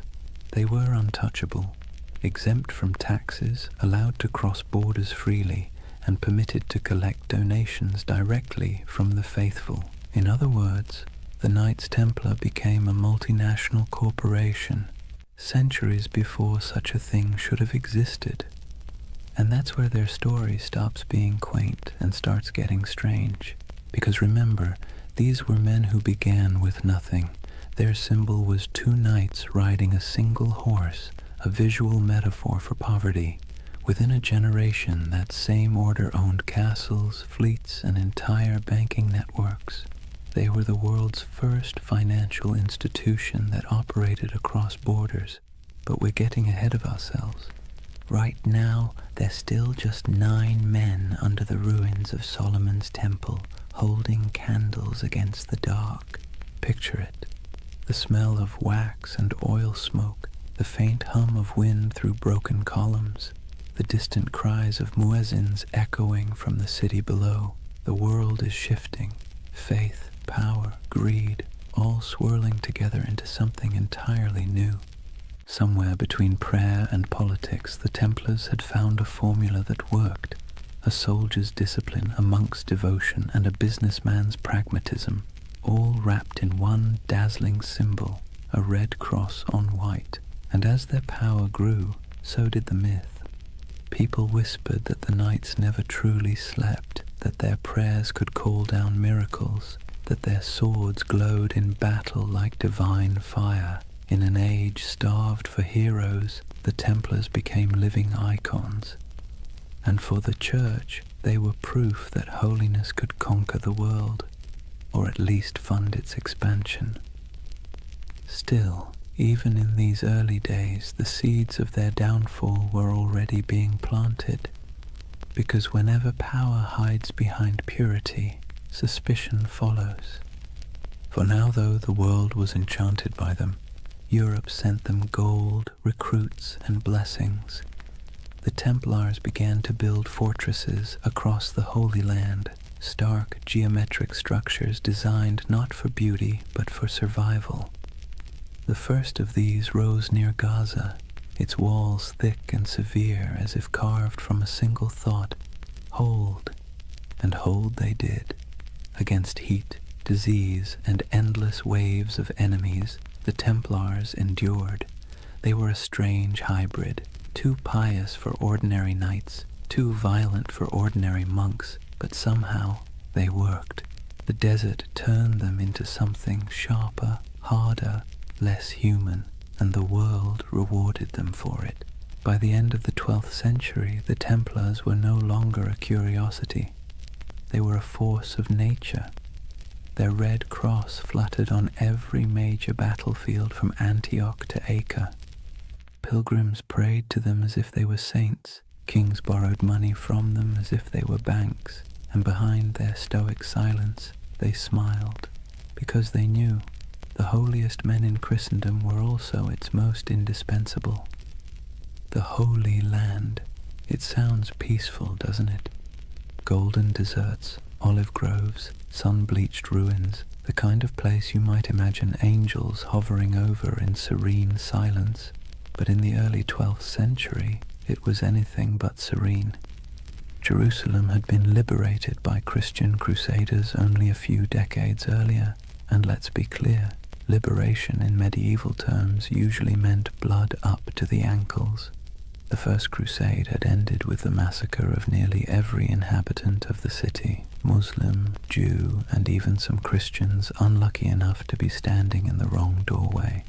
The survivors who staggered out of those gates left behind a city that was holy, yes, but also haunted. Now, imagine you're one of the pilgrims arriving from Europe after that carnage. You've sold your land, kissed your family goodbye, and endured months on a leaky ship that smelled of salt, vomit, and desperation. You finally set foot on the sacred soil of Jerusalem, only to realize it's crawling with mercenaries, thieves, and rival priests arguing over who owns which holy relic. There were monks selling pieces of the true cross for pocket change, relic peddlers waving around bones that supposedly belonged to every apostle, and beggars who could quote scripture better than bishops. It was chaotic, commercial, and weirdly alive. The Holy Land was supposed to be a place of purity, but it was also a marketplace of faith, and this was the world the Templars were born into. To protect pilgrims, they needed roads. To patrol the roads, they needed horses. To feed the horses, they needed money. And to get money, they needed support from Europe, which meant they needed branding. And few groups in history have ever branded themselves better. The Knights of the Temple. It sounded like a riddle, a name that whispered of prophecy, secrecy, destiny. In an age addicted to relics and miracles, the idea of an army living on sacred ground was irresistible. Still, their mission was grimly practical. The routes from the ports to Jerusalem, Jaffa, Acre, Tyre, were treacherous. Travelers were robbed, murdered, or sold into slavery. The Templars became the bodyguards of faith itself, escorting caravans of believers through the desert, fighting off raiders who saw pilgrims as walking coin purses. Picture it, a long line of weary travelers trudging beneath a white-hot sun, sandals kicking up dust, and ahead of them a small band of armored men on horseback, faces hidden behind helms, silent except for the creak of leather and the dull thud of hooves. To see that Red Cross approaching must have felt like salvation made visible. But Jerusalem wasn't the only concern. Beyond the city walls, the Crusader states were fracturing. Christian lords squabbled like children over territory they barely controlled. The Kingdom of Jerusalem, the County of Tripoli, the Principality of Antioch, all were fragile, stitched together by ambition and distrust. The Muslim world, meanwhile, was far from united but infinitely more patient. Leaders like Zengi, Nur ad-Din, and later Saladin understood that the Crusaders were temporary. Empires built on zeal tend to burn bright and burn out. The Templars didn't know it yet, but they were living on borrowed time. For now, though, their world was still expanding. They built their first fortresses across the Holy Land, massive, angular structures that looked more like stone mathematics than architecture. No decoration, no vanity, just geometry and faith. These weren't castles meant to impress. They were meant to survive. Thick walls, narrow gates, cisterns for water, hidden staircases for escape. If you were a Templar stationed in one, your days were predictable. Prayer, patrol, repair, repeat. The heat was relentless. Armor became ovens. Horses collapsed from thirst. And yet, they endured. They believed every drop of sweat was a prayer, every scar a kind of devotion. The Templar life was monastic but also militarized. They rose before dawn, prayed, trained, rode, and ate simple meals in silence. Even at the table they sat in pairs, sharing food from a single bowl, just as they once shared horses when they were poor. That duality, poverty and power, humility and dominance, defined them. To outsiders it made the Templars look almost supernatural. They were disciplined in a world that thrived on chaos. They didn't drink, gamble, or chase women. They didn't hoard gold for themselves, but for the order. Compared to the average crusader knight, who often behaved like a drunk tourist with a sword, the Templars seemed godlike. But discipline has its price. Their strictness made them feared, but it also made them cold. And in a land that worshipped stories, coldness was suspicious. Rumors spread that they worshipped strange idols, that their prayers were not quite Christian, that beneath their white mantles they bore symbols not approved by Rome. None of it was true, yet, but you can see why people started to talk. The Templars were always apart. They answered to no king, no priest, and no local authority. They were an army within an army, a church within the church. And whenever men form a power that stands outside all others, paranoia soon follows.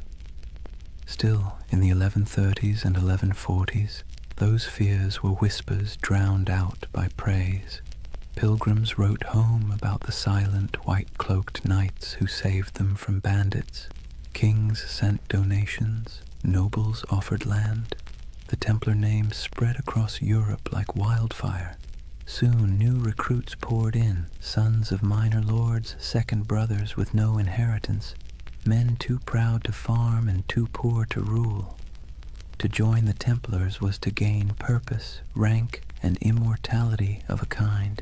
When they swore their vows, they gave up everything, property, family, even their names. They became one organism, and that made them terrifyingly efficient. Meanwhile, in Jerusalem, politics festered. The so-called Latin Kingdom looked glamorous from afar. Gleaming churches, processions of relics, knights shimmering in gold. But behind the spectacle lay disease, infighting, and endless debt. Maintaining an army in the desert cost a fortune, and Europe's appetite for holy war was already fading. That's where the Templars' financial genius quietly began. They developed systems for storing, transferring, and protecting wealth for pilgrims and crusaders alike. A traveler could deposit money at a Templar preceptory in London, receive a coded letter, and withdraw the funds safely in Jerusalem. It was medieval banking, and it worked. While the kings of the Crusader states struggled to feed their armies, the Templars were busy inventing international finance. It's a miracle they didn't invent the credit card. Their wealth, however, wasn't just monetary, it was reputational. In a world obsessed with honor, the Templar cross became a brand of trust. Churches displayed it proudly. Merchants painted it on their ships. Even thieves hesitated to rob a Templar convoy because rumor said anyone who did would die within the year. But faith and fear are fickle allies. By mid-century, the political tides began to turn. Muslim forces under unified banners were pushing back. The dream of permanent Christian rule in the East was already fraying. The Templars found themselves fighting not for glory but for survival. Still, for every setback, they doubled down. When they lost a castle, they built two more. When armies fell, they recruited faster. When allies faltered, they became their own nation of stone and secrecy. You can almost admire the sheer stubbornness of it. The idea that faith could replace geography, that brotherhood could outlast empire. By the late 12th century, The Templars were no longer 9 poor knights in a ruin. They were the backbone of Christendom's military and financial power. Their headquarters in Jerusalem gleamed with marble. Their fortresses dotted the coasts of Syria and Palestine. Their banner, a red cross on white, was feared from Cairo to Constantinople, and yet the cracks were already showing. The Holy Land had always been an illusion of permanence. Empires rose there only to crumble beneath the same sun. The Templars, for all their discipline, could not change geography. They were foreigners defending a dream, and dreams, like empires, are fragile things. For now, though, as the night deepens and the desert cools, imagine the campfires of the Templar outposts glowing under a canopy of stars. The wind sighs across the sand. The horses snort softly in their sleep. A monk knight kneels beside a stone wall, whispering a prayer in Latin that drifts into the dark like smoke. Somewhere far to the west, Europe sleeps, safe, wealthy, and unaware that its most sacred soldiers are already walking the thin edge between salvation and damnation. Imagine the year is 1120. The air in Jerusalem still hums with dust and incense, the streets winding like veins between crumbling walls and half-rebuilt churches. The Crusaders hold the city now, but barely. Pilgrims shuffle past soldiers, merchants haggle beside priests. Somewhere, a choir is singing in Latin while a camel coughs nearby. It's the kind of world where the sacred and the absurd coexist perfectly comfortably, and beneath all that noise something else is stirring. 9 men, that's all. 9 poor French knights, led by a man named Hugues de Payan. They arrive in Jerusalem without fanfare. No army, no banner, no gold. They make a simple request to King Baldwin II, the use of a few rooms on the Temple Mount.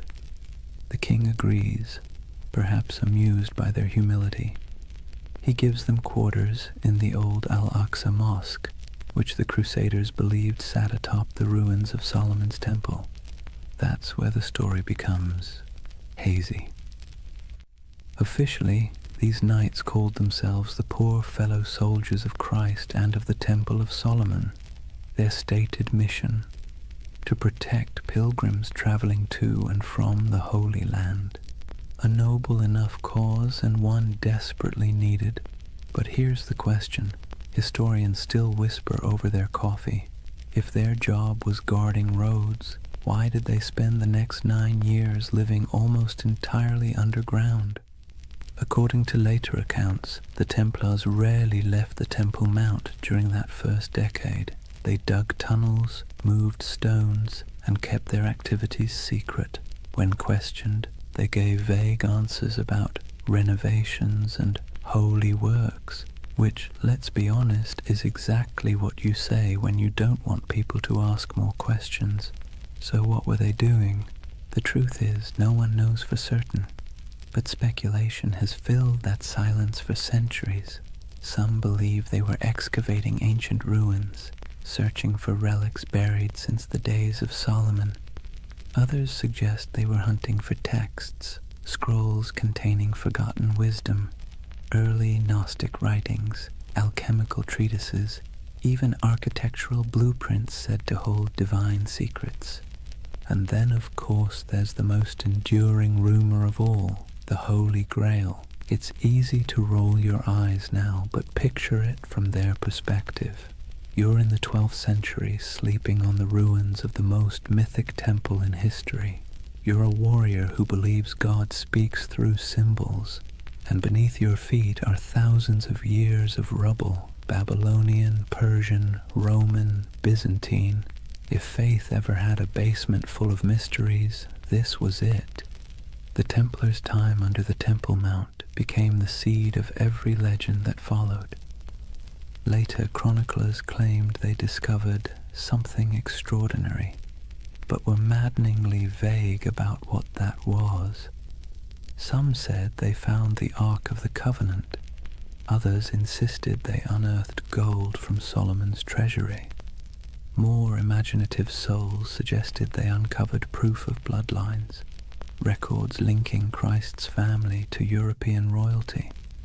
And then, of course, there were the occult theorists who decided the knights had learned sacred geometry, secret knowledge about the structure of the universe itself. Whatever the truth, one thing is certain. When the Templars finally emerged, they were not the same men who went in.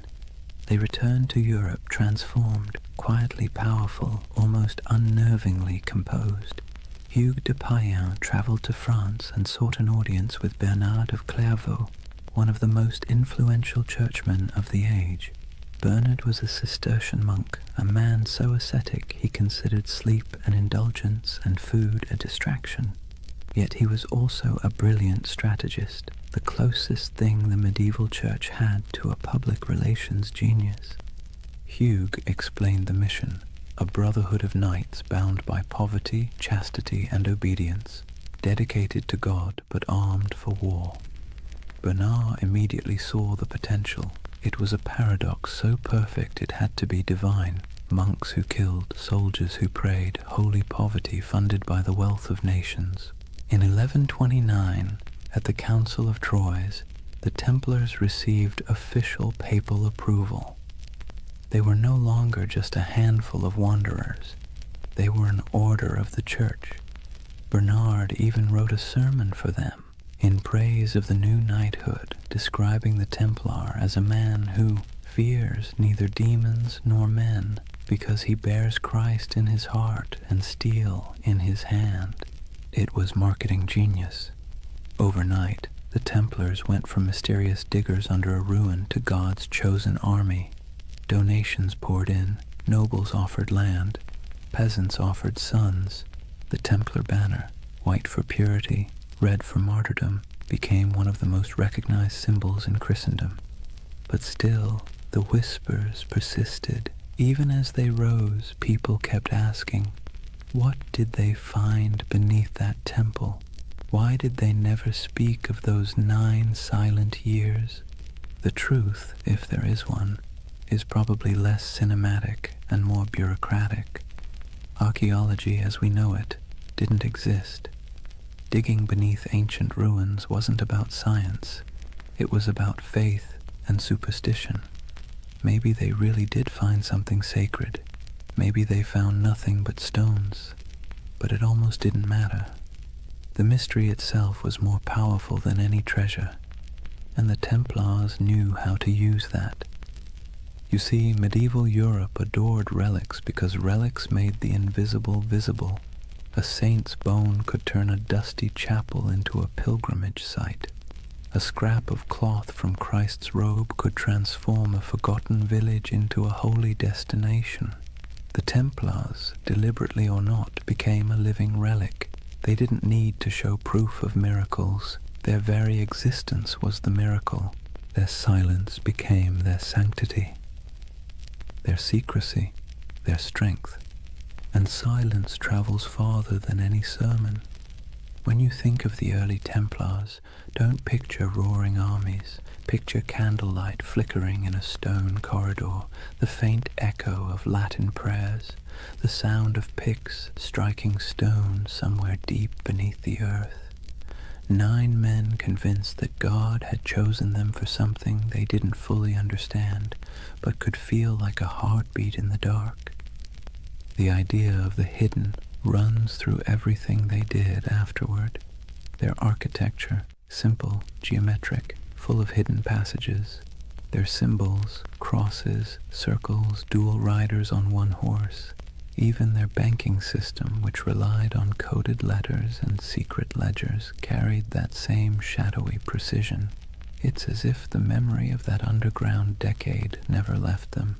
They had been under the world, and when they emerged, they brought a little of the underworld with them. By the time they were formally recognized, the order already had chapters spreading across Europe. Preceptories in Paris, London, and Aragon became both fortresses and treasuries. Templar seals began to appear on documents everywhere. a sign that whatever business was being done, it was trustworthy, incorruptible, and conveniently untouchable by taxes. They were monks, they were soldiers, they were accountants, and they were untouchable. If it sounds like a setup for disaster, that's because it was. But for now, their ascent felt unstoppable. Jerusalem glowed in their imagination as both a holy city and a buried promise. Whatever they had found, or thought they had found, gave them a sense of destiny that radiated outward. They built fortresses across the Holy Land like a constellation, each one a star of faith light against the desert. They moved with precision, their ranks swelling from 9 to hundreds. Their banners fluttered beside kings, yet their loyalty remained solely to the order and to God, or at least their version of him. And through it all, that mystery under the temple lingered, quiet and magnetic. Even centuries later, when the Templars were long gone, legends kept sprouting like weeds. Freemasons claimed descent from their architects. Alchemists said their secrets survived in hidden manuscripts. Occultists saw them as guardians of forbidden wisdom. Historians, somewhat exasperated, kept insisting they were just monks with good bookkeeping skills. But deep down, everyone wanted to believe there was something more, that somewhere beneath the dust of Jerusalem, a secret still slept. So perhaps it's fitting that the story of the Knights Templar begins not with battle, but with silence, not with conquest, but with curiosity. Because if history has taught us anything, it's that the most powerful empires are often built on unanswered questions. The Templars' first great victory wasn't on a battlefield, it was in the imagination, and that, more than gold or relics or papal favor, would carry them into legend. Picture Rome in the early 12th century, a city that smells of candle wax and incense, but also of politics. Papal banners hang limp in the sun. Monks shuffle through marble corridors whispering in Latin, and outside the streets reek of tanneries and ambition. The church by now was more than a faith. It was the nervous system of Europe, pulsing through every kingdom, dictating who ruled, who knelt, and who burned. Kings were crowned by its hands, empires justified by its blessings. And into this complicated organism walked Hugh de Payens and his strange little band of knights. They didn't look like much. They were poor, quiet, foreign. Their armor was worn, their mission vague, yet they brought with them something the church found irresistible: usefulness. You see, the Holy Land was chaos. The Crusader kingdoms had been carved from blood and miracle, and now they were crumbling just as quickly. Pilgrims were still being robbed, caravans ambushed, relics stolen, and cities changed hands faster than anyone could update the maps. The church needed protectors, reliable ones, faithful ones, and the Templars, well, they were perfect. No wives, no children, no debts, no distractions, just pure obedience. The kind of men who'd ride into battle without pay, die without complaint, and most importantly, funnel everything they owned directly into the hands of the church.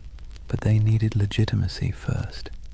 The Pope's blessing wasn't just a stamp of approval, it was armor. It turned obscure men into an institution. So Hugh de Payens travelled to meet with the powerful Abbot Bernard of Clairvaux, a man both saintly and strategic. Bernard was the face of the Cistercian reform movement, which prized simplicity, purity, and obedience. He lived on bread, wore plain robes, and wrote letters that could humble kings. He was also, conveniently, the Pope's favorite monk. When Hughes explained the idea of warrior monks, men who prayed like monks but fought like crusaders, Bernard saw opportunity gleaming like gold leaf in a gospel. Think of it. Europe was overflowing with restless knights, violent men with nothing to do once the Crusades ended. They roamed the countryside, looting villages, feuding over puddles of land, and repenting on Sundays. The church couldn't stop them, but what if it could redirect them? The Templars were the perfect solution. Channel the chaos of knighthood into a holy purpose. Sanctify violence, wrap war in prayer. Bernard became their champion. He wrote, in praise of the new knighthood, a sermon that would become their manifesto. In it, he drew a sharp line between ordinary knights and these new holy warriors. The Knight of Christ, he wrote, fights the battles of the Lord without fear, for he bears Christ in his heart and steel in his hand. It was genius, simple, poetic, dangerous. With those words, the Templars became the Church's favorite paradox. Men who could kill for peace, who could die for salvation, who could hold a sword and a rosary in the same hand and never feel the contradiction. At the Council of Troyes in 1129, the Templars were officially recognized as a religious order. Pope Honorius II approved their rule, a strict code of conduct modeled after monastic life but adapted for war. They took vows of poverty, chastity, and obedience. They ate in silence. They wore plain white mantles to symbolize purity, later marked by a red cross, the color of martyrdom. They slept in communal dormitories, their armor near at hand. They prayed 8 times a day. And yet they were also soldiers, men who trained for battle, guarded caravans, and fought with terrifying precision. It was an impossible combination, but that was the point. The contradiction itself was their mystique. The Church, always hungry for spectacle, adored it. Sermons across Europe began praising these poor knights of Christ as living saints. Relics were touched to their swords. Songs were written about their devotion. Donors poured gold into their coffers. Within a decade, they owned lands across France, England, and Iberia. Within 2, they controlled a network that stretched from London to Jerusalem, all under the cross, all under God.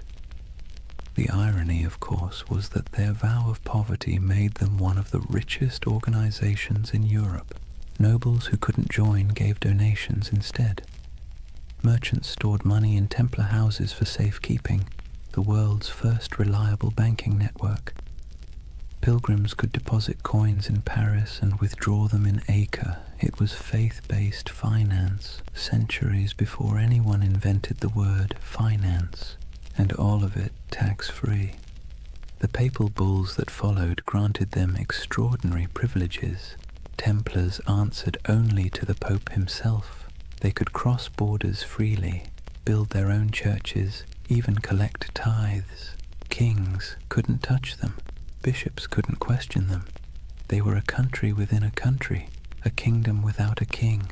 And perhaps most importantly, they believed their mission was divine. Every Templar fortress was built like a sermon in stone, simple, geometric, symmetrical.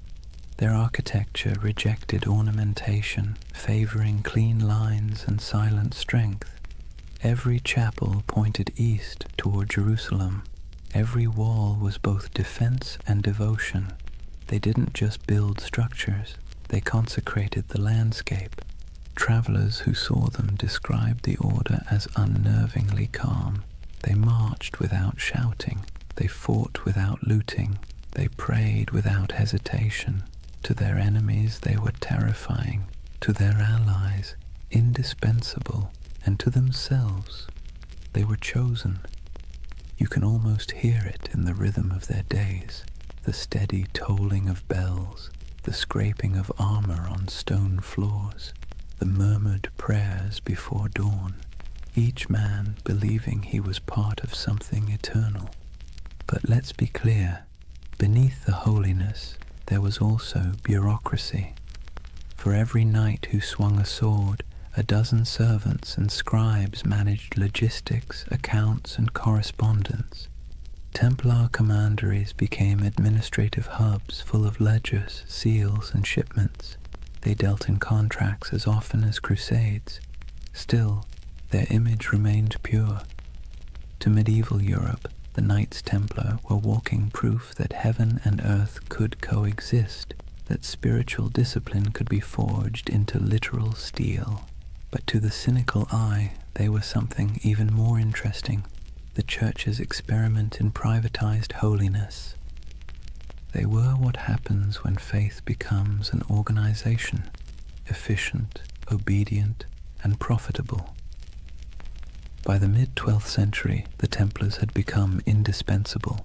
Crusader kings relied on them for defense.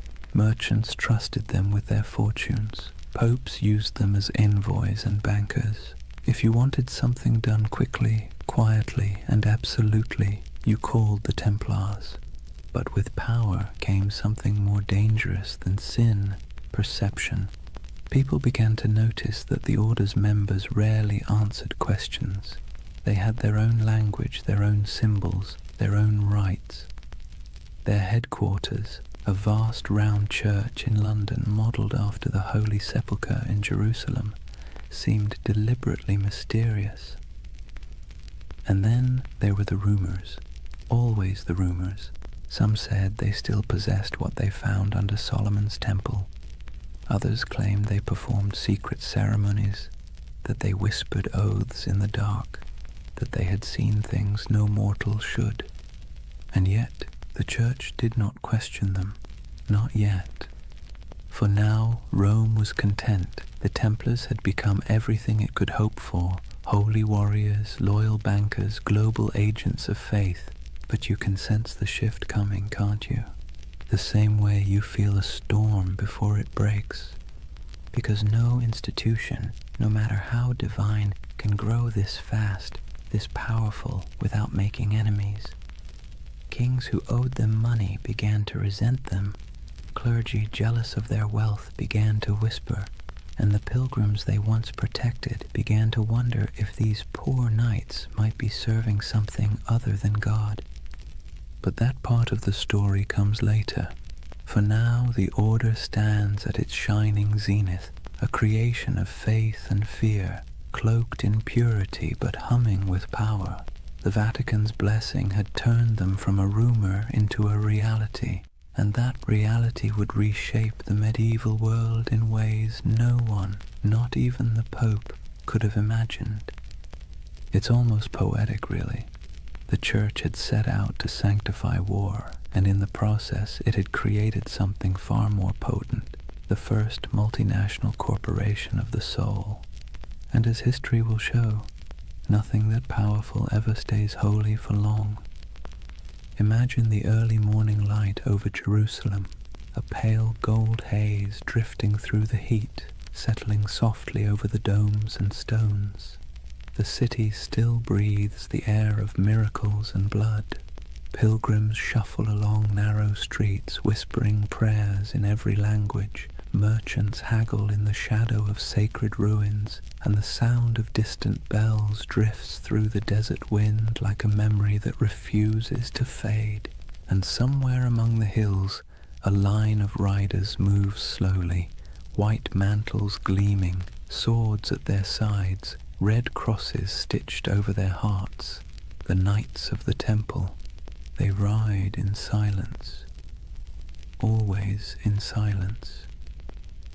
To the people watching they seem otherworldly, not nobles, not monks, something in between. They do not laugh or boast. They rarely remove their helmets in public, and when they pass through a market, the crowd parts as if by instinct. It's said that a Templar's gaze could freeze a man, not with fear, but with the strange gravity of conviction. In that moment, the myth was already being born. The story spread faster than their horses could ride. Word of a brotherhood who answered only to God, men who took no wives, owned no lands, and gave everything to their order, soldiers who prayed before battle and confessed after killing, knights who marched under the sign of the cross but lived by a code sharper than any blade. Europe adored them. The Church, of course, encouraged it.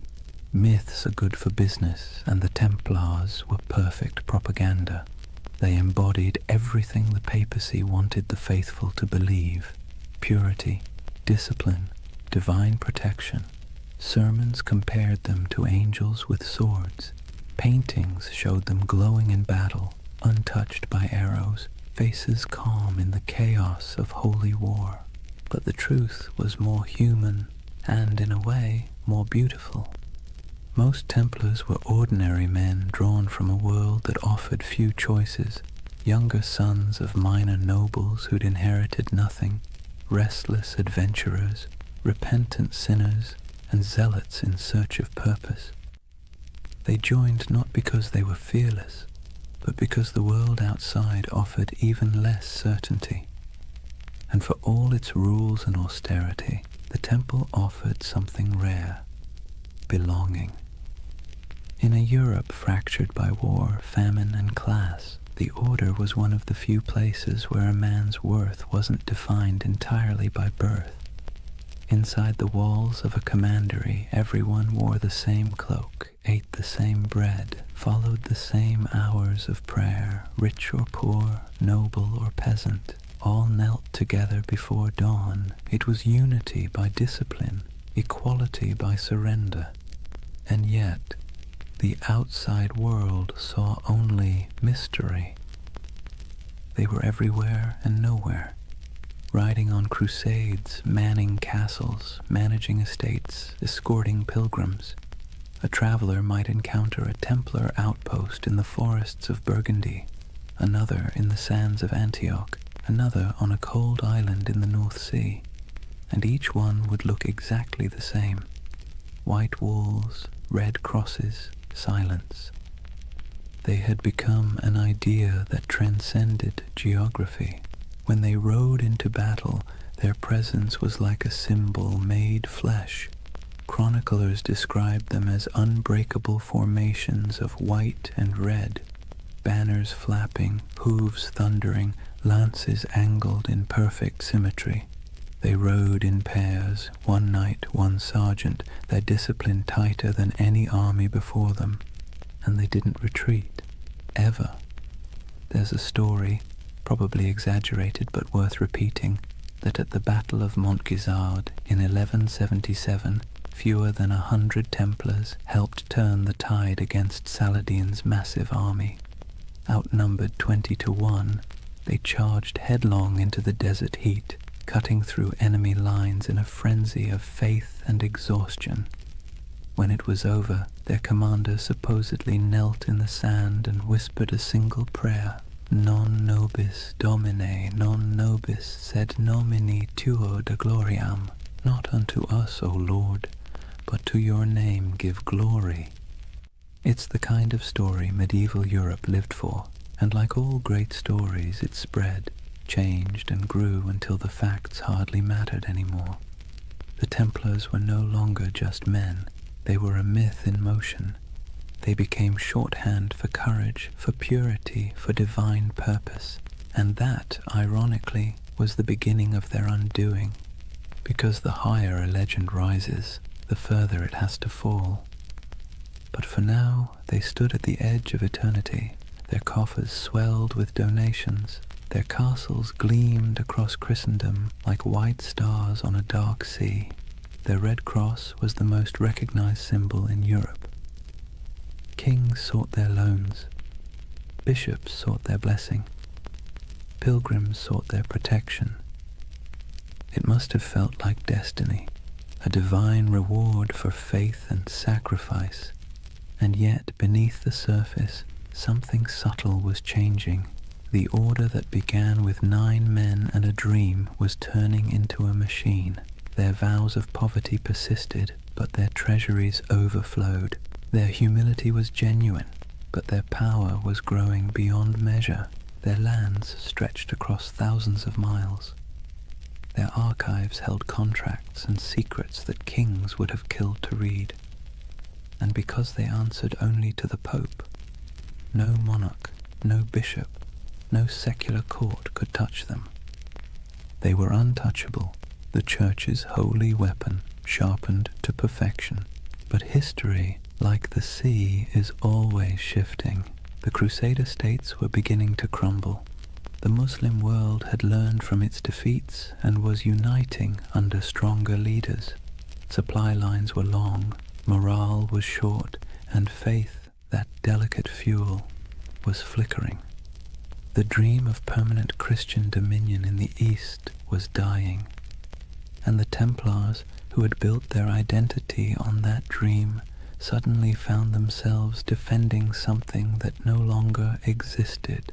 It's easy, centuries later, to imagine them as fanatics or villains, but maybe they were just men trapped in momentum, unable to stop the wheel they had helped set in motion. By the time their banners fluttered over the last surviving Crusader fortresses, their legend had already outgrown them. In Europe they were saints, in the East they were demons, and in their own hearts, who knows, perhaps a little of both.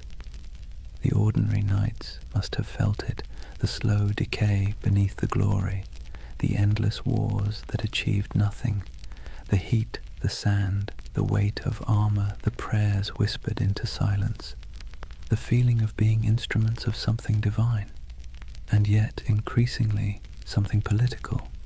But legends don't need clarity, they need symbols, and the Templars had become the most powerful symbol in the medieval world, the perfect fusion of faith and violence. You can almost see it, a banner rippling against a stormy sky, red cross vivid against the white cloth, lightning flashing behind it. To a peasant in a church pew or a monk in a distant cloister, that image meant safety, devotion, and divine justice. To a king in debt, it meant something else entirely. The story of the Templars was no longer being written by saints or chroniclers. It was being rewritten by envy, fear, and ambition. But for now, the curtain hasn't fallen, the candles still burn, the chants still echo in stone halls. The world hasn't yet turned against them. The 9 knights who once huddled beneath the Temple Mount have become an army, a network, a myth. Their legacy has taken on a life of its own, glowing, untouchable, and slightly unreal. And like all myths, it has begun to blur the line between truth and dream. That's where chapter 1 closes, not with an ending, but with a vision of a brotherhood standing on the edge of something vast and unknowable. Their swords gleam in the sun, their white cloaks ripple in the desert wind. Behind them, Jerusalem glows like a mirage, and before them, stretching into the horizon, lies the future, glittering, dangerous, inevitable, the dawn of a legend.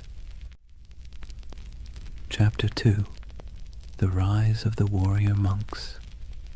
Imagine standing on a cold morning plain somewhere in France, perhaps Champagne, perhaps Burgundy. The mist still clings to the fields, soft and silver, the kind that blurs the line between land and sky. Out of that fog rides a column of horsemen, their armor dull from travel, their cloaks heavy with dew.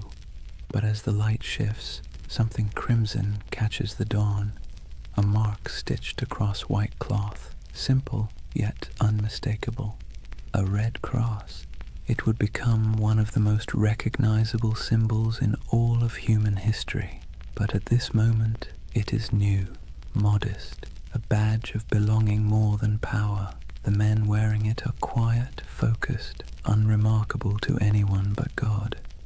Yet this insignia, this fusion of cloth and conviction, is about to transform them into something the world has never seen, a standing army that answers only to faith.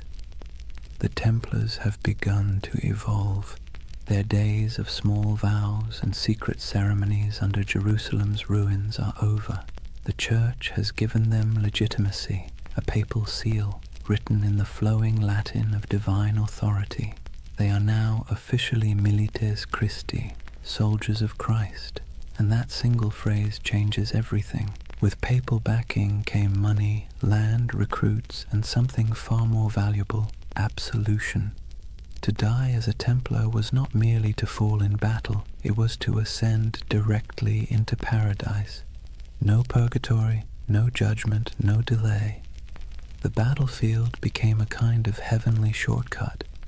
It's hard to overstate how revolutionary that idea was in the 12th century. Medieval Europe was steeped in guilt.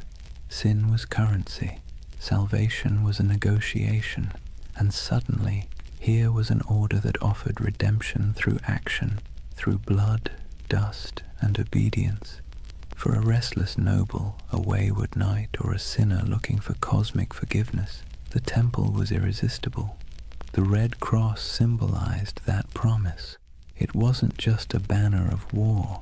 It was a visible reminder of invisible faith. When a knight knelt before the master of the temple and took his vows, poverty, chastity, obedience, the cross was placed on his cloak as both burden and blessing. From that moment, his life was no longer his own. He would own nothing. He would question nothing. He would fear nothing. And that paradox, total surrender creating total power, became the Templars' greatest strength. Their rules were strict, even monastic. No personal possessions beyond a few garments, no private letters, no hunting, no swearing, no unnecessary conversation. Meals eaten in silence, broken only by the sound of a reader reciting scripture. Even the horses were treated with dignity. No knight was allowed to beat his steed. To the outside world, this was alien. Most knights of the age were brash, boastful, and loud. They wore bright colors, hunted for sport, gambled, bragged about their kills. The Templars, by contrast, moved like shadows, a silent order of disciplined zealots. It's little wonder people began to fear them as much as they admired them. But discipline has a strange beauty to it. Imagine the symmetry of their camp at dawn. White tents in perfect rows, banners hanging still in the air. Each man waking at the same hour, dressing in the same garments, praying the same words. The clang of armor, the rasp of whetstones on steel, the steady rhythm of order in a world of chaos. They were becoming a living embodiment of the medieval dream. Unity, faith, and control in a time when everything else seemed to crumble. And when they rode into battle, that unity was terrifying. Templars did not scatter, did not break rank, did not retreat unless ordered. Chroniclers described them as walls of iron, as storms given human form. Their charges were deliberate, almost ritualistic, a prayer in motion. They would advance in complete silence until contact, their lances lowering as one, hooves pounding like a heartbeat. And when the moment came, the cry broke like thunder, Non nobis Domine. Not for us, O Lord, but for you. Then chaos, then history. Every battle became a kind of mass, blood replacing incense, steel replacing song, and the world watched in awe. To the average medieval person, the Templars seemed immortal. When others fled, they stayed.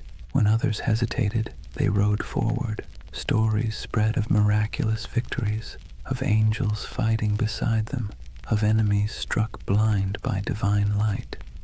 Whether any of it was true hardly mattered. Faith had become spectacle, but behind the spectacle was a machine. The Templars weren't just warriors. They were administrators, bankers, engineers.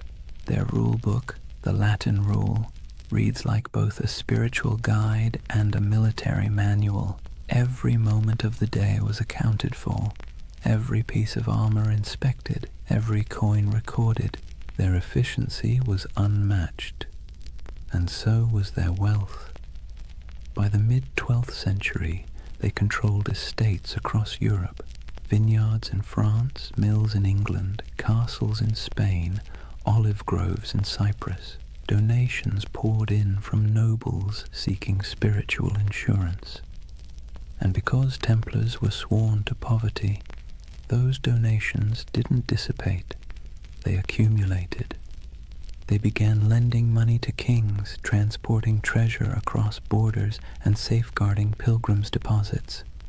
If you were traveling to the Holy Land, you could leave your fortune with the Templars in Paris and withdraw it in Jerusalem. In effect, they invented the medieval checking account.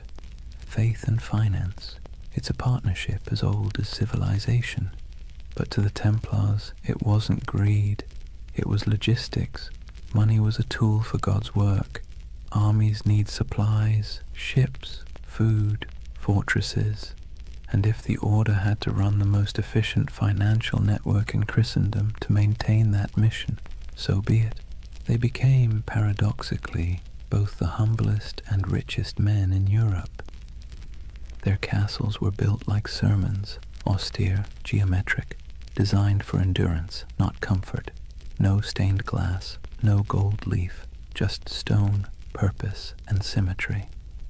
Inside, their halls echoed with the quiet rhythm of devotion, the scrape of boots, the murmur of prayers, the metallic whisper of chainmail.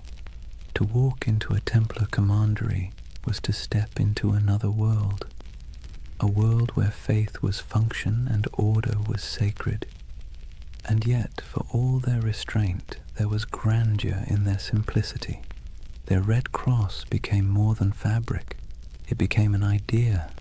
When people saw it, they saw authority, salvation, and something close to fear. The same emblem that comforted pilgrims terrified heretics. It's strange how power works. The more humble they appeared, the more unstoppable they became. In a way, that red cross marked the beginning of a new era, not just for the Templars, but for the medieval imagination itself. It was the age of symbols, when meaning outweighed truth. A knight's banner could terrify more effectively than his sword. A relic could justify a war. A prayer could bend kings, and no symbol was stronger than that cross. Bold, clean, impossible to ignore. It was faith simplified into geometry. When the sun hit it, it glowed like blood. Some chroniclers wrote that it frightened the enemy before the fighting even began. Others said it calmed the men who bore it. Maybe both were true. Maybe that's the real magic of symbols. They shape both sides of the story. Over the next century, that cross would ride on countless banners across the Holy Land. Through dust storms, over dunes, across shattered city gates, it would gleam under the desert sun and soak in the rain of 1,000 sieges. It would be seen by kings, slaves, monks, and merchants alike, and every time it appeared it carried the same quiet message: obedience, faith, inevitability. From 9 nights came hundreds, then thousands. From humble vows came armies, from silence came history, and still they prayed before battle, as they always had. Still they whispered the same words.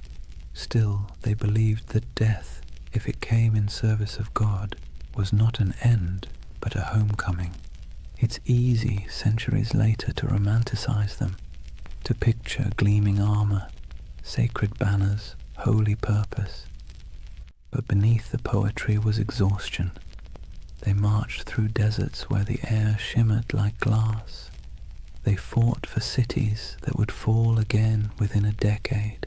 They believed themselves instruments of divine will, yet the wars they waged often felt endless, abstract, and hollow. And that contradiction, devotion mixed with futility, is what makes their story so human. By the time the Red Cross became synonymous with power, its wearers had already begun to wonder what it meant. But for now, in this chapter of the story, there is still clarity, still unity, still purpose. The order of the temple stands at its peak, pure, confident, and unstoppable. 1,000 banners ripple in the wind. The sun gleams on polished armor, and the red cross burns like a brand upon the world. The world belongs for a moment to the knights of the temple. Imagine waking before dawn, not to an alarm or the gentle hum of a phone, but to a bell, deep, resonant, and unrelenting. The sound rolls through the dark halls of a stone dormitory, pulling a dozen men from sleep at once. There are no complaints, no yawns, no hesitation. This is a Templar commandery, and the day begins with obedience. Before the first light touches the horizon, the knights are already kneeling, heads bowed, the chill of the flagstones creeping through their woolen tunics. The air smells faintly of oil lamps and damp stone. Someone chants softly from a small book, Latin verses murmured and rhythmic, the sound of faith wrapped in discipline. The Templars did not live like ordinary knights. They lived by the rule of the temple, a sprawling manual written in the 12th century that governed everything from how they prayed to how they chewed. It wasn't just a list of rules, it was a blueprint for turning men into instruments of divine will. The rule began with a simple premise. A knight's soul is weak when his body is indulgent. Every comfort is a temptation, every freedom is a test. So, comfort was eliminated. Templars slept fully clothed, tunic, belt, even their boots close by, ready to ride at a moment's notice. They owned no personal possessions, not even a coin or a comb. Their cloaks and armor belonged to the order, and if something broke, it was repaired or replaced, never personalized. They were forbidden to hunt, to falcon, to gamble, to swear, forbidden from kissing women, even their own mothers or sisters, forbidden from eating meat more than 3 times a week, forbidden from laughter that wasn't humble or restrained. Templar joy was not the joy of feasting or music or wine. It was the quiet satisfaction of obedience, and obedience to them was the purest form of freedom. Every knight took a vow of poverty, chastity, and obedience, the holy trinity of control. But unlike monks who lived behind monastery walls, Templars carried their vows into the world. They were soldiers, but their battlefield was also their monastery. Every act, from sharpening a sword to cleaning a saddle, was a kind of prayer. At dawn, they gathered in the chapel. The service was brief. They were not contemplatives, but men of action. Each prayer was followed by ritual silence. They listened for commands, received their orders, and dispersed without argument. Theirs was a faith built on motion, not meditation. After prayers came breakfast, bread, sometimes cheese, and a cup of watered wine. Meals were eaten in near silence. As they ate, one brother stood at a lectern and read aloud from scripture or from the rule itself, reminding everyone that even the act of eating was a sacred task. The sound of chewing, the scrape of spoons, the droning Latin, it all blended into a rhythm of humility. When they weren't fighting, they worked. Some tended horses, rubbing down the flanks of massive destriers, checking hooves, repairing tack. Others mended chainmail, inspected swords, or organized provisions for long campaigns. A Templar's world was practical, full of physical labor, repetition, and readiness. And yet, beneath all this discipline, there was a strange comfort. The rule removed choice, and with it, uncertainty. A Templar didn't have to wonder what his purpose was. It was written in the rule, enforced by his brothers, and sanctified by God. Every decision had already been made for him. In a world where chaos was normal, where famine, war, and plague struck without warning, that kind of certainty was a luxury few could afford. But of course, it came at a cost. There were moments when the silence must have felt oppressive, when the sameness of days blurred together into a single endless prayer.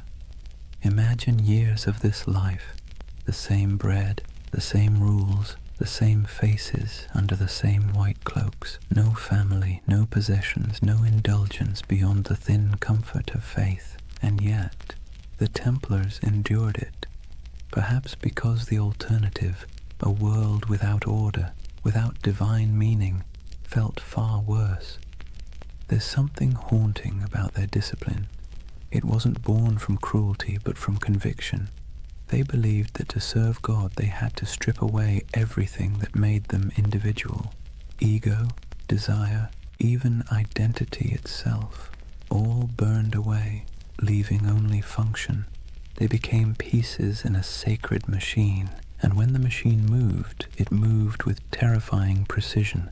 Templars trained relentlessly. Their battle formations were geometric, mathematical, rows of cavalry timed to strike in perfect waves. Each knight knew his place. If one fell, the next filled the gap instantly. Their charges were coordinated like choreography, their retreats executed like clockwork. Their enemies called them demons in white. They didn't scream or taunt or show mercy. They advanced silently until the moment of impact, when they cried out only one phrase: Non nobis Domine, non nobis sed nomini tuo de gloriam. Not to us, O Lord, but to your name be the glory. It was their mantra, their battle hymn, their surrender to something larger than themselves. And yet, despite all this spiritual rigor, the Templars weren't monks lost in abstraction. They were engineers, architects, accountants. They ran farms, managed estates, built fortresses, and oversaw trade routes.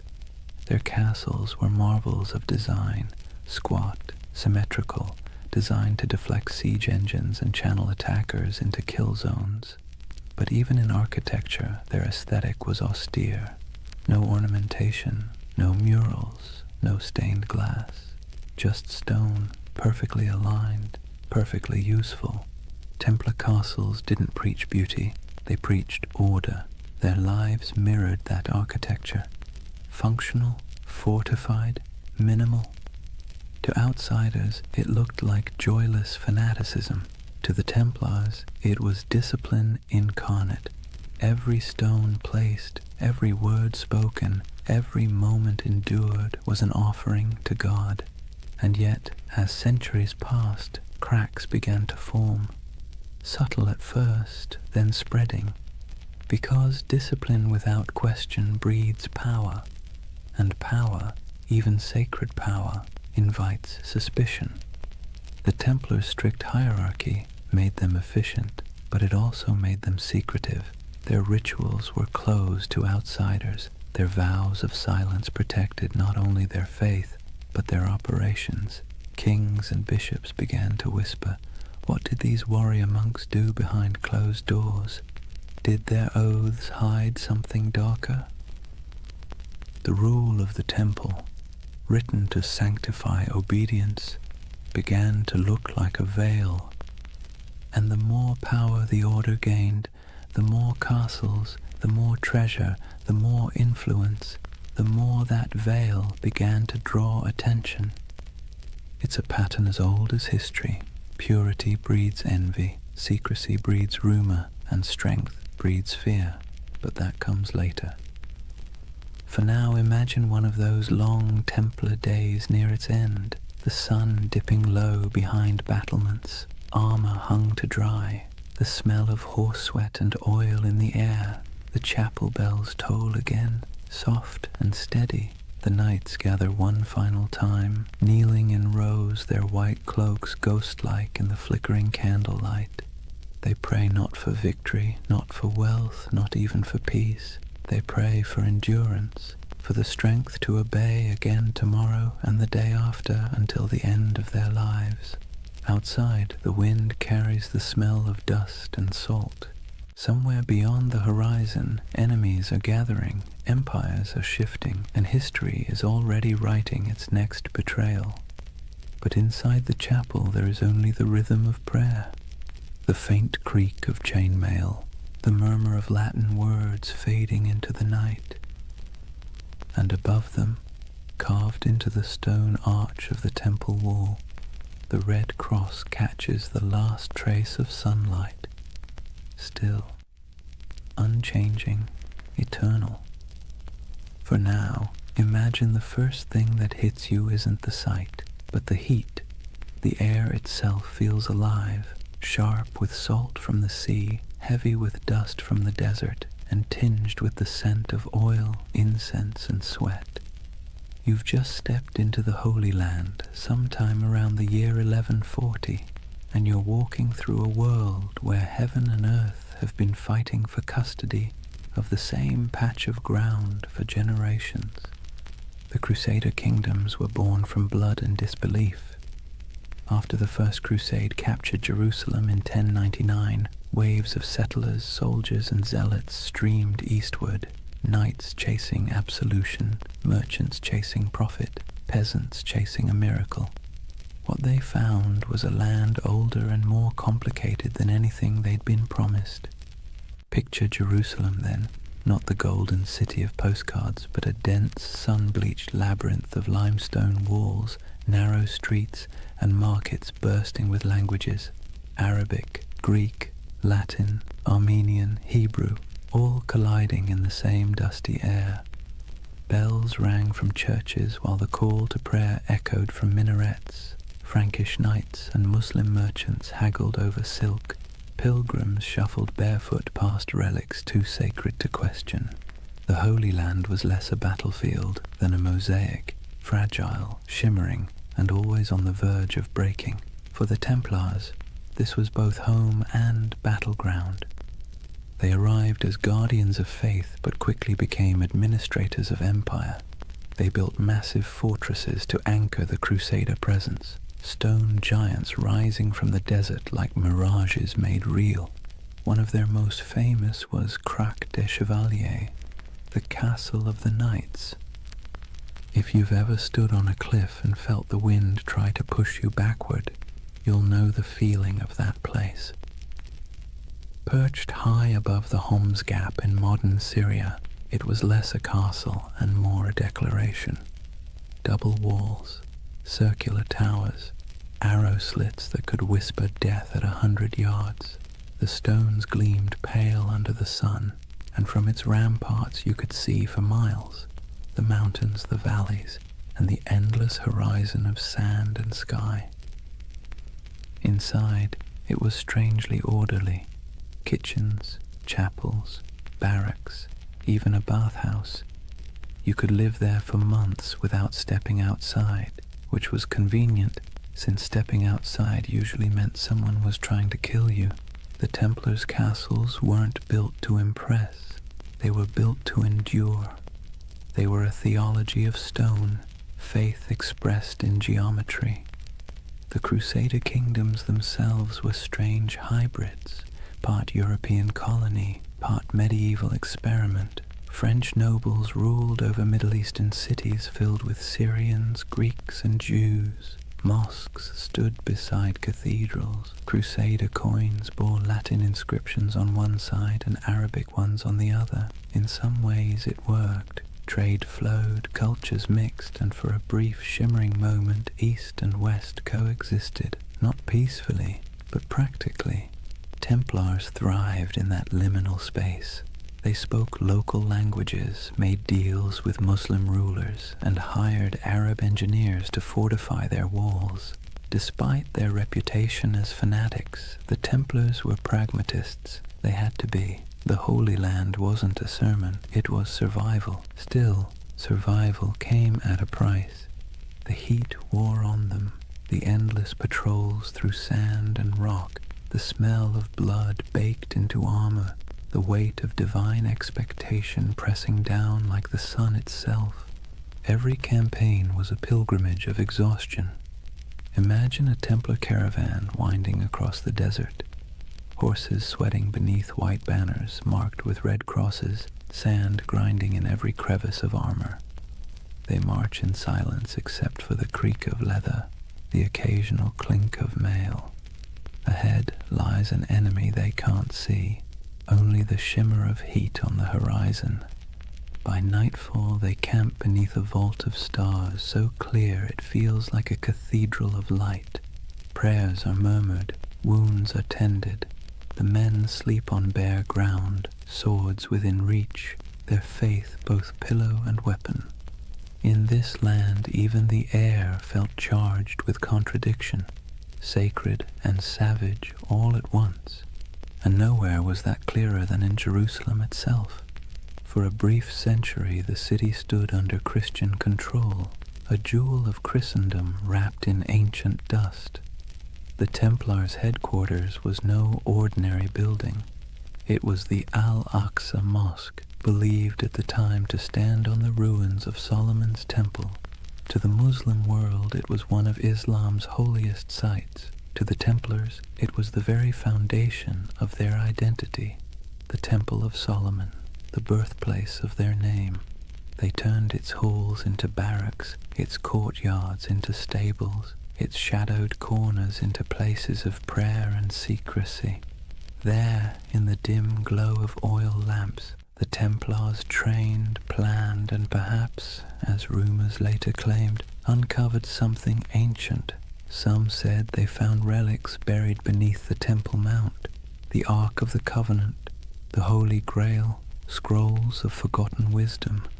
Others said they simply found nothing and invented mystery to fill the void. Whatever the truth, their presence in Jerusalem became mythic. The sight of their white mantles moving through the streets, calm, silent, immaculate, inspired awe and unease in equal measure. They were soldiers of God, but they moved like ghosts. Their faith was practical, but their reputation became supernatural. Pilgrims whispered that Templars could not be killed by ordinary men. Enemies swore they saw them fight after being struck down. And perhaps that was the point. In a land where death was daily and miracles were currency, a little fear was useful. Templar strategy was as psychological as it was martial. They fought not just with swords but with image, the cross on their chest, the silence in their ranks, the absolute certainty in their purpose. Their presence in battle could shift morale before a single blade was drawn. When the call to arms came, whether at Ascalon, Damascus, or Hattin, the Templars rode out not as individuals but as one unbroken will. Their discipline was terrifying. They charged in perfect formation, shields tight, lances lowered, red crosses blazing against white. They were often the first to enter and the last to retreat. In moments when other armies broke, the Templars held, and when they died where they stood. But for all their valor, their victories were temporary. The Crusader kingdoms were built on sand, politically, literally, and theologically. They could conquer cities, but they could never conquer geography. The further they stretched their lines, the thinner their strength became. And while Templars built walls of stone, their enemies built alliances. Muslim leaders like Zengi, Nur ad-Din, and eventually the great Saladin began to unify what had once been divided. The dream of Christian dominion over the East began to falter as reality, relentless and strategic, pressed back. Still, for nearly 2 centuries, the Templars endured. They were the spine of the Crusader world, a constant presence, whether guarding pilgrims on dusty roads, escorting kings, or defending castles that seemed impossible to hold.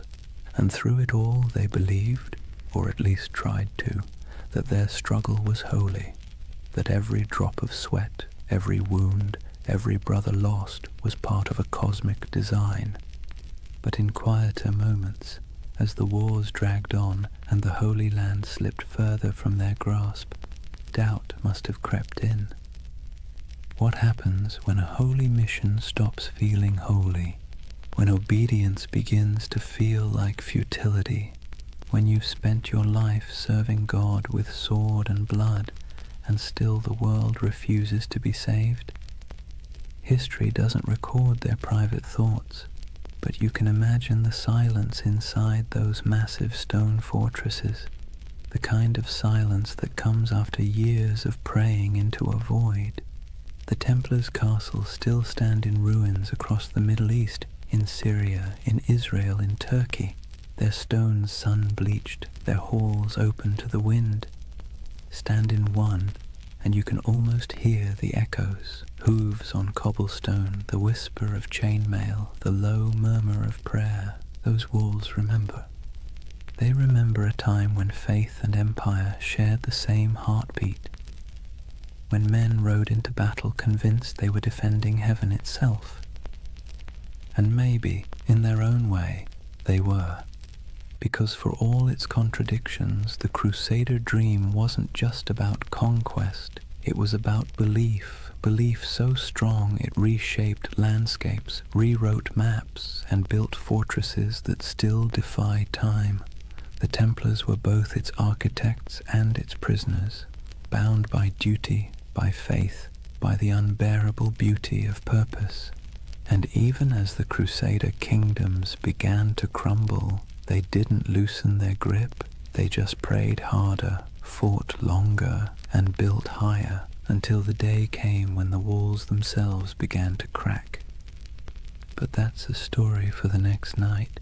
For now, picture that world one last time, the desert glowing gold under the last light of day, the red cross fluttering above a fortress wall, and somewhere inside, a group of knights kneeling in silence, their faces half-shadowed, their faith still unbroken. The wind moves through the stones like a sigh, the candles flicker, and the Holy Land sleeps, as it always has, torn between heaven and earth. Imagine standing in a candle-lit chamber somewhere in Paris in the early 1200s. The air smells of beeswax and damp stone. At a table sits a man in white robes marked with a red cross, quill poised above parchment. Before him, a merchant lays down a pouch heavy with coins, silver deniers, gold florins, copper dirhams from faraway ports. The knight nods, seals the parchment with wax, and hands the merchant a folded document stamped with the sigil of the temple. "Show this in Jerusalem," he says, "and you'll receive the same sum." The merchant bows, the pouch stays, the man leaves. And just like that, without a single coin crossing a sea, the Knights Templar have just performed one of the earliest forms of international banking. You see, the Templars weren't just warriors, they were administrators, financiers and logisticians of staggering sophistication. While kings still measured their treasuries in piles of glittering metal, the Templars had already learned that information, records, signatures, trust was worth more than gold. Their network stretched from the windswept shores of England to the sun-scorched walls of Jerusalem, a chain of commanderies that functioned as safe houses, training centers, warehouses, and financial hubs all at once.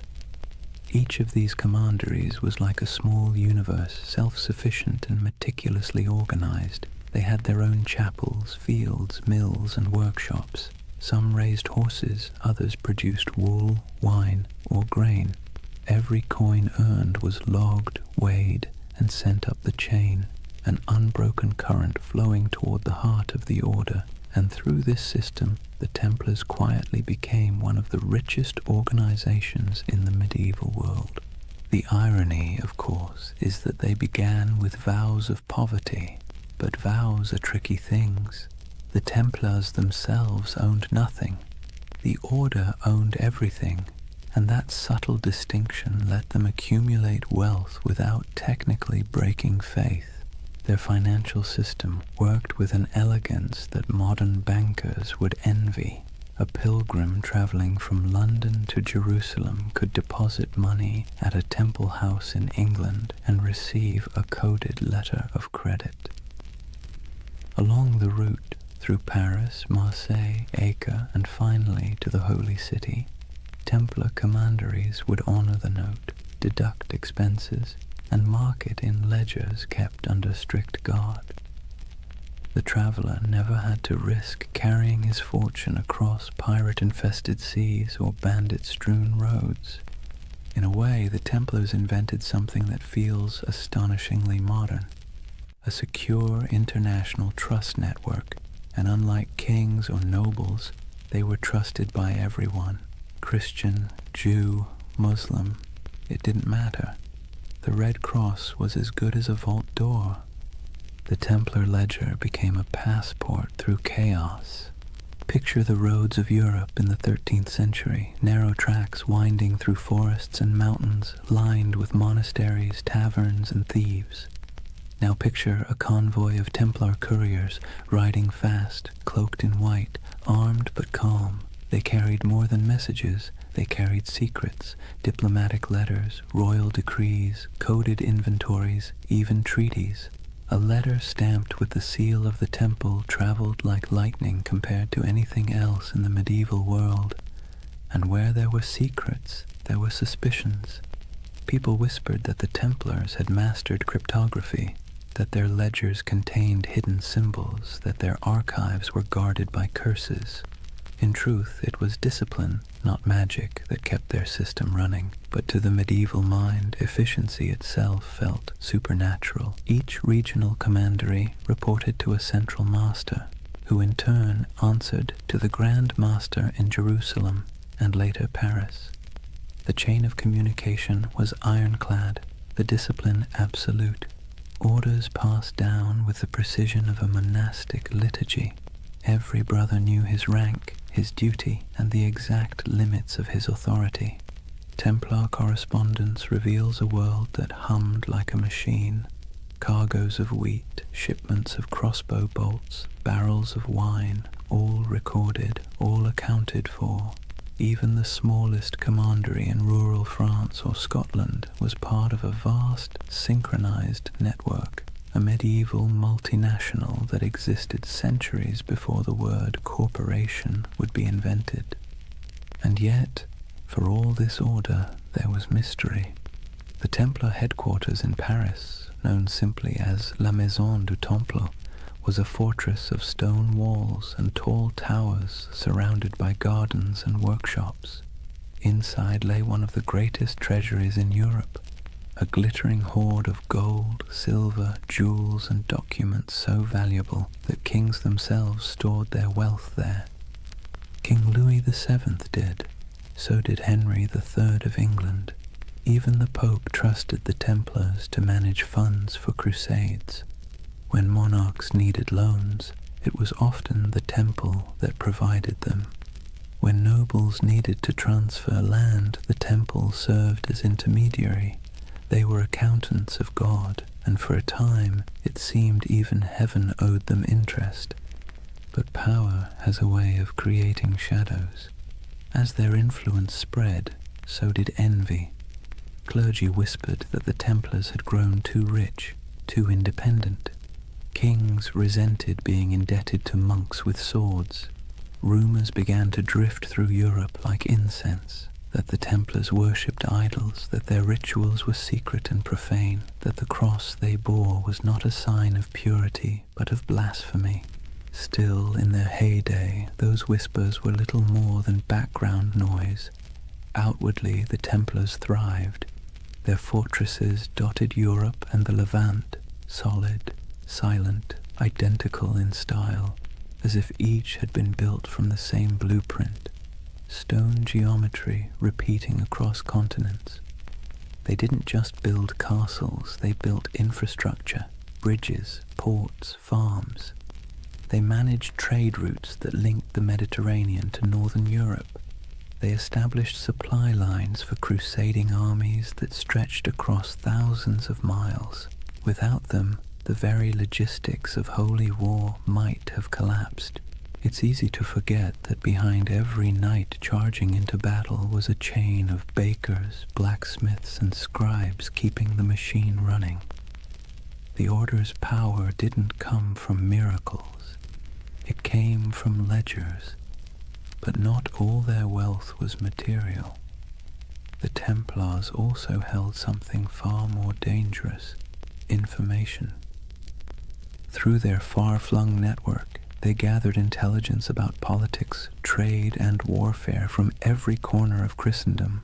They knew which kings were broke, which roads were unsafe, which alliances were shifting. In an age before newspapers, that knowledge was gold. Their reach was so vast that you could travel from Scotland to Syria and never truly leave their shadow. Every few days' journey, you'd find another Templar house, white walls, red cross, the same rhythm of prayer and order. Their presence was both reassuring and unnerving, like a vast skeleton under the skin of medieval Europe. To ordinary people, they must have seemed immortal. Their discipline never wavered, their symbols never changed. Generations rose and fell, and still the Templars endured, unmoved, unstoppable. Even their dress added to the myth. While nobles flaunted velvet and jewels, Templars wore plain wool, dyed white for purity. Their only ornament was the red cross, a reminder of both sacrifice and authority. When they moved through a town, heads bowed, they looked less like men than like an idea, one that walked and breathed and collected rent. And it wasn't only men. Though the order itself was male, its network included women, nuns, widows, and lay sisters who worked in the commanderies, managing estates, caring for pilgrims, brewing ale, and keeping the wheels turning. History rarely mentions them, but without them, the Temple's empire of faith would have faltered. By the mid-13th century, the Templars had reached their zenith. Their ships carried goods across the Mediterranean. Their estates covered vast tracts of Europe. Their influence seeped into every court, every treasury, every crusade, and yet, like all empires, they had already sown the seeds of their own decline. The Holy Land, their reason for existing, was slipping away. Muslim forces were reclaiming city after city. The Crusader states were shrinking, and with them the spiritual justification for the Temple's existence. But the Templars adapted. They shifted their focus westward, becoming less of a crusading order and more of a financial and political one. Their castles became banks, their swords gathered dust, their prayers became ledgers, and with each ledger, their power grew. But so did resentment. Imagine being a king and realizing that the most efficient, trustworthy, and wealthy organization in your realm doesn't answer to you. It answers to no one but God, and maybe the Pope. That unease was the first tremor before the fall. But for now, in the candlelit rooms of the 1200s, the world still looked stable. Templar scribes bent over parchment, quills scratched, coins clinked softly in wooden chests. Outside, the moonlight shimmered on stone, and the red cross of the order fluttered faintly in the night wind. It was a world of precision, discipline, and quiet ambition. A world that believed itself eternal. And perhaps, for a while, it was. Picture a long stone hall lit by morning light through narrow slits in the wall. The air smells faintly of straw and cold iron. Dozens of men kneel side by side, white mantles draped over their shoulders, red crosses stark against the fabric. No one speaks. The only sounds are the shuffle of boots, the whisper of breath, and the faint crackle of a torch. It's not a church exactly, not a barracks either. It's both, and that contradiction is the essence of the Knights Templar. Discipline was their creed. Every movement, every word, every thought was governed by the rule of the temple, a sprawling set of commandments written in the early 12th century that blended the rigidity of a monastery with the brutality of a battlefield. And yet, for all its severity, there was beauty in that order, a rhythm that shaped their days like the tolling of distant bells. They rose before dawn to pray, their voices echoing in unison. Then came the chores, feeding horses, sharpening weapons, tending armor, mending cloaks, cleaning wounds. Breakfast was simple: bread, sometimes watered wine, rarely meat. Then training, endless training, sword drills in formation, mounted charges across dusty fields, bow practice until fingers blistered. To the outside world, they were holy warriors. To themselves, they were servants of God, of each other, and of discipline itself. Templars lived by vows of poverty, chastity, and obedience, but those words meant something very different in their world. Poverty meant no personal possessions, but the order itself owned vast estates. Chastity meant avoiding women entirely, even in conversation, an easier rule to write than to live by. And obedience meant complete submission to one's commander, even unto death. That last vow was the hardest, and the one that defined them. A Templar didn't fight for victory. He fought to obey. If ordered to hold a line, he held it. If ordered to die, he died. There was no hesitation, no bargaining, no emotion. In battle, this made them terrifying. Other soldiers might panic, flee, or waver. The Templars never broke formation. Even when surrounded, they fought in silence, red crosses vanishing one by one into the dust. It's tempting to romanticize that kind of devotion, but there was nothing romantic about it. It was hard, mechanical, and often lonely. Templars were forbidden to embrace their own brothers without permission, forbidden to joke or sing frivolously, forbidden to play games of chance. Even laughter was discouraged, except in moderation. Their armor, too, reflected that restraint, plain, functional, unadorned. No bright colors, no gilded crests, only the red cross sewn near the heart. It was said that when the Templars rode into battle, the sound of their charge was unlike anything else. Not the roar of chaos, but the low thunder of synchronized hooves, a kind of terrible harmony. They weren't the largest army in the Crusades, nor the most numerous, but they were the most feared, because the enemy knew they wouldn't stop. Every Templar learned to fight and die as part of something greater, and that mindset extended beyond the battlefield.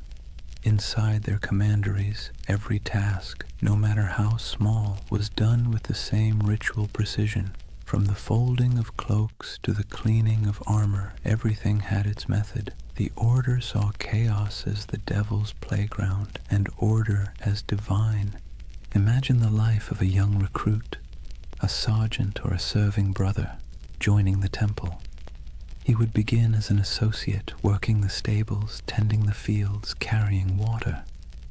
He'd sleep on straw, wake before dawn, pray, eat little, speak less. The nights might seem distant, stoic men of few words, but in truth everyone shared the same weight of silence. Templar silence wasn't emptiness, it was control. They believed words carried danger, pride, gossip, temptation. So they learned to communicate through gestures and glances, through efficiency rather than expression. Meals were eaten in near silence, a monk reading scripture aloud while others chewed. If you wanted salt, you didn't ask, you pointed. If you needed bread, you waited your turn.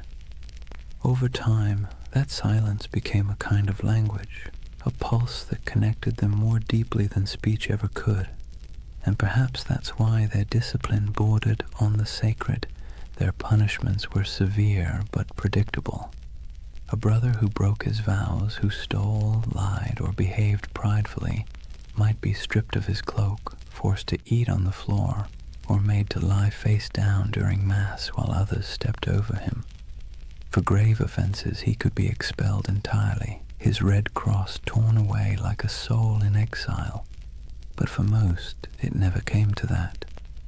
The Templar mind was trained like a blade, sharp, steady, and resigned. Even their daily routines reinforced obedience. The day was divided by bells, prayer, labor, rest. Each moment accounted for. They prayed before battle, after battle, before eating, before sleeping. Every act was sanctified, every breath a form of worship. And yet, for all their austerity, there was a quiet humanity beneath it. The rule allowed small comforts, wine on holy days, the company of brothers during feasts, laughter when earned. They kept dogs and falcons. They played music sometimes, though always solemnly. Their lives weren't joyless, just measured. To outsiders, that restraint looked inhuman. To insiders, it was peace. Because here's the thing, medieval life was unpredictable, dangerous, and filthy. Plague, famine, war, it was all chaos. The Templars built a life where everything made sense, a world of routine, duty, and clear purpose. That order was their sanctuary. And yet, there's a strange irony in that. For all their vows of humility, the Templars radiated pride. Not arrogance exactly, but a certainty that they were different, chosen. While other knights fought for lords, women, or glory, the Templars fought for eternity. Their enemy wasn't just flesh and blood, it was sin itself. That certainty gave them strength, but it also made them untouchable. When they marched through cities, people stepped aside. Their white mantles glowed in the sun. Children watched them pass in awe. Priests blessed them. Merchants envied them. Kings tolerated them. And slowly, without realizing it, they became what they were sworn to resist: powerful, privileged, and proud. Their discipline, once spiritual armor, became something colder, a mask. By the late 13th century, the Templar ideal had begun to crack. The Holy Land was lost, the Crusades had soured, and yet the Order still trained, still prayed, still obeyed, as if nothing had changed. It's almost haunting, that image. An army without a war, marching in perfect silence toward a future that no longer needed them. They kept their rituals alive even as their purpose faded. The morning prayers, the vows, the cold meals, the endless drills, like monks in armor performing the same liturgy long after the congregation had gone home. If you had visited a Templar stronghold, then, say, Tomar in Portugal, or the great fortress of Crac des Chevaliers, you'd have seen perfection on the surface, polished discipline, unbroken ranks, but beneath it, something else was stirring: uncertainty. What happens to an order built for holy war when holiness itself goes out of fashion? The Templars didn't have an answer. They just kept obeying. And maybe that's the tragedy. They were so trained to follow command that when the commands themselves became corrupt, when kings and popes turned against them, they couldn't adapt. Their discipline, once their shield, would soon become their downfall. But that's later. For now, in the twilight of their golden age, they still looked unshakable. Picture them one last time, a column of knights riding through the gates of Acre, the last stronghold of Christendom in the east. Sunlight glints on their helmets. The sea wind carries the smell of salt and steel. Their banner ripples, a red cross against white. They move as one body, one will, one faith. And somewhere in the back of the formation, a young knight whispers a prayer he has said 1,000 times before. He doesn't know that in a few short decades, his order will be ashes and rumor. But in this moment, he is calm, because obedience is peace. And for the Knights Templar, peace, however fleeting, was always worth dying for. Chapter 3: Secrets, Shadows, and Heresy. Imagine the stillness beneath Jerusalem. The air is cool, dry, and old, older than the Crusaders who came here with dreams of salvation and plunder. Torches flicker against ancient stone, illuminating tunnels carved centuries before the birth of Christ. The sound of footsteps echoes faintly, rhythmic and deliberate. These men wear no crowns, no jewels, only white mantles marked with a red cross. 9 knights, poor, pious, exhausted, descending under the ruins of Solomon's temple. At least that's the story. The first whisper in a legend that would stretch across continents and centuries. According to chroniclers, when the Knights Templar were founded around 1119, their official mission was humble: to protect Christian pilgrims traveling the dangerous road from Jaffa to Jerusalem. In reality, there were only 9 of them, hardly enough to guard a single caravan. And yet King Baldwin II of Jerusalem gave them quarters in one of the holiest sites on earth, the Temple Mount, believed to be the ruins of Solomon's temple itself. That's where the name came from, the poor fellow soldiers of Christ and of the Temple of Solomon. But for a group of destitute knights, their address was suspiciously prestigious.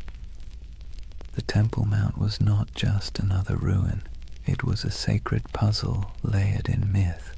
Jews believed it was where the Ark of the Covenant had once rested. Muslims revered it as the site of the Prophet's ascent to heaven. Christians saw it as the home of God's wisdom and wrath alike. And somehow these 9 knights, without royal blood, without political clout, were allowed to live directly atop it. And for nearly 9 years, no one quite knew what they were doing down there. There are no surviving records, no letters, no official reports, just silence, the kind that history fills with imagination. And centuries later, that silence became the perfect soil for mystery. Some say the Templars were digging, not guarding, that they searched the ruins for hidden relics, ancient scrolls, or lost knowledge buried deep beneath Jerusalem.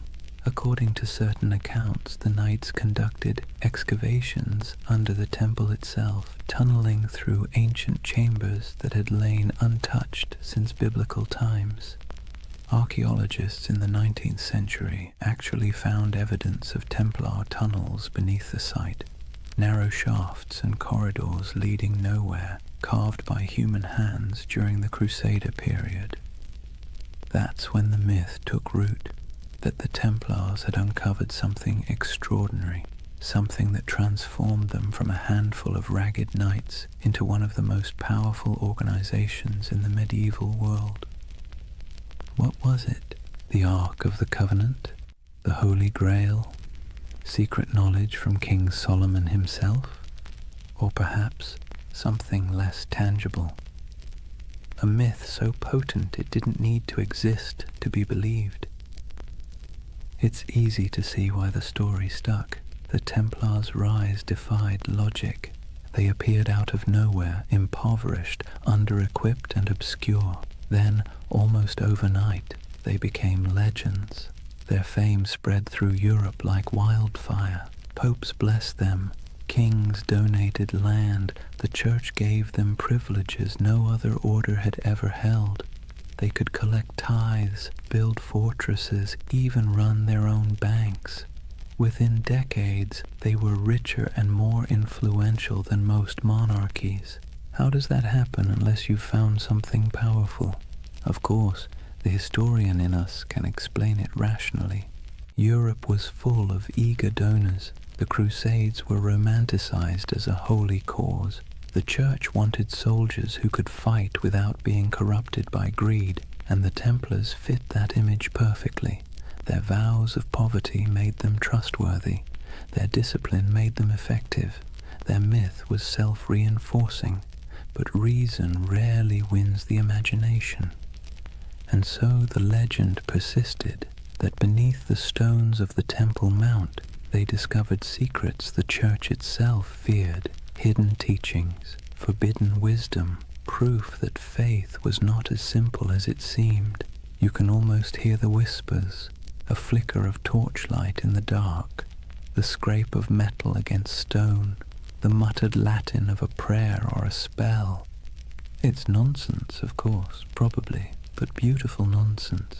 That's the curious power of the Templar myth. It lives in the gap between faith and doubt, between the seen and the unseen. Take the idea of the Grail, for instance. In medieval Europe, the word didn't mean a chalice at first. It meant a vessel of divine mystery, something that contained the essence of truth. The connection between the Templars and the Grail only appeared centuries later, in 12th and 13th century romances, when poets like Chrétien de Troyes began weaving stories of knights, purity, and hidden relics. Those tales weren't history. They were dreams, but dreams with staying power. To the medieval mind, it made perfect sense that the holiest warriors would be the keepers of the holiest object. And to the modern mind, still restless in the dark, it makes perfect sense that an empire's rise must hide a secret. Maybe that's why the Templars continue to haunt us, because we can't resist the idea that someone, somewhere, found the truth and kept it to themselves. But beneath the mystique, there's something more mundane and more fascinating. The real secret of the Templars wasn't gold or relics. It was organization. While other Crusader groups floundered in chaos, the Templars built a system. They turned faith into logistics. They mastered record-keeping, finance, communication, and property management at a level Europe had never seen before. Their commanderies stretched from Scotland to Syria, forming a network that could move money, men, and messages faster than any king's court. They were medieval globalists, an early blueprint for the international corporation. That was their real treasure, their true grail, not buried under Jerusalem, but written in ledgers and sealed with wax. Still, it's fun to imagine the other version, the one where those 9 knights, by flickering torchlight, brushed away centuries of dust and found something that made them more than soldiers, something that whispered of destiny, because that's the romantic engine of the Templar myth, that somewhere in their cold discipline and rigid faith, they touched a kind of forbidden light. Maybe it wasn't treasure, maybe it was understanding. The Church would later accuse them of heresy, of denying Christ, of spitting on the cross, of worshipping strange idols, all of which sound absurd, until you remember how much they changed between those first 9 nights and the empire they became. Power always transforms faith, sometimes subtly, sometimes completely, and perhaps in those long tunnels beneath the temple, the transformation began. There's a moment halfway between legend and history when we can almost see it. 9 men on their knees, torches flickering, the stones around them whispering echoes of the past. They think they're praying, but maybe in that silence something ancient is listening.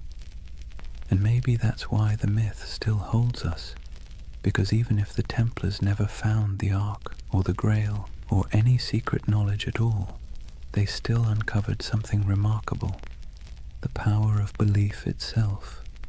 They discovered how mystery can move empires. Imagine a candle-lit chapel deep in the hills of France. The walls are rough stone, the air thick with incense and dust. In the dim light, the symbol of the Red Cross flickers faintly across banners and shields stacked neatly against the wall. A handful of knights kneel in silence before an altar, not before the crucifix, but before something older, stranger, covered in a cloth of deep red. No one speaks, only the low chant of prayer, rhythmic and hypnotic, filling the space like the hum of bees in a summer field. This is the image that has haunted storytellers for centuries. The idea that the Knights Templar possessed secret knowledge, perhaps even a relic of impossible power. And like all the best myths, it's never quite clear whether we want it to be true or whether we enjoy believing it's hidden. The legend of the Holy Grail, for instance, didn't actually begin with the Bible. It began with poets. Around the late 12th century, when the Templars were at their most powerful, A French poet named Chrétien de Troyes wrote of a mysterious grail, a shining vessel carried in a sacred procession, capable of granting eternal nourishment and divine wisdom. He never called it holy, nor said it was a cup. Later, writers turned it into the chalice of Christ, the cup of the Last Supper, or the vessel that caught his blood at the crucifixion. But in Chrétien's day, the Grail was simply something too sacred to name directly. And in that ambiguity, the Templars found a shadow, because who else fit the image better? Knights of divine mystery, warriors of impossible devotion, a brotherhood whose rituals were secret, whose vows were absolute, and whose origins lay under the ruins of Solomon's temple. To a medieval audience it made perfect sense. If the Grail existed, it was the Templars who kept it. Over the centuries, the Grail and the Templars fused together into a single enduring myth, a marriage of chivalry and mysticism that no amount of historical evidence has ever been able to undo. The truth, though, is both smaller and more interesting. The Templars were bureaucrats of the divine. They didn't sit around sipping from golden chalices or unlocking cosmic secrets. They balanced books, they managed estates, they wrote letters in crisp Latin. They were the spiritual accountants of a holy empire. But because they lived in an age obsessed with relics, bones of saints, drops of Christ's blood, splinters of the true cross, they were inevitably drawn into the world of the sacred object. They guarded reliquaries. They escorted pilgrims who sought miraculous artifacts. They helped fund and protect monasteries where fragments of supposed holy items were displayed. So when rumors spread that they had discovered ancient scrolls beneath the Temple of Solomon, texts written by early Jews, Gnostics, or even pre-Christian mystics, the stories stuck. The scroll myth would grow and mutate over time. Some later accounts, centuries after the Templars were gone, claimed they had found the Book of Thoth, an Egyptian text of divine wisdom. Others said they uncovered teachings from the lost tribes of Israel, and some whispered of alchemical diagrams, maps of the cosmos itself, hidden away from the church to protect humanity from knowledge it wasn't ready to bear. Of course, there's no evidence for any of this, but myths thrive where evidence fails, and perhaps that's what made the Templars so irresistible to later imaginations. They embodied that perfect combination of real power and secret silence. The Church itself fueled much of it, unintentionally, because the Templars, though loyal to Rome, answered to no king, no bishop, no worldly authority. They were free to move money, land, and information across borders. They could send coded letters that no one else could read. They had their own internal justice system, their own chapels, their own prayers. In other words, they looked a lot like the very thing the Church feared most, a second church. And that's when suspicion began to bloom. Whispers spread that the Templars practiced strange rituals, that their initiations involved renouncing Christ, spitting on the cross, or worshipping a mysterious head called Baphomet, that their power came not from God but from something older. Most historians agree that these accusations were lies, propaganda created to destroy them later. But it's worth noting why those lies were so effective. Because they sounded plausible. Because secrecy always invites projection. If you give people a locked door, they will imagine what's behind it. And for medieval Europe, already steeped in apocalyptic fear and superstition, the Templars became the perfect vessel for that imagination. Their very success became suspicious, their discipline unnatural, their wealth sinful, their silence heretical. And yet, maybe there was something beneath all the rumor. Not magic, not relics, but an attitude. See, the Templars didn't pray like other monks. Their spirituality wasn't cloistered, it was militant. Their daily life was about control, obedience, and the annihilation of the self. Every moment of pleasure, every trace of comfort was stripped away to make room for purpose. In a sense, that was a kind of secret knowledge, the knowledge that faith and suffering could be fused into a single weapon. And that's what made them so dangerous. Not to the Muslims they fought in the Holy Land, but to the church that eventually feared them, because the Templars didn't seem to need intermediaries. Their faith was too direct, too efficient, too pure. When you can talk to God through action, you make priests nervous. By the time the Crusader kingdoms began to crumble, the Templars' mystique had already surpassed their usefulness. Europe no longer needed warrior monks, it needed bankers, diplomats, and obedient clergy, and so the Templars' mysticism, once admired, became suspect. It's strange, isn't it, how quickly a symbol of holiness can become a symbol of heresy. One century they were Christ's chosen, the next they were whispered to be sorcerers. But perhaps that's the price of mystery. The more tightly you guard your secrets, the easier it is for others to fill them with darkness. And in the quiet moments when we think of the Templars by torchlight, kneeling before something hidden under silk, we feel that same tension, that blend of awe and suspicion, that uneasy beauty of something half-believed. Because part of us wants to believe. We crave hidden truths. We need our mysteries, especially the ones that refuse to resolve.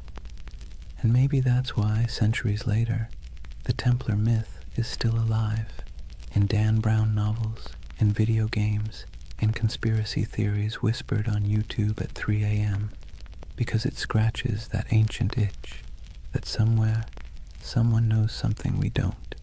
It's funny how little we've changed. The medieval mind looked at the stars and imagined divine design. We look at old ruins and imagine lost technology. Both are acts of yearning, proof that we are wired to believe that history hides something from us. And perhaps the Templars were the first to realize that the greatest power isn't in what you know, but in what others think you might know. Theirs was a religion of silence, and silence in any age is seductive. Imagine the city of Jerusalem in the morning light. The walls are pale gold, dust drifting through narrow streets where merchants lift their shutters and donkeys stamp impatiently in the shade.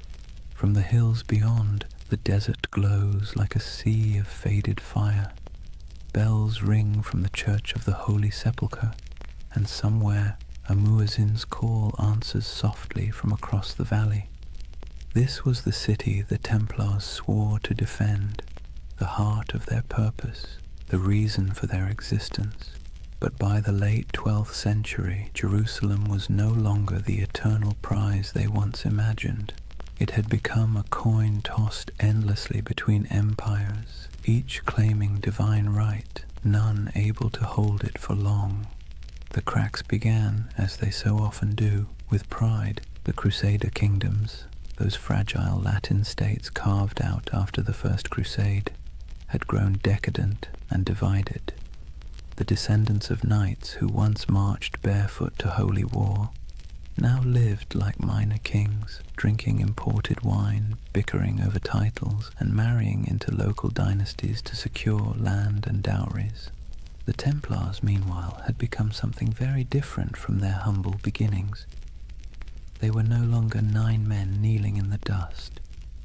They were a multinational corporation of the Middle Ages, thousands strong, with property stretching from Scotland to Syria.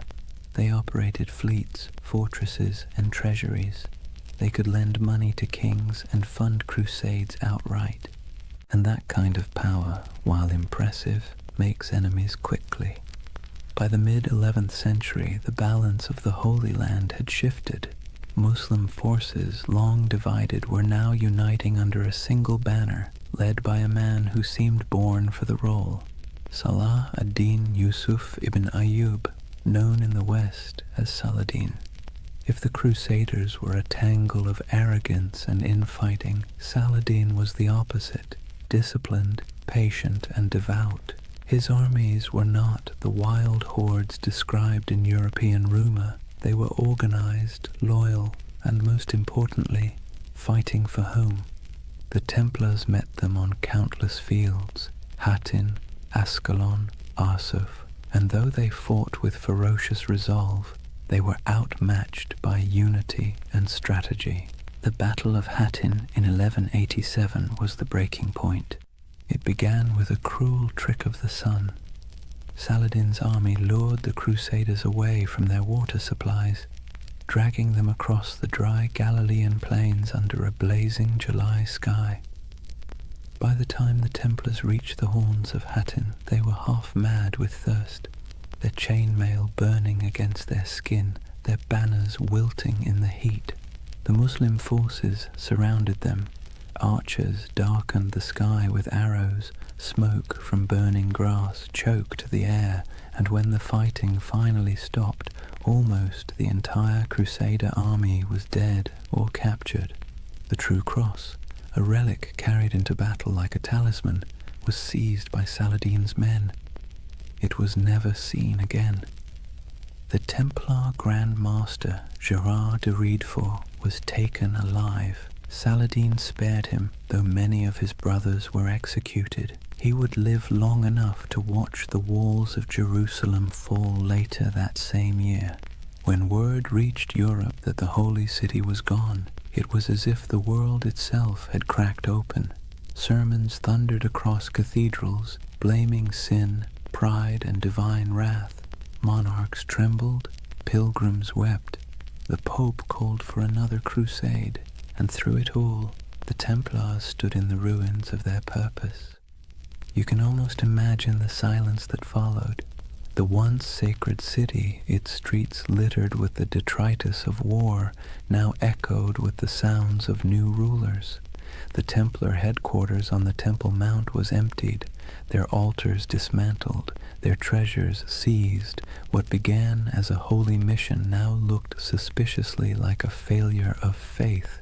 For the first time, the Templars were without their holy ground, and without Jerusalem, they were forced to confront an uncomfortable truth. If the temple was gone, what exactly were they the knights of anymore? But endings have a way of becoming beginnings.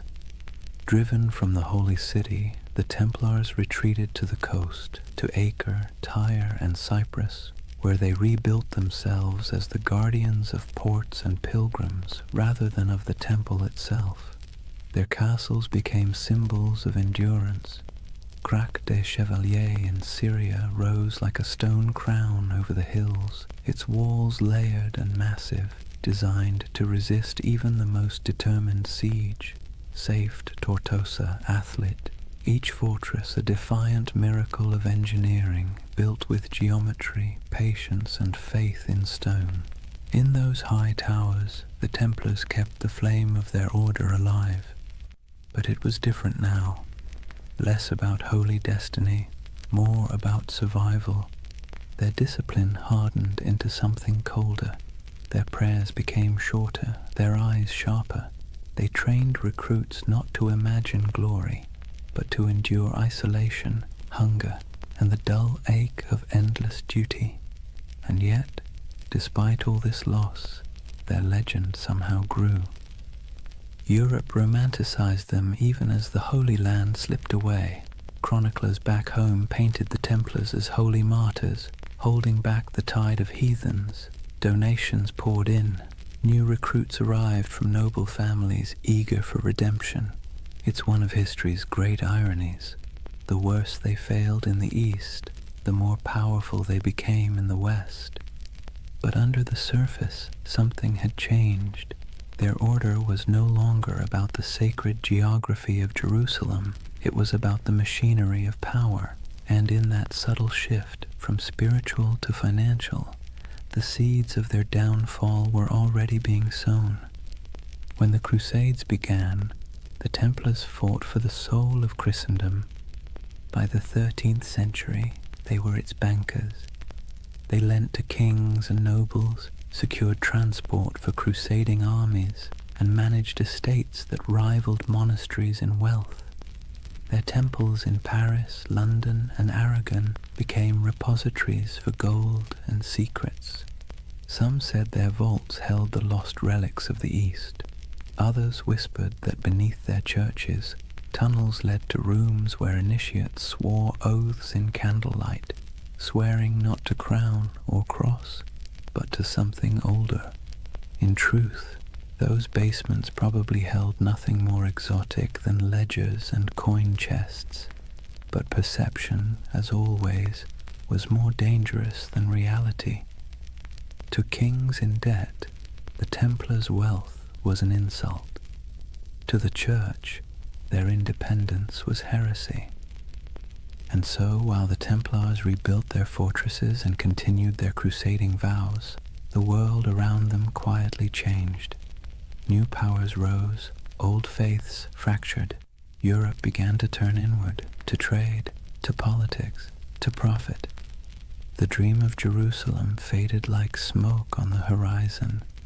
The Templars became relics themselves, living fossils of an age of faith that no longer fit the world they helped create. And perhaps that's the tragedy at the heart of their story. They were men who built a system so efficient, so disciplined, that it outlasted their original purpose. Their creed was supposed to die with Jerusalem, but it didn't. It calcified. It spread through Europe's veins, into its banks, its armies, its bureaucracies. Even as they prayed for salvation, they were laying the groundwork for capitalism, for modern finance, for the idea that faith could be managed like currency. When you think about it, that might be their most heretical legacy of all. In the distance, though, back on those coastal walls, you can almost still hear the wind off the sea whistling through the battlements of Acre. The Templar banners still flutter there in imagination, crimson crosses fading against the salt air. They never stopped believing they could reclaim the Holy Land. They never stopped waiting for the day the horns would sound again. But faith, like empire, has tides, and the tide was already receding. Imagine standing on the ramparts of Acre at twilight. The sea stretches endlessly westward, glowing copper beneath the dying sun. Seagulls drift above the harbor where broken ships list in the water, their masts creaking softly. Behind you, the wind carries the scent of smoke and salt, and the low, steady hum of prayer from men who know the end is coming. This is the world of the final crusades, not the holy fire of the first generation, not the fevered marches of kings and saints, but a quieter, more desperate echo. The age of glory was over. What remained was a grim, bureaucratic persistence. Wars fought on borrowed faith, borrowed time, and borrowed money. By the late 13th century, the Kingdom of Jerusalem existed mostly on parchment and in memory. Its capital, if one could call it that, was Acre, a coastal city pressed between a restless sea and endless desert. It was crowded, rich, and tense, a city of pilgrims, traders, and soldiers living shoulder to shoulder in uneasy tolerance. Here the Knights Templar had built their final fortress, a marvel of engineering, all white stone and iron gates, its walls thicker than any catapult could breach. Within those walls, gold and relics were stored in vaults beneath torchlit halls. Above them, in chapels that echoed with Latin chants, the Templars still prayed for Jerusalem, though most knew they would never see it again. They had become the custodians of a dream already dying. The last crusades were not holy wars anymore. They were logistics operations, charters, supply lines, contracts. The romantic image of knights charging across the desert had long since been replaced by the grinding reality of politics. Kings back in Europe promised armies and delivered excuses. Popes issued bulls calling for redemption and sent none. The Templars and their rivals, the Knights Hospitaller, did what they could. They fortified the remaining coastal strongholds, trained recruits from France and England, and negotiated uneasy truces with Muslim rulers, who now viewed them less as enemies and more as relics of a fading age. For nearly a century, the Templars held their line. A few miles of coast, a handful of towers, and the weight of an entire lost empire on their shoulders. Then, in 1291, the inevitable came. A vast Mamluk army, disciplined, relentless, and armed with the confidence of history, swept across the plains toward Acre. Their banners blackened the horizon. Their engines rolled like thunder. Inside the city, panic spread like wildfire. Citizens fled to the harbor, merchants burned their ledgers, priests carried relics to the ships, whispering prayers that no one believed would work. The Templars, as always, took their positions. From the battlements, they could see the Mamluk campfires stretching endlessly into the desert night. The siege began with drums, then fire, then days of unbroken assault. It was not the glorious last stand of legend. It was chaos.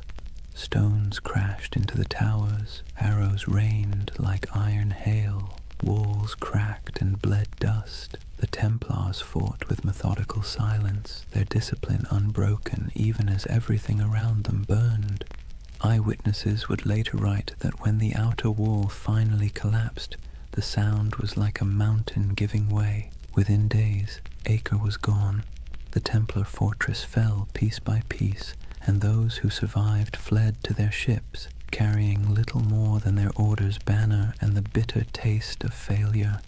When the city burned behind them, so did the last true Crusader stronghold in the Holy Land. It was over. The Crusades had lasted nearly 2 centuries, and now, after all the pilgrimages, sieges, and sermons, the Holy Land was once again entirely in Muslim hands. For the Templars, the loss was more than strategic, it was existential. They returned to Europe as an army without a battlefield, an order without a purpose. Their castles in the east were gone, their mission obsolete, but they were still wealthy, still disciplined, and still bound by vows that made them useful or dangerous, depending on who was watching. They settled mostly on the island of Cyprus, rebuilding their headquarters there. From its harbors, they continued to dream of returning to the Holy Land, though it was clear to everyone that the age of crusades had passed. But faith is a stubborn thing. The Templars still believed that their duty was not complete. They trained, prayed, and planned as if the next crusade was always just one papal decree away, and Europe for a while humored them. Popes still called them the sword of the church. Kings still borrowed their money. Peasants still whispered prayers for them. But under the surface, the world was changing. Trade was replacing war. Cities were replacing castles. Banks were replacing swords. And the Templars, with their vast holdings and network of treasuries, found themselves at the uncomfortable center of this transition. They had invented the closest thing to modern finance, a system where a pilgrim could deposit gold in Paris and withdraw it in Acre using coded letters of credit. It was genius, practical, and efficient, and in hindsight, catastrophic. Because when the wars ended and the debts came due, kings looked at the Templars' wealth and saw temptation, not salvation. Especially one king in particular, Philip IV of France. Philip was a man both pious and paranoid. He owed the Templars enormous sums of money, loans for his wars, his court, his vanity. But he also saw their independence as an affront. They answered not to him, but to the Pope. Their fortresses in France were like miniature states, their archives sealed and secret, and the more Philip learned about them, the more their silence unnerved him. Rumors spread of strange initiation rites, of heretical symbols, of men kissing the cross in reverse. Nonsense, most likely, but for a monarch looking to erase his debts and consolidate power, nonsense can be weaponized. In the years after Acre, Philip began to scheme. He courted the Pope, then bullied him. He planted spies among the Templars. He listened to gossip and invented the rest. The Templars, perhaps naively, continued to operate as they always had, holding mass, training knights, managing estates. They trusted in their reputation, in their service, in their holy mission. They never realized that while they were guarding against heathens abroad, the real danger had been quietly gathering at home. In the fall of 1307, France was restless. Taxes were high, the treasury was strained, and the king's legitimacy was fragile. Philip needed an enemy, and what better villain than a secretive, wealthy brotherhood whose glory had long since faded into rumor? The Templars were about to learn a lesson the Romans once taught long ago, that power without narrative is just a target. Their story had begun with oaths whispered beneath the Temple of Solomon. It was about to end in the flicker of torches and the hiss of sealed orders. History, like the sea, has its own rhythm, rising, falling, devouring. The Templars, once masters of both faith and war, had finally drifted too far from shore. Their banners would not fall on the battlefield, but in the courts of kings. Their last enemy would not wield a sword, but a quill. The Crusades had ended, but the Inquisition was just beginning. Imagine Paris in the early morning of October 13th, 1307. The air is cold, the mist heavy. Bells toll softly from the towers of Notre Dame, their echo rolling over the Seine. Most Parisians are still asleep, unaware that within the hour history itself is about to shift. Across the city, a quiet army stirs. Royal messengers slip through fog-damp alleys, carrying sealed orders bearing the king's personal wax seal. Soldiers, sworn to secrecy, assemble at street corners and bridges. They don't yet know who they're hunting, only that the order comes directly from Philip IV, and that disobedience would mean ruin. When the sun finally breaks the horizon, the trap is sprung. Every Templar house in France, every fortress, every commandery, every quiet estate hidden among vineyards and fields is surrounded. Gates splinter, iron boots echo down stone halls.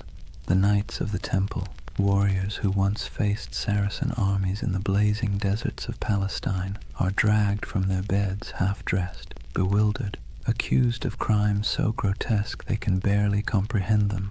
Blasphemy, idolatry, heresy.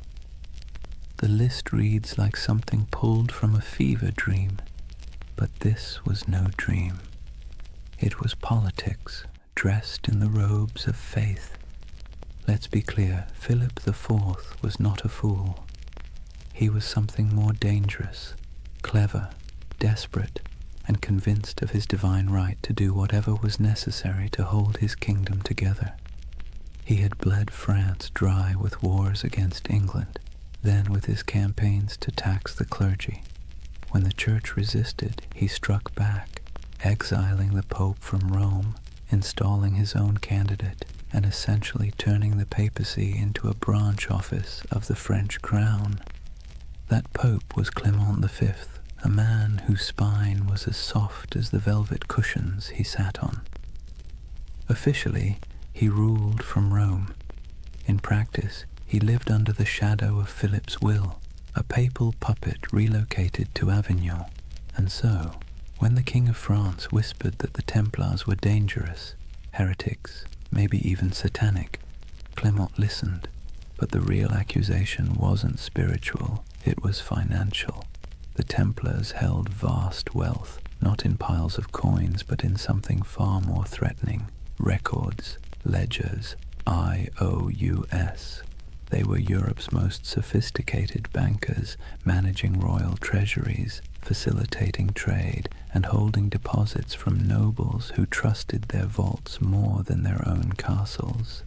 That included Philip himself, who now owed them so much that, if they called in their debts, France might collapse. And so, with one order, Philip did what every indebted man has dreamed of doing since time began. He erased the balance sheet. The raids were coordinated with surgical precision.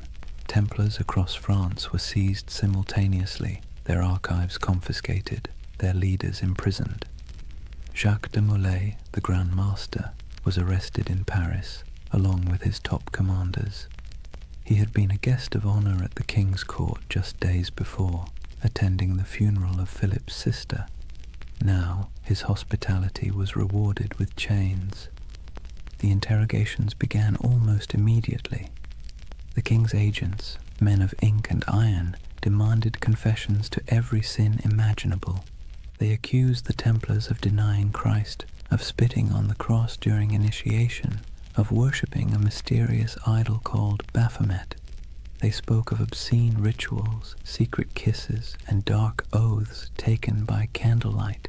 And under torture, men will say anything. By the week's end, confessions poured in, broken, contradictory, desperate.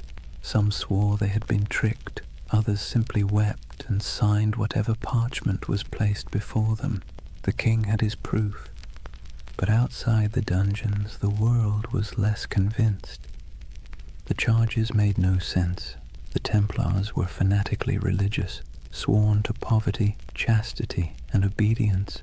Their prayers structured their lives so tightly that even eating and sleeping were acts of devotion. To accuse them of heresy felt like accusing monks of witchcraft. But logic was irrelevant. The spectacle was the point. Philip had turned the trial into theatre. He invited clergy, nobles, and the public to hear the confessions. He displayed the trembling knights as examples of corruption and divine justice. He presented himself as the defender of Christendom, cleansing it of hidden rot. And for a public weary of taxes, famine, and failed wars, it worked.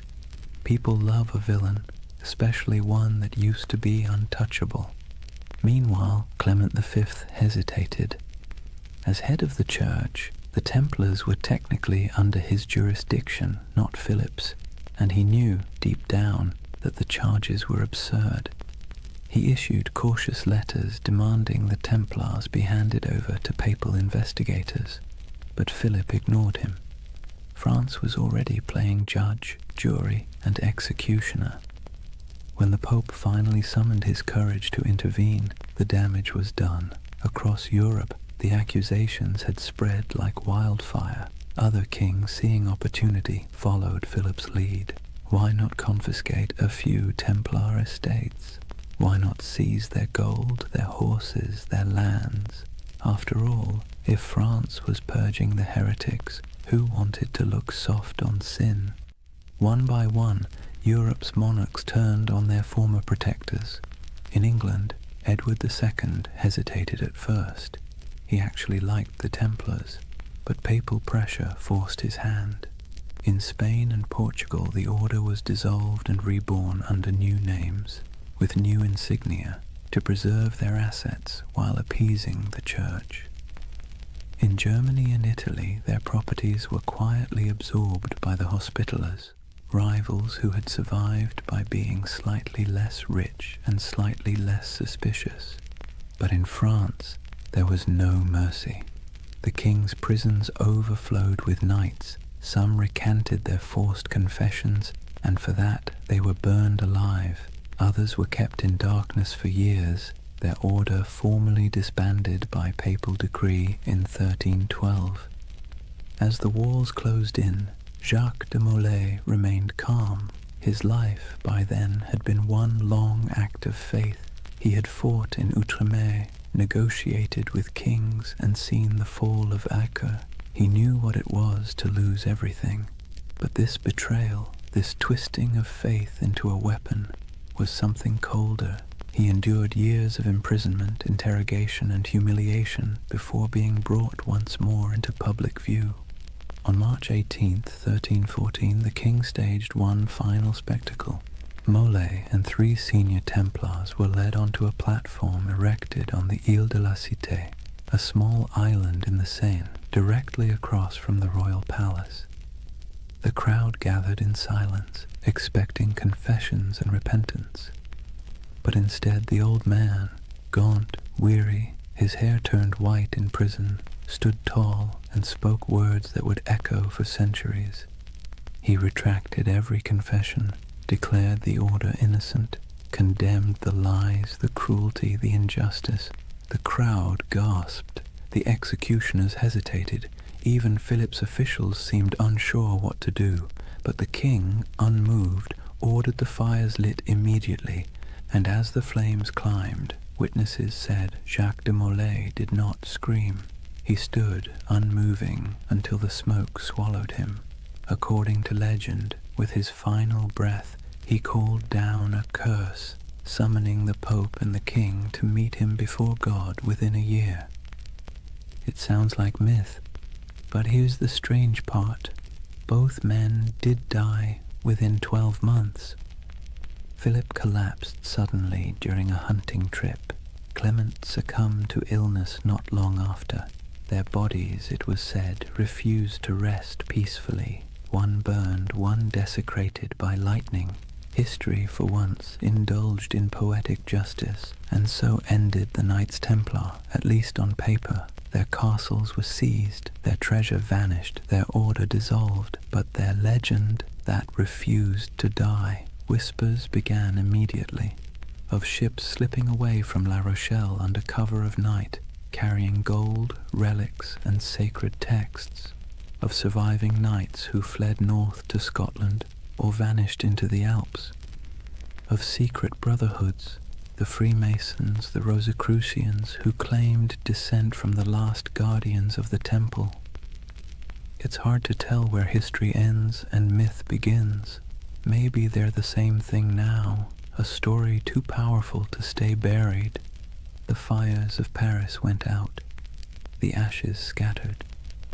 But in the imagination of every generation since, the Templars never stopped riding. Their red crosses still gleam faintly in the dark corners of our collective memory, where faith and conspiracy meet like two mirrors reflecting forever. Chapter 4. The Fall, the Curse, and the Immortal Legend. Take a deep breath and picture it again. Paris, 1314. The sun setting behind the grey spires, the river glinting like a blade, the crowd dispersing after the execution, their murmurs fading into the wind. For a moment, the city feels hollow. The flames have gone out, the smoke has thinned, and all that remains of the Knights Templar is the faint scent of burning oak and the whisper of rumour. It should have ended there, but history, like fire, has a way of smouldering long after the last spark dies. They say Jacques de Molay's final words were a curse. He called out from the pyre, summoning Pope Clement and King Philip to appear before the judgment of God within a year. The legend says his voice did not tremble. It carried through the crowd, past the walls of Paris, past the gilded windows of the royal palace, carried by the smoke as if heaven itself were listening. And then, as the flames consumed him, something strange happened. The air shifted. The crowd fell silent. Even the guards who had lit the pyre looked uneasy, like men who had just seen something they shouldn't have. You can almost hear the echo, soft, defiant, and final. Within 1 year you will answer before God. It's the kind of line that sounds too neat to be true. And yet, history, either by coincidence or poetic design, obliged. Within a month, the Pope fell ill. Clement V's body gave out after years of stress, guilt, and compromise. His corpse was placed in a monastery awaiting burial, but as if on cue, the monastery caught fire. The flames consumed the chamber, and the papal body, already lifeless, was said to have sat upright in the coffin, engulfed in flames, as though the curse had come to collect. Not long after, King Philip went hunting in the forest of Fontainebleau. A strong, healthy man, still in his 40s, he rode out in the crisp autumn air and never returned alive. Accounts differ. Some say he fell from his horse, struck his head, and lingered for days in agony. Others say he was seized by a sudden paralysis. Either way, the most powerful man in Europe died slowly, staring into nothing, as if haunted by something he couldn't see, and with their deaths, the curse of the Templars was born. It was a simple story. 2 men destroyed by the vengeance of a martyred knight, but it grew quickly. People whispered that France itself was doomed, that Philip's descendants, the Capetian line, would die out within generations, and, strangely enough, that too came true. Within less than 2 decades, all 3 of Philip's sons, each having worn the crown, were dead without heirs. The dynasty that had ruled France for centuries was snuffed out like a candle in a storm. The people of the time called it La Malédiction des Templiers, the Templar curse. To later generations, it became a parable, a warning about greed, corruption, and the strange persistence of divine justice. Of course, historians will tell you it was all coincidence, and maybe they're right. But that's the beautiful thing about history. It leaves just enough cracks for the imagination to pour through. When you close your eyes and think of those final days, it's not hard to believe that something larger was at work, a kind of cosmic balancing act, subtle and cruel. The Templars, who had built their order on discipline, loyalty, and faith, had been betrayed by those who claimed to uphold the same virtues. And perhaps, just perhaps, the universe took notice. Yet even as their bodies turned to ash, their legend began to breathe again. Within a generation, stories of the hidden treasure of the temple began to surface. Gold, relics, and ancient knowledge spirited away from France before the arrests. Ships loaded in secret at the port of La Rochelle, sailing west into the mist. Some claimed they vanished into Scotland, others into Portugal, and some said they crossed the ocean itself, centuries before Columbus, to lands unknown. The myth of the lost Templar fleet became the fuel for countless tales. Sailors swore that on stormy nights they'd seen ghost ships bearing red crosses on their sails, gliding silently across the waves. Monks whispered of secret vaults beneath cathedrals where the last Templars hid sacred relics, and among peasants and pilgrims alike, a quiet belief took root. The Templars were not dead. They had merely gone underground, waiting for the world to be ready again. It was an idea too romantic, too mysterious to fade. The church had tried to erase the order's name, to burn their banners, melt their seals, and scrub their records. But the Templars had built something deeper than stone. They had built a story, one that couldn't be killed with fire or buried in royal decrees. And the story began to change shape. In the Middle Ages, people whispered that the Templars had discovered the Holy Grail beneath the ruins of Solomon's temple, that the treasure they carried was not gold, but knowledge, secret doctrines, ancient scrolls, perhaps even relics of Christ himself. These weren't just bedtime stories, they were expressions of longing for a lost wisdom, a purer faith, a world where the sacred and the powerful were one and the same. It's strange, isn't it? The church destroyed them for being too secretive, too independent, and yet that very secrecy made them immortal. The less we knew, the more we wondered, and wonder, as every myth maker knows, is the soil in which legends grow. By the 14th century, the Templars were ghosts. By the 15th, they were saints of imagination. By the 18th, they had been reborn entirely, absorbed into the rituals of the Freemasons, who borrowed their symbols, their oaths, and their mystique.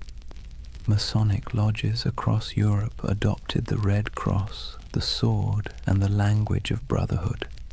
In their dimly lit halls, among candles and geometry, men in powdered wigs whispered oaths not unlike those once spoken in Jerusalem. And in those flickering moments, the Templars lived again, not as soldiers, but as symbols, symbols of resistance, of hidden knowledge, of purity lost and truth buried beneath the weight of time. Somewhere along the way, their story stopped being about history at all. It became about us, about our hunger for mystery, our suspicion of power, our desire to believe that somewhere in the forgotten corners of time, the pure and the brave are still watching. And that brings us back to that fateful Friday, the 13th of October, 1307, the day that superstition itself was born. Before that morning, Friday the 13th meant nothing. It was just a date. But after the Templars were seized, tried, and condemned, it became a symbol of betrayal and bad luck. The day the innocent were destroyed by the powerful. The day faith was tested and justice mocked. The day one of the most disciplined brotherhoods in human history was wiped out in a single breath. Centuries later, we still flinch at that date without remembering why. Maybe that's the real curse, not divine vengeance, but cultural memory, a faint echo of injustice that hums quietly beneath the surface of modern life. Every time the calendar aligns and Friday falls on the 13th, we pass through that echo. Most of us shrug it off, but somewhere deep in the collective mind, a voice whispers, "Be careful." It's the whisper of a fire crackling on an island in the Seine. The whisper of 9 knights kneeling in the dark, taking oaths no one else would ever hear. History loves to bury its ghosts, but ghosts, if nothing else, are patient, and so the legend of the Templars endures, not as a warning, not as dogma, but as a lullaby for the restless, a story that reminds us that even in corruption, there can be faith. Even in endings, there can be echoes. That the night, however dark, always remembers the shape of its stars. Close your eyes for a moment and imagine the sea, a cold wind blowing from the west, the smell of salt, iron, and rain. It's October of 1307, just days after the arrests began. France is tightening like a fist. Across the countryside, Templar commanderies, once bustling with horses, treasure, and prayer, now sit silent under royal seals. Soldiers ransack vaults, priests pore over ledgers, and the knights, those who survive the sudden sweep, vanish like smoke. Or at least, that's what history says. But if you listen carefully, beneath the crackle of parchment and the scratching of quills, you'll hear the ocean whispering another version. At the western edge of France, in the port of La Rochelle, witnesses claim they saw something strange. A convoy of ships flying the Red Cross of the Temple quietly slipped out to sea just before the arrests. The official records say nothing, but rumors say otherwise. Some say the ships were loaded with gold, silver, relics, and documents, everything the order held sacred. Others say they carried only men, brothers who refused to die in chains. Either way, when the king's men arrived to confiscate the Templar fleet, the docks were empty. Every ship was gone, vanished into the grey Atlantic mist. Where did they go? That question has haunted historians for centuries. Some claim they sailed north to Scotland, where where King Robert the Bruce, excommunicated by the church, might have welcomed the outlawed knights. Scotland, after all, was in rebellion. Its land was cold, rugged, and far from papal reach. It's said that on the eve of Bannockburn in 1314, the same year Jacques de Molay was burned, a small band of armoured riders appeared on the battlefield, carrying the Red Cross. They turned the tide against the English, then disappeared as swiftly as they came. Is it true? Probably not. But as every good myth knows, plausibility is optional when the imagination takes hold.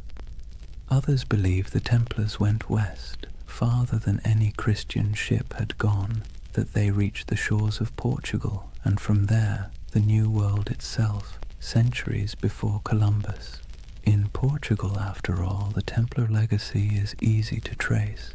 King Denis, who admired the order's discipline and skill, quietly rebranded them as a new brotherhood, the Order of Christ. Same men, same property, same goals, different name. Under that new banner, they built fortresses, trained explorers, and financed voyages. Centuries later, one of their spiritual heirs, a man named Prince Henry the Navigator, would launch the Age of Exploration, and the Red Cross of the Templars would appear again, painted on the sails of caravels bound for Africa, India, and beyond. You've seen it before, even if you didn't notice it. The ships of Columbus, the sails of Vasco da Gama, the Red Cross fluttering against the wind. A silent inheritance, passed from the knights who once guarded pilgrims to the sailors who remapped the world. And so, some say, the Templars never truly vanished. They evolved. They traded swords for sextants and Jerusalem for the horizon. But there's another theory, quieter, stranger, almost tender in its melancholy, that many of the surviving Templars simply went home. Imagine them. Men in their 40s or 50s, scarred from years of crusade, watching everything they believed in collapse. Some fled across borders, shaving their beards, burning their mantles, blending back into ordinary life. A few became monks in other orders. A few became mercenaries fighting in wars for causes that meant less to them than the discipline itself. And some perhaps wandered until they disappeared entirely. It's easy to picture one, an old knight on a country road in Burgundy, walking beside a thin horse, whispering the prayers he'd once spoken in Latin under vaulted stone. The world had moved on, but his habits hadn't. He still woke before dawn. He still ate in silence. He still believed that somewhere, somehow, the temple would rise again. History doesn't record their names, but you can almost feel their absence, like a missing note in a song. Meanwhile, in the cities, the myth began to grow. People whispered that the knights had gone underground, forming secret brotherhoods that passed their wisdom down through generations. Some pointed to the Freemasons, whose ceremonies echoed Templar oaths of loyalty and secrecy. Others to the Rosicrucians, the mystics of the Renaissance who claimed to guard ancient knowledge. And later still, to shadowy organizations whispered about in smoky taverns, societies of men who spoke in symbols, who wore rings marked with crosses, and who always seemed to know more than they should. Whether any of it was true didn't matter. What mattered was that the idea felt true, because deep down, humanity hates endings. We don't like to believe that things simply stop, that great movements vanish overnight. We'd rather imagine that somewhere, beneath the surface, the story continues. And maybe it does. In Scotland, legends grew of hidden lodges beneath cathedrals, where descendants of the Templars met by candlelight. In Spain and Portugal, old families claimed to possess relics from the temple, swords, seals, and parchments that no historian could trace. And in France, the ghost stories began. Peasants said that on stormy nights they saw riders in white cloaks galloping through the woods near old commanderies, their torches flickering like stars. No hoofbeats, no voices, just the wind, the rain, and the sound of metal brushing against metal. The church called it superstition, but the peasants knew better. They said it was the Templars, still keeping watch.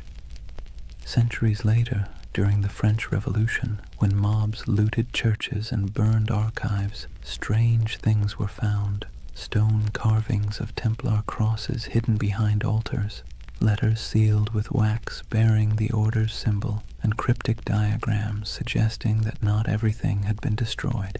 Even Napoleon, the great skeptic, was rumored to have been fascinated by them. When he invaded Egypt in 1798, he brought with him not just soldiers, but scholars, engineers, and, oddly enough, men obsessed with the Templar myth. They saw the pyramids, the ruins of ancient Alexandria, and believed they were walking in the same footsteps as those mysterious knights who had once dug beneath Solomon's temple. It was as if every century rediscovered the Templars anew, each generation projecting its own dreams onto their ghost. For the Renaissance, they were seekers of hidden wisdom.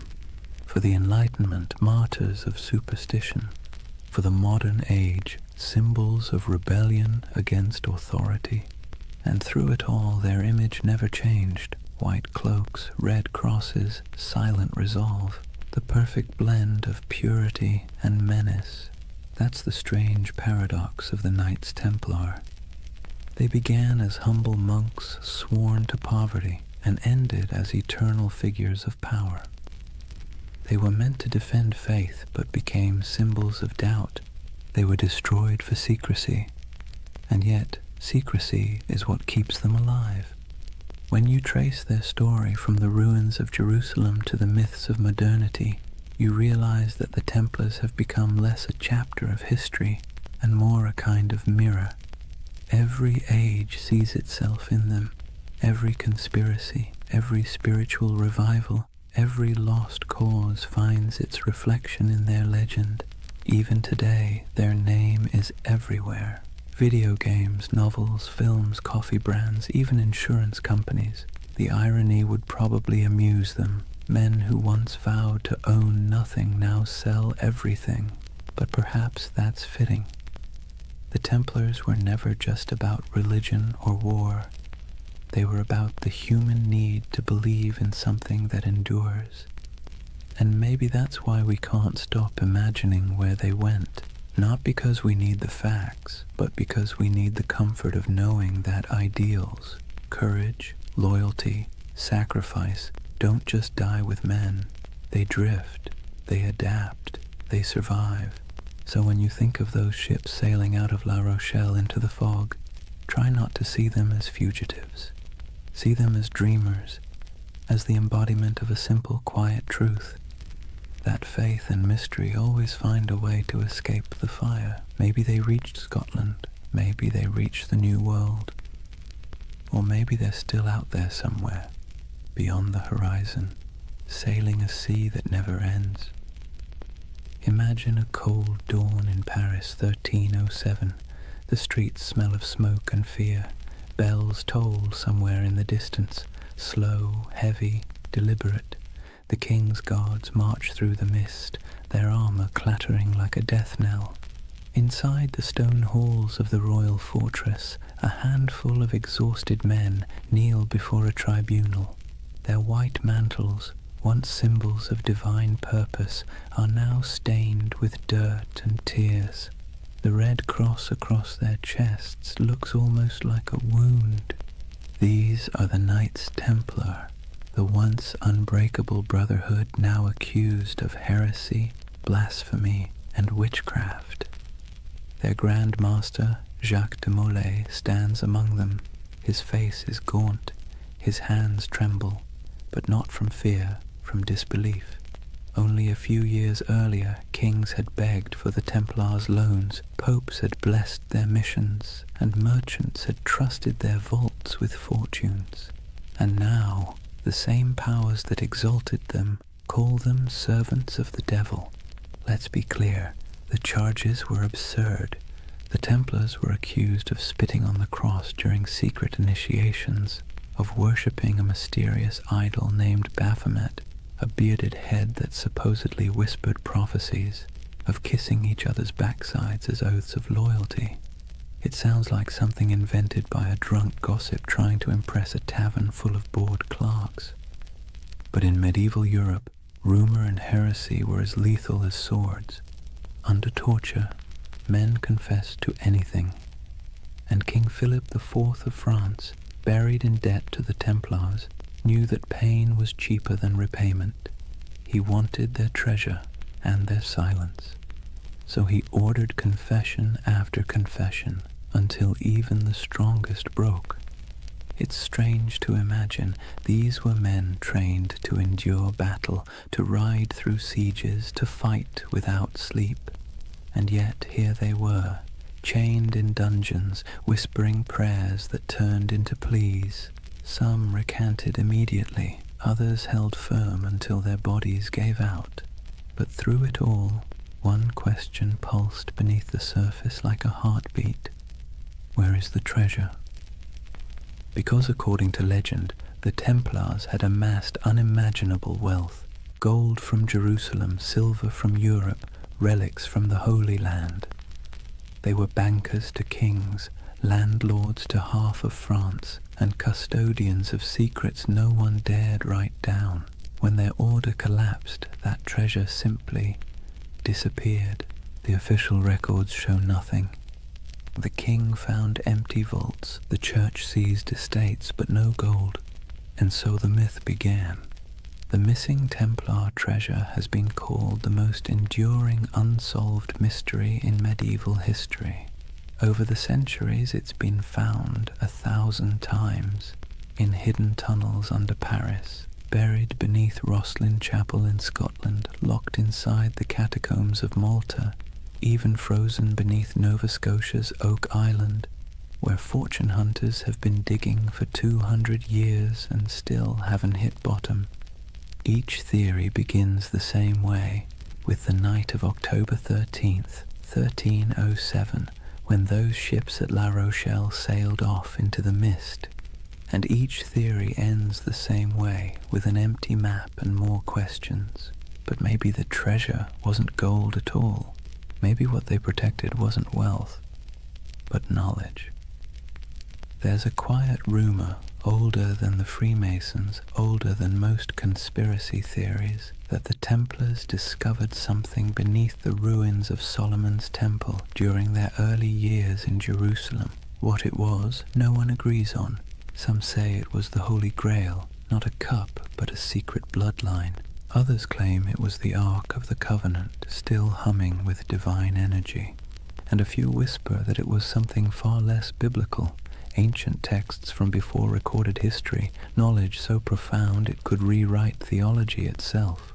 Whatever it was, the rumor insists that the Templars hid it, not in one place, but in many.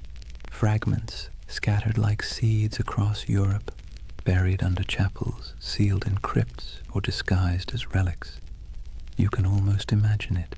Stone corridors lit by flickering torches, brothers moving in silence, passing relics wrapped in linen.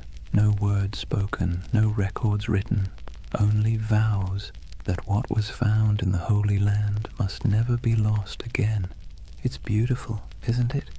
The idea that knowledge can be smuggled through time, that truth, like treasure, can survive corruption, fire, and forgetfulness. But let's pause, because the historian's mind has a way of ruining poetry. The truth is, most of what the Templars had was painfully ordinary. Farms, mills, vineyards, warehouses. Their treasure was bookkeeping. Still, the legend persists, because it speaks to something deeper, a yearning for meaning behind mystery. We want to believe that somewhere beneath the dust, something sacred still waits to be uncovered, and maybe, in a way, it does. Because even stripped of myth, The story of the Templar trials is a perfect reflection of how power consumes its own creation. King Philip's campaign wasn't just about greed, it was about fear, the kind that festers when kings realize faith answers to no one. The Templars had grown too independent. Their wealth was international. Their loyalty was to God, not to any throne. They were an early version of globalization, efficient, disciplined, untaxed. They'd become everything monarchs hate, powerful, moral, and incorruptible. And so Philip did what tyrants always do when faced with something they can't control. He called it evil. By 1310, the trials had become theater. Dozens of knights were paraded through Paris to confess and repent before crowds. Some, desperate for mercy, repeated the false confessions they'd made under torture. Others refused, and for that they were burned. The flames were said to burn clean. No black smoke, only white. People whispered it was the Holy Spirit taking their souls. Others said it was the wind carrying away the last truth the church dared not hear. But one man's death would outlive them all, Jacques de Molay, the Grand Master. In 1314, after 7 years of imprisonment, he was led to a small island on the Seine. The executioner tied him to the stake as the king's men watched. When asked for a final confession, de Molay refused. He looked at the crowd and spoke instead to the heavens. He declared that both the king and the pope, Philip and Clement, would soon answer before God for what they had done. It was less a curse than a statement of cosmic bookkeeping, but it landed like a thunderclap. Within a year, both men were dead, and so legend turned to prophecy. The curse of Jacques de Molay was born.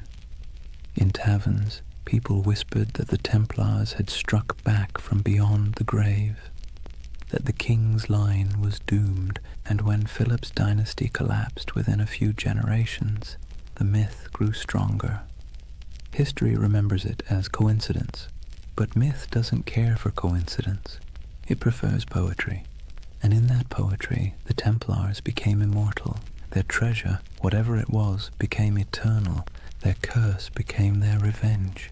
You can see echoes of it everywhere, in novels about secret codes and grail quests, in stories of lost bloodlines and hidden orders, in the fascination that still surrounds their name. Because deep down, the story of the Templars isn't just about power or faith. It's about loss. The loss of certainty, of purity, of something once believed to be incorruptible.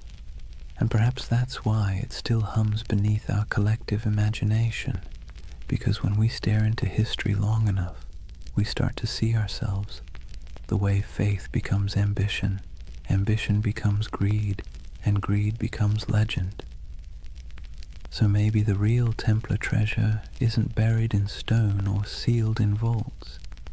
Maybe it's the myth itself, the part of human nature that refuses to stop believing, even when reason tells it to.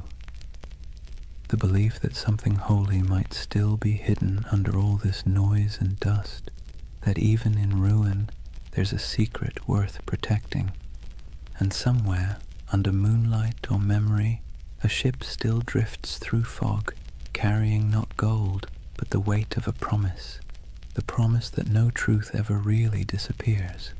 It just waits to be rediscovered.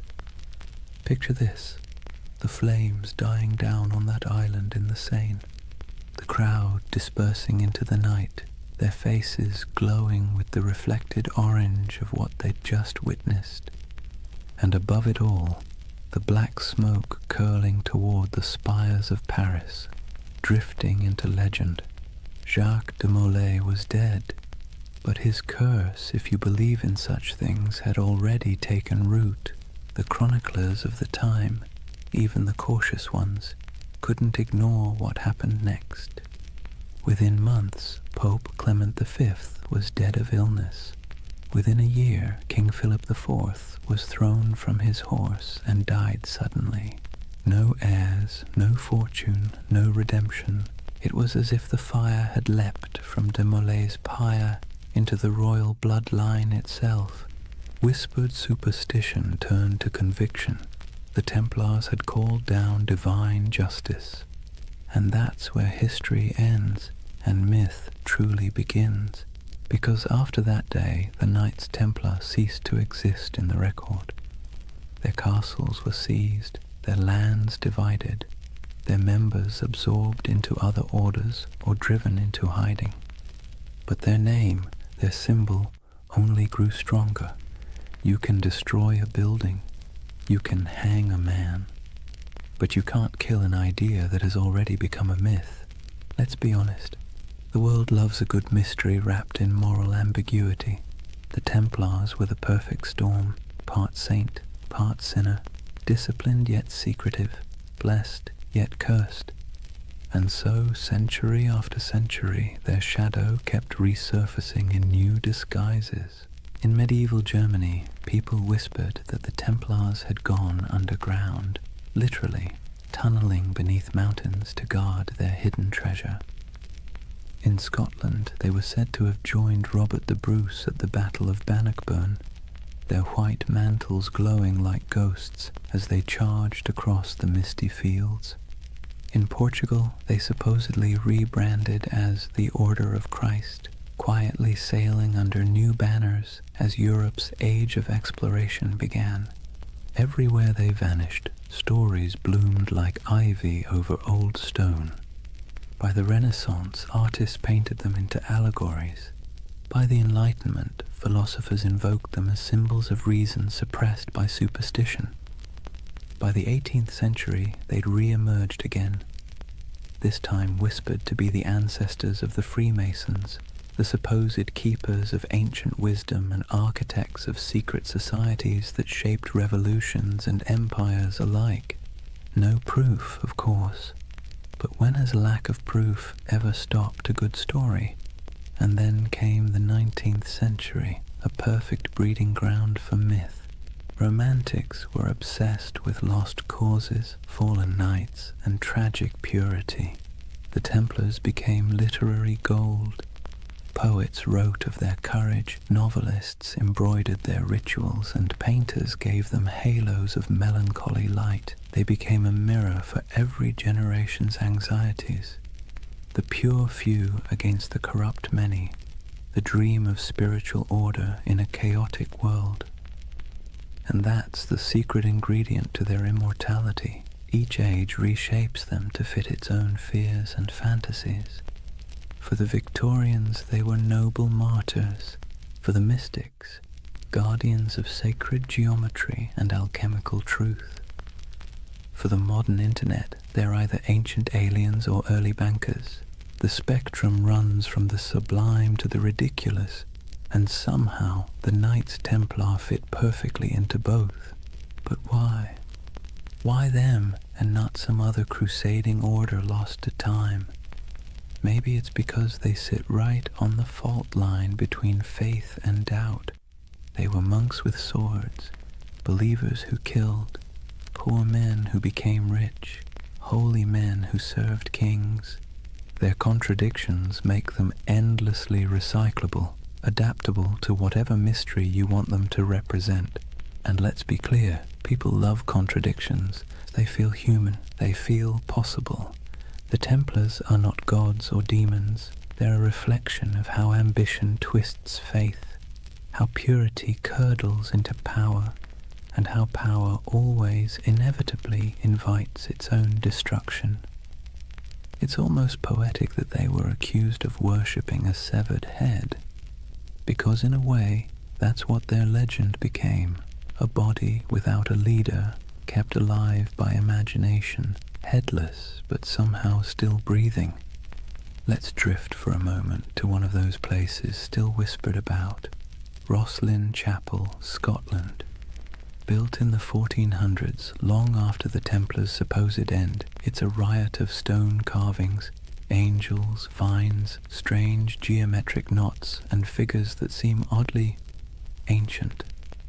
In the quiet of that chapel, with dust in the sunlight and the faint echo of distant hymns, you can almost believe the stories, that beneath its floor lies a vault, and in that vault lies a secret, one so profound it could change everything we know about history. But then again, maybe it's just a crypt, maybe it's just stone and shadow, and maybe that's the point, that the real magic of the Templars isn't what they left behind, but what we keep searching for. Even their curse, that famous curse of de Molay, wasn't a curse at all until later writers made it one. It was a final speech, a cry for divine justice, but humans can't resist dramatizing justice into vengeance. We want the universe to mean something, to balance the scales, so we turn dying words into cosmic verdicts, and over time, that became the mythology we know today. Friday the 13th, the day of the arrests, turned into a symbol of bad luck. Their crosses became icons of mystery. Their disappearance became proof of survival. It's all absurd, and yet strangely comforting, because buried within the fantasy is a wish that truth survives corruption, that goodness hides rather than dies, that somewhere there's still a secret order of noble souls keeping the flame alive in a world that's long gone dark. And who knows, maybe that's true, not in the literal sense, but in the sense that stories are secret orders. Each retelling keeps the memory alive. Each listener becomes an initiate, one more person who knows that once there were men who tried to turn faith into action and paid the price. So when you hear their name, the Knights Templar, maybe don't imagine treasure or curses or cryptic symbols. Imagine something quieter, a group of men kneeling under torchlight, making promises they could never keep but tried to anyway. Imagine their breath clouding in the cold air, their armor cold against their skin, their hearts probably as uncertain as yours or mine. And perhaps in that uncertainty lies their true immortality, because we don't remember them as saints or villains. We remember them as the dream that somewhere in the chaos of history, people once believed they could create something pure, something incorruptible, something worth dying for. And though their towers have fallen and their banners turned to dust, the idea still flickers in stone carvings, in folk tales, in the glow of every conspiracy theory forum at 3 a.m. The Templars endure not because they were flawless, but because they were human. And humans have always dreamed of perfection, even as we fall short of it. So when you finally close your eyes tonight, imagine the world they left behind. Imagine the quiet after the fire, the soft sound of waves against forgotten shores. Somewhere a candle burns low, somewhere an oath is whispered again, and somewhere in the deep rhythm of history, the order still rides, not in armor, but in memory, because the truth is, nothing truly holy ever dies. It simply changes shape and waits to be remembered. So now we reach the end, or rather, the echo. The story of the Knights Templar doesn't really end. It simply fades like candlelight in a long corridor, stretching further and further into shadow. If you've stayed with me through this entire journey, through crusades and curses, through deserts and dungeons, take a moment to notice the quiet. The world they built and the world they lost are both long gone, but the silence they left behind still hums with meaning. Imagine it, Europe asleep under frost, old cathedrals creaking with age, the moonlight brushing against statues of long-forgotten knights. In that stillness, you can almost hear them, the faint clink of armor, the whisper of prayer, the soft murmur of devotion and doubt braided together. because that's what the Templars really were. Not gods, not monsters, just men standing at the fragile intersection between the sacred and the human. They tried to build heaven with earthly tools, swords, stone, oaths, and hope. And like everyone who's ever reached too high, they fell. But falling doesn't mean failure. It just means the dream became too heavy for the age that held it. History loves to paint the Templars as symbols of greed, of purity, of secrets, of sin. But perhaps they were simply mirrors, reflecting what every civilization fears most. That no matter how powerful we become, or how righteous we think we are, time will eventually unmake us, fold us back into silence. And yet, the beauty is that silence isn't nothing. It's the space where memory lives, it's where myths breathe, and it's where you, right now, can find peace. As you drift, think of how strange it is that the same stones that witnessed their vows now lie beneath traffic, beneath cities, beneath centuries of dust.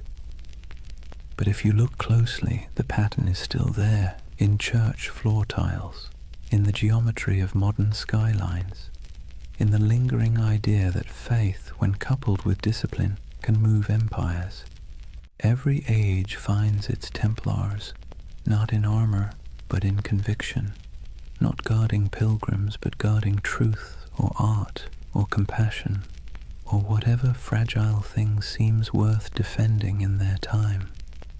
Maybe you've been one of them without realizing it, someone trying to build something pure in a world that doesn't always reward purity.